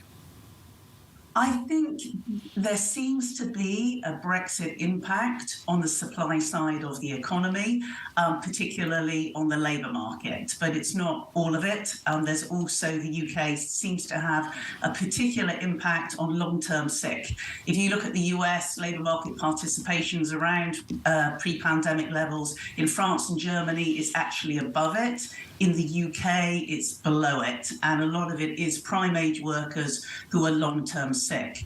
But the other impact about inflation that I don't think enough is talked about with regards to the UK is that for that 10.1% print, a huge amount of it is still energy. Headline inflation in the US, energy is now detracting to headline inflation of 4.9%. In the UK, it's still adding 3.2. So we did get a very disappointing reading, 10.1. That's way too high. But I do think, even though I think the Bank of England's forecasts are implausibly low, inflation is going to come down. as that energy contribution drops out, which is why, I've been saying the move from 10 to 5 is quite easy. The move for all the central banks getting from 5 to 2 is where the real challenge lies. Janet, I'm glad that you went there because I was thinking about this morning. Are we seeing the end of this global rate hiking cycle? Is this sort of the beginning? Even if it's not this meeting, then it's next meeting, and the ECB will be tapering off later this year. Just thinking how messy it is with the data that's going to fluctuate so much. How much in this messiness can the Bank of England come out and say, we're going to avoid recession, or are they going to have to double down on this idea of a severe recession that they really brought up last year? Well, that's where I think the forecasts will be interesting, because remember, in their last set of forecasts, they had quite a deep and prolonged recession. And I think, like the rest of us, they will probably revise away that recession. It's possible we get a negative Q2. Remember, we've had a lot of public holidays in the UK in May. We've had an extra one because of the coronation. So you could get a negative Q2, but I think they will take away that recession. But where they will face the difficulty in terms of sending a message to markets is probably with still very low inflation forecasts. 2 years ahead, probably still only 1%, 3 years ahead, something like 0.5. So usually they use those forecasts to say the market's expecting too much on interest rates. And the market in the near term, the next couple of months, is expecting quite a lot, but then quick cuts. So it's going to be a difficult communication challenge to say, actually, we don't think interest rates are going to come down so quickly. For now, they'll probably focus on the idea that they kind of would like to pause. This is where they were last meeting. But if there are persistent pricing pressures, and we get 2 more prints before the June meeting, then that would warrant further tightening. But I think the forecast versus the messaging could be where some of the confusion comes out after the meeting. Janet, do you think that we are entering the end of the global tightening cycle, or do you think that it just is becoming a splintering exercise of different regions with different challenges? Well, certainly on our forecast, we are at or very close to the tightening cycle for a lot of the major central banks. It's been interesting looking, around the world. You've had some economies where they really are going to be seeing a recession, the likes of New Zealand or Sweden. Entrenched inflationary pressures means they're still tightening, but they'll probably cut more quickly.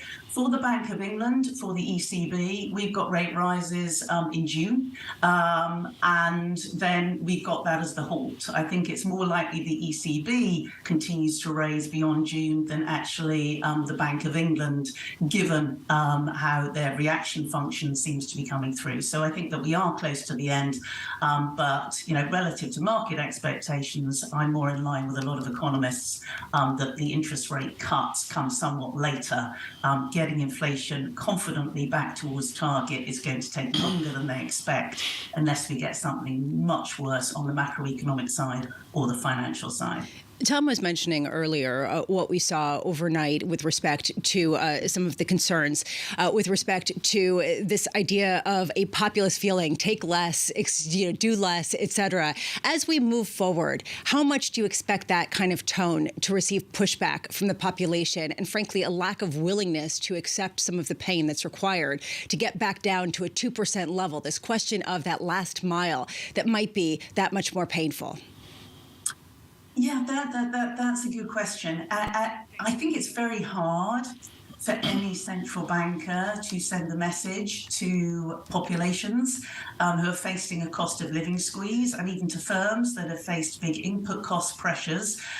So to say, please don't ask for pay rises, because if you try to offset your cost of living with higher pay increases, then the whole process is going to take a lot longer.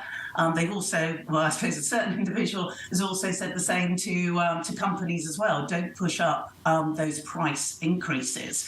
But the fact is, central banks around the world, particularly the ECB and the Bank of England, they know where the persistence on inflation risk comes from will be if wages respond to inflation. So 10% inflation, you won't necessarily get 10% pay rises, but if you get 4 and productivity is still 0, then actually that keeps inflation much stickier for much longer. Janet, we've got to leave it there. Janet Henry, thank you so much. Towards the Bank of England meeting today. Maybe it was a bit of a snooze, but it is not now. This tension of a better than expected UK economy versus the worries about slowing down. Citigroup really capitulating. I think it was yesterday or the day before. And I thought their foreign exchange team was just great. We were wrong. They just came out and said we are wrong on the UK gloom, and it's doing better than expected. I do wonder, though, if that's going to be the same if they keep raising rates, even if everyone else stops, right? I mean, how much can they really fight inflation at a time of 10.1% inflation if they aren't raising rates much more significantly? The focus is on James Dimon. He runs a small bank. He'll be in Paris with Francine Lacqua.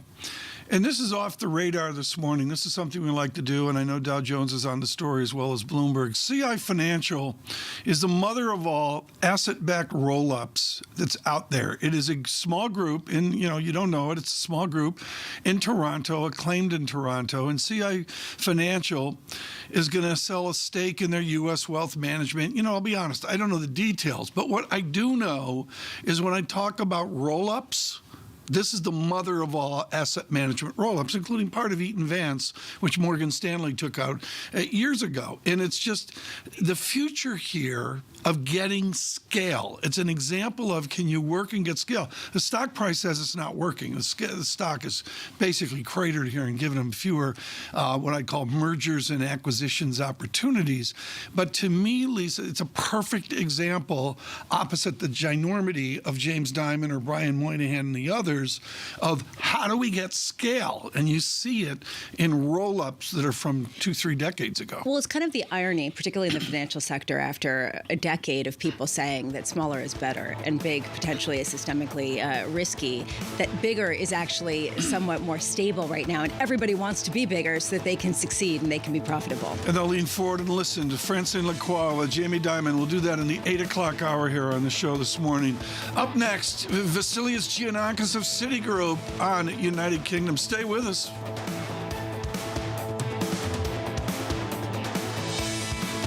Keeping you up to date with news from around the world with The First Word, I'm Lisa Mateo.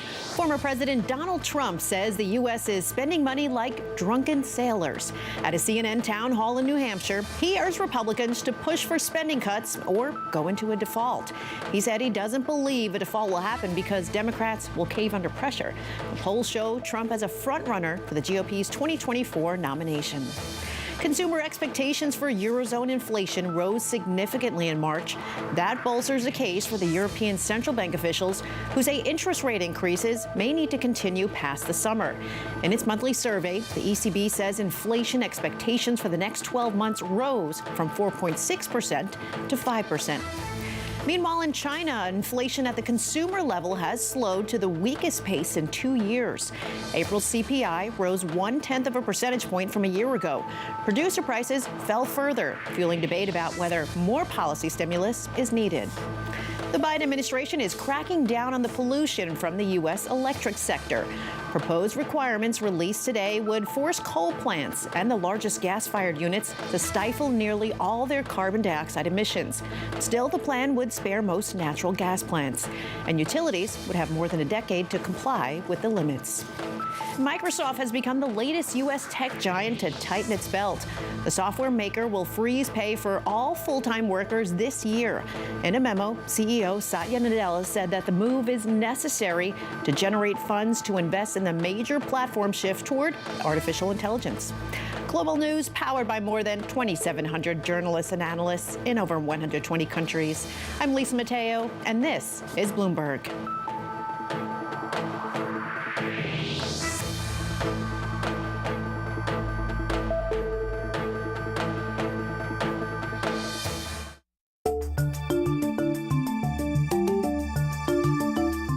In Big Ideas, we show the productivity increases that are possible because of artificial intelligence. It's these companies who could be some of the biggest beneficiaries if they harness AI correctly. I think a lot of people are looking for the killer app, like they look like these viral apps that the internet delivered. The killer app for artificial intelligence is productivity gains, and any company does not harness it is probably probably not going to be one of the big winners out there. And just one other thing on AI. The real winners here are going to be those companies that have proprietary data and have lots of it, have the best domain expertise, best AI expertise, the best pools of high quality data to basically create new businesses. People ask me all the time, what is the key to being a really good investor? And I tell them it's to surround yourself with and work with the best investors you can find. On Bloomberg Wealth, I'm going to take you to meet the greatest investors in the world, the people that I would like to have managing my money. Focus on the technology, and in particular, the financial technology opportunities, because they're going to change the landscape in financial services over the next few years.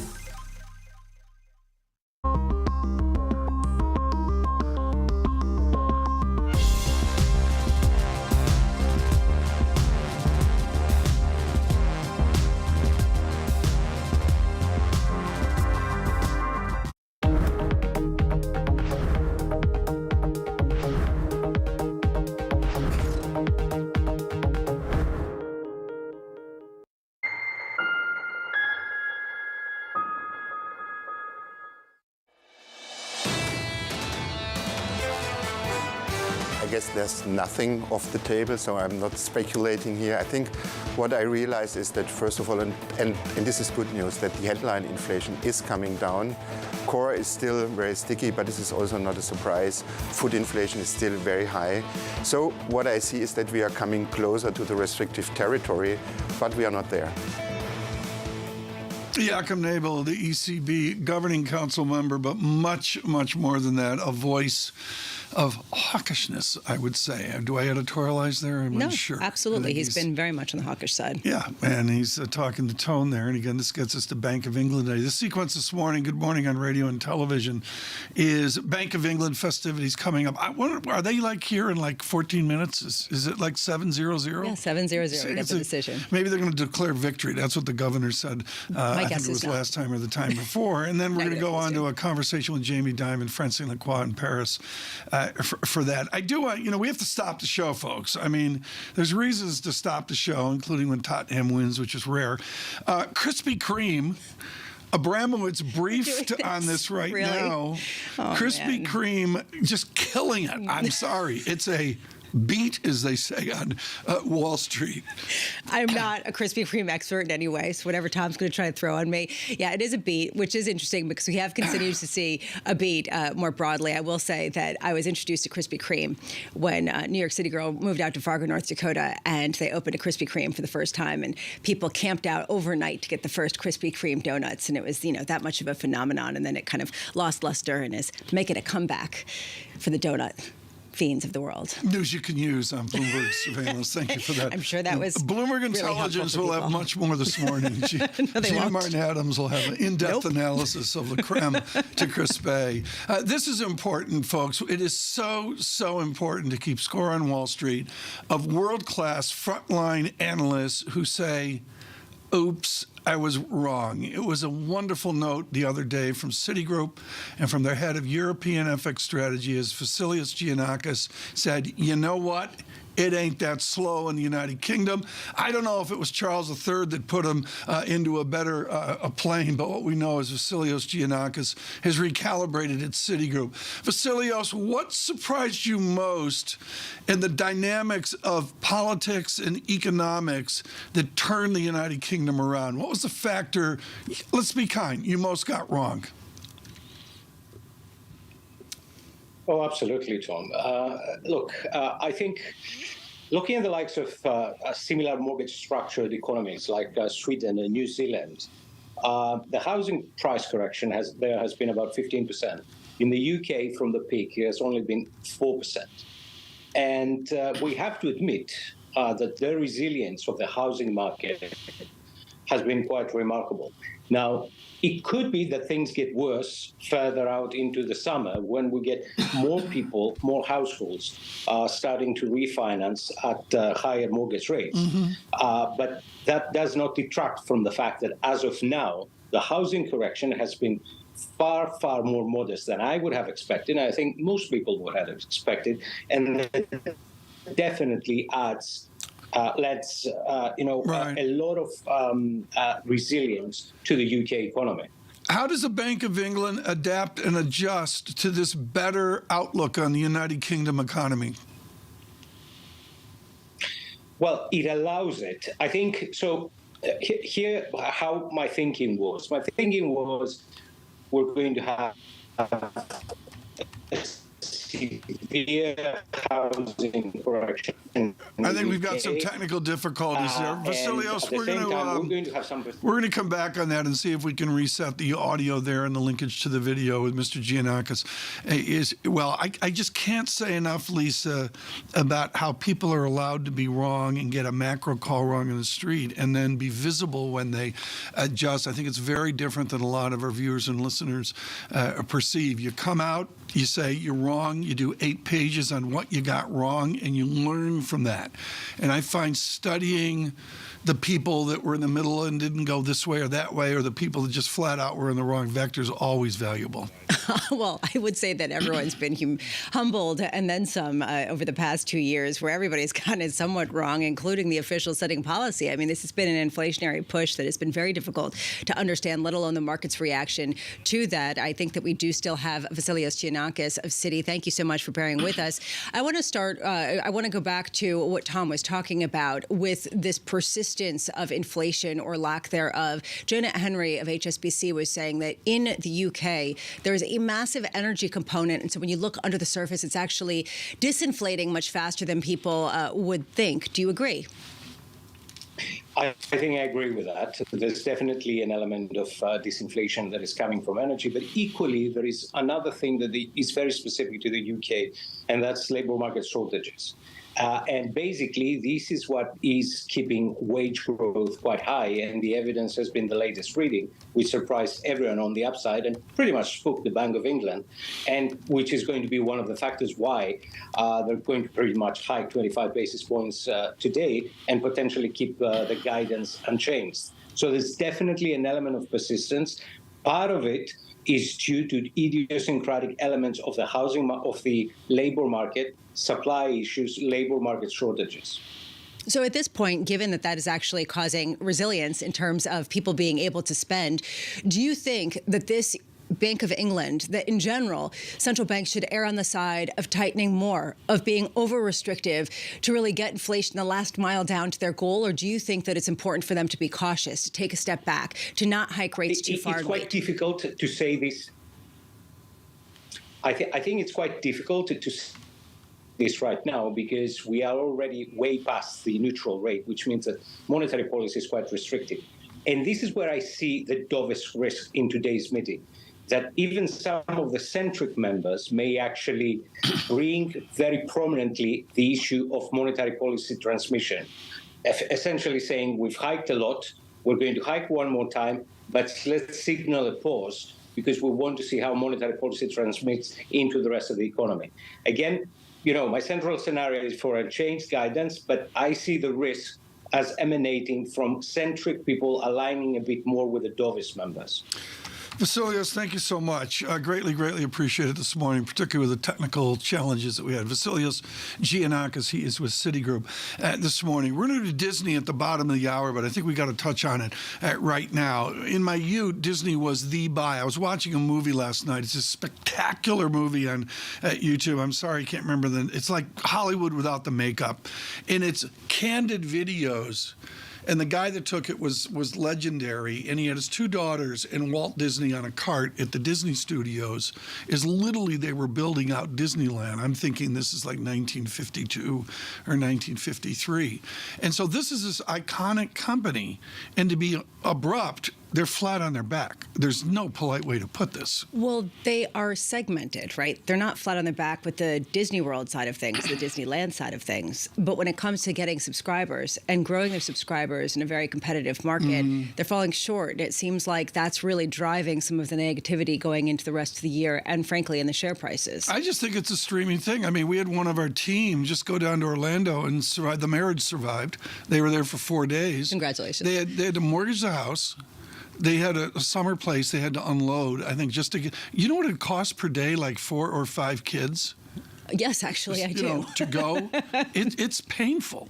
So they're making money at that. Yeah, they're making money at that. What we're seeing right now, Mandalorian, not so much. On the media side of things, there's a transition right now going on between streaming and cable. And cable, actually, the advertising is paying less, so they're getting squeezed on that side. And then on streaming, it hasn't gotten fully adapted yet, and we don't understand exactly how to make the money in such a massive way unless you just jack up prices for subscribers. And subscribers are getting used to it, but they're kind of pushing back. And so at what point do you shift completely and then maximize profits on the streaming side? We're not there yet, and we see all the streaming services struggling with this model. I would say that Gina Ranganathan is excellent on this at Bloomberg Intelligence, quoted worldwide. And if you go to like the Hulu page or the Disney Plus page, whatever, we're getting back to bundles. We're going back to what we knew as kids, where you get Disney or Disney Plus, or you get Hulu, Disney, ESPN, all bunched in together. And the reports I got off the call yesterday is people are like, maybe not. So remember a year ago when we were talking about content being king? Oh, yeah. Remember how everybody was taking up money to invest in tons of productions, and now the content we have is good enough. Too much content out there. We're not going to pay up. And there's a lot of a different tone now. But don't you think that is an issue here? I mean, there's just so much. Who's got the time to watch it all? I've got so much time. I just go home the rest of the evening. No, I mean, I take your point. I hear you. We're going to cover this in more depth in 30 minutes here. The path here is to greet the Bank of England, and then we'll look at Disney at the bottom of the 7 hour and really lean forward into James Dimon and a conversation in the 8 o'clock hour. Stay with us on radio and television. This is Bloomberg. Of politics to the world of business. Every weekday at 5 p.m. Eastern Time, hosts Anne-Marie Hordern and Joe Matthew alongside Kaylee Lines deliver news, insight, and analysis live from Bloomberg's Washington headquarters. Get the latest from and about politics' biggest power players at the end of every trading day. Balance of Power, every weekday at 5 p.m. Eastern Time, only on Bloomberg, your global business authority.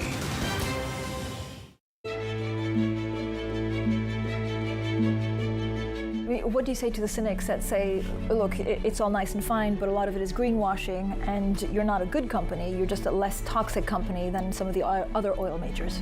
Well, the first thing to say is that, I'm a big believer in we need to put ourselves in other person's shoes in life in general. And so I understand that point of view, and I get that people have that perspective. I don't agree with that, obviously, but I understand where they're coming from. We have an enormous challenge as society, which is to provide the world with reliable, affordable, and clean energy. That's what society wants. That's what society needs. And I believe in my heart that a company like BP is actually one of the few companies in the world who can actually make that happen. We can talk about the things that we're going to grow and over the coming years, and I find it hugely exciting and energizing for our organization. But that's what the world needs, and you simply can't go against the grain of society. You can't defy gravity, and that's why we're making the change that we're making.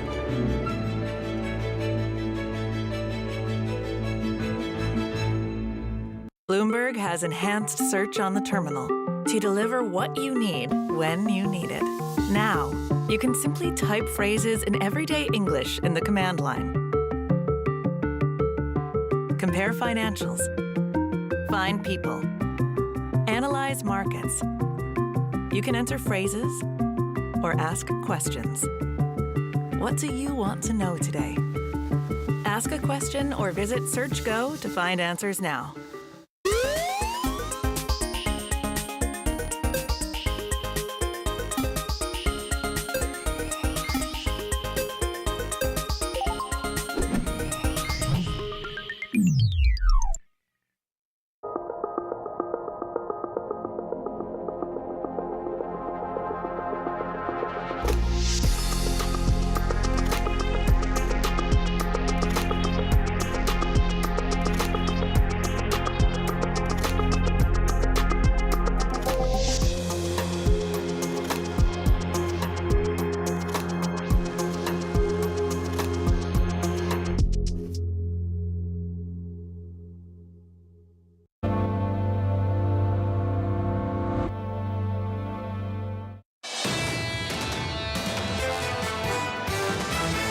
inflation is headed back to goal, but they have to be confident that it's headed back to 2%. We've seen the noise in the data, right? Like 1 month doesn't make a print. There are some risks still on the downside in terms of the economy. At the moment, it really does just come down to the stickiness of core services inflation, and that's the inflation that's worrying for the Fed. The CPI headline inflation rate will be below 4% by June. We're pretty confident. This is Bloomberg Surveillance with Tom Keene, Jonathan Farrow, and Lisa Abramowitz.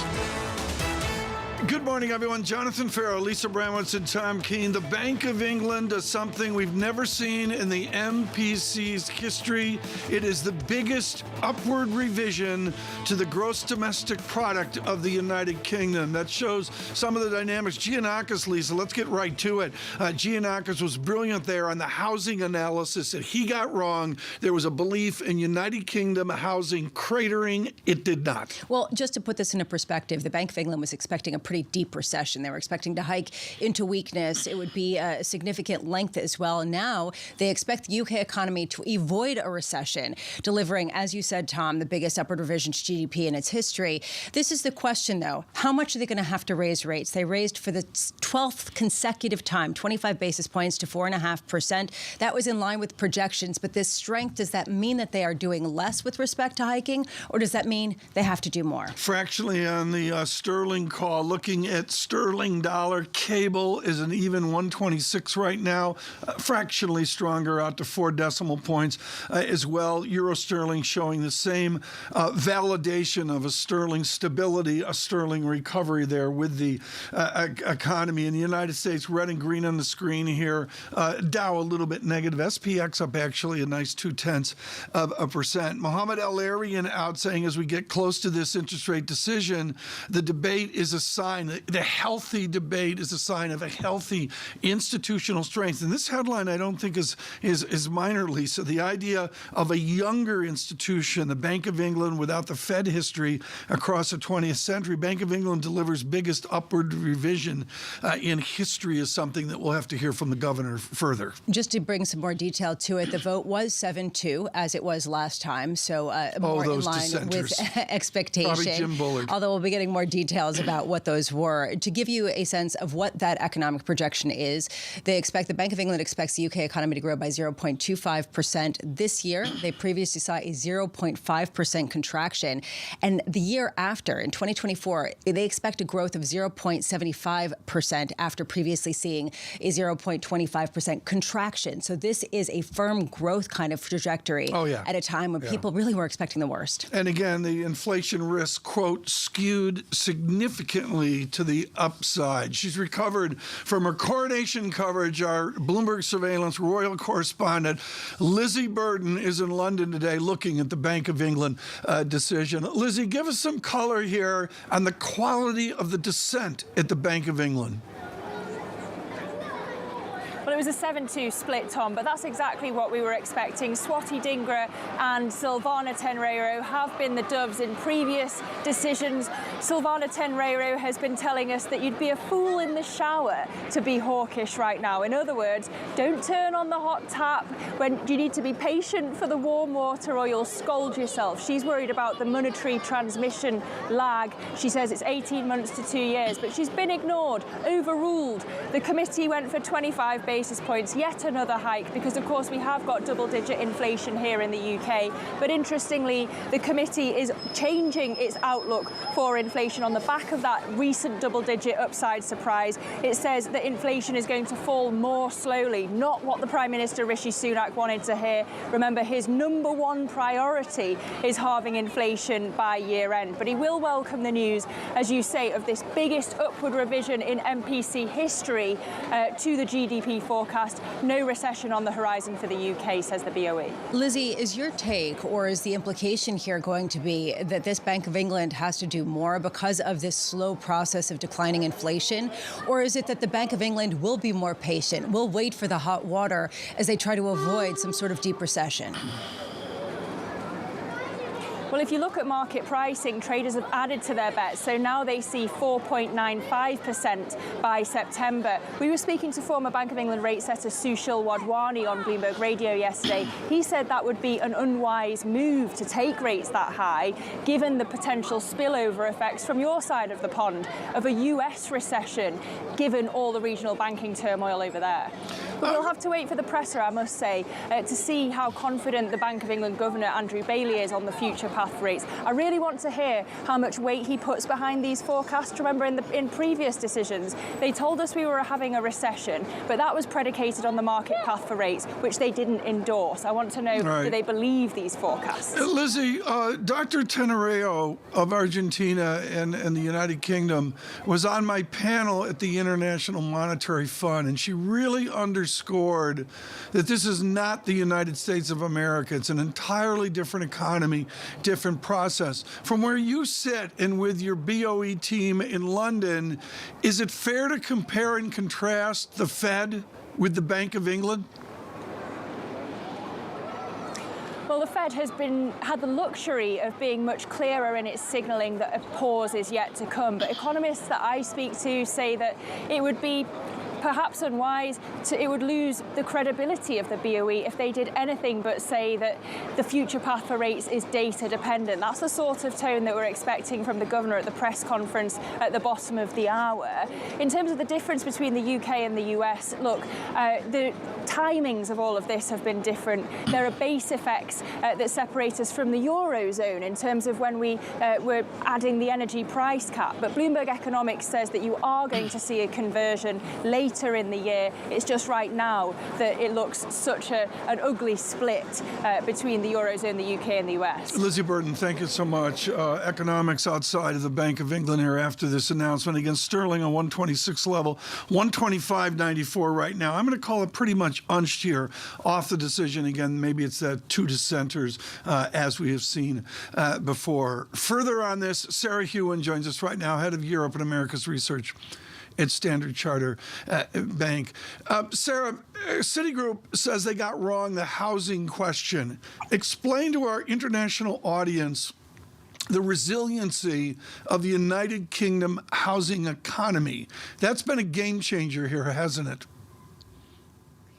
It has so far, and it's a big challenge for policymakers because the resiliency has in large part been due to the fact that many people, they're on fixed rate mortgages. We know those mortgage terms are going to become significantly more onerous in the coming months. But so far, we've actually seen, if anything, a recovery in housing activity in recent months. But ultimately, the higher cost of borrowing is going to weigh very heavily on many households, and that impact just hasn't come through yet. So it's this question about timelines more broadly. If we talk about how the Bank of England policymakers take their decisions, how far do they take into account the extensive policy tightening that's already happened? They've obviously decided today that they still need to do more to bring inflation down. Sarah, I'm looking right now at what Lizzie was talking about, that right now traders are expecting key rates in the Bank of England to peak at about 4.95% in September. That is up from 4.5% currently, so basically 2 more rate hikes. Does that cohere with this idea of expansion this year and next in the UK economy, as the Bank of England now expects? Yes. I mean, interestingly, if we look at what Bank of England is expecting for inflation, they have nudged up their inflation forecast 2 years hence, 3 years hence, but they still see inflation coming well below target in 2 to 3 years' time, which suggests that, in their view, if rates do go up to what market expects, that's going to be over time. True, they're not expecting a recession anymore, but they are expecting that the economy is flat for the first half of this year, and then they're expecting subdued growth. A lot of the reason for the better economic outlook is to do with the global economy, that lower energy prices, of course, help enormously. Fiscal support, although they do still talk about a tight labour market, they don't expect that unemployment is going going to rise meaningfully over the course of the next year or so. Sarah Hewen, thank you so much for joining us today with Standard Chartered Bank. As we move forward here, and again, I've got sterling folks here at a 126.08. That is an advanced, stronger sterling here as we've seen over the last number of weeks, and some real nuances here in the change, and it brings it back to the 8:30 data in the United States. Before we get there, Sarah said something really interesting, which is partly that this unexpected boom in growth is because of what's happening globally. How much of that is because of China and the sort of accelerated schedule of reopening in addition to lower oil prices? This, to me, is an interesting one, especially because overnight there are some questions around just how much China really is expanding, that there is some sort of questions around credit creation and things aren't really going as quickly as possible. So I just wonder that sort of uncertainty, how it's hanging in there. And some of it, to me, is the pandemic. Now, you've got a war in Ukraine, and really, Greg Vallier's note this morning on Ukraine was just outright shocking about the dynamics there as we go into spring and summer military offensives. But, okay, that's there. But to your point, out of a pandemic, so much of this is still unpredictable. And I would suggest in the over-analysis of what we do in financial media, the mystery here into the summer is far greater than maybe we perceive. It's been a mystery for months and months. And to your point about the data that we're getting at 8:30 a.m., yes, we get PPI. We also get initial jobless claims. Do we see the same kind of trend in the U.S. that we see in the U.K. about the labor market remaining much stronger than people expected, a dearth of workers? And that really was what people were saying. It's adding to a stickiness of wages and a strength, frankly, in the overall economy. I have enough respect for a lot of our guests that really matter about weekly data like the claims, even though it's one-sided, it's claims and continuing claims maybe has a new value here. But the 4-week moving average is from 191,000 expanding out to more claims now of 239,000. And I'm sorry, that's like legitimate math. That's a trend. And I'm hearing all in 250, 270 is maybe where we begin the surveillance sweat. We're just not quite there yet. Exactly. It's ticking up, though, at statistically significant rates, but off such a low base that it really, again, talking about that mystery heading into the summer months that we keep talking about, is this just a very messy process. We'll continue to analyze what the Bank of England does and, of course, the comments of the governor of the Bank of England. But we turn to the United States, and in Paris, our Francine Lacqua with James Dimon of JPMorgan. This is Bloomberg. Keeping you up to date with news from around the world with the first word, I'm Lisa Mateo. Donald Trump is urging Republican lawmakers to either get President Biden to agree to spending cuts or push the U.S. into its first ever default. The former president spoke in a town hall event with CNN in New Hampshire. He holds a tight grip on the Republican Party, and polls show him as a frontrunner for the party's presidential nomination. For a third day, Israel and Palestinian militants in the Gaza Strip exchanged fire. Islamic Jihad squads launched more than 500 rockets toward Israel. Meanwhile, Israeli aircraft killed the group's chief rocket maker in Gaza. Efforts to reach a ceasefire have not worked. Ukraine needs more time to launch its long-awaited counteroffensive against Russian forces, and that's according to President Volodymyr Zelensky. He told the BBC the army is still awaiting some promised aid from allies, such as armored vehicles. Shares of Disney are lower in pre-market trading. The world's largest entertainment company posted a drop in subscribers to its streaming service, Disney+, and it predicted a bigger loss in the business this quarter. Disney says the loss from streaming will increase by $100 million because of shifting marketing costs. Bloomberg's learned that Saudi Aramco is pushing back a deal that would have been one of the largest share sales this year. The company is delaying the planned IPO of its energy trading business. It may be pushed into 2024 unless the market improves. Aramco was considering seeking a valuation of more than $30 billion. Global news powered by more than 2,700 journalists and analysts in over 120 countries. I'm Lisa Mateo, and this is Bloomberg.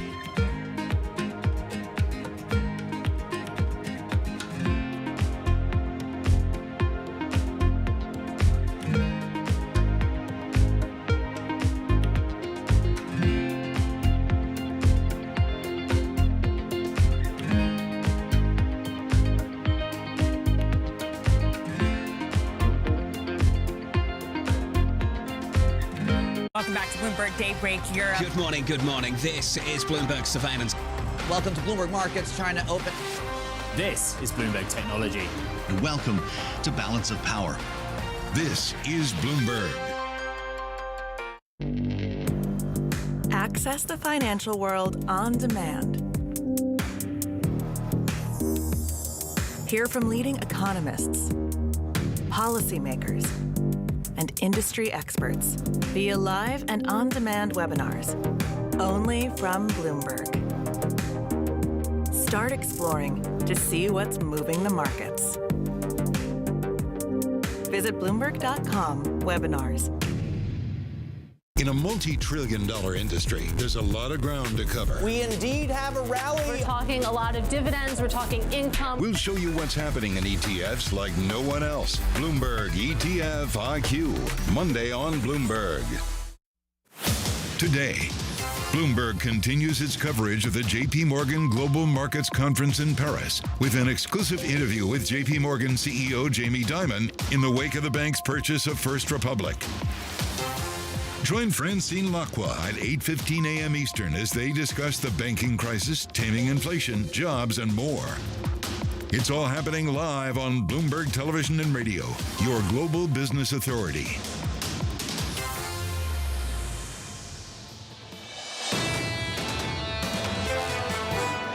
A default on U.S. obligations would produce an economic and financial catastrophe. Millions of Americans could lose their jobs. Household incomes would be reduced. American businesses would see credit markets deteriorate. And millions of American families that receive government payments would likely be left without the resources that they were promised. In Japan, on the west coast of Japan, overlooking Korea and Russia, the Secretary of Treasury of the United States, steeped in the dynamics and history of American labor economics, that is Janet Yellen. Anne-Marie Horton in conversation with the Secretary of Treasury from Japan. Look for that. We're going to do this in real time, 3:30 New York time in the morning. Only Bramwell will see that. I'll still be in the surveillance slumber. London, primetime morning, 8:30 a.m., and of course, the afternoon down south from Japan in Hong Kong. Really looking forward to that. It's going to be really quite interesting. Especially given the tenuous nature of having to deal on an international stage at the same time that domestically, this is a real issue with the debt ceiling debate. I know you hate this thing. Everybody hates this thing. And I feel like Washington is doing its best, as you said, to get everybody's attention, to say, we need the attention, all eyeballs on us. We need the drama. We need the political theater in order to get something done. And people just aren't budging. We'll have to see. And, frankly, our next guest, I think he takes, I don't think it's the same vacation days that the politicians take. No, I think he's in the office a little bit more. But we have this debt ceiling deadline, as our next guest, Michael Zezis of Morgan Stanley, calls it. It is a moving target. He adds, we pay particular attention to what happens if the X date is crossed, a meaningful risk. While we maintain as a base case that default will not occur, even if we cross the X date, markets have to contend with an elevated probability of default and or economic downside in that scenario. Something, Tom, that markets just aren't doing at this point. Michael Zezis is one of my favorite people on this. He's got parchment from Georgetown. That's on the flight path into Reagan, if you're not familiar with it. And also from LBJ, and it's a really wonderful mix of policy analysis during this debt limit crisis. He is with Morgan Stanley, head of public policy research, global head of fixed income research. So, Michael, just thrilled to have you on today. Is this for real? Is it a crisis? Well, it's for real in the sense that we need to take seriously the idea that we do something we haven't done before, which is cross the X date. The X date being that day after which Treasury doesn't have enough cash on hand to pay all of its obligations as it comes due. That in and of itself doesn't tell you that there's going to be a default. Again, I would argue we're probably not going to default because there's a lot of options that take default off the table even when you cross the X date. But those options aren't particularly good, and they're not particularly good for markets.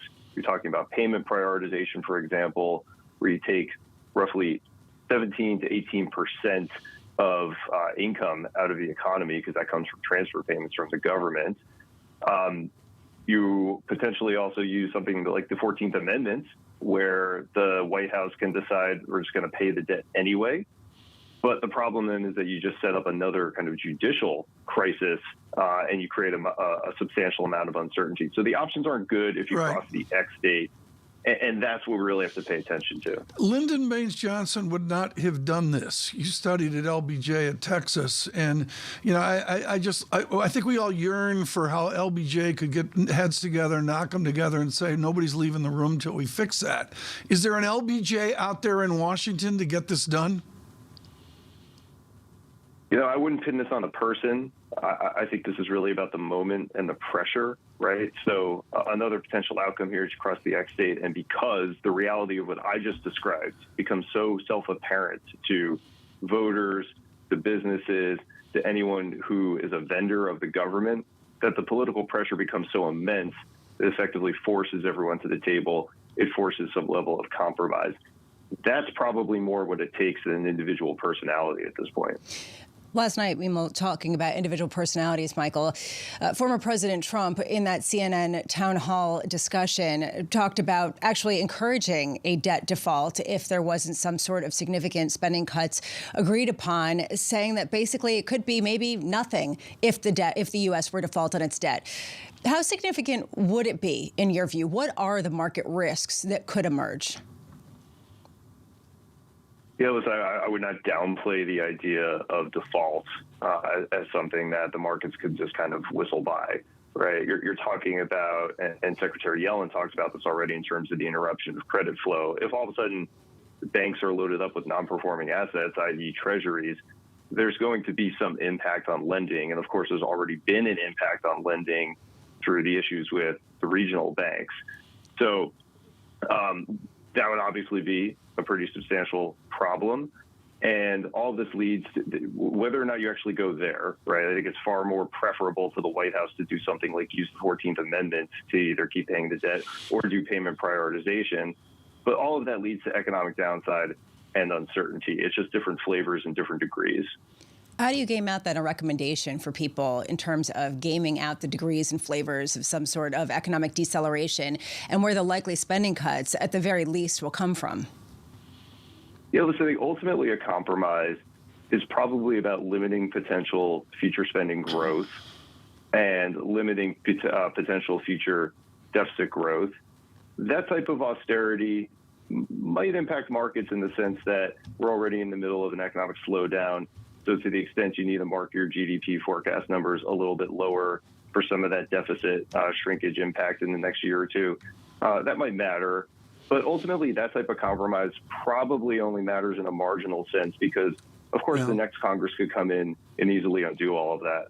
Michael, just wrap in here all of your world-class fixed income analysis. Jeff Weniger over at Wisdom Tree just trots out a chart. I think you've got a tattoo on your left arm of it. It's interest payments by the government. Let's call it $500 billion. And dare I say they may click through $1 trillion here if rates keep going up. Is interest payments that the government's making to you is the adult in the room, are they getting out of control? Well, I think this is really a question of, it's not a question of interest payments too high, or are they crowding out other spending? It's really a question of whether or not inflation is a problem, because of course the government always has the ability to source, if it wants to source the dollars it needs to pay its debt because it's creating those dollars.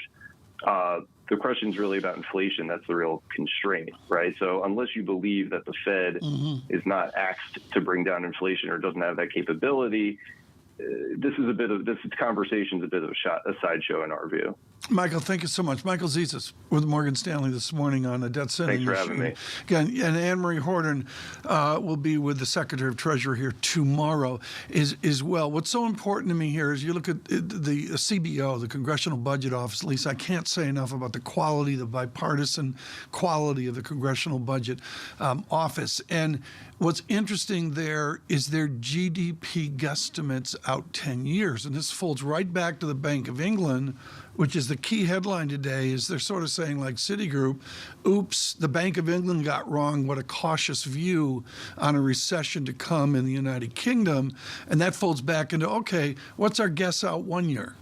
dare I say 3 years. 10 years out, good luck with that. Well, and how do we understand what debt load is sustainable in terms of a proportion of GDP if you are growing at a faster pace than expected or a slower pace? How do you game this out at a time of such incredible economic uncertainty with these projections key to the fiscal stability of the nation? My book of the summer, I'll put it out on Twitter. I haven't done that in a couple weeks here. Olivier Blanchard's monograph here on all of this, the R-starred minus growth analysis.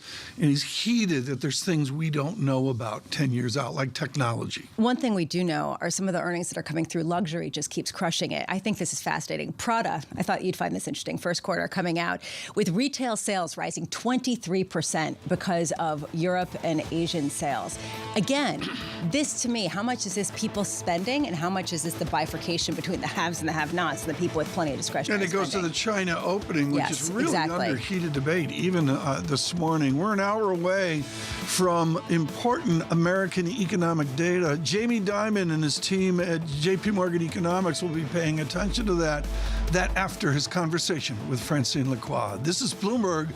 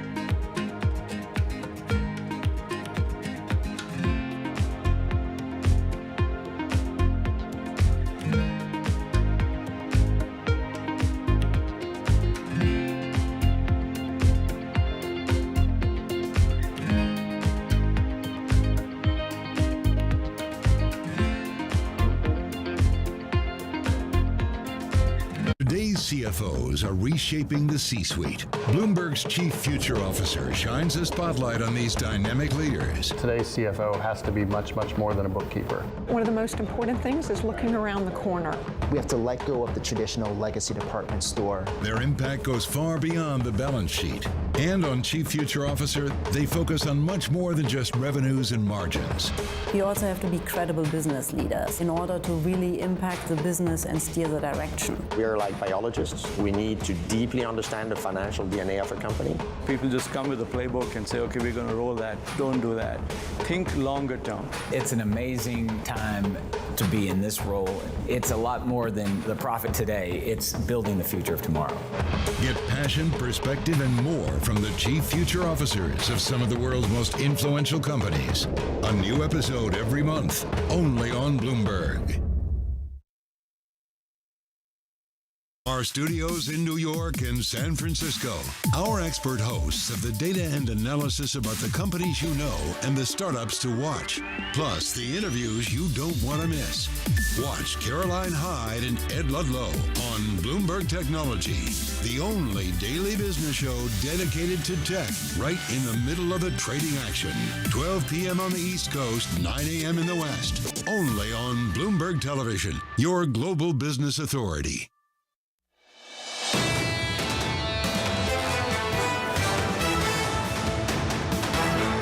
Bloomberg Bloomberg Surveillance, Jonathan Farrow on assignment, Lisa Bramwitz and Tom Keene here. We've really got to get back to block and tackle data, markets, and markets movers now. We've got big events coming up. Amory Horton in Japan with Secretary Yellen tomorrow. James Dimon with Francine in Paris here in about 45 minutes. Forget about fancy conversations with fancy people. Markets move. We get a retreat here off the green on the screen. The SPX now slightly negative, but the yield space is important. The 2-year yield is broken down 3.88%. That's in 3 basis points and really begins to threaten what we saw all the way back to May 5th. So we're seeing a dramatic move there from a 4.05 down to a 3.88 on the 2-year yield. We continue to watch at the 10-year.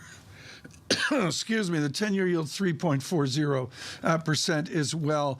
Oil, a little bit of a pullback as well. Gold, 2,043, up $7. That gets my attention. Dollar giving me not much of a story this morning. We'll have to watch this very, very carefully. And what's important here is to get to the movers. There's a big mover out in Anaheim, and there's other movers of the banks that are funding the trips to Disneyland as well. What do you got of movers today? Well, let's talk Disney first. The shares are lower after we saw what happened with respect to their earnings. They do expect fewer than expected subscribers for the Disney Plus platform, also a wider loss. Those shares lower by almost 6%. The concern here is how quickly can you ramp up streaming as advertisers really pull back from cable, from sort of the classic television streaming networks rather than the bespoke ones. Robinhood shares, they are up 3.9%. They beat.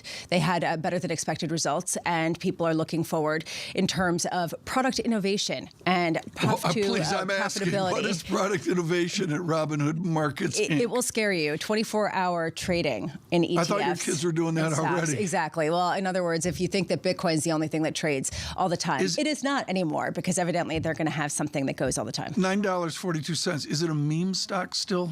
Well, I'm not very memey. I'm up to speed. It had been, because it had been fluctuating so much, and because it had been sort of the stalwart representative of individual traders. Whether it becomes that way, perhaps. I really do want to get to PacWest. It is actually probably the most important story of these particular stock movers. Those shares lower under $5 a share, $4.83.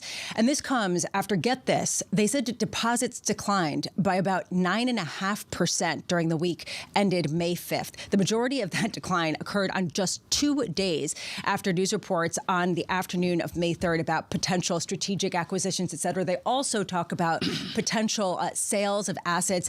And get this, the line that no executive ever wants to have to say. Yeah. They believe the company has enough cash to fund its needs over the next 12 months. Not what you want. It's $4.78, intraday low 4.33. I'm sorry, this is on Mr. Dimon's radar. He's not going to tell Francine Lacqua that, but the Keefe Bruyette Index, which is not just PacWest of the world, I'm not going to call it a dead cat bounce. It doesn't even deserve that accolade. It's just sort of kind of like. And JPMorgan has played a role in some of the banks that have had some issues, including First Republic. Taking a step back, I'm curious how much the Blackstones of the world are going to take some stake in some of these shares. There was a story out today about Blackstone getting more engaged with regional lenders and coming up with some funding programs. But the bigger question is still, are we out of the woods with the smaller banks? Is this idiosyncratic at a time when it's being pressured by a very real rate structure? And everyone out there looking at this, every strategist, whatever their remit, looking at the banking debacle as it unfolds. Thomas Satoris is head of fixed income research at Strategas, a Baird company, and joins us this morning. You have the advantage of down the hall is one Jason Trennert, looking at the equity market, folding in the JPMorgans of the world into your fixed income analysis. What is the Strategas view on the length of this banking crisis? Does it get fixed? What's your definition of fixed? Do we have more bank failures along the way? Probably. Does it become a systemic risk, particularly to SIFIs? Probably not. Does it become a risk to super regional banks? Probably not as well. But is there incremental credit tightening to the U.S. economy from this ahead of us? Absolutely. And with monetary policy acting with the lag, we have to assume there are more shoes to drop here and more banks to fail. Which spread or comparison of two yields is most valid to you to get the temperature of PacWest and other banks? I'm looking at 3-month 10-year, but there's debt ceiling issues in that as well. Which spread tells the best story? Well, 3-month 10-year might be a better better measure for banks because you're looking at funding cost relative on the front end of the curve versus their essentially what are they potentially getting for yield for new assets they might be purchasing. But I don't think anything really gives you a good picture of how much their net interest margins have compressed over the last 2 years. I mean, those are probably 0 to negative at this point in time, given where they bought those assets. Those long duration assets might have been bought at a yield of 2.5%, and their funding costs today might be 4.5% to 5.25%. This is a really important point, that we have moved from just simply deposits being there to even the deposits staying are going to be a problem given how much they're going to have to pay to keep them. From your vantage point, what are you expecting in terms of the number of failures and the ramifications for monetary policy and broader market conditions? Well, probably low double digits, maybe high single digits, so maybe not many more to come, and fairly small in size. But you got to remember, though, that's the norm over any given 2-3 year period in the past. Keep in mind, from 1980 to about 1992, we had over 1,000 bank failures. In the last dozen years, we've had about a dozen failures. So you can say we're overdue. So the norm might be 2 to 3 per year on average. Well, but this is the question, right? If it is just the norm, is it not setting any alarm bells? Doesn't change anything with respect to the rate hiking cycle, and doesn't change anything with respect to your approach to what you invest in? Well, let me answer this from the Fed's perspective. This absolutely should change their perspective and what they do going forward. You have monetary policy acting with a lag. You have multiple bank failures, and you have, at best, multiple banks are going to be in negative net interest margin for at least the next 12 months. That's a reason to pause right there. Mission is not accomplished on inflation, but that's a good reason to pause tightening to see how the incremental tightening from the credit tightening that is to come plays out. You may end up having to hike again in the future, but this is a good opportunity to pause. Brief us on James Dimon coming up here in 45 minutes as well. This conversation is frankly just as important because you're in the trenches looking at the ramifications of a trust in the JPMorgan company or, frankly, Bank of America to save the day. Are they going to come in and have to save the day again? I don't think they're going to have to. Whether they do come in and make additional plays here, that I can't speak to. But I don't think they're going to need to. I think that this is a system that essentially your super regionals are in good standing right now. Your SIFIs are in good standing. You're talking about smaller banks going forward. There's going to have to be consolidation in the regional banks. Some of them may be bought. I don't mean to interrupt, but this is an important nuance. Within a bidding process where the government's forced to take the low bidder, or just in a normal M&A context? Both. You could have additional failures where there are essentially negative net asset values there that the government is forced to take the lowest bidder. But you should also be expecting going forward to see a typical M&A where some regional banks consolidate and become super regionals going forward. And even some super regionals may grow themselves to breach that SIFI threshold. That should be the expectation going forward. The reality is I think the U.S. banking system is migrating more towards what you might have in Canada or Australia, where you have a few very large dominant banks. It's not going to be 3 or 4 like you have in those regions. It might be 8 to 10 in the U.S. Let's dovetail this question about financial stability into what we're going to get in about 50 minutes, which is the latest read on inflation as well as the labor market. There's a question about whether there is more strength and whether what we've seen in the banking sector is more of the normalcy, as you point out, rather than a sign of some sort of massive fissure. If it is a sign of strength, what does that do in terms of the stickiness of inflation as well as growth, just like what we saw over in England? Yeah, well, I think you had mentioned earlier discussion on sales from places like Prada or luxury goods. The U.S. economy still continues to be driven by a consumer, which whether they're spending more than they can afford, it's irrelevant. They're still spending more, and the labor market is not yet rolling over. So there's still strength to the consumer side. There's still strength to the labor market, and in particular in the retail space and in the luxury space and the leisure space. So there's still strength to come in the U.S. economy, and there's still likely to be sticky inflation. What that means is that even if the Fed pauses here, they're not likely to cut as soon as the market is pricing in. The market is pricing in rate cuts for, we'll say, July to August. That seems too early, given how sticky inflation is and how strong the labor market continues to be. We do think the labor market's going to roll over, but we think inflation is going to remain sticky, which means that there's going to be more stress on banks because the Fed funds rate is going to remain at this 5% to 5.25% longer, and you're going to continue to drag on credit formation and stress on banks because net interest margins are going to remain negative for longer. How do you play this? Because it's really against consensus, at least as it's being played out in market pricing. Well, that's a tough question because right now you look at equity valuations, they don't reflect a recession risk, and they also don't reflect the fact that there's credit tightening to come later on. Same thing for corporate credit markets. Spreads are a little bit too tight at these levels. So I think you play this by being very cautious. You continue to hold cash at elevated or above average levels, and you wait for something to break to the downside. Two-part question. We got to be quick because of the time. Where's Trennert on the equity market? Is he called a bottom of the bear market in October, or does he have a more cautious view? More cautious. We're expecting equity prices, equity valuations to dip lower again. So you had a 10-year yield, 4.20%. The 10-year yield is cratered down. What are the ramifications to you if the 10-year breaks down to a new lower yield below 3.30%?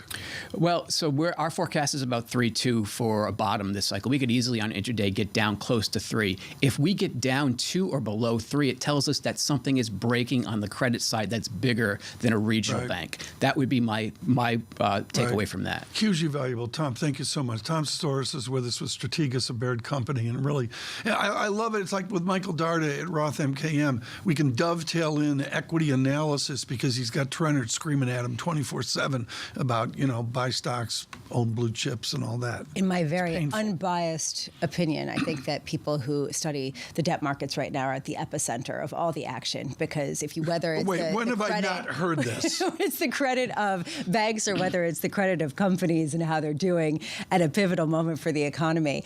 It's the income statements, as you've said. It's the cash flows that you're getting in now and staying cautious for what you expect to happen later because of equations that just don't match up if you're basically making net interest margins, net negative interest margins in some of these banks. I can assure you from enjoying losses within the equity market that, Bramo, you're correct. And the only way you learn this as an equity wise ass is to lose money one time or 2 times or 3 times. In fairness. So you learn follow the bond market. Well, in fairness, the bond market's lost plenty of money, too, over the past couple of years. So nobody's really had too much of an edge at a time of a lot of really unusual distortions and debt ceiling. We do equities, bonds, currencies, commodities. That's what keeps us going here. Right now, futures at -3. The 2-year yield under 3.87%. Important. James Dimon, Francine Lacqua coming up. Brian Weezer on Disney. This is Bloomberg.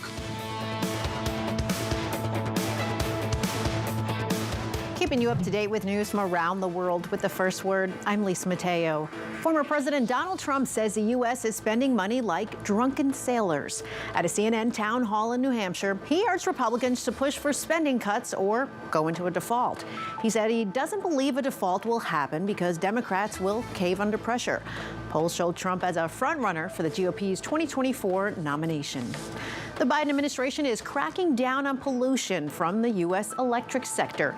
Proposed requirements released today would force coal plants and the largest gas-fired units to stifle nearly all their carbon dioxide emissions. Still, the plan would spare most natural gas plants, and utilities would have more than a decade to comply with the limits. Consumer expectations for Eurozone inflation rose significantly in March. That bolsters the case of the European Central Bank officials who say interest rate increases may need to continue past the summer. Now, in its monthly survey, the ECB says inflation expectations for the next 12 months rose from 4.6% to 5%. In Pakistan, the rupee has fallen to an all-time low in wake of violent protests following the arrest of former Prime Minister Imran Khan. The country's Supreme Court is hearing Khan's appeal of his arrest. At the same time, a special court has granted investigators 8 days to look into corruption charges filed against Khan. And for the first time in its 240-year history, the Mann Group will have a female chief executive. Robin Grew will take over September 1st as CEO of the world's largest publicly listed hedge fund. Grew is currently Mann Group's president. She's replacing Luke Ellis. Global news powered by more than 2,700 journalists and analysts in over 120 countries. I'm Lisa Mateo, and this is Bloomberg.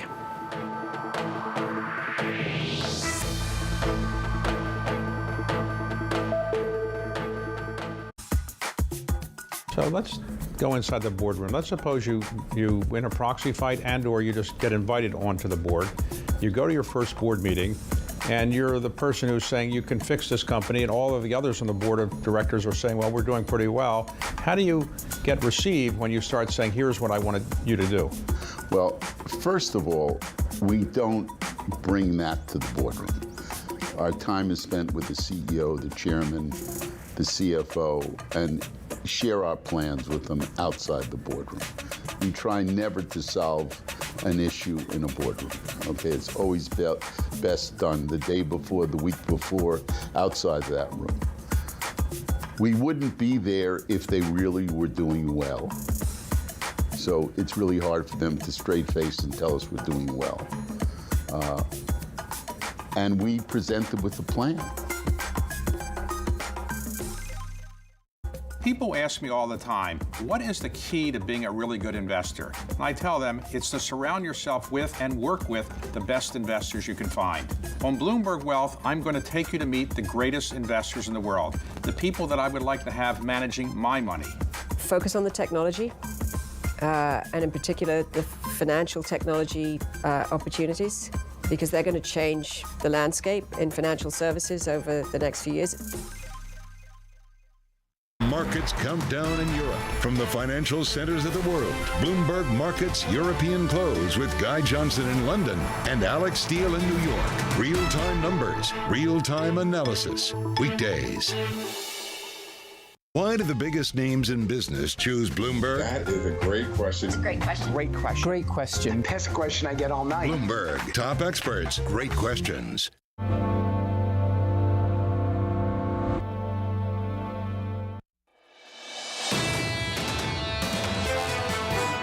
You've got to look at the amount of money being spent on content by the companies. From Disney's point of view, yes, you've got a learning curve.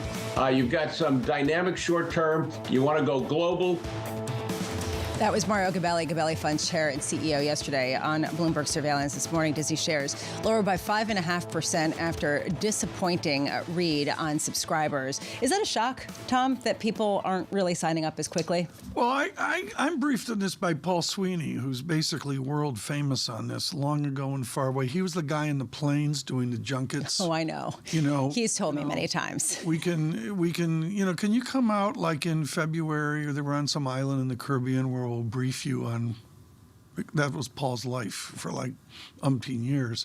But seriously, I get a huge advantage of seeing this coming. And my number one, I just go back to the word profit. I'm like, where's the beef? Where's the profit? And I just don't observe it. You're not alone, and that's something that all of the streaming services have really struggled with. They're looking at it for subscribers. In the broader markets, we're seeing basically things flat as people wait for some sort of catalyst. Brian Weiser isn't. We just got one out in terms of Disney. He is a principal at Madison & Wall, covering all things media for decades. There is a question here about why this is surprising, given that this transition was going to be awkward from cable to streaming, and it's a rocky process amid a lot of economic uncertainty. Yeah, I don't think it was that surprising. I mean, this was never going to be a better business than the one that it's replacing, right? They had a nearly 40% margin business in the media networks division back in 10 years ago. And you're going to incur more costs for marketing, more costs for streaming, physically delivering content, and then you need way more content to make this whole thing work, and you can't forcibly bundle. This is the right thing to do. It's the right way to make a business that survives for 50 years and beyond. And that's what I said when I was an analyst covering the stock and thinking, this is actually about the fair price right now. And that's kind of what's played out for everyone. Brian, there's this concern as we try to grow subscriber bases, or as different people, different streaming companies try to expand their user base. Do you continue to raise prices? What do you prioritize, either increasing subscribers or increasing revenues? How is Disney doing on that front, given that they came in with a pretty disappointing projection of just growth? Well, here's the thing. They can continue to raise prices and still grow subscribers on a year-over-year basis. And I think they'll continue to do so, as other services will when they raise prices. The problem is that money is coming out of traditional pay TV. I published something on my Substack this past week pointing out that there's about $100 billion of spending in the United States, at least, by consumers on pay TV services, now declining in terms of actual spending. That's $100 billion of money that can go into these streaming services still. Mm-hmm. But it's going to come out of pay TV. Where is sports in 5 years, Brian? Disney has a huge effect on sports with ESPN. I get it. But where is the Brian Weiser view on sports entertainment in 5 years? Yeah, it'll still be super important. I mean, but Bob Iger at least was wise enough to point out that there is an inevitability to ESPN in particular eventually having its flagship service as a streaming service.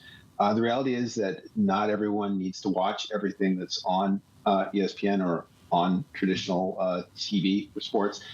So it may end up being a little bit more niche-y, maybe not as ubiquitous as it has been historically in the United States. I look at Disney, and I look at a creative guy as well. Is there a lot of cost cutting to do? Is Disney, and for that matter, other companies like it, is there a lot of fat there to cut, or are they bare bones right now? You know, they talk certainly about containing their increases in spending on content, and it's hard to say what that is. I mean, certainly there's a great story in the journal about what's happening for Paramount on content spending on Yellowstone and other related shows, and that's a good example, maybe a bit extreme in terms of spending. But I think in general that the thing is, if you spend more money on programming, you will get more viewers, right? They will continue to grow the platform, the streaming platform, as long as they continue to increase their spending overall on programming. Obviously, they need good editorial choices in terms of making good content. We used to say content is king, and today we're talking about cost cutting in a lot of these different platforms. If anyone goes anywhere near social media, they'll see a discussion of the writer's strike in Hollywood that's affecting a whole host of different streaming networks. And I wonder how dovetailed these ideas are. This idea that writers want to get paid, that content wants to get rewarded given the years of largesse, and the networks just aren't willing at this time. How much is that going to be a persistent battle based on the dynamic that we've been talking about? Yeah, I worry about that because I'm not sure how first of all, both sides on the strike might be too optimistic in their expectations for how the industry is going to evolve. Again, I rolled up all spending on video, including theatrical spending, DVDs, whatever left of that, streaming, pay TV, etc. And basically, I calculate about a 1% annual growth rate over the last 15 years every year on average. Maybe that's about right going forward. It's all shifting towards the far less profitable business of streaming. So there's less money to divide up, whatever the outcome is. Brian, there was also discussion, just to finish up here with Disney, about declining revenues on their cable networks from advertisers. How much of this is companies not necessarily having the extra money to advertise? How much of this is just all of the advertising moving to Google, to Facebook or Meta, to all of these other social media platforms? That's been a big factor for sure. I mean, we're seeing television is probably declining by high single digits at this point. I don't think it'll stay that bad all year long. It'll probably get less bad as the year progresses. The typical advertiser is absolutely shifting their spending. Primarily, I think packaged goods companies are shifting spending into retail media networks, which are just doing fantastically well. Mm-hmm. TikTok, for now, is at least still doing really well. There's a lot of new places that are seeing a lot of growth. I mean, Uber is an ad platform, Walmart selling ads, that sort of thing. Right. Brian, thank you. Brian Weiser from Madison and Wall with an update there on streaming and the lack of profit out there. He's 67 years old, had a cancer scare. I guess he's doing well as chairman and CEO of JPMorgan. I don't think there's ever been enough made about the academics of James Dimon. He's summa cum laude out of Tufts, and critically wandered through Harvard Business School with a guy named Immelt, Steve Burke of Comcast, the great investor Seth Klarman as well, and slid out among that talent as a Baker Scholar at HBS. And I just don't think enough has ever been made about it. Maybe it's his own fault. He downplays it, or he had to put up with Sandy Well years ago. But this is a guy, as chairman and CEO of the bank, and we all hang on his annual letter, which was out a number of weeks ago. In fairness, it's not as if he hasn't been incredibly successful. He does get compensated just fine. There is this issue, though, of whether he can sort of build some sort of successor, because he really is the face of JPMorgan, seeing it through a whole host of different times that harken back to some of the roll-ups that you're talking about in the banking sector today. I want to frame out in the annual letter, and like one letter a couple years ago, he could tell he was really upset about people don't understand it's just the day-to-day executive grind of hard work, the romance of 18-hour days and living on planes and the rest of it. And this year was much more of a strategic response of this is where banking fits in his words, is an essential part of the American economy. And these are real sensitivities. To me, with Francine, it's the angst out there, really going back to JPMorgan in the mansion, I believe it was in 1912, the Panic of 1907, where basically JPMorgan wrote the check to save the nation. But this idea that you go through our banking history, and now there's this absolute dominance of JPMorgan and Bank of America in terms of size, even against the other ones we follow all the time. Over the past decade, we've been talking about, or a lot of people have been decrying, big banks as utilities, not having the same kind of profit engines as they used to because they can't take as much risk.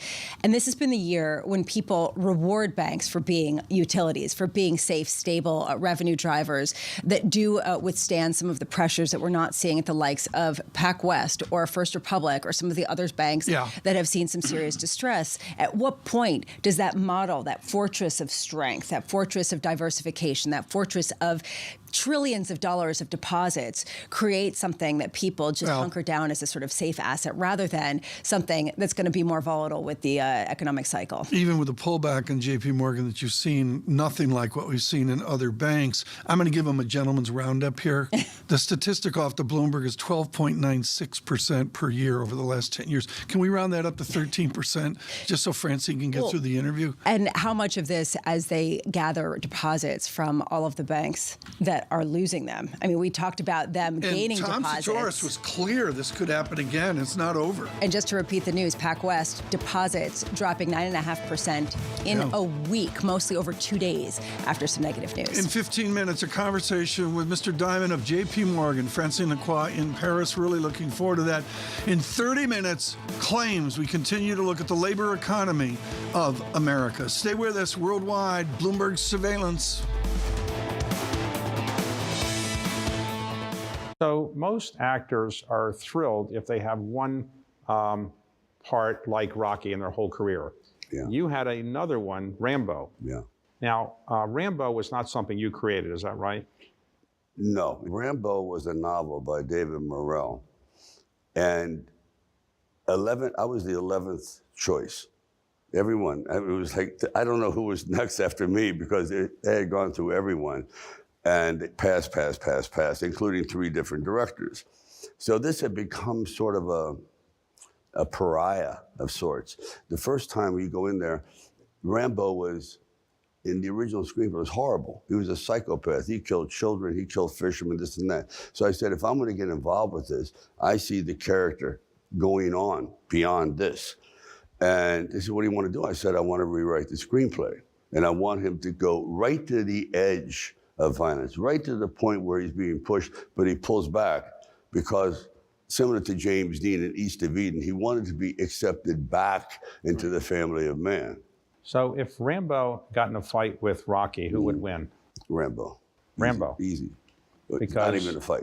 Unless it's in a ring. See, first of all, Rambo is a killer, for real. He's almost a psychopath when that switch flips. Rocky is a good guy. He has mercy. The other one has no mercy. From the world of politics to the world of business. Every weekday at 5 p.m. Eastern Time, hosts Anne-Marie Hordern and Joe Matthew alongside Kaylee Lines deliver news, insight, and analysis live from Bloomberg's Washington headquarters. Get the latest from and about politics' biggest power players at the end of every trading day. Balance of Power, every weekday at 5 p.m. Eastern Time, only on Bloomberg, your global business authority. For the first, call it 18 years at Chipotle, this was you come into Chipotle along the line, you interact with the crew, and you customize your meal. We've got this separate make line, and it's digitized, and so the orders come in, and they're really kind of staged so that if you say at noon, I want to come in at 1 o'clock, we hold that order, and we will send it to the crew like maybe 10 to 1. Right. So it's ready right when you pull up your car. How do you manage these kind of 2 different staffing needs, right? Yes. And making sure you have the right amount of people yes. at the right time. We spend a lot of time projecting sales. A lot of it is, it's part art, part science. We're trying to bring more science and more AI into it. Because if you get the right sales projection, then you know exactly what your staffing needs to be. So if you get the sales right, you can get the entire restaurant staffed perfectly with just a couple people. Our average restaurant now does about over $1 million per restaurant in digital sales. Bloomberg has enhanced search on the terminal to deliver what you need when you need it. Now, you can simply type phrases in everyday English in the command line. Compare financials. Find people. Analyze markets. You can enter phrases or ask questions. What do you want to know today? Ask a question or visit SearchGo to find answers now.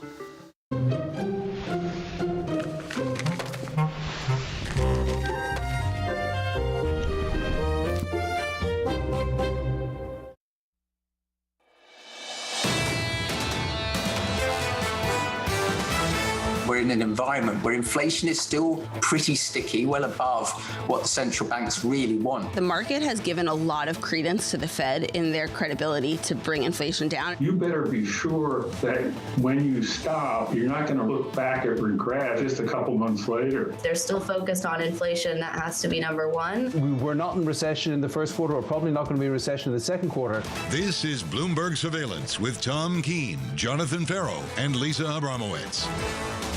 30 minutes away from economic data in the U.S., 12 minutes away from a conversation with the CEO of JPMorgan. It is Thursday. Welcome back. This is Bloomberg Surveillance live on Bloomberg Television and Radio. Tom Keene, Jonathan Ferro, and Lisa Abramowitz. John is off. He is probably going to be back tomorrow. That is the rumor. We do get this economic data, and we will get to Jamie Dimon and that interview that Francine Lacqua is doing in about 15 minutes' time. But there is a question with the economic data of where we are and whether we will see that creeping higher of unemployment as inflation stays high. Let's get sobered up. When did we first hear about recession? It's coming. Well, we heard about it for about a year. Like for a year or exactly. even longer. United Kingdom, recession's coming. Oops, Citigroup, Giannakis with that great reversal a couple days ago. I think Bank of England read the Citigroup note and they reversed it today. Well, and the fact that they came out and they actually increased the projections for GDP growth, the most on record from a recession to now expansion for 2 consecutive years, highlights the conundrum that everyone's having. Do you stay negative? Do you stay conservative, whether you're an investor or whether you're a corporate executive like Jamie Dimon?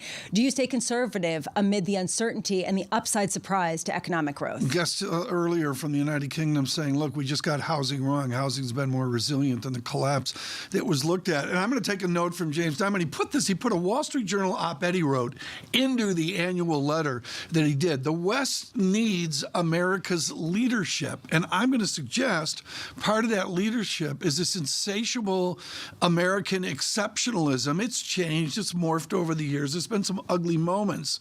But the bottom line is Dimon is channeling the growthiness of the American message versus some of the more austere messages that are out there. Yeah, and at a time when U.S. growth is perhaps not quite keeping pace with other areas, and I say Europe and China in particular, where it's outpacing almost more from the first time. From a lower base, without a doubt. But it's the question here is, where are the opportunities? Are they in the U.S.? Because globally, we have seen more and more move to Europe, move to China, move elsewhere where growth potentially could be increasing at a faster pace. Where's their technology business? I don't see the academic input that you see coming, frankly, from other places. And frankly, continental Europe's got some real burgeoning technologies, but not like the major tech companies of America. And I wonder how much of that is just a reluctance to try and fail. In the point that, for example, we saw some headlines about Europe pushing back on artificial intelligence and ChatGPT for concerns. And we see this kind of headline going around. Heading into all of that, you're getting no certainty in markets. And I think that is really notable to me. Right now, in equities, before we get to the yield space, in equities, just nothing, absolutely nothing, basically range bound, 4,147 on the S&P, looking at a 0.1% decline. You don't quote the Dow? No, I mean, I've been trained well. I'm going to stay out of that argument. I'm going to basically just tread in the other indexing experiences. 10-year going down just a bit. We are seeing yields lower across the board, which is interesting given the fact, especially after the Bank of England, inflation still coming in high. Even yesterday, people cheering the CPI report, and yet Vincent Reinhart saying one report does not make a trend. It doesn't make sense that you're pricing in rate cuts, and yet here we are. We have to get to Megan Horniman, but Lisa, I'm sorry, to 4 digits, 3.8578%. We are now 15 full basis points in on the 2-year yield in a long cup of Sanka. I mean, it's amazing how we moved.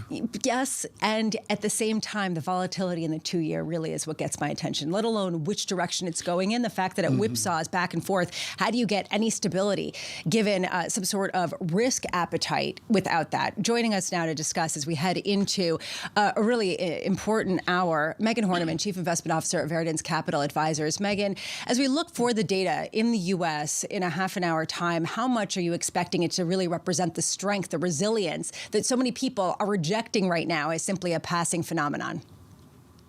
Yeah, I think that there is some inconsistency in what we're seeing from whether it's the labor market showing strength, but then that's the only thing from an economic standpoint in the U.S. that's showing strength. Whether you look at manufacturing or you look at housing, all of these things are suggesting that we're headed towards a downturn. And then you take into account the Federal Reserve tightening cycle and then the tighter lending conditions. These things are going to start to filter into data, not right away, but we think in the rest of this year. Megan, I want to go to your heritage. Legg Mason in Baltimore, all the great value house action of Legg Mason and on to Deutsche Bank is a substantial East Coast competitor to JPMorgan. We're going to talk to Jamie Dimon here in about 9 minutes. He's salvaging our banking crisis as it is. Is he going to have to do more from where Verdant sits? Yeah, unfortunately, I don't think the regional side of the banking crisis is over. I do think that the bigger banks are going to have to step in and do more. What's changed? If you look at over the past couple of weeks since he came in and rescued the last bank, nothing's changed from a regulatory standpoint. Nothing's changed from the Federal Reserve. In fact, the only thing that's changed is that the Federal Reserve has said, "Hey, we're not going to see rate cuts right away." So the pressure that was on the small and mid-cap banks earlier this year with higher interest rates and taking losses there, that's still is the case. And that's going to be a problem for these banks. So in the absence of knowing anything that's changed, I don't think that unfortunately is over. So I think there's going to be more to come. You have the advantage of not being Manhattan-based. How does commercial real estate look like for Verdant's Capital? I mean, I know it's off your remit, but what is all the analysis you see that you listen to on CRE? It's something that we're concerned about. I don't think that it's being talked about enough. Obviously, we're concerned just because of a slowing economy and higher vacancies. But then the double effect on that is that we have higher interest rates. And then you throw on top of that we have this maturity wall. That's where the big concern comes in. So between 23, 24, and 25, these are big years where these commercial real estate loans are going to have to refinance. And they're refinancing at higher rates, as well as in a situation where you have tighter lending conditions. That's an area of concern, an area of strength that we may get a better sense of in about 20 minutes' time is when we get the PPI, the factory input prices that comes out in the U.S. It's expected to be significantly below CPI, that sort of headline consumer figure, which is being captured as profits at a lot of companies that are actually increasing their profit margins at a time when people expected them to shrink, for them to absorb some of the inflation against some pushback by consumers. Is this giving you optimism to go into certain stocks, to go into certain credit? No, unfortunately, at this time, I think that's probably short-lived. The consumer is weak. We've seen that in some of the recent data, and we've also seen that with the fact that they're relying a lot more on credit card debt. They're not spending the way that they used to. If you looked at even the CPI report yesterday, that showed that airfare is actually starting to come down. So you're starting to see some weakness in that part of part of the economy that consumers were really spending money on. So your leisure and hospitality. There's a lot of cracks surfacing, so I'm not optimistic that businesses can continue to pass on those costs without it further hurting the consumers. So are you basically in the camp that there is going to be this disinflation that will accompany the weakness that we see as it accelerates throughout the end of the year? Basically, what's been pushing everybody to keep going into bonds? Yeah, I do think that we are going to be looking at, again, slowing inflation, a slowdown in the economy, most likely a recession. The inflation situation has been improving, and we can't deny that, but there still is a lot of work to go. The biggest inconsistency, and you mentioned that people are going into bonds, the biggest inconsistency that we see is that investors are pricing in rate cuts, and that's not something that we see. The Fed is not there. They don't have the ability to do that with inflation where it is. They can't come in with a stop-and-go approach, which is what they did in the 70s and 80s, which proved to be not the right thing to do. I think they're going to stay on hold. Interest rates will stay higher for longer. They've made it clear in their last meeting that they will sacrifice economic growth to achieve their goal of bringing inflation down. So I think the bond market's not necessarily pricing that in. Unfortunately, within bonds, I think the best place to be right now is just to park money in cash, have dry powder, take advantage of opportunities, because they will arise in the second half of this year. And then on equity markets, do you deploy that cash here, or do you just wait? It depends on what we see from an equity standpoint. I think equities are similar to bonds. The equity market, specifically some of the high growth technology names, these are, I think, still too high from a price to earnings multiple. I think they have room to decline and kind of realize the fact that the Fed's not going to come in and save the day. They've been able to do that in the past. They're not able to do it this time around. So I think there's going to be some correction here in U.S. equities. Megan, thank you so much. Megan Horniman there with Verdant's Capital Advisors this morning. I'm going to go back off JPMorgan research just so we wait for Mr. Dimon and just suggest I'm still thunderstruck by what his colleague Michael Ferroli said 8 years ago of a run rate of the American economy sub 2%. And I remember at the time it was groundbreaking when he and Bruce Kasman came out with that research report. And the whole thrust of James Dimon's annual letter is a U.S. growth strategy. That's the entire, the theme, if you will, across it. And it comes back to Ferroli being at like a 1.85%, whatever, run rate for the American economy, and his boss saying that's just not acceptable. Well, and at a time when a lot of companies have been betting on the United States, and that's paid off. I mean, think about Warren Buffett in that meeting that we just saw over there. There is going to be a real question, though, about what his broader strategy is, in particular expanding into places like China or, say, Europe at a time when there is more growth there. And that has been what's been leading a lot of the upside surprises. What do you think of what Megan said, cash here? I mean, the gloom, not the gloom. It's so strange. I mean, futures 41.49 off fractionally, and yet we're getting research studies that say there's a fair amount of gloom out there, and you hear that with Megan in cash. Well, and cash yields something, right? I mean, if you're getting 4 or 5% on cash, it's an asset class unto itself. People are expecting this to break in a negative way for the economy. We're at a place of inflection, really, where we've seen the growth, and now do we see the inflation go down with the accompaniment of growth also coming down? 18 minutes to economic data. Before that, Francine Lacqua in conversation with Jamie Dimon of JPMorgan, their chairman, their chief executive officer. Futures at -1, the VIX 17.24. Stay with us on radio, on television, Bloomberg Surveillance. Keeping you up to date with news from around the world with the first word, I'm Lisa Mateo. The Bank of England has raised its benchmark lending rate to the highest level since 2008. And it says that more increases may be needed if inflation persists. The central bank lifted its key rate a quarter point to 4.5%.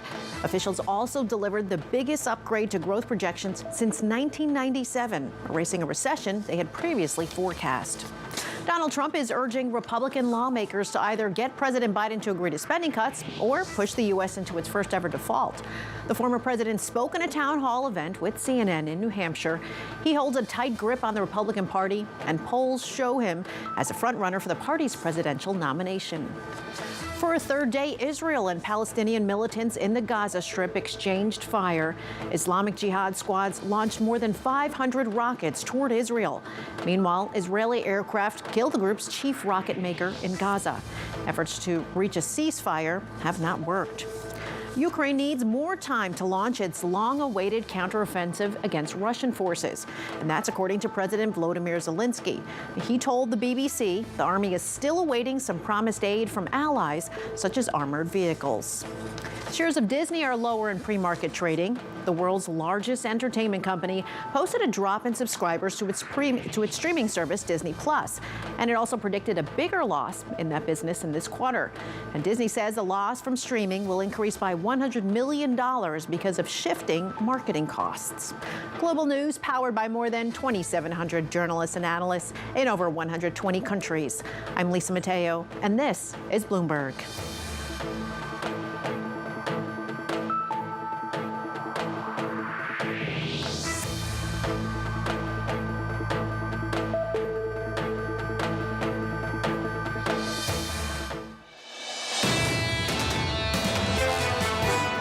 A default is frankly unthinkable. America should never default. It would be tremendously economically and financially damaging. The former chair of the Federal Reserve System, the Secretary of Treasury of the United States, Janet Yellen, in Tokyo, in Japan at the G7 meetings. Anne-Marie Horton in conversation with the Secretary of Treasury tomorrow, widely anticipated after a set of economic data. And we do get economic data here in 15 minutes that could change the course of the view on her labor economy as well. Lisa Abramowitz and Tom Keene right now. And what we'd like to do is go to Paris, and it is a Paris of JPMorgan that is important. In World War I, I'm going to get the pronunciation wrong, and Francine Lacqua is going to correct me. It is 14 Place Vendôme, and it was the commitment of the JPMorgan Bank to France in the heat of World War I. She is joined in Paris with James Dimon, our Francine Lacqua. How is my pronunciation, Francine? Tom, full marks for French pronunciation. You're almost French. I'm so excited for you. I am delighted to be joined by Jamie Dimon, JPMorgan Chairman and Chief Executive Officer. Thank you for joining us, as always. Debt ceiling or banking turmoil? What are you most worried about? Happy to be here. Well, I think the debt ceiling is potentially catastrophic. Yeah. So that's a whole different issue. Hopefully it won't happen. The banking crisis, I still believe, will kind of sort its way through. And it's not anything like 08 or 09. Only a couple of people are offsides with all these various things, which you knew about. So hopefully, it's getting near the tail end of that. But if you're Janet Yellen right now, what would you do differently? I don't know. I think we need to finish the bank crisis. I think we've had uncertain policy on mergers, this First Horizon deal. I think we have to assume there'll be a little bit more. So, whatever the FDIC, the OCC, the Federal Reserve, whatever they need to do to make it better, they should do. Be thoughtful, be very forward-looking, not be surprised constantly, because some of these things have been known about for quite a while. And so we've handled three: SVB, Signature, First Republic, and so. Yeah, so are you asking but I think it's very important. The regional banks, who I've been speaking to like every day for the last week, they're quite strong. They're quite worried because of the run on deposits, like that. But their financial results are good. Their financial results are going to be good. Okay, next quarter. They're earning money. They got very good clientele, very diversified. And they're quite strong. So, Jamie, for like a comprehensive solution. So if you're asking Janet Yellen to get the job done, what does that look like? That solution? I'm not asking for a comprehensive solution. Why not? Just be prepared for problems. We don't need a comprehensive solution. What do we need right now? Do we need regulators to look at short sellers of banks? Yes. Look, my folks would tell me that that's not the problem, the short selling ban. If you actually analyze stocks and short sales, doesn't seem that big a deal. I think they may partially be wrong. Because, as you know, some people are unscrupulous and they use other means to go short. I think that if you look at the detail, the SEC has the enforcement capability to look at what people are doing by name in options, derivatives, short sales, and they should go. If someone's doing anything wrong, people are in collusion, or people going short and then making a tweet, about a bank, they should go after them. And vigorously, and they should be punished to the full extent the law allows it. So I think it's possible it's taking place. We have no evidence of it, but my experience in life has been don't assume too much. Do you think that they're looking into it? I hope so. I don't know. When you look at some of the position of JPMorgan, of course, you didn't really buy any long-dated bonds. And at the time, a lot of people said, look, stop hoarding cash. Do you think regulators and investors had pushed some of these banks to take unwarranted risk? Yes, I do, but let's be clear. the people to blame are the bank CEOs and the bank boards and things like that. Having said that, I think there's been a humility on the part of regulators that the Federal Reserve itself never forecast interest rates going up. Not one Fed governor forecast it, and whether you forecast it or not, you should be stress testing people for it. Their stress tests always had low rates. We always knew about uninsured deposits, and there were huge incentives that banks to put securities in held to maturity, lower capital requirements. Huge incentives to own treasuries, lower capital requirements, and they counted for liquidity. And I'm hoping all that gets looked at, and they should look at it and say, yeah, okay, we were a little bit part of the problem, as opposed to just pointing fingers. So this is not a regulation problem, it's a supervision problem. Yeah, it's a little bit of both. They become very related. I mean, supervisors look at, are you doing the right thing by regulations? And like even the stress test, I've always thought that, when you have one stress test and you have a company completely focused on that for 3 months, does it lull people into a false sense of security that all these other things aren't going to happen? And all these other things in history always happen. And so, I think it was a little bit of a mistake to have one stress test. I'm not asking them to do many at this level of detail, but our stress test is 200,000 pages long. Do you think that last 100,000 pages added value? And my view is it did not. Do you think things will change because of this? Is this like a catalyst? I think it's going to get worse for banks. I think that What do you mean by worse? It's just more regulations and more rules and more requirements. I hope they do it very thoughtfully because, we love the community banks, the regional banks. We're the biggest banks of those folks. But if you overdo certain rules, requirements, regulations, some of these community banks tell me they have more compliance people than loan officers. And so at one point you make it harder for them to do business. There are already hundreds of rules in place, and in a lot of ways it's the mix of the rules. If you're going to change liquidity, maybe not capital. If you're going to change capital, maybe not liquidity. If you're going to add TLAC, then maybe you should do something with deposit insurance. They should sit down and have a very thoughtful conversation about what those things are and what we want the outcome to be. And if you look at the present outcome, a lot of things are leaving banks, and they should. And if that's what they want, so be it. But that should be done with the forethought. That should not be done because you're just putting rules and regulations in place and you don't know the consequences. The mortgage business, for example, is not largely 80% out of banks today. And just be careful about what you wish for. So you bought First Republic. You've had, I imagine, now a good look at what's inside it. What did you find out? Yeah, no, we had a good look before we bought it. Okay, that's reassuring, but anything that you found out? We had 800 people working around the clock for a long time to look at something like that. And in reality, look, they did some things really well. Like if you talk to their customers, I'm getting calls and emails and great culture, great customers and things like that. Right. Their credit is kind of pristine. That's good. So, of course, we marked all the market, and we're all in very good shape. We've hedged all the interest rate exposure together. We've got thousands of people now going out, learning about what their best is. We want the best of both. We're not the kind of company that comes in our way or the highway. And so there's no surprise there. It had to make sense for shareholders, but, this notion that it was an unbelievable thing, no, it was a nice thing for shareholders. That's I have to do that. But we also really did it to assimilate the banking in a way that's very safe for the system, and it didn't cost uninsured depositors, didn't cost the FDIC. It cost the FDIC as little as possible. But I also want to point out, I'd be fine if they want to change the rules a little bit to make it easier for a regional bank to buy a big bank. And the other thing about big banks, which again is, I know, but the thing about big banks, we need healthy big banks. We have the best banking system in the world. And you want that. You're very big. Yeah, but we're not.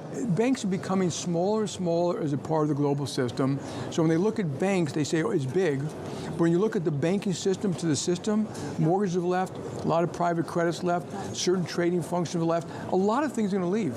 You have Apple, you have the neobanks, you better be a little more thoughtful about when you say when you mean banking per se. And so.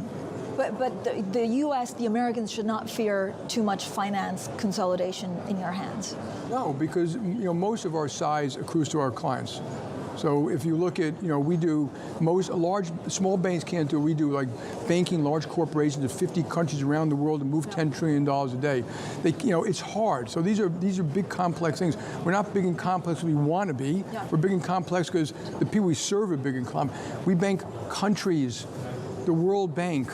We do a lot of things. And yes, we also bank consumers in the United States.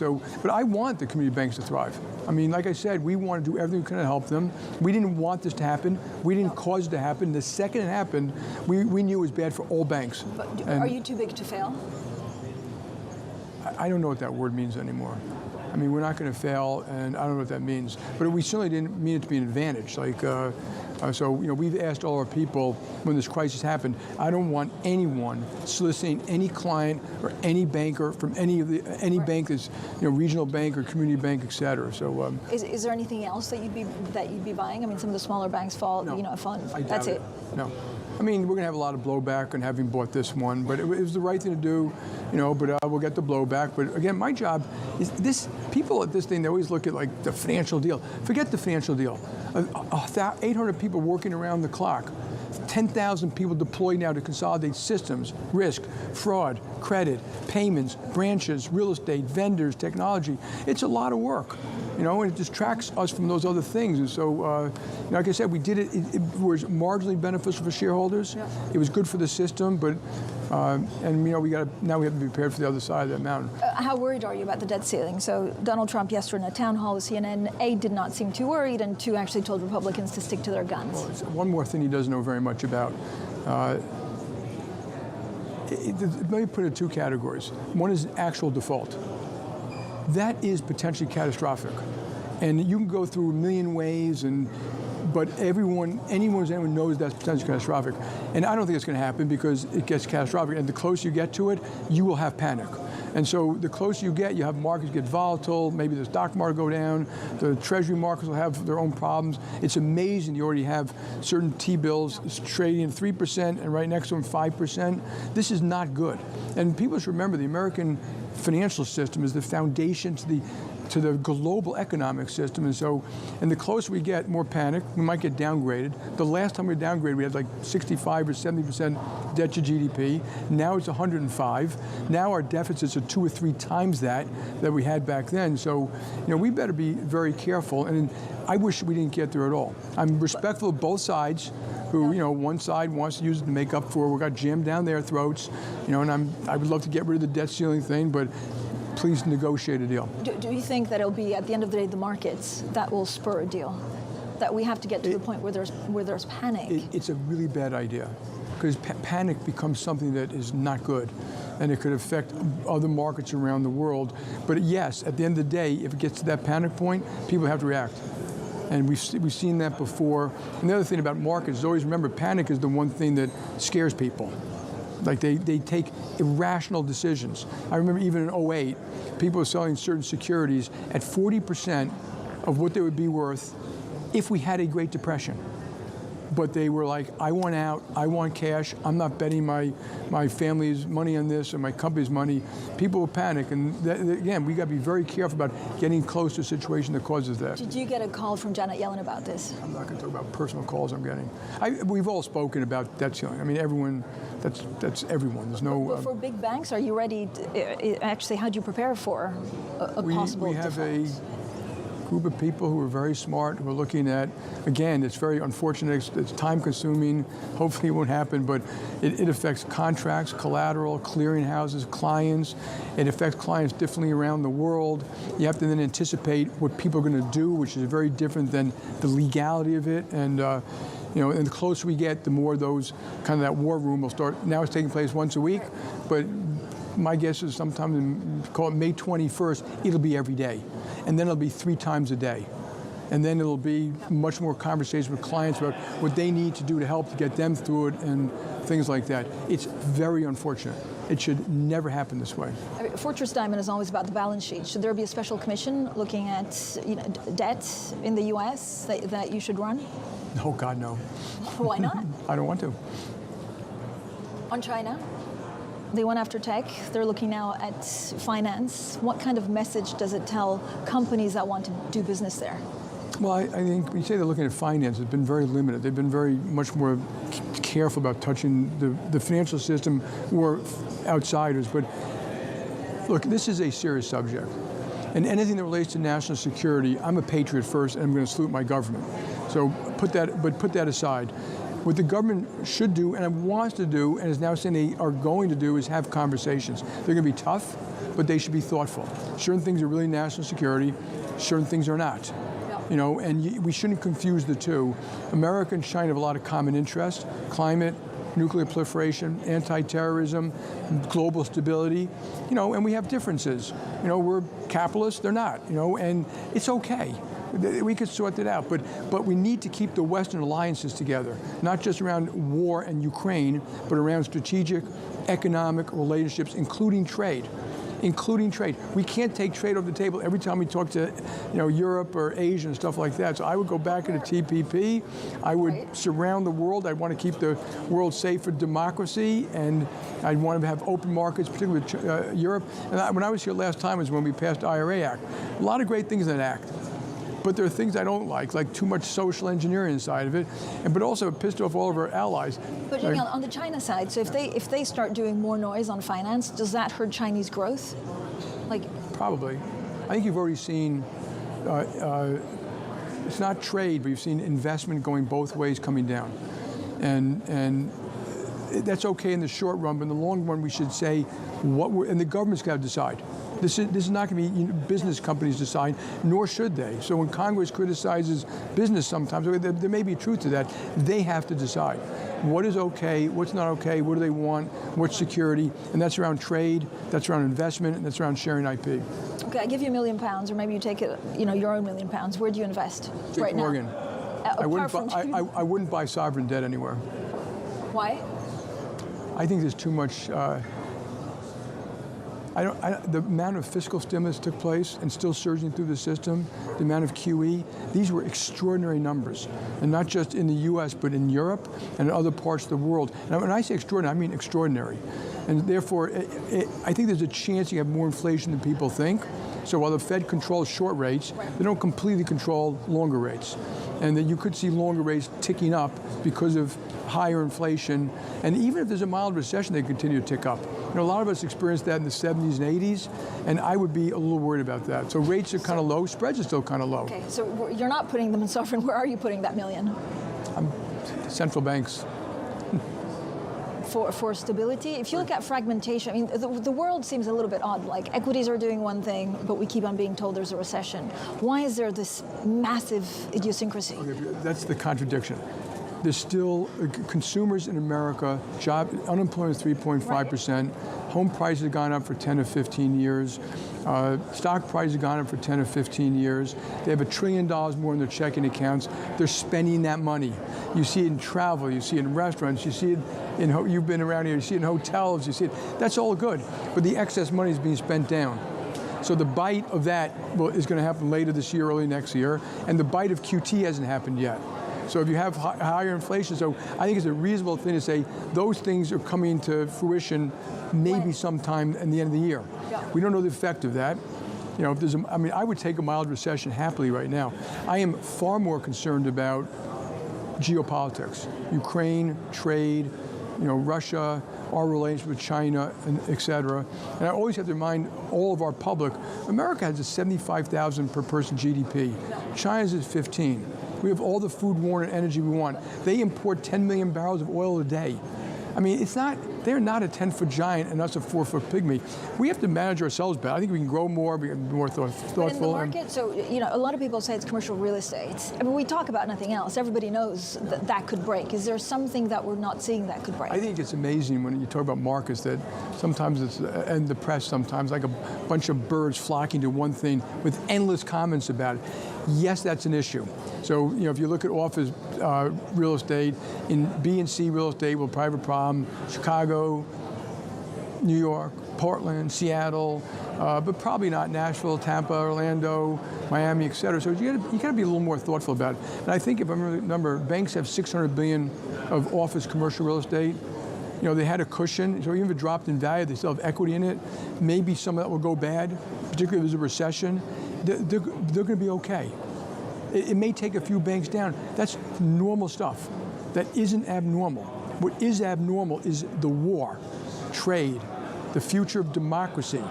That is abnormal. I'm much more concerned about that than... How do the markets trade that? Right. If there's a big geopolitics, there's how do the markets do that? Okay. Look, if I was we're cautious. Yeah. I remind people, businesses aren't there to trade us sometimes. They're there to serve our clients, okay? And so we're going to serve our clients no matter what happens. Yeah. James, very quickly, final question. How are you feeling about the Epstein deposition this month? I am so sad that we had any relations with that man whatsoever. You know, we had top lawyers evaluating this from the SEC enforcement, the DOJ. You know, and obviously, had we known then what we know today, we would have done things differently. But it's very unfortunate, and I have deep respect for these women. That doesn't mean we're liable for the action of an individual, but I do have deep respect for them. My heart goes out to them, and. Jamie Dimon, thank you so much for your time today. Thank you. Back to you. Francine Lacqua, thank you so much. A conversation with the chairman and the chief executive officer of JPMorgan. I would really underscore off of his annual letter his focus on geopolitics. And as he says in his letter, in his Wall Street Journal essay of a number of months ago, he is very concerned of the Western alliances, including France. Lacqua from Paris this morning. In the meantime, we have had a reaffirmation of lower interest rates in the United States. A 2-year yield with a 3.82 handle moments ago. That was over 4%, 2 cups of Sanka ago. Michael McKee and I grew up drinking Sanka. He's here as the international economics and Sanka correspondent for Bloomberg. And 2 days in a row off inflation and off of claims and PPI, the markets move. Well, you want some good news on inflation, you're going to get it in the PPI. It doesn't have a direct relationship, as we've said very often, to CPI, but PPI comes in basically a little lower than anticipated, higher than last month, but on a year-over-year basis, it's down. Final demand up 0.2% compared with a 0.4 drop the prior month. The core up 0.2 compared with flat reading. That's a revision upward for the month, but on a year-over-year basis, 2.3% for headline and 3.2% for core. Those are both down from 2.7 and 3.4. So definitely progress on the factory gate prices. Jobless claims also feeding into that maybe we're done for the Fed because the labor market's getting looser theory. 264,000 from an unrevised 242. So a jump of that's a jump. Jump's the right word, right? 24,000 on the month. Continuing claims, 1,813,000. That's a gain of about 12,000. So it does look like the labor market is starting to respond, at least in the claims area, unless there's something unusual to it. And we're seeing lower inflation. You nailed yesterday.